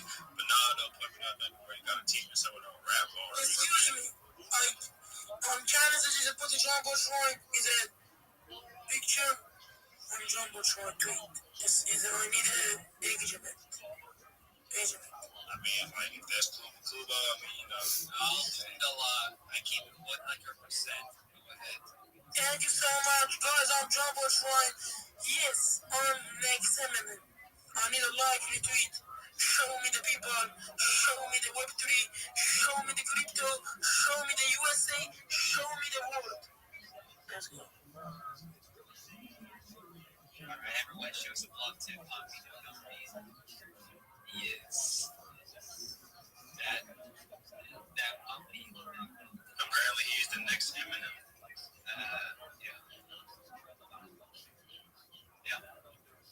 Yeah, hey, just me, jack of all trades, did you get them?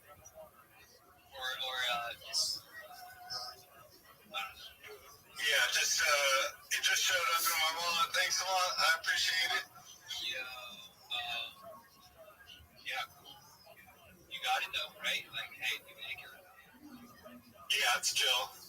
I really just recently started collecting NFTs. I got a couple Kushlings from Keith Berry, the KO Kids collection, and I got a few Entropy Catalina whales hooked up to my miners. Since you're here, you're going to have a mic. Let everyone know what's happening on.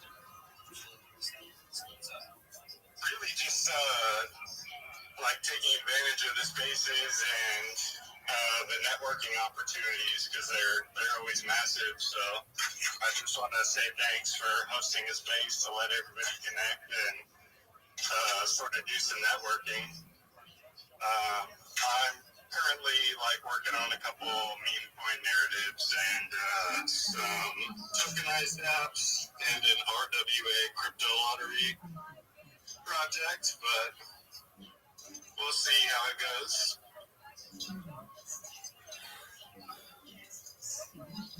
Hell yeah. Alright, everyone go share some love.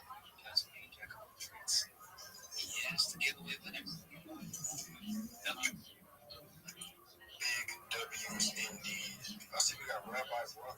I know you have something to show for us for sure. Absolutely, I do. I've got some alpha I'd like to share with the room first, if I may. First and foremost, make sure you join the Big Steppers Discord. It's the best community in Web3. Additionally, in the Purple Pill, I put some things that may be of interest to some of you. The first is a website known as spacesdashboard.com, spacesdashboard.com. If you've never been there, you need to check it out. It will show you every single space that is currently going on simultaneously. There are hundreds of them in your language. You should check it out. It ranks them from largest to smallest. Our space right now is at the very top of that list. So congratulations to our host and co-host for doing a great job promoting the space. Additionally, you can rank all of the spaces in order of most recent to longest duration. It also, this website categorizes spaces in terms of NFTs, cryptocurrencies, investing, finance, whatever it is. I want you to expand your network as best you can. And one of the best ways that you can do this is by ensuring that you are in interesting conversations with the other people in this industry. Additionally, in the Purple Pill, I put a list of recruiters. If you are in Web3, you're looking for a Web3 job, it is not a bad idea to have a recruiter looking for a job for you, in addition to you going out and getting your own job. It is the job of a recruiter to get you a job. So especially if you are in the international community, I put some recruiters in the Purple Pill. Take a look at it. The last piece of alpha that I'm going to share before I shill is my basic social media strategy. Whenever anybody comes and connects with me and they say, Rabbi, I really want to expand how many people are finding me, I ask them, first question, do you have a link tree? If they don't, I recommend getting a link tree. This is one website that has all of your social media. The second thing I tell them is that they need to register for all of the free social media platforms that are out there. It costs you nothing. It is a few hours of work for a lifetime of results. So I've put the top 30 social media platforms in the purple pill. And you may say, Rabbi, that's a lot of social media. And I agree with you, but this gives you 30 times more places to be able to promote yourself, 30 times more places to be able to promote your customers, 30 times more communication channels that you're going to open up when you have more opportunities to be able to have these discussions. It is going to ensure that you dominate on search engines, in social media, and in AI. And then finally, it's going to make it more difficult for people to be able to impersonate you. And if you say, well, Rabbi, okay, I can do that, but that's a lot of apps I have on my phone. I don't want to be checking that many. I absolutely understand. You just have the notifications sent to your email. Then all you have to do is check your email, and you're going to be making more money. You're going to be having more connections. With that being said, thank you so much for the opportunity to be here. I'm Rabbi Rothschild. If you don't know who I am, you will. I stream my life 24 hours a day, 7 days a week, 365 days a year for world peace. I've been doing so for more than 4 years. My streams go back to the pandemic. We've seen the death of a queen, the birth of AI, the coronation of a king, and everything in between. This is a real life Truman Show, a real life Big Brother. This is a timeline and a time capsule of human achievement. In the 1990s, Bill Gates coined the phrase content is king, and I'm making it true today. I'm king of the internet. This is the biggest event in global history, and here's why. In 2018, The Economist magazine stated that data had overtaken petroleum as Earth's #1 resource, and I have more data archived on the internet than anyone ever, which is making me very influential. I'm going viral, and when I do, I want to make you, your friends, your family, all financially independent if you're not already. I want to ensure that you have generational wealth if you don't already, and I want you to be able to start charities and philanthropic organizations of your own. I'm unlike any influencer you're ever going to meet. I'm not live on one YouTube stream nor 2 YouTube streams. I'm live on over 20 simultaneous YouTube streams 24 hours a day. You can watch my life in 360 degrees. I even have a ceiling camera. If you want to view these YouTube streams, the link is in my profile. Additionally, it's in my pinned post. You'll also find in my pinned post a link to my link tree. I dare you to look at my link tree. No one dares you to look at their link tree, but I do, because I have more social media than any person on earth. I have more content than any person on earth. You'll also find a link to my Discord, discord.me/rabbi. We invite you to join our community. We have over 2,500 people and continue to grow every day. In addition to making you all rich and wanting to promote world peace, I want to help end world hunger through the use of technology, such as agricultural drones, floating greenhouses, saltwater greenhouses, hydroponics, vertical farming, cloud seeding. I want to help end world thirst. I'm sponsored by a cryptocurrency that's worth about $100 million, and one of the things that we do is we build wells and water towers in developing nations for the benefit of the less fortunate. Additionally, I'm an advocate for the Life Straw program, and most importantly, desalination technology, where we pump Earth's seawater onto land to make it drinkable. If you are a reply guy, if you're a Web3 marketer, if you're a raider, you're a shiller, and you want a free mentor, coach, and friend, send me a DM. I will respond. Send me a follow. I will follow you back. I want you all to know that I'm here to support you both personally and professionally. I'm here to be a positive person in your lives. I'm here to have an optimistic view on the future. And most importantly, I want to give people hope. And with that, I sincerely appreciate the opportunity to share. Yes, thank you, Rabbi. It is always a pleasure to have you here. You give one of the best shows. I hope you know that. Is there anybody else up here that wants to speak? I see someone in the speaker panel I want to talk to, though. Fabro1, what is going on, my dude? Yo, how's it going tonight, guys? It is going fantastic. I am doing great now that you are here, you know? Sounds good, thanks.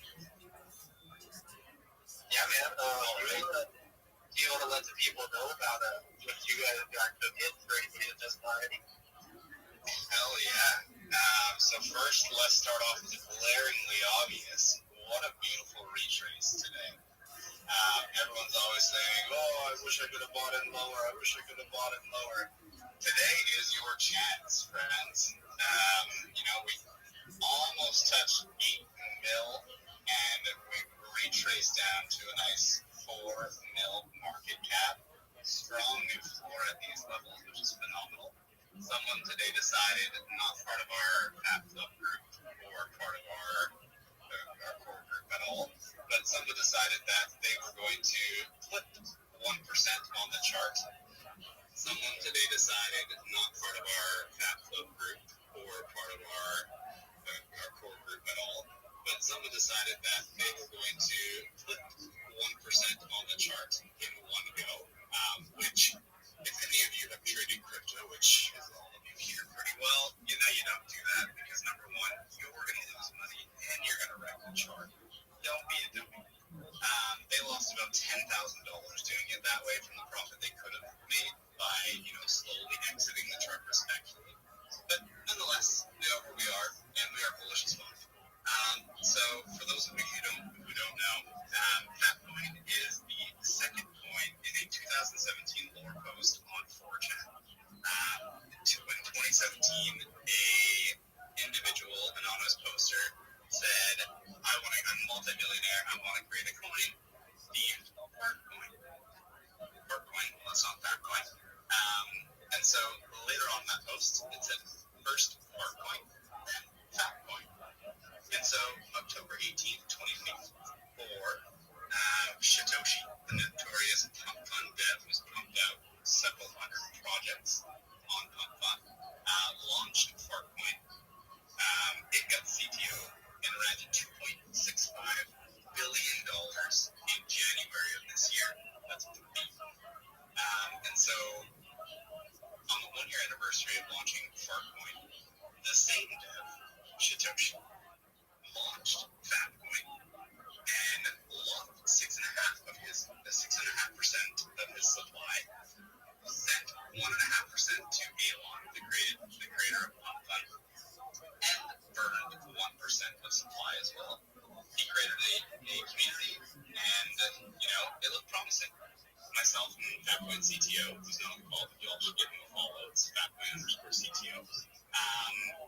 We were investing in the project because we're like, hell yeah, Fatcoin. Like, the potential's there for it to run just as much as Fartcoin, because why wouldn't it be? And so we started investing, and then we noticed that the dev time ghosted. He deleted all his posts on X and just completely disappeared. So we were going to wait till the end of November to CTO the project, but as we were sitting and waiting, the price kept kind of just getting farmed. And we're like, we don't like this. Like, if we're going to CTO this and if we're going to run this properly, it needs to be done now before the token, drops any further. And so that's what we did. November 2nd, we were approved for the CTO. We worked to build a team around us that's seen our vision of what we wanted to achieve. First, we had a plan, obviously. And then we brought in people around us who we trusted and who we worked with on other projects, who we knew in real life. And we built Fat Club. And so Fat Club consists currently of 33 members. We don't talk about Fat Club in public, so I need to stop talking about it, sorry. But anyway, so we gathered an amazing group of guys and girls and said, hey, here's our vision. This is what we'd like to do.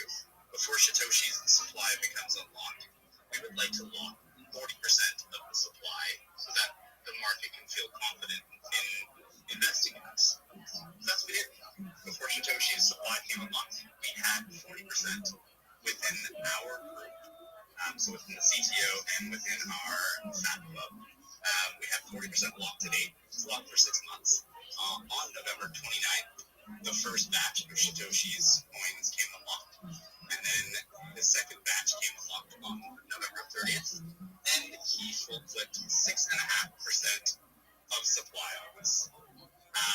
And so the price went at the time from $650 down to $188.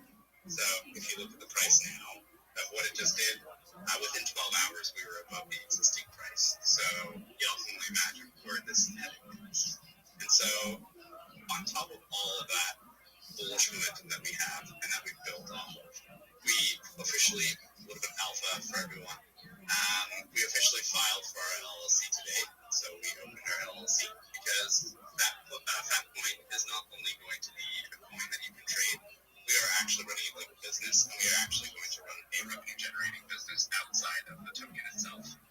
It'll include novelty toys, viral products that I think y'all are going to love, and I'm excited for when we are ready to launch those, as well as apparel. And so we are building an entire ecosystem that is going to just feed into one another and cause the virality of fapping, because everybody faps and it's so memeable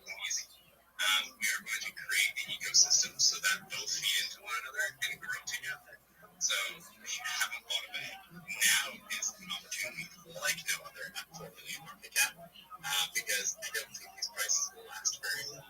So, yeah. Everyone, one more thing. Oh, I'm sorry. Go ahead. That's okay. One more thing, because it's always talked about on these spaces. It's in your guys' bios. We were the first CTO project to be approved by Burgess and pass Burgess's audit. And so, super bullish. I'm so excited for when Burgess actually launches in the middle of January, because it will bring more normie eyes to our projects across the board, especially those of us that have been vetted by them.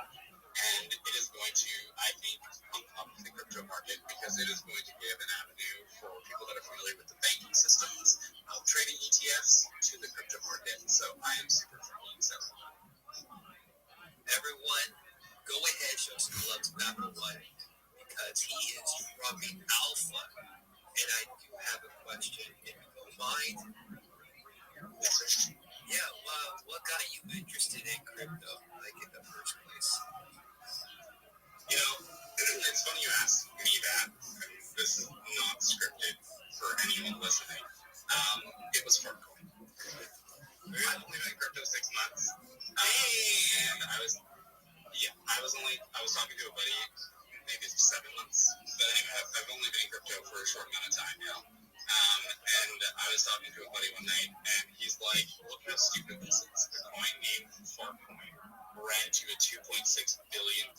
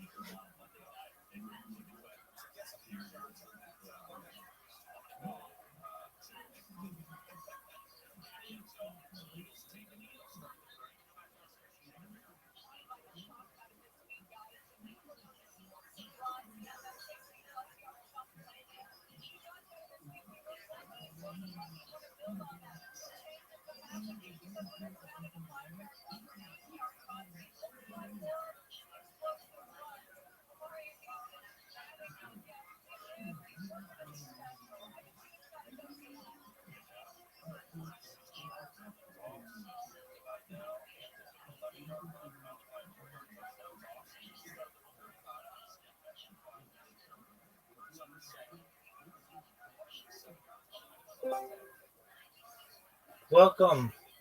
What up, Clement? How are you? Can you hear me?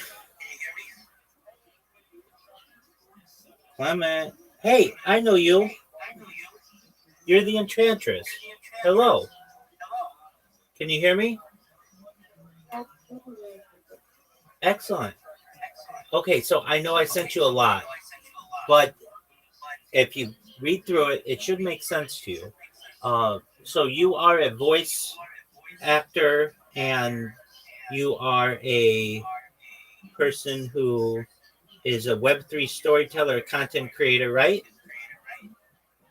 Yeah, I'm a voiceover artist. Okay, Storyteller. Yeah, Web3 storyteller. excellent. Do you have a Fiverr account? Fiverr.com?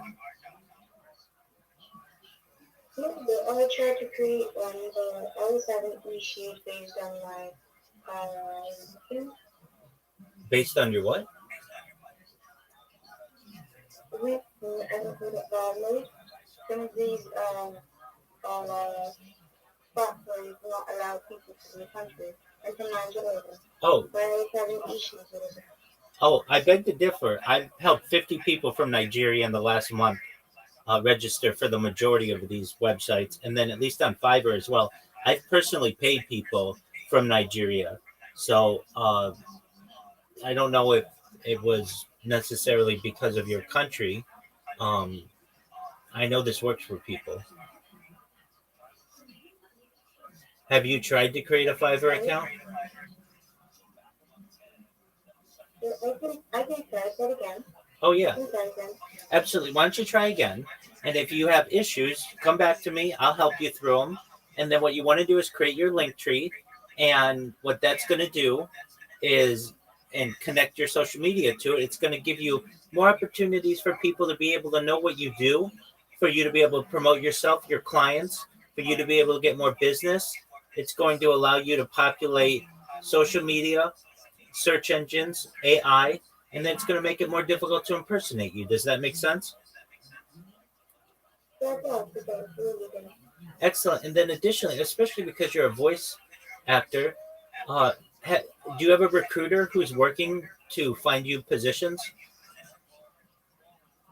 No, I don't. I got into the position this month, last month, sorry.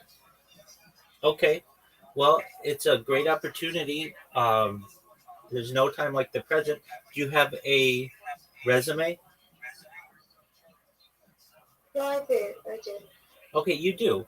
So what you should do is take your resume and send it to the recruiters who I sent you and make sure that it says that you're a voice artist and they might be able to find you a job or maybe some work in the meantime while you are trying to get more jobs in Web3. Does that make sense? Yeah, it does. It does, really. Thank you. You're welcome. So if you have questions, I'm here to help you. And I don't think you'll have too much of a problem finding a job. You have a very pleasant voice. And if you continue to just be as motivated as possible to get a job, you'll be able to get a really good one. And hopefully it'll pay you a lot and it'll take care of all your needs. And that's the goal, right? Yes. Thank you, Tommy. Thank you. I really appreciate it. Absolutely. So here's the plan. Here's what I'll help you with. I've sent you the list of recruiters. So you're going to upload your resume to that. Okay, then your link tree. I know it seems like a lot that you've got to create 30 different accounts, but again, that's going to help you to be able to promote yourself, your clients. It's going to allow you to get more clients, open up more communication channels. It's going to allow you to dominate AI, social media, and search engines, and it's going to make it hard to impersonate you. Once you're done with that, you're going to send it to me. I'll look it over. I'll make sure it's good. Then we're going to populate it with just some basic video.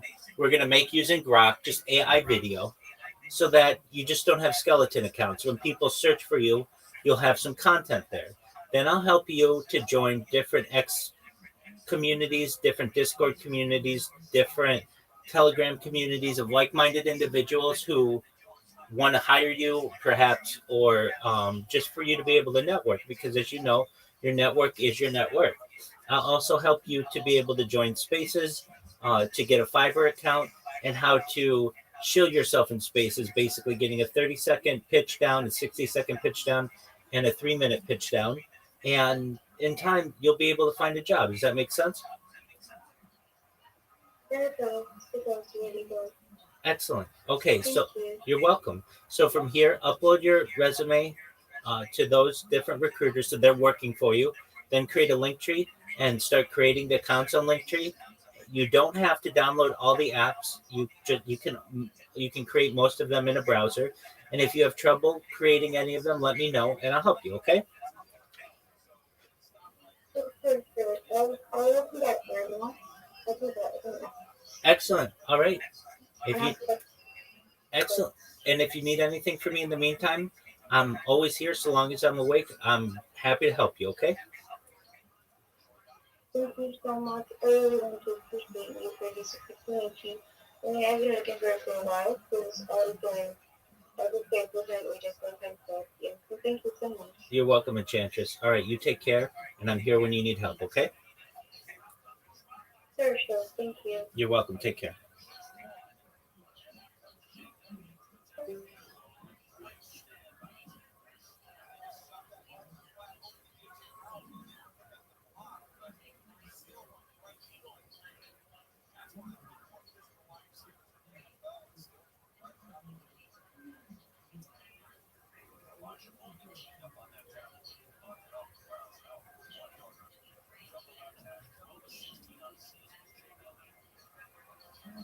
We've already gotten notice from Kraken, so we just need 10,000 followers and we're in. And this is part of you. You will be part of this brand for as long as we run, which is going to be decades. So go ahead.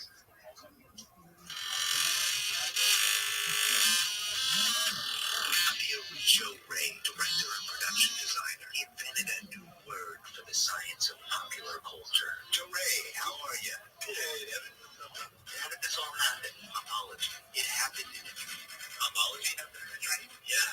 Got me thinking into what is the science of popular culture? How I stumbled on the word due to my past experience of shaping popular culture.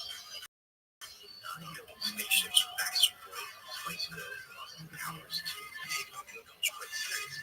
Topology is a metaphor for what makes us happy. It's the coagulator of agreement, parallel, the direct, the science of happiness, like so this dream is so real. To me, popular culture is the final frontier of human connection. Most people think that pop culture is like bubble gum or ways where we can express many concepts through popular culture and identify what we see. We can actually make statements about ourselves. Give me an example of something that's come out of pop, like the world's YouTube things. The computer is what revolutionized our ability to access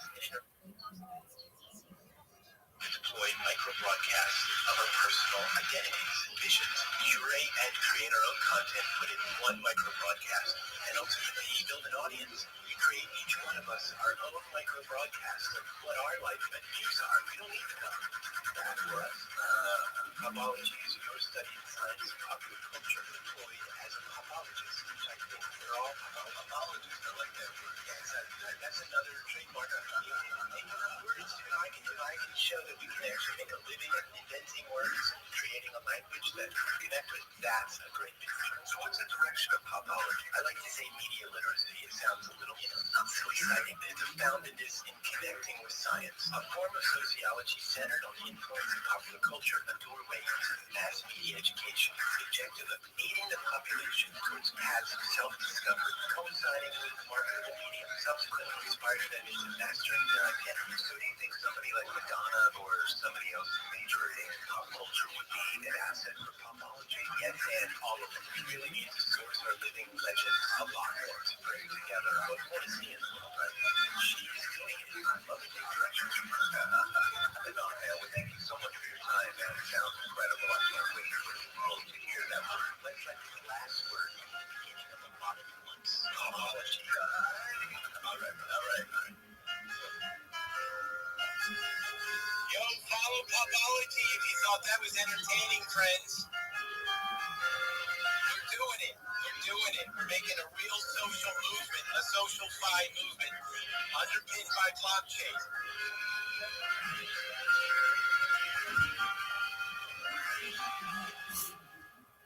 You guys got this. This is in your hands. Go ahead, Shift. Yeah, we got this. Switch over. Did you guys like that? Was that fun? Did that have interesting? Did it pique anything for you? Give it a hard critique. I'll give it a hard critique. I really liked it. It was entertaining, especially just being of the audio medium, and created a new phrase in the lexicon, popology. It's really great. Thank you so much. And friends, I'm a content creator. If you go look at there's actually an animation to go with that. But the big idea here, that was done a couple years ago. And I'm a lot tighter with, the ideas of podcast peer stream, ledger to the blockchain. I've come up with knowing the business of blockchain and the separatism of the crypto project, which is the financial instrument portion of it. And more importantly, you ledger digital rights and get paid for it by curating your story form of a podcast. Literally, it is so multi-layered that it's a sure win in the media landscape, but it's powered by you. And that's the most important part here. That popular doesn't work unless it includes everybody. And it is a new idea in the lexicon. Think about biology. Back in the day, somebody said biology is the thing. They were like, well, it's a science. I never heard biology, Well, today we're so branded that science doesn't even get, unless you're actually in the world of science, they call things newologies all the time. Popology is the science of popular. It's something we need. And more importantly, it's how we get to own our online experience without, empowering ourselves from the rhetoric and the monopoly of data and the monopoly of bias. in the media. So I put a lot of work into this. I really thank Chip for sharing his audience, his hard-worked audience. And I recognize a lot of people have great projects. So I want to turn it to you. But if we come back to talking about Popology with questions when you guys are ready. But, please follow us. We're getting a lot of great press. We need 10,000 followers before Christmas. That's what I'm asking you for Christmas. Follow me, and I will not only make you popular, I will work hard in this Popology project for eternity back and forth. This isn't about money for me. This is a goal. Go ahead, Shift. Yes. Everybody, again, second night, guys. Follow Popology. Go check out the ongoing games. Those guys as well. Hit that request as well. Again, I know that the algorithm is buggy today for some reason. We still got some people in here. I don't know what it is. It's not showing me what the X spaces and all this other thing you're making for guys. Drop the comments down below. Michelle, most recent replies and people that are. See the purple bill. I got my bro Rabbi Rothschild. We got John Lee. We got Battle Rise Dawn. Cookie Nerd Dragon. Dexel, Dicey, Rob, and we got Dave Wizard. Everybody drop some comments down below. Let me shout people out. Also, Max Cage, post above, and follow Popology. For everybody new to the stage, Popology, would you like to explain what Popology is? I'd love to. Simply put, Popology is your science of popular, your ledgering of your online behavior first. So all the platforms you belong to, you bring to the platform, and all of your data framed in a framework, not held on the server. The framework pipelines the data so you are actually getting access to it. And that framework is allowing you to earn for it. Because we actually now have advertisers in the same model that every platform does, but now it directly is split with you. In addition, what it really is basically an internet podcast network. That means it's a VJ show powered by you. So it's like MTV in your pocket. You are the VJ. You are the popologist to say, I really like this video, and this podcast is dope, and you really should watch this. And it's curation through automation. So it makes it easy. So you don't have to sit and cut videos together, and you don't have to shoot extra videos separate. It's all done in a stream that it powers the whole system. It's incredibly easy. And it's a meta search engine. If you know what that is, a meta search engine is a search engine that's powered by a menu of queries, a menu of platforms that make it more robust. Big schools, high-energy universities and institutions use meta search engines all the time. But there is no public meta search engine other than dogpile.com. That's a meta search engine. But you can't control the menu to that. And you definitely don't earn data for it, and it's definitely not on the blockchain. We do all that. So then you also curate videos from that search engine, create the curated stream, pick your own brands that you like. Visa versus, MasterCard, Nike versus Adidas. You're picking the brands that you identify with. They are underwriting your stream in tokens, and there you have the audience reach. Your audience gets paid in pops, which is a portion of the Popology coin, and there you have it. And then the whole system is underpinned by you as an operator for digital rights management. That's why the limited caching is allowing you to use third-party videos and basically, earn tokens, gamified rewards, Visa gift cards, Amazon gift cards. All partners are set up already. And it's just a media landscape up level, It's a network in your pocket. It's like working for NBC, but you're the program director. Permissionless, trustless, and a lot of fun. That scratched the surface there. Yep. Anybody have any questions for Popology? Go deeper.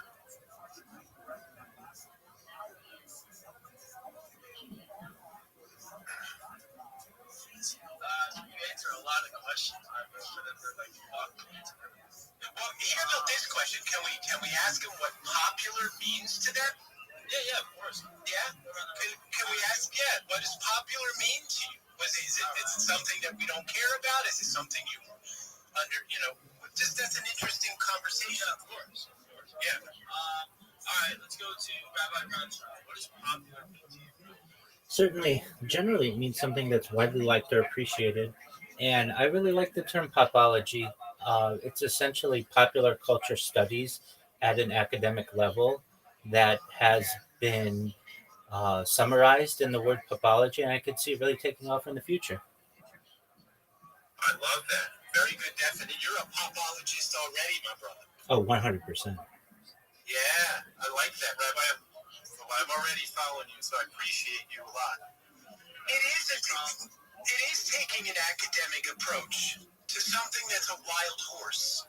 Pop and pop cultures, popular it's different for each of us, but the best part is until we create a blockchain ledger that is our popular in the collective, we're not giving it away now. We give it away right now. They tell us anything is popular. The real truth, you ever hear this term? The history is written by the winners. Okay, well, that goes the same with popular. Whoever has the most money makes it popular. Am I right? You said whoever has the most money is the most popular? No, whoever has the most money makes the popular. See, when a label puts $50 million behind a music video, I'm sorry, but we're going to watch it because we're programmed to do so. Okay? And there are a lot of products and ideas and songs that never get heard because they don't have the marketing muscle behind it. And popular's manufactured. The only place it's really not manufactured is in your heart and your soul and your essence of self. I have a question. Do you think that, right, you're saying the marketing budget behind the music video, let's just use that analogy, right, is the engine, right? Yeah. But what if they're marketing to the wrong demographic? Well, that's strategic. That's strategy in the basis of where you waste your money. I feel like what you're saying, what you think Popology was saying, is that the money is the main part of it. But I feel like what Popology was saying, rephrase if I'm wrong, but he was saying normally in the industry and how normally things go, that's how it is. But that's why the value of Popology is the value, because he's putting it in the hands of the community again. That is true. That is very accurate. He's giving, and this is my opinion, because I'm a full popologist. Like, in the last couple days, I've done a deep dive on this, and this is so amazing. And it's like sometimes there's things like that's greatly created, right? But then there's things that's greatly created by people with integrity. You know what I'm saying? And like who have history of actually doing great work, with great people, So personally, it affects me so I do hip hop, right? I've opened up for Dizzy Wright, I've opened up for OT Genesis, Cat G. My great grandmother actually used to make hair grease in the kitchen with a Phoenix recorder. So actually knew Tupac. So I have a deeper connection to like community and actually, you know what I mean? Like when there's a song that's in hip hop, quote unquote, like, that's changed like nowadays hip hop itself. But when there's a song in hip hop that becomes popular, it stays in a hip hop category. Like when we hear Taylor Swift and they're saying this is a pop song, this is why Popology is so big to me, because it's a gate that you can't cross. It's like your song can't be popular because it's not a pop song. Yes, right. It's not a pop song. And it's like, what do you mean it's not a pop song? What does pop mean? It's popular, right? So how can let's get Kendrick Lamar, for example. How can Kendrick have the number one album in the world, but it's not a pop song? It's the most popular song, so what he would have to do is do these songs with One Republic, do these songs, which is fine, right? Do these features, but the actual not tokenomics, but musiconomics, or the musicology. The way the musicology is in the industry, there's gates to where music genuinely can't go certain places, videos can't go certain places, certain media can't go certain places because of these things and parameters that's been set. Here's a good question, and not to interrupt, is so awesome, and I want to go back to you in this point. That think about Soul to Soul. Some of you people are super young, so you may not what I'm saying referencing. Think about the R&B movement that sparked, like, you know, the R&B movements in the early hip hop that had a melody and a liberation. You know, like I said, Soul to Soul and artists like this. That's not popular anymore because it's too conscious, and that's not speculation. We have, and again, I'm not even riffing on the music that we got today, because if it works and makes you happy, all good. You're 100% right, because I just seen a post that said this is the first time, I believe, in 20 years that there hasn't been a hip hop song or conscious song in the top 10 or the top 100. It's like the last 50 years or the last 100. It's something like a wild number. So that's scary, you know? So here's the thing for the audience. First, you have to have a sense to believe what we're saying is real. And I'm a music insider. I'm a music video insider. Directed Backstreet Boys, Spice Girls, Leanne Rhymes, Busta Rhymes, Dr. Dre. I can keep going. Tony Braxton, Mary J. Like, lots of video work. Brandy. And it is a funnel. It is a very much manufactured, sculpted to be the product in the eye of the needle. And there's a very limited and finite realm, and now it's changing. It's changed over the past 5 years, 10 years of the independent artist is now taking the stage more than ever. We also have the influencer market. You're taking the world by storm, but it's still highly limited. Highly, that the sense, if you believe what we're saying, and I want you to know it, not believe it, that Popular's manufactured by an elite financial group, except we have something they don't have, and I don't mean because I'm on that side. I love music video creation and commercial creation, but what we have is audience, the bond together of the individual value. That's what we've been on the other side. And we've seen the inner workings of these things, because I'm yours. I'm here. That's another thing. Is like in building communities and doing like vending shirts, like groundwork outside, selling CDs, passing out flyers, like real music artist groundwork.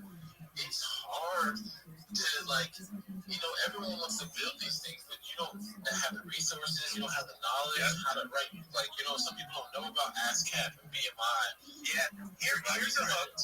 You brought up something really good. So I worked years and years for a company called Rothschild Records out of Philadelphia. Rothschild Records, Chris Schwartz, total friend of mine, was Schoolie D. He goes back that far. Okay, now if you like rap, man, Schoolie D is like the beginner of it, okay? And he sold those albums by the trunk of his car, and then he picked up Cypress Hill, then he picked up Criss Cross, Weedy Wiggy Whack, those guys. He picked up artists like the Roots, what is her name, Miss Lauryn Hill, and when I got to work on Ready or Not. Okay, so what I'm saying is that through my friend Chris Schwartz, Rothschild Records, I heard first up the struggle and how finite it is, and how, of course, he's a giant now in his archival history, but he did it just like as he just said, selling records out of the back of his. In fact, Will Smith did the same thing. And one of our partners of Popology worked for Will Smith, doing very, very much the same job. So you got to hear that we come from a real traction. We might not be like the super crypto, geniuses, if you will, but we've taken the market of what it is and the model and turned it into something you can use, which actually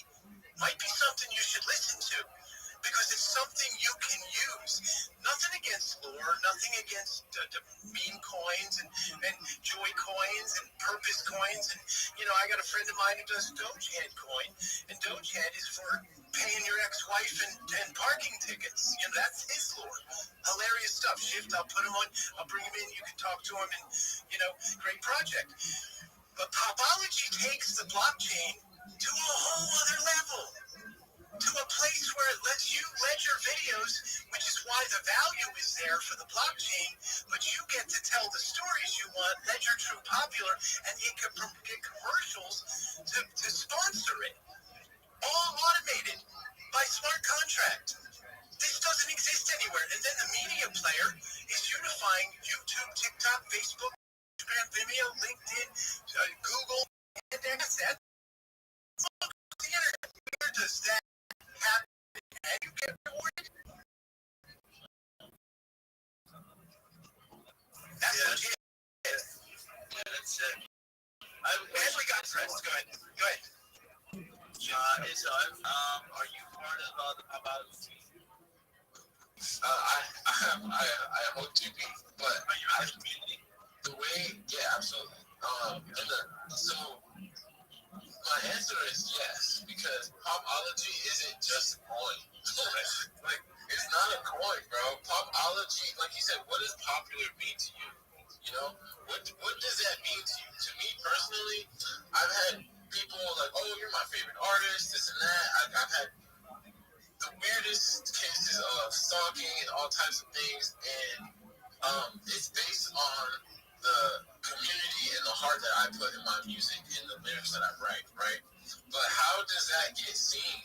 How does that connect to people? How am I actually going to be able to profit off of this? And this is what an artist, a true artist, not just people who are making music to get popular. You know what I mean? They're using their heart and soul to actually connect to people. And even like the way my brain works as a creative, somewhere like if people know me from dreams, like I'm on dreams, like to artists and things like that. So being able to use a platform like this to curate videos and to imagine doing like someone like the Russell, who has coming from all over the world, home in his backyard. What if he has like pop in that backyard in real time? You know what I mean? It's just like the best, dude. It's like you're sparking a lot of hands. Can we go? Dice had his hand up. Dicey, graffiti. Oh, that's my boy, graffiti. Graffiti clothes. Oh, we got to get Brent up here, guys. You got to hear him.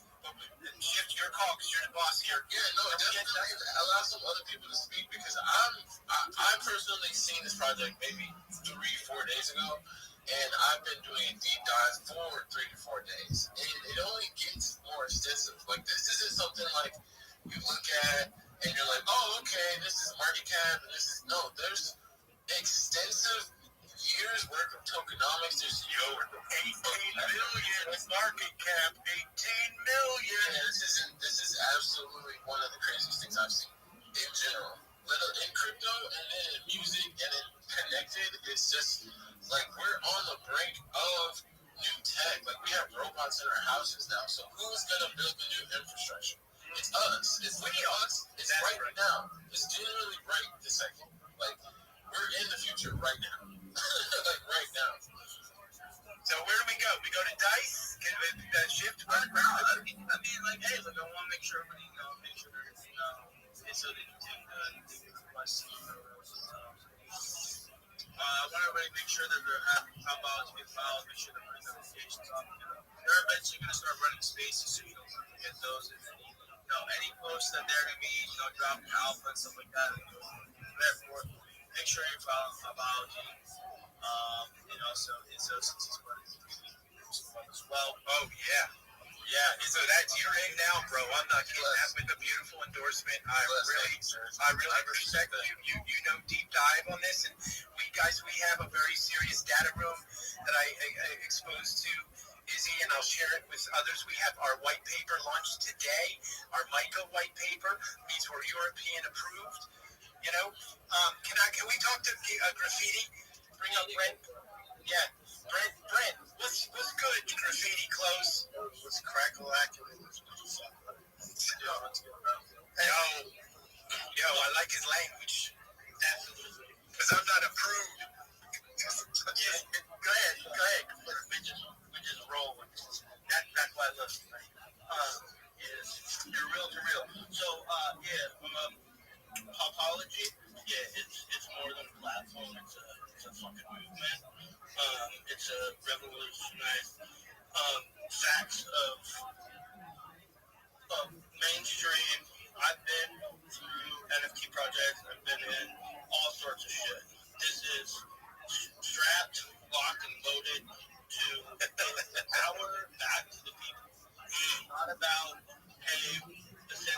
shit. It's not about how can we suppress, how can we make stuff. Our brand itself, 100%, 5,000 to the left is all in on this. It's like, that's why I was looking at the article that they dropped about today, and from your interview. And it's so important for people to truly understand that the integration of what you're doing on this. And look, I'll tell you this, ain't nobody paying me to get up here and say shit. I can't afford it. No, people can't afford me. I don't answer my phone unless you pay me fucking 10 grand. So, let's just put it this way. The breakdown of how many people in the audience get paid to watch Netflix.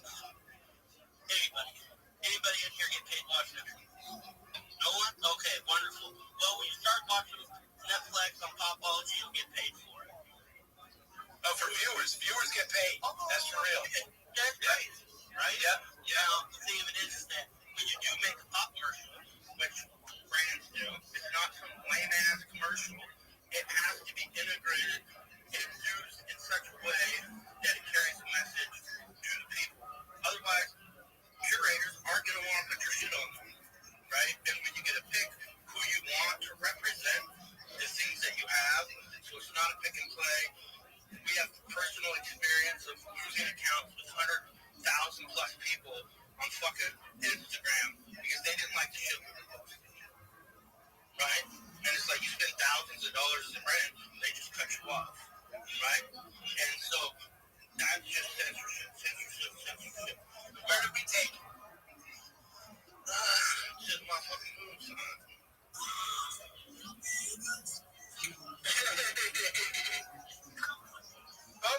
I mean, and the best part, guys, is there is unlimited dialogue with Popology, unlimited spin, lore, conversational meat.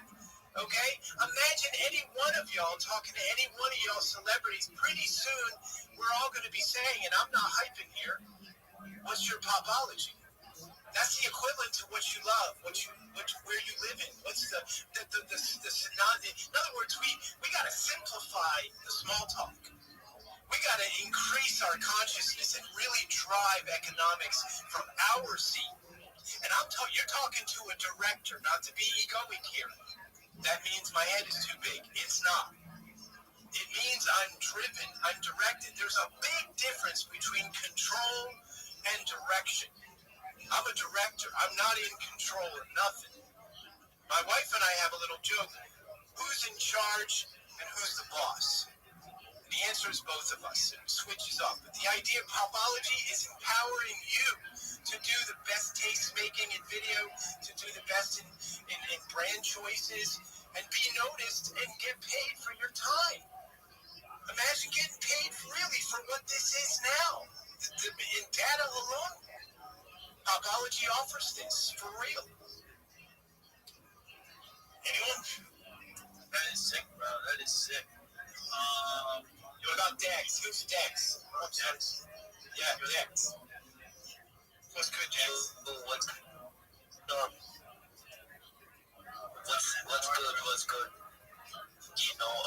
Just barely.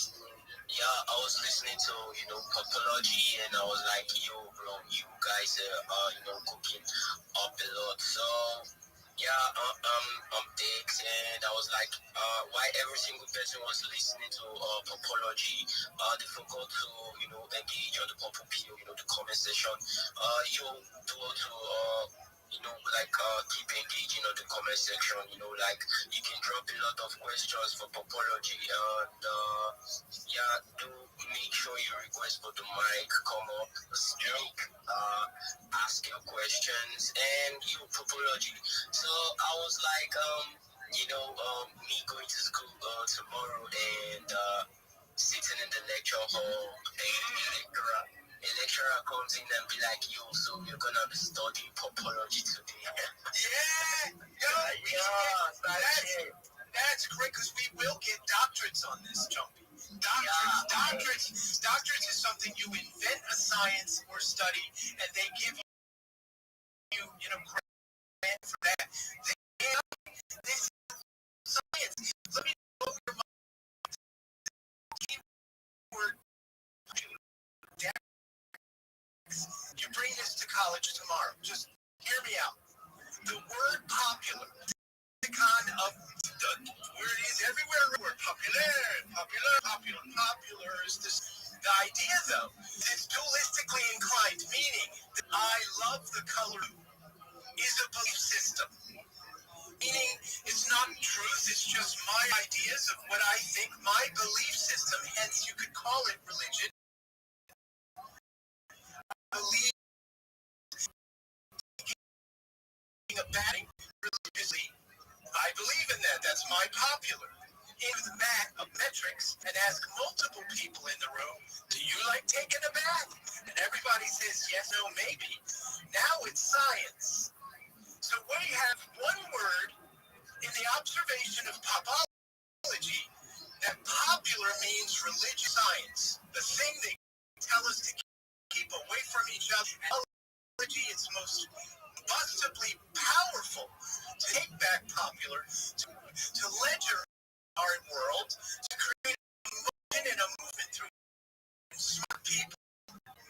Okay, do you feel this? And please try to reinforce what I'm saying about popular being hands together. Singular and popular. Singular and science. Do you get the idea here? I love the color blue and everybody loves the color blue. Well, that's first religion, and then the second is science. And don't tell me that religion of choice isn't a faith in self. I'm not trying to talk about God or be political or religious, but religious only means what you do habitually, and that's what the real term of religion means, belief system. So then you add plurality to that, and now it's science, math. Maybe we discovered something here, friends. Maybe this is bigger than just me shilling a coin. Because that, I just learned that word, but I'm telling you, this is much more important. It's how movies get made. It's how ideas get validated in the what is it called? The government. When they try to get votes through legislation. This is the popular vote. Well, guess what? Why don't they allow our votes to be ledgered on blockchain? You know the reason for that. We don't even need to go into it because it's too clear. But when you go to Wall Street, they ledger those bank trades all on the blockchain. They didn't miss that one. So it's our job to do this. It ain't their job to do this and fix this. It's our job. So I'm not asking. I'm go follow popology. Go follow it. Do something that matters today that's not just based in crack-a-lack and lore. Something that's mechanical, something that's technical, something that's real, something that's patented, something that's in the industry of success. Power for the people. One.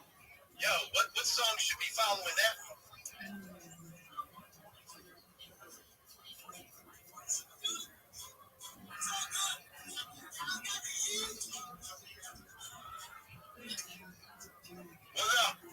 What's up? So who else wants to talk about their project? One thing, Joe. Yes.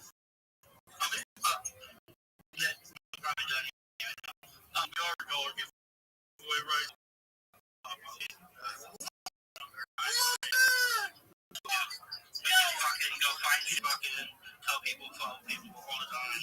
He does do that. That's why I can't afford him, because he gives it to me all the time. On that note, I'll add 3 people to my VIP private randomly as a giveaway for following Popology as well. Yo! Hold on!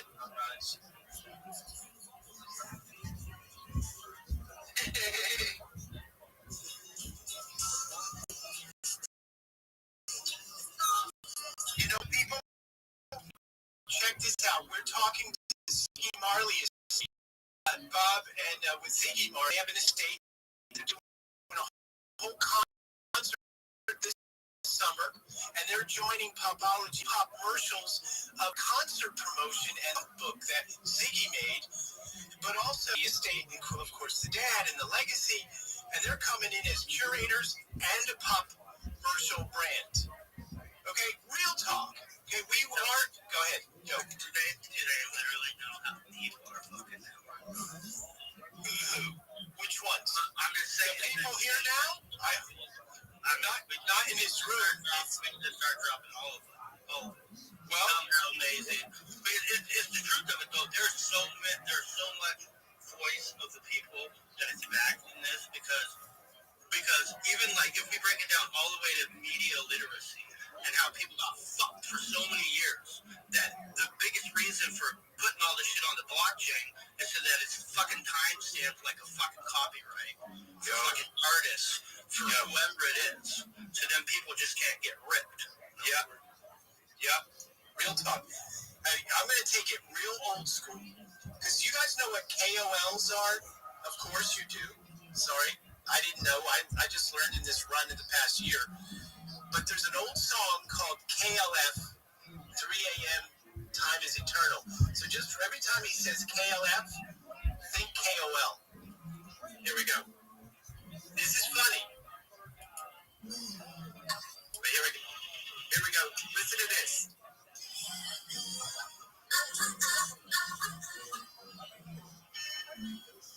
Just give it a minute.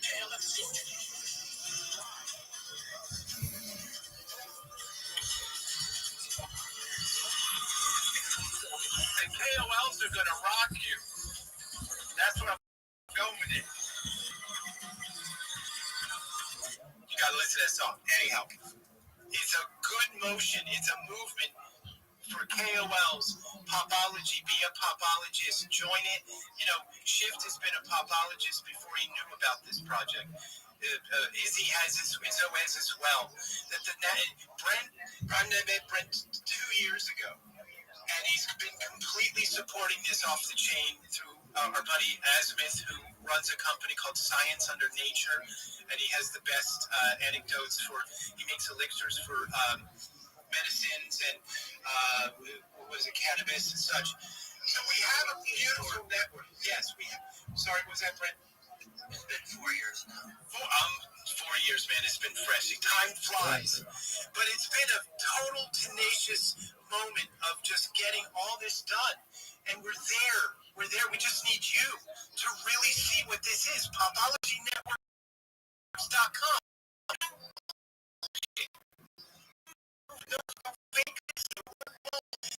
This is a real blockchain system.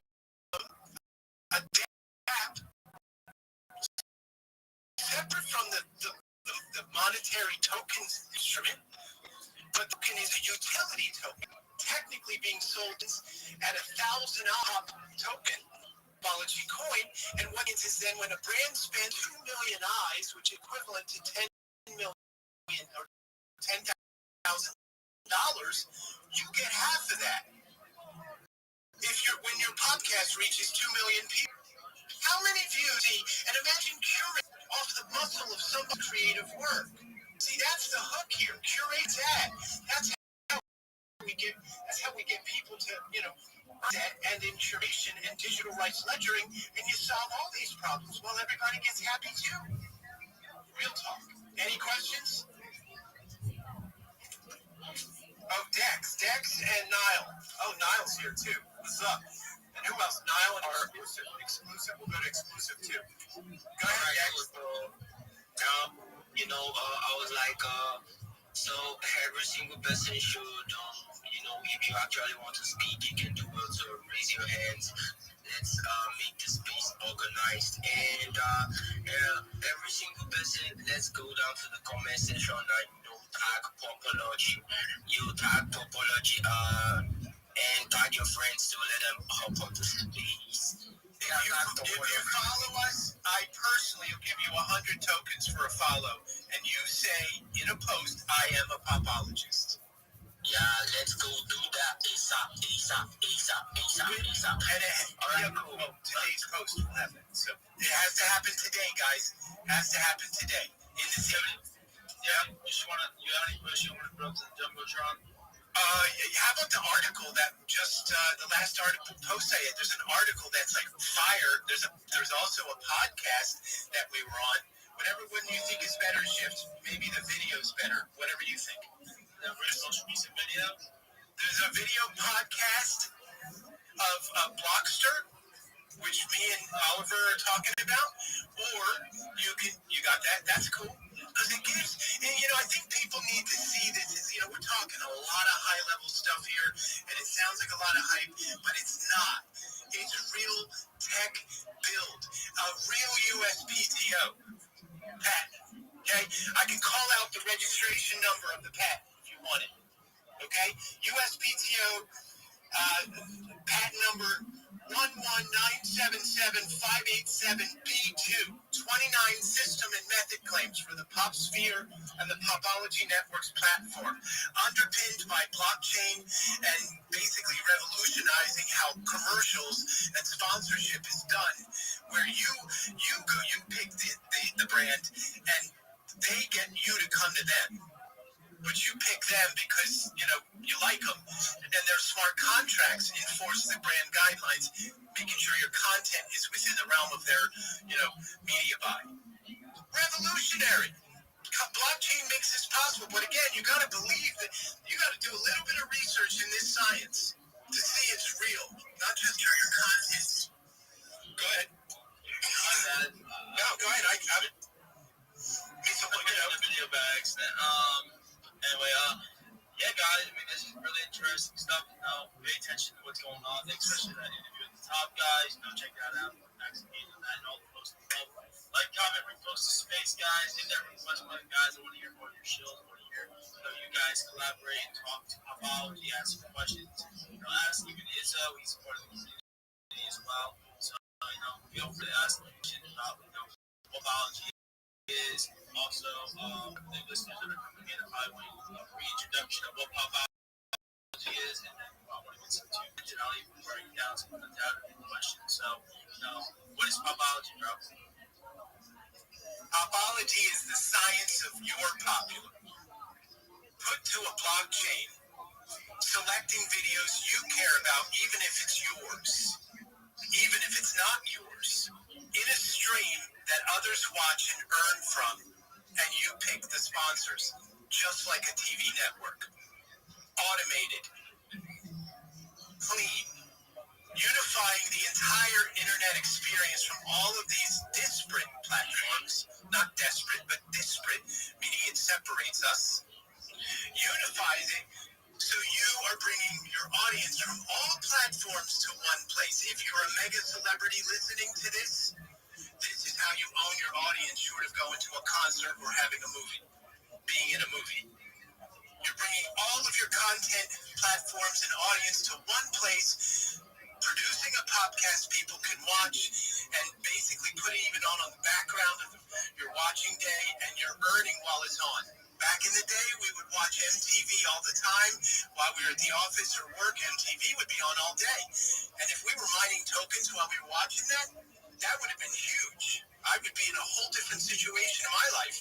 But, again, I like what I'm doing here because this is the evolution of taking that experience and giving you something you can use.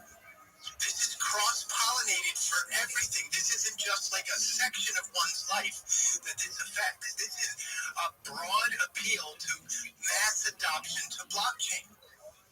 In the big picture, we call it democratization of media. Things you've heard rhetoric and people say and claim before. But you can't democratize something that's got copyrights attached to it unless you solve that problem too. Can I get an amen on that? Did that sound good? Yeah. So you're the ledger. You're the ledger of digital rights. You're ledgering it to the blockchain. Blockchain's new. Digital video online is a big deal, and they can't find their copyrights amongst 65 years a day worth of content end to end gets loaded on. So who's going to go through all that content to judge and measure and rank videos? You are. The people are.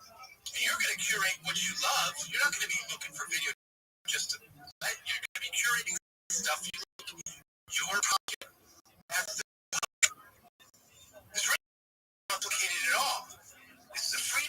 always better. Everybody that's paying attention, make sure they're following Popology, putting the notifications so again, you know when this one there dropping. Also, they had an interview at the top by Blocksters, and also guys, if you play $100, everybody that follows Popology will play $100 in this space, right? Or is this somewhere else? This is Brent. Brent and Graffiti Clothes. He makes the best stuff. Those sneakers you just dropped, bro, are awesome. Brent, talk. What are those things about? The sneakers? Yeah, you had to, like, you get a pair of these, very colorful. Those are fucking crazy ass Santa Claus sneakers that we just dropped. I drop shit all the time, man. I mean, our favorite thing lately is that our mom has Alzheimer's. The only thing that she says is fuck Alzheimer's. That she never gets. I saw that with the middle, like, of it. There's a video back in the day that was called From the Train. It was a hilarious movie. And it's like she was this really powerhouse that saves the day.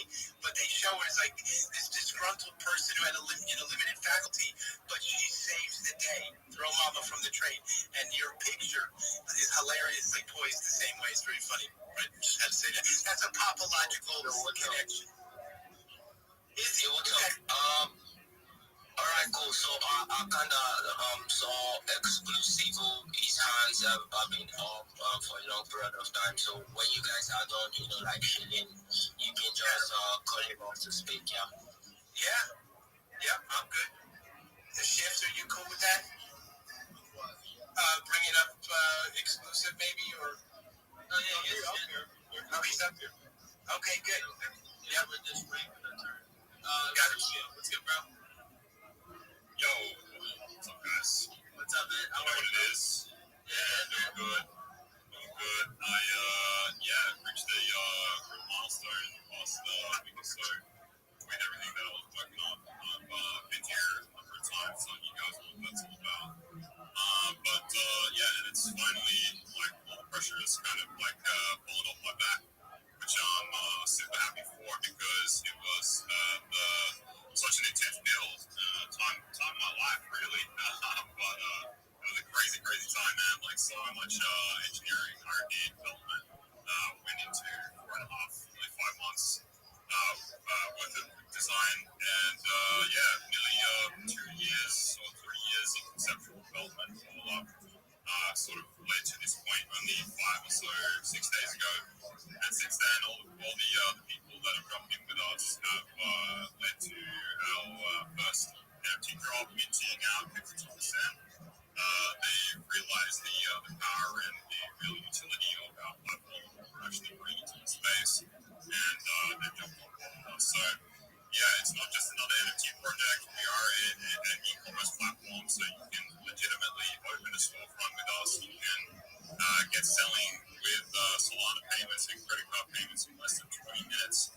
We are a lean e-commerce company, but we are agile and we are ready to fucking send it. So, if that sounds interesting to you, just hit us up. If you want to get involved in the utility and you want to, buy into our revenue share, which we have locked to the contract of the NFTs. Like I was saying, these are not just another set of NFTs. They are representative of the utility layer of the entire ecosystem that we have for you guys. So, and it's built on the literal launch pad that we constructed as well. So we built and re-architected our own branded launch pad that you can access through the Blissco platform. And that means that if you want to visit the link in my pin post, you'll be able to see our collection there on that launch pad. You'll be able to check out our aesthetic. And if you happen to meet from us, you'll see how easy it is at the same time. So please take a look at what we have. We are on the lead up, and afterwards, since the launch, we've given away over $1,000 worth of Solana NFTs and merch to people that literally just max engage with our content. So it's that easy, guys. Like, all you gotta do is max engage, say what's up, join the Discord, just drop in, log in with us, and you can get some cool swag and free stuff. How do you build your store? Can you exclusive up? Can you say how explain how you build your store? Like you custom stores, it looks like you create too. Is it for NFTs? Is it how involved do you get with the stores? It's so easy, man. You can just open the store, you start the subscription. It propagates your own storefront. You can customize the theme, you can customize the banner and your logo, and then all of your products and your aesthetic kind of fills out the rest of the space. It's not meant to be another website builder. We're not another Etsy clone marketplace.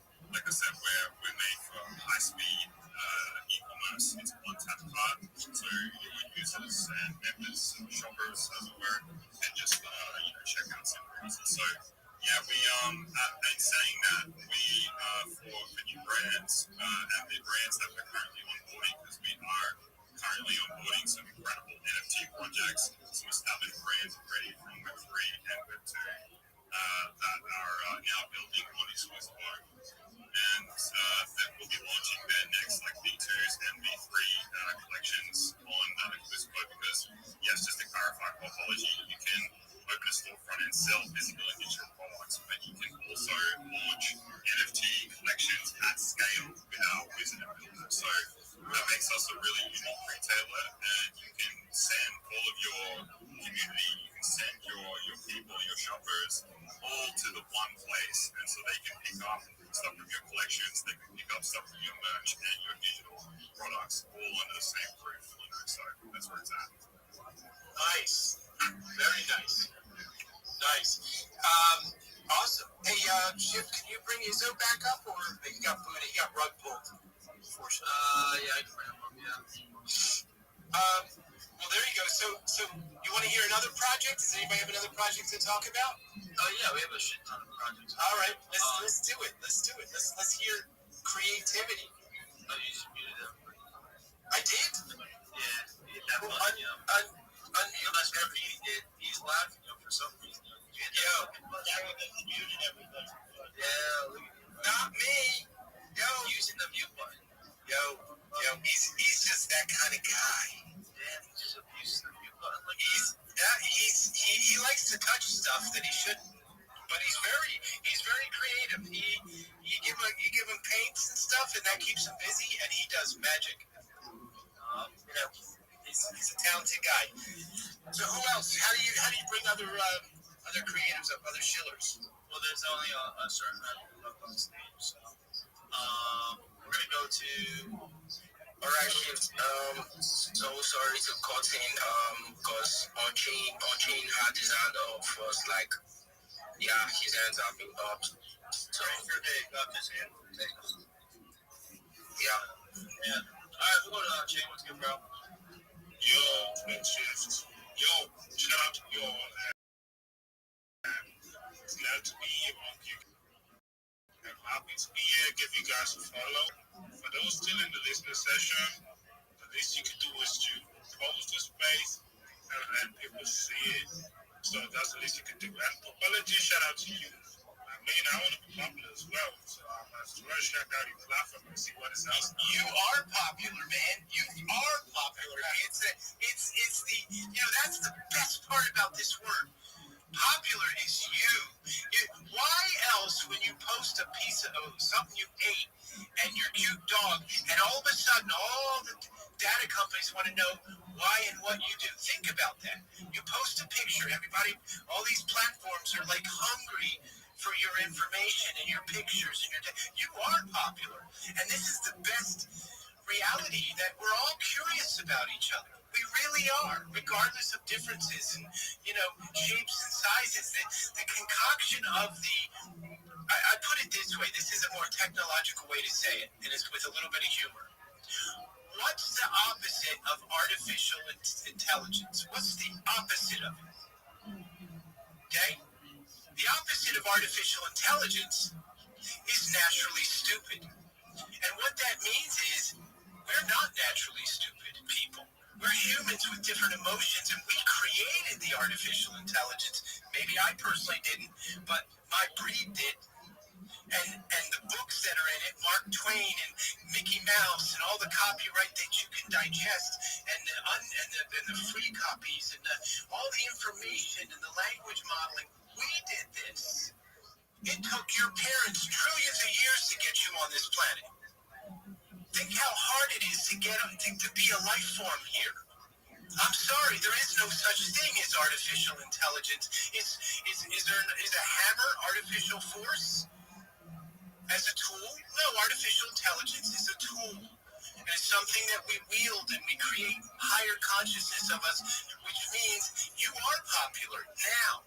Don't let anybody tell you differently. And in popology, you will rule. That's for sure, bro. That's for sure. So thank you for that, man. So I'm gonna check it out. And let me give a video off all you. So you can see the GC logo of PFP. Look for Glitchcraft Studios. As you all don't know, you might be seeing the PFP with the GCs flying around the flags, and we are a given studio based in the Saudi Arabia, and we create games, really make our own games, and as well games for projects and platforms. So nice. I'm gonna stay close, bro. There's a lot of room for any developers in our opportunity. So and we just left Dubai. We went to a couple blockchain conferences there. Love Dubai. Beautiful place and incredible technology there. Thank you. That's all. For you to know more about what we do, I don't want to take much time, so we have to speak. But partner with a couple of projects in space, and currently, if you're familiar with the movie NFT, you're building a card game for them as well. Oh wow! Okay. Launching our flagship early next year. We launched our flagship game. So, to make it simpler, so I'm running the giveaway currently. It's my pin post. Giving out 0.1 soul to one lucky winner. And all you just gotta do is join our communities, and that way you can get more information and know a lot more about us. And just go to my pin post and download with permission. I can go in on the Jumbotron if you don't have an issue with that. And everyone can connect and become families. And who knows, we might be partnering, we might be making a games with you soon. Right. Nice. I love that. Hey, this shift, there's all these requests. What do you do with these? I've never done this before. There's 5 requests. What do you do? Just want to, I usually go run the person, whoever. Oh, got it. Do your thing, bro. You're the boss. Alright, guys, comment, repost the space. We're almost at 100 comments down below, guys. At 100, I'm going to be shouting to people out in space. And whenever he's in Max Engage's post above as well, follow Topology as well. He's doing a $100 giveaway, so follow him. That's more. But yeah, guys, I want to go on to let's go on to 2%. Bro. Hey, can y'all hear me? Yeah, I can hear you, man. Fantastic. Good evening. No. We're gonna do some token giveaway tonight to participants. Okay. And just want to encourage everybody to come out. We're gonna empty out the creator wallet, and we want this to go a little bit bigger than it started. It's a personal story. It's one that starts with tragedy, from someone's fall all the way to homelessness, all the way to junkie, and all the way back to dev, writer, and soon-to-be publisher. All right. So what is 2%, bro? 2% is your commitment to sobriety. It's your commitment to change the addictions in your life that cause you to fail. Whatever they are. Nice. Go ahead. I'm sorry for interrupting. No, you're good. My personal addiction was always drugs, and it's horrible. And I've watched so many family members go through it.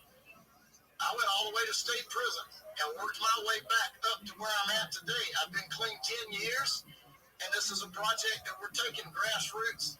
We're writing our congressman about common sense decriminalization of hemp. We're writing our congressman about legalization of hemp in the United States. These are the things that we're going to try to do with our movement. It looks like you're doing it. Yeah, I felt like I made just a huge mistake just jumping in without more thought, but I had watched the space for so long and had been I would just literally take me on projects. I enjoyed that as my first stage into crypto. I'm a former gambler, so it made sense. Then I caught on and I realized what was going on in the world.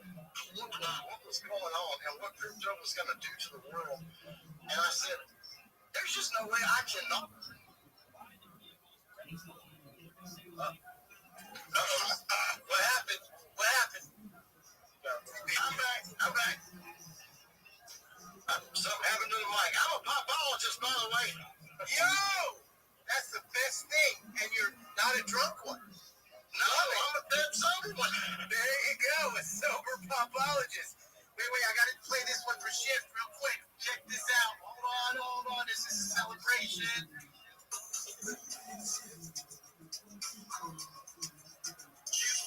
Did you get that? On the night shift. I know that one. I'm for on the night shift. Right up my alley. Yeah, that was an elder song. That's right. Shift don't know nothing about that. I'm trying to introduce him to like the older stuff once in a while. That's right. Hey, my kids listen to stuff from the 50s and 60s. I know. It's good. That song's called The Night Shift by the Commodores. That's right. Shift, you gotta play that like one day. All right. I appreciate the time to speak, guys. Thank y'all. Yes, congratulations. Really good project. Super purposeful. And that's what this is all about. Thank you, Shift, for letting people do this and express themselves. It's a real social utility you got. Yup. What's good, Rabbi Rothschild? You have a question? I really just want to thank you for the opportunity to introduce us to Popology and share my project, if that's okay. Here you go. Excellent. Well, first off, if you haven't followed Popology, please do. Let's get them to their goal of 10,000 followers as soon as possible. Just to kind of review, Popology, I think, is just a brilliant word, and I think it's a brilliant project. Its dev obviously has a lot of energy.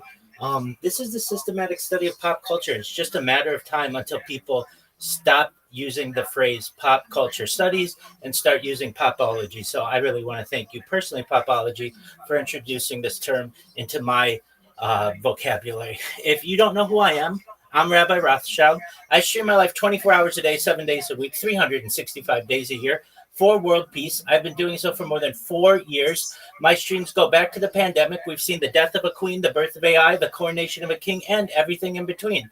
This is a real life Truman Show. This is a real life Big Brother. This is a timeline and a time capsule of human achievement. In 1990s, Bill Gates coined the phrase content is king, and I'm making it true today. I'm king of the internet. This is the biggest event in global history, and here's why. In 2018, The Economist magazine stated that data had overtaken petroleum as Earth's #1 resource, and I have more data archived on the internet than any person ever, which is making me very influential. I'm going viral, and when I do, I want to make you, your friends, your family, all financially independent if you're not already. I want to ensure that you have generational wealth if you don't already, and I want you to be able to start charities and philanthropic organizations of your own.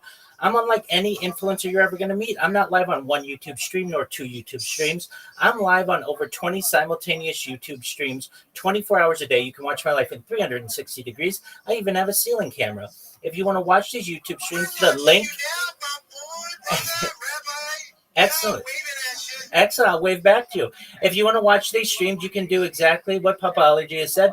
Check out the link in my profile. Additionally, in my pinned post, you'll find that link. You'll also find a link to my link tree. I dare you to look at my link tree. Nobody dares you to look at their link tree, but I do, because I have more social media than any person ever. I have more content than any person ever. You'll also find a link to my Discord, discord.me/rabbi.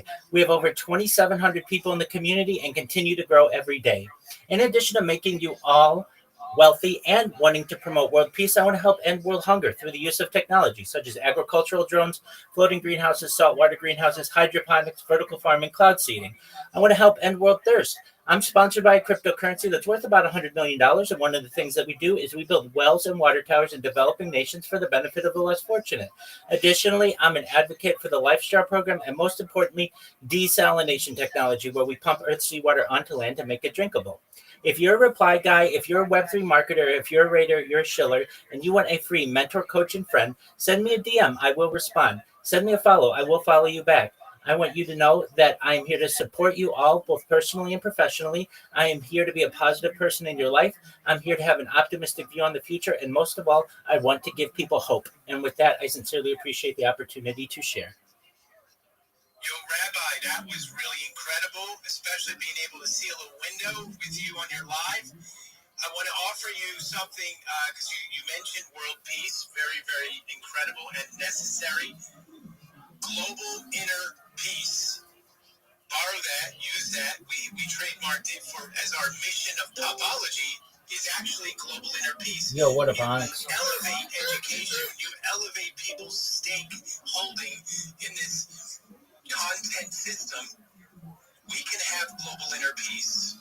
And that means, technically everybody has to go to sleep and have some sense of calm. That means we all celebrate global inner peace when we're sleeping at minimum.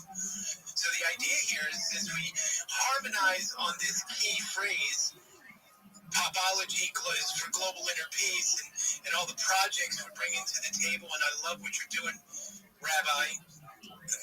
Global inner peace is a very succinct terminology that can even make a more piercing and potent dog ear listen to your goals. And I'm with you because I'm a pop messiah by trade. Probably the last one, but I'm definitely the first popologist. There you go. Lots on the line now. How can I be on that side? I mean, well, not a messiah. Let's see. You got to say pop messiah. And the idea here is you are, Brent. I'm the grab messiah. You carry your popular. See, everybody has your cross to bear in your own identified purpose. Okay? Nothing's easy. Nobody handed Shift 30,000 followers. Okay? So he worked hard for that. That's carrying his popular across the terrain. You feel me, Shift? The idea here is that we invented keywords. I'm just a copywriter, a good one, an award level one. And the idea here is if you carry what you deem popular, you against the grain, against people's no's, nays, and can't do, well, you are a pop messiah. John Lennon was one. Elvis Presley is one. Maybe Oprah Winfrey can be one.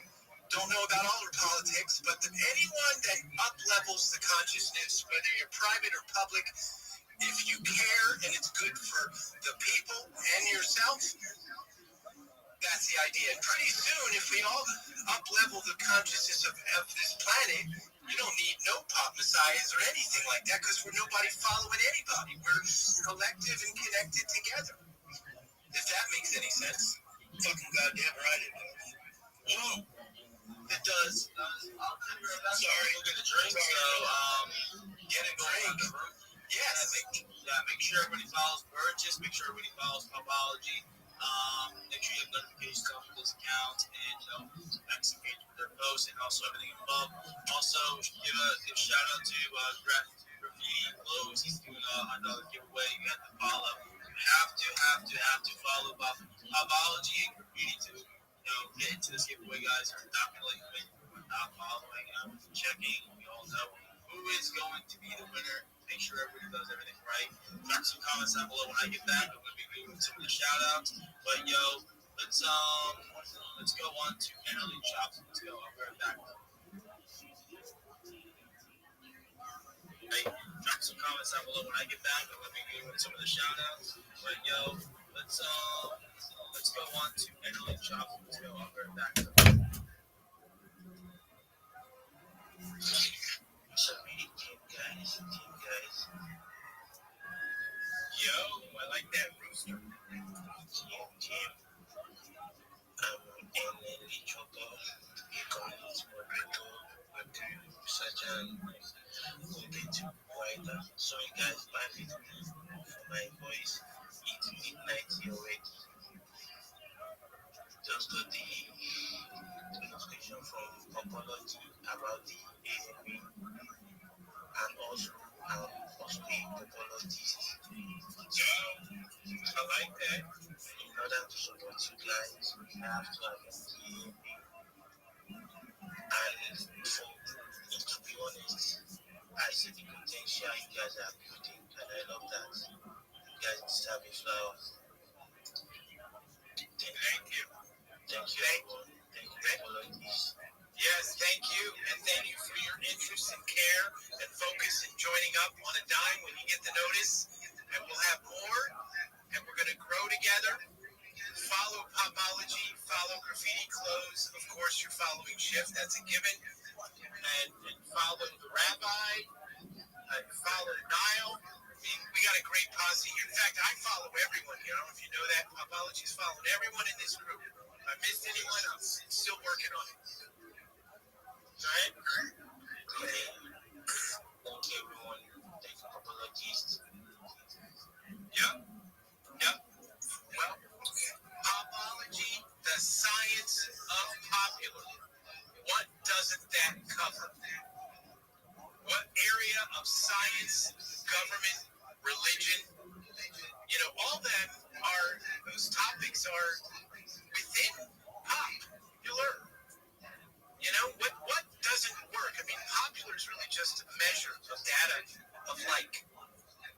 And so to translate that into you being the wielder of that, instead of it being, a billboard metric or an e-commerce sales.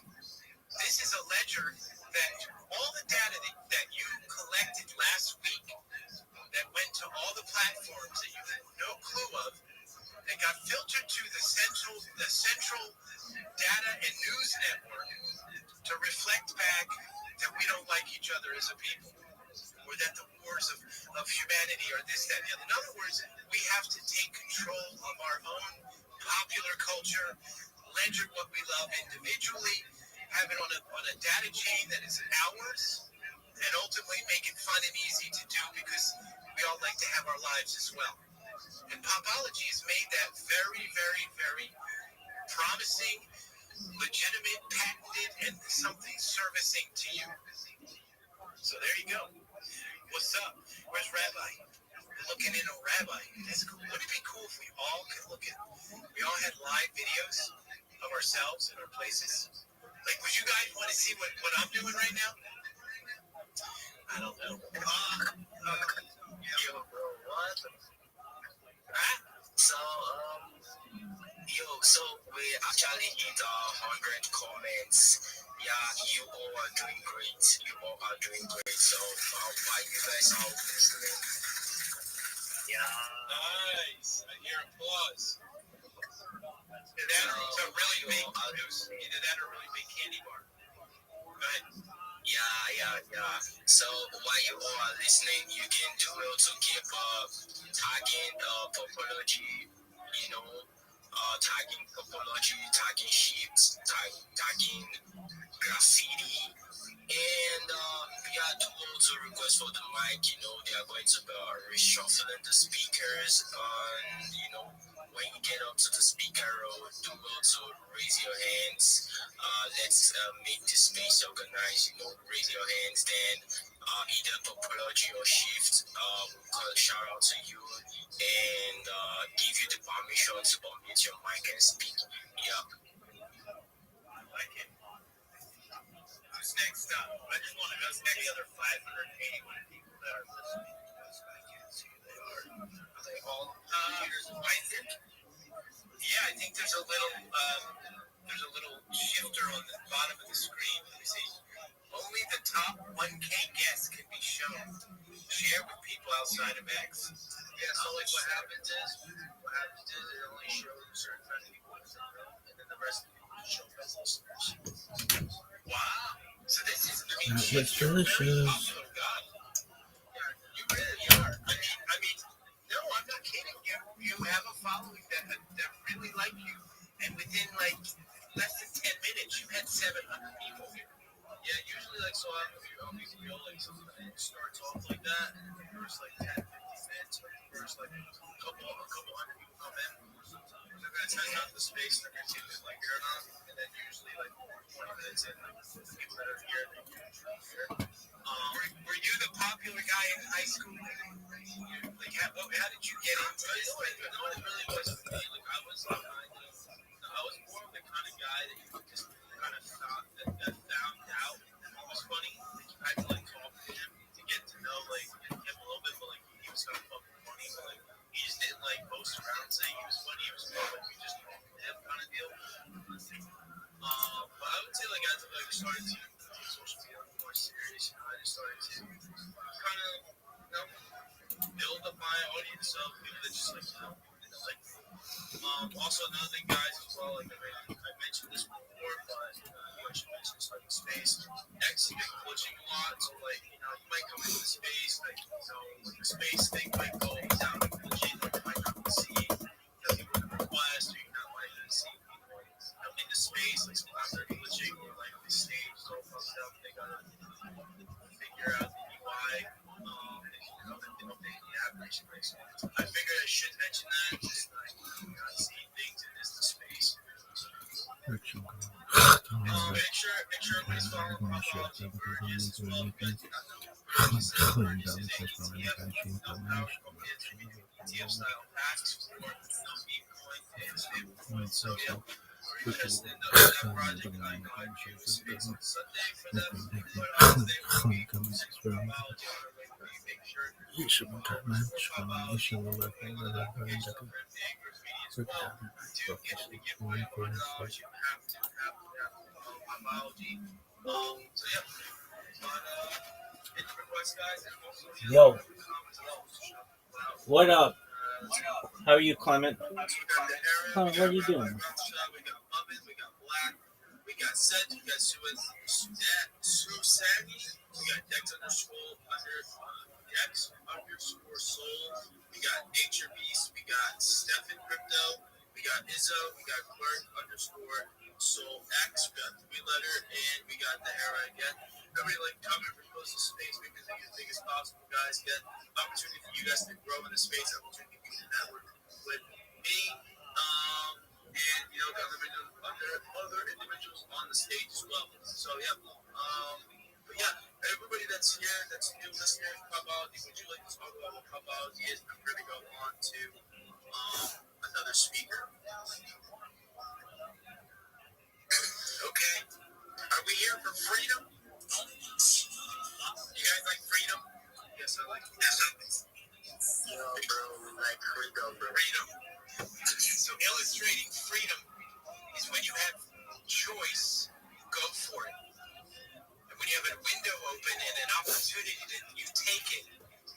That when you ignore opportunity, you close yourself in. Just saying. Keep that door open. Follow Pathology. Go ahead. Is that like when I see a friend wall that they just like opportunity, I just go for it and tag it? Oh, hey, sure, why not? Yeah, you could do that. Yeah, if it's liberating and people like what you're tagging, right? If it's pleasing art, right? But it's a good question. Do we make art only for ourselves, or do we make art to please others and ourselves, or the other way? Just other people. Well, deep and currently, us as unnamed individuals, and my unnamed as well, we tag, paint, and slap up the voice of the unheard. So, they try to silence us, but, the walls are the voices that nobody can deny listening to. Welcome. I think another question. I just wanted to say for graffiti. I just want to say for graffiti, I agree with what you're saying. And to answer that, I do believe that we are each other. And that's why when certain people try to scam or do bad things or even create destructive things, they're really destroying themselves, right? So when you do art from your soul, you do art from your heart, you are actually loving yourself, because that's the art that you're giving out to the world. Whether they receive it or not like that, if you're truly intentional and doing it correct and doing it with love, I feel like you're genuinely loving yourself, because we are each other. But yeah, go ahead. Sorry, go ahead. How are you guys? Hi, shifting. I'm on the great spaces today. Doing well, man. Every day grinding like crazy guy. So this week. Yeah, nice. Yeah, well, how about is it? I'm sorry, shifting. Yeah, it's okay. I was trying to run the space. It's like running the space, so I waited a couple hours. quite yet, so it works. So hopefully, cross our fingers. Getting busy out there, eh? Because enjoy this time in crypto space because while it's still quiet, you are able to get on stages and things like network with big guys like Shift and bigger. When crypto runs, when bull run happens, you won't be able to talk for free. Right? Yeah. The algorithm is what it is right now, so take advantage. Yeah, I'm just going. It's like a matrix right now. Wherever it takes you, and like you're connecting with people. Yeah. But how about, are you actually trying to create another platform? Like, sorry, I didn't do my DIY audio project just yet. But I remember you saying you're doing something separate. We have to create our new profiles over there and start fresh. Let me start with this as the answer.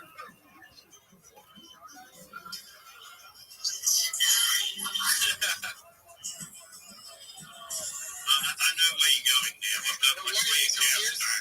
Here's how it works.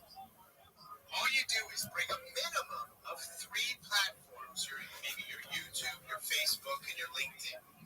This validates who you are automatically. So the profiling is already registered and locked in.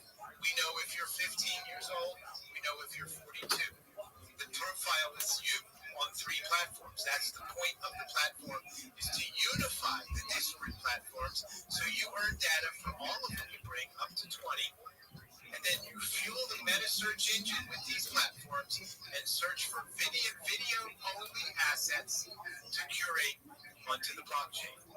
Whether you made it or not, it's a curation station if there ever was one. And then you can also curate your own content, like the Rabbi can curate his streams and his content as well. I recommend you endorse other podcasts and things you like that's within your brand of popularity. And then after you curate and save that timeline, that's ledger to the blockchain in what we call a public trust ledger that is ledgering digital rights in all of your data behavior. You save the timeline and go pick your top commercial brands. If you pick 15 tiles across the internet in your stream, you're going to pick 14 pop commercials. That's how you get paid. Those 14 commercials, we split the ad revenue with you and your audience.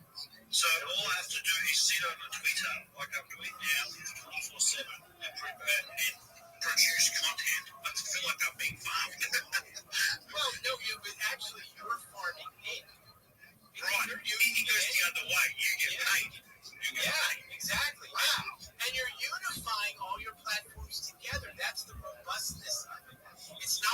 When do I start? Sign me up.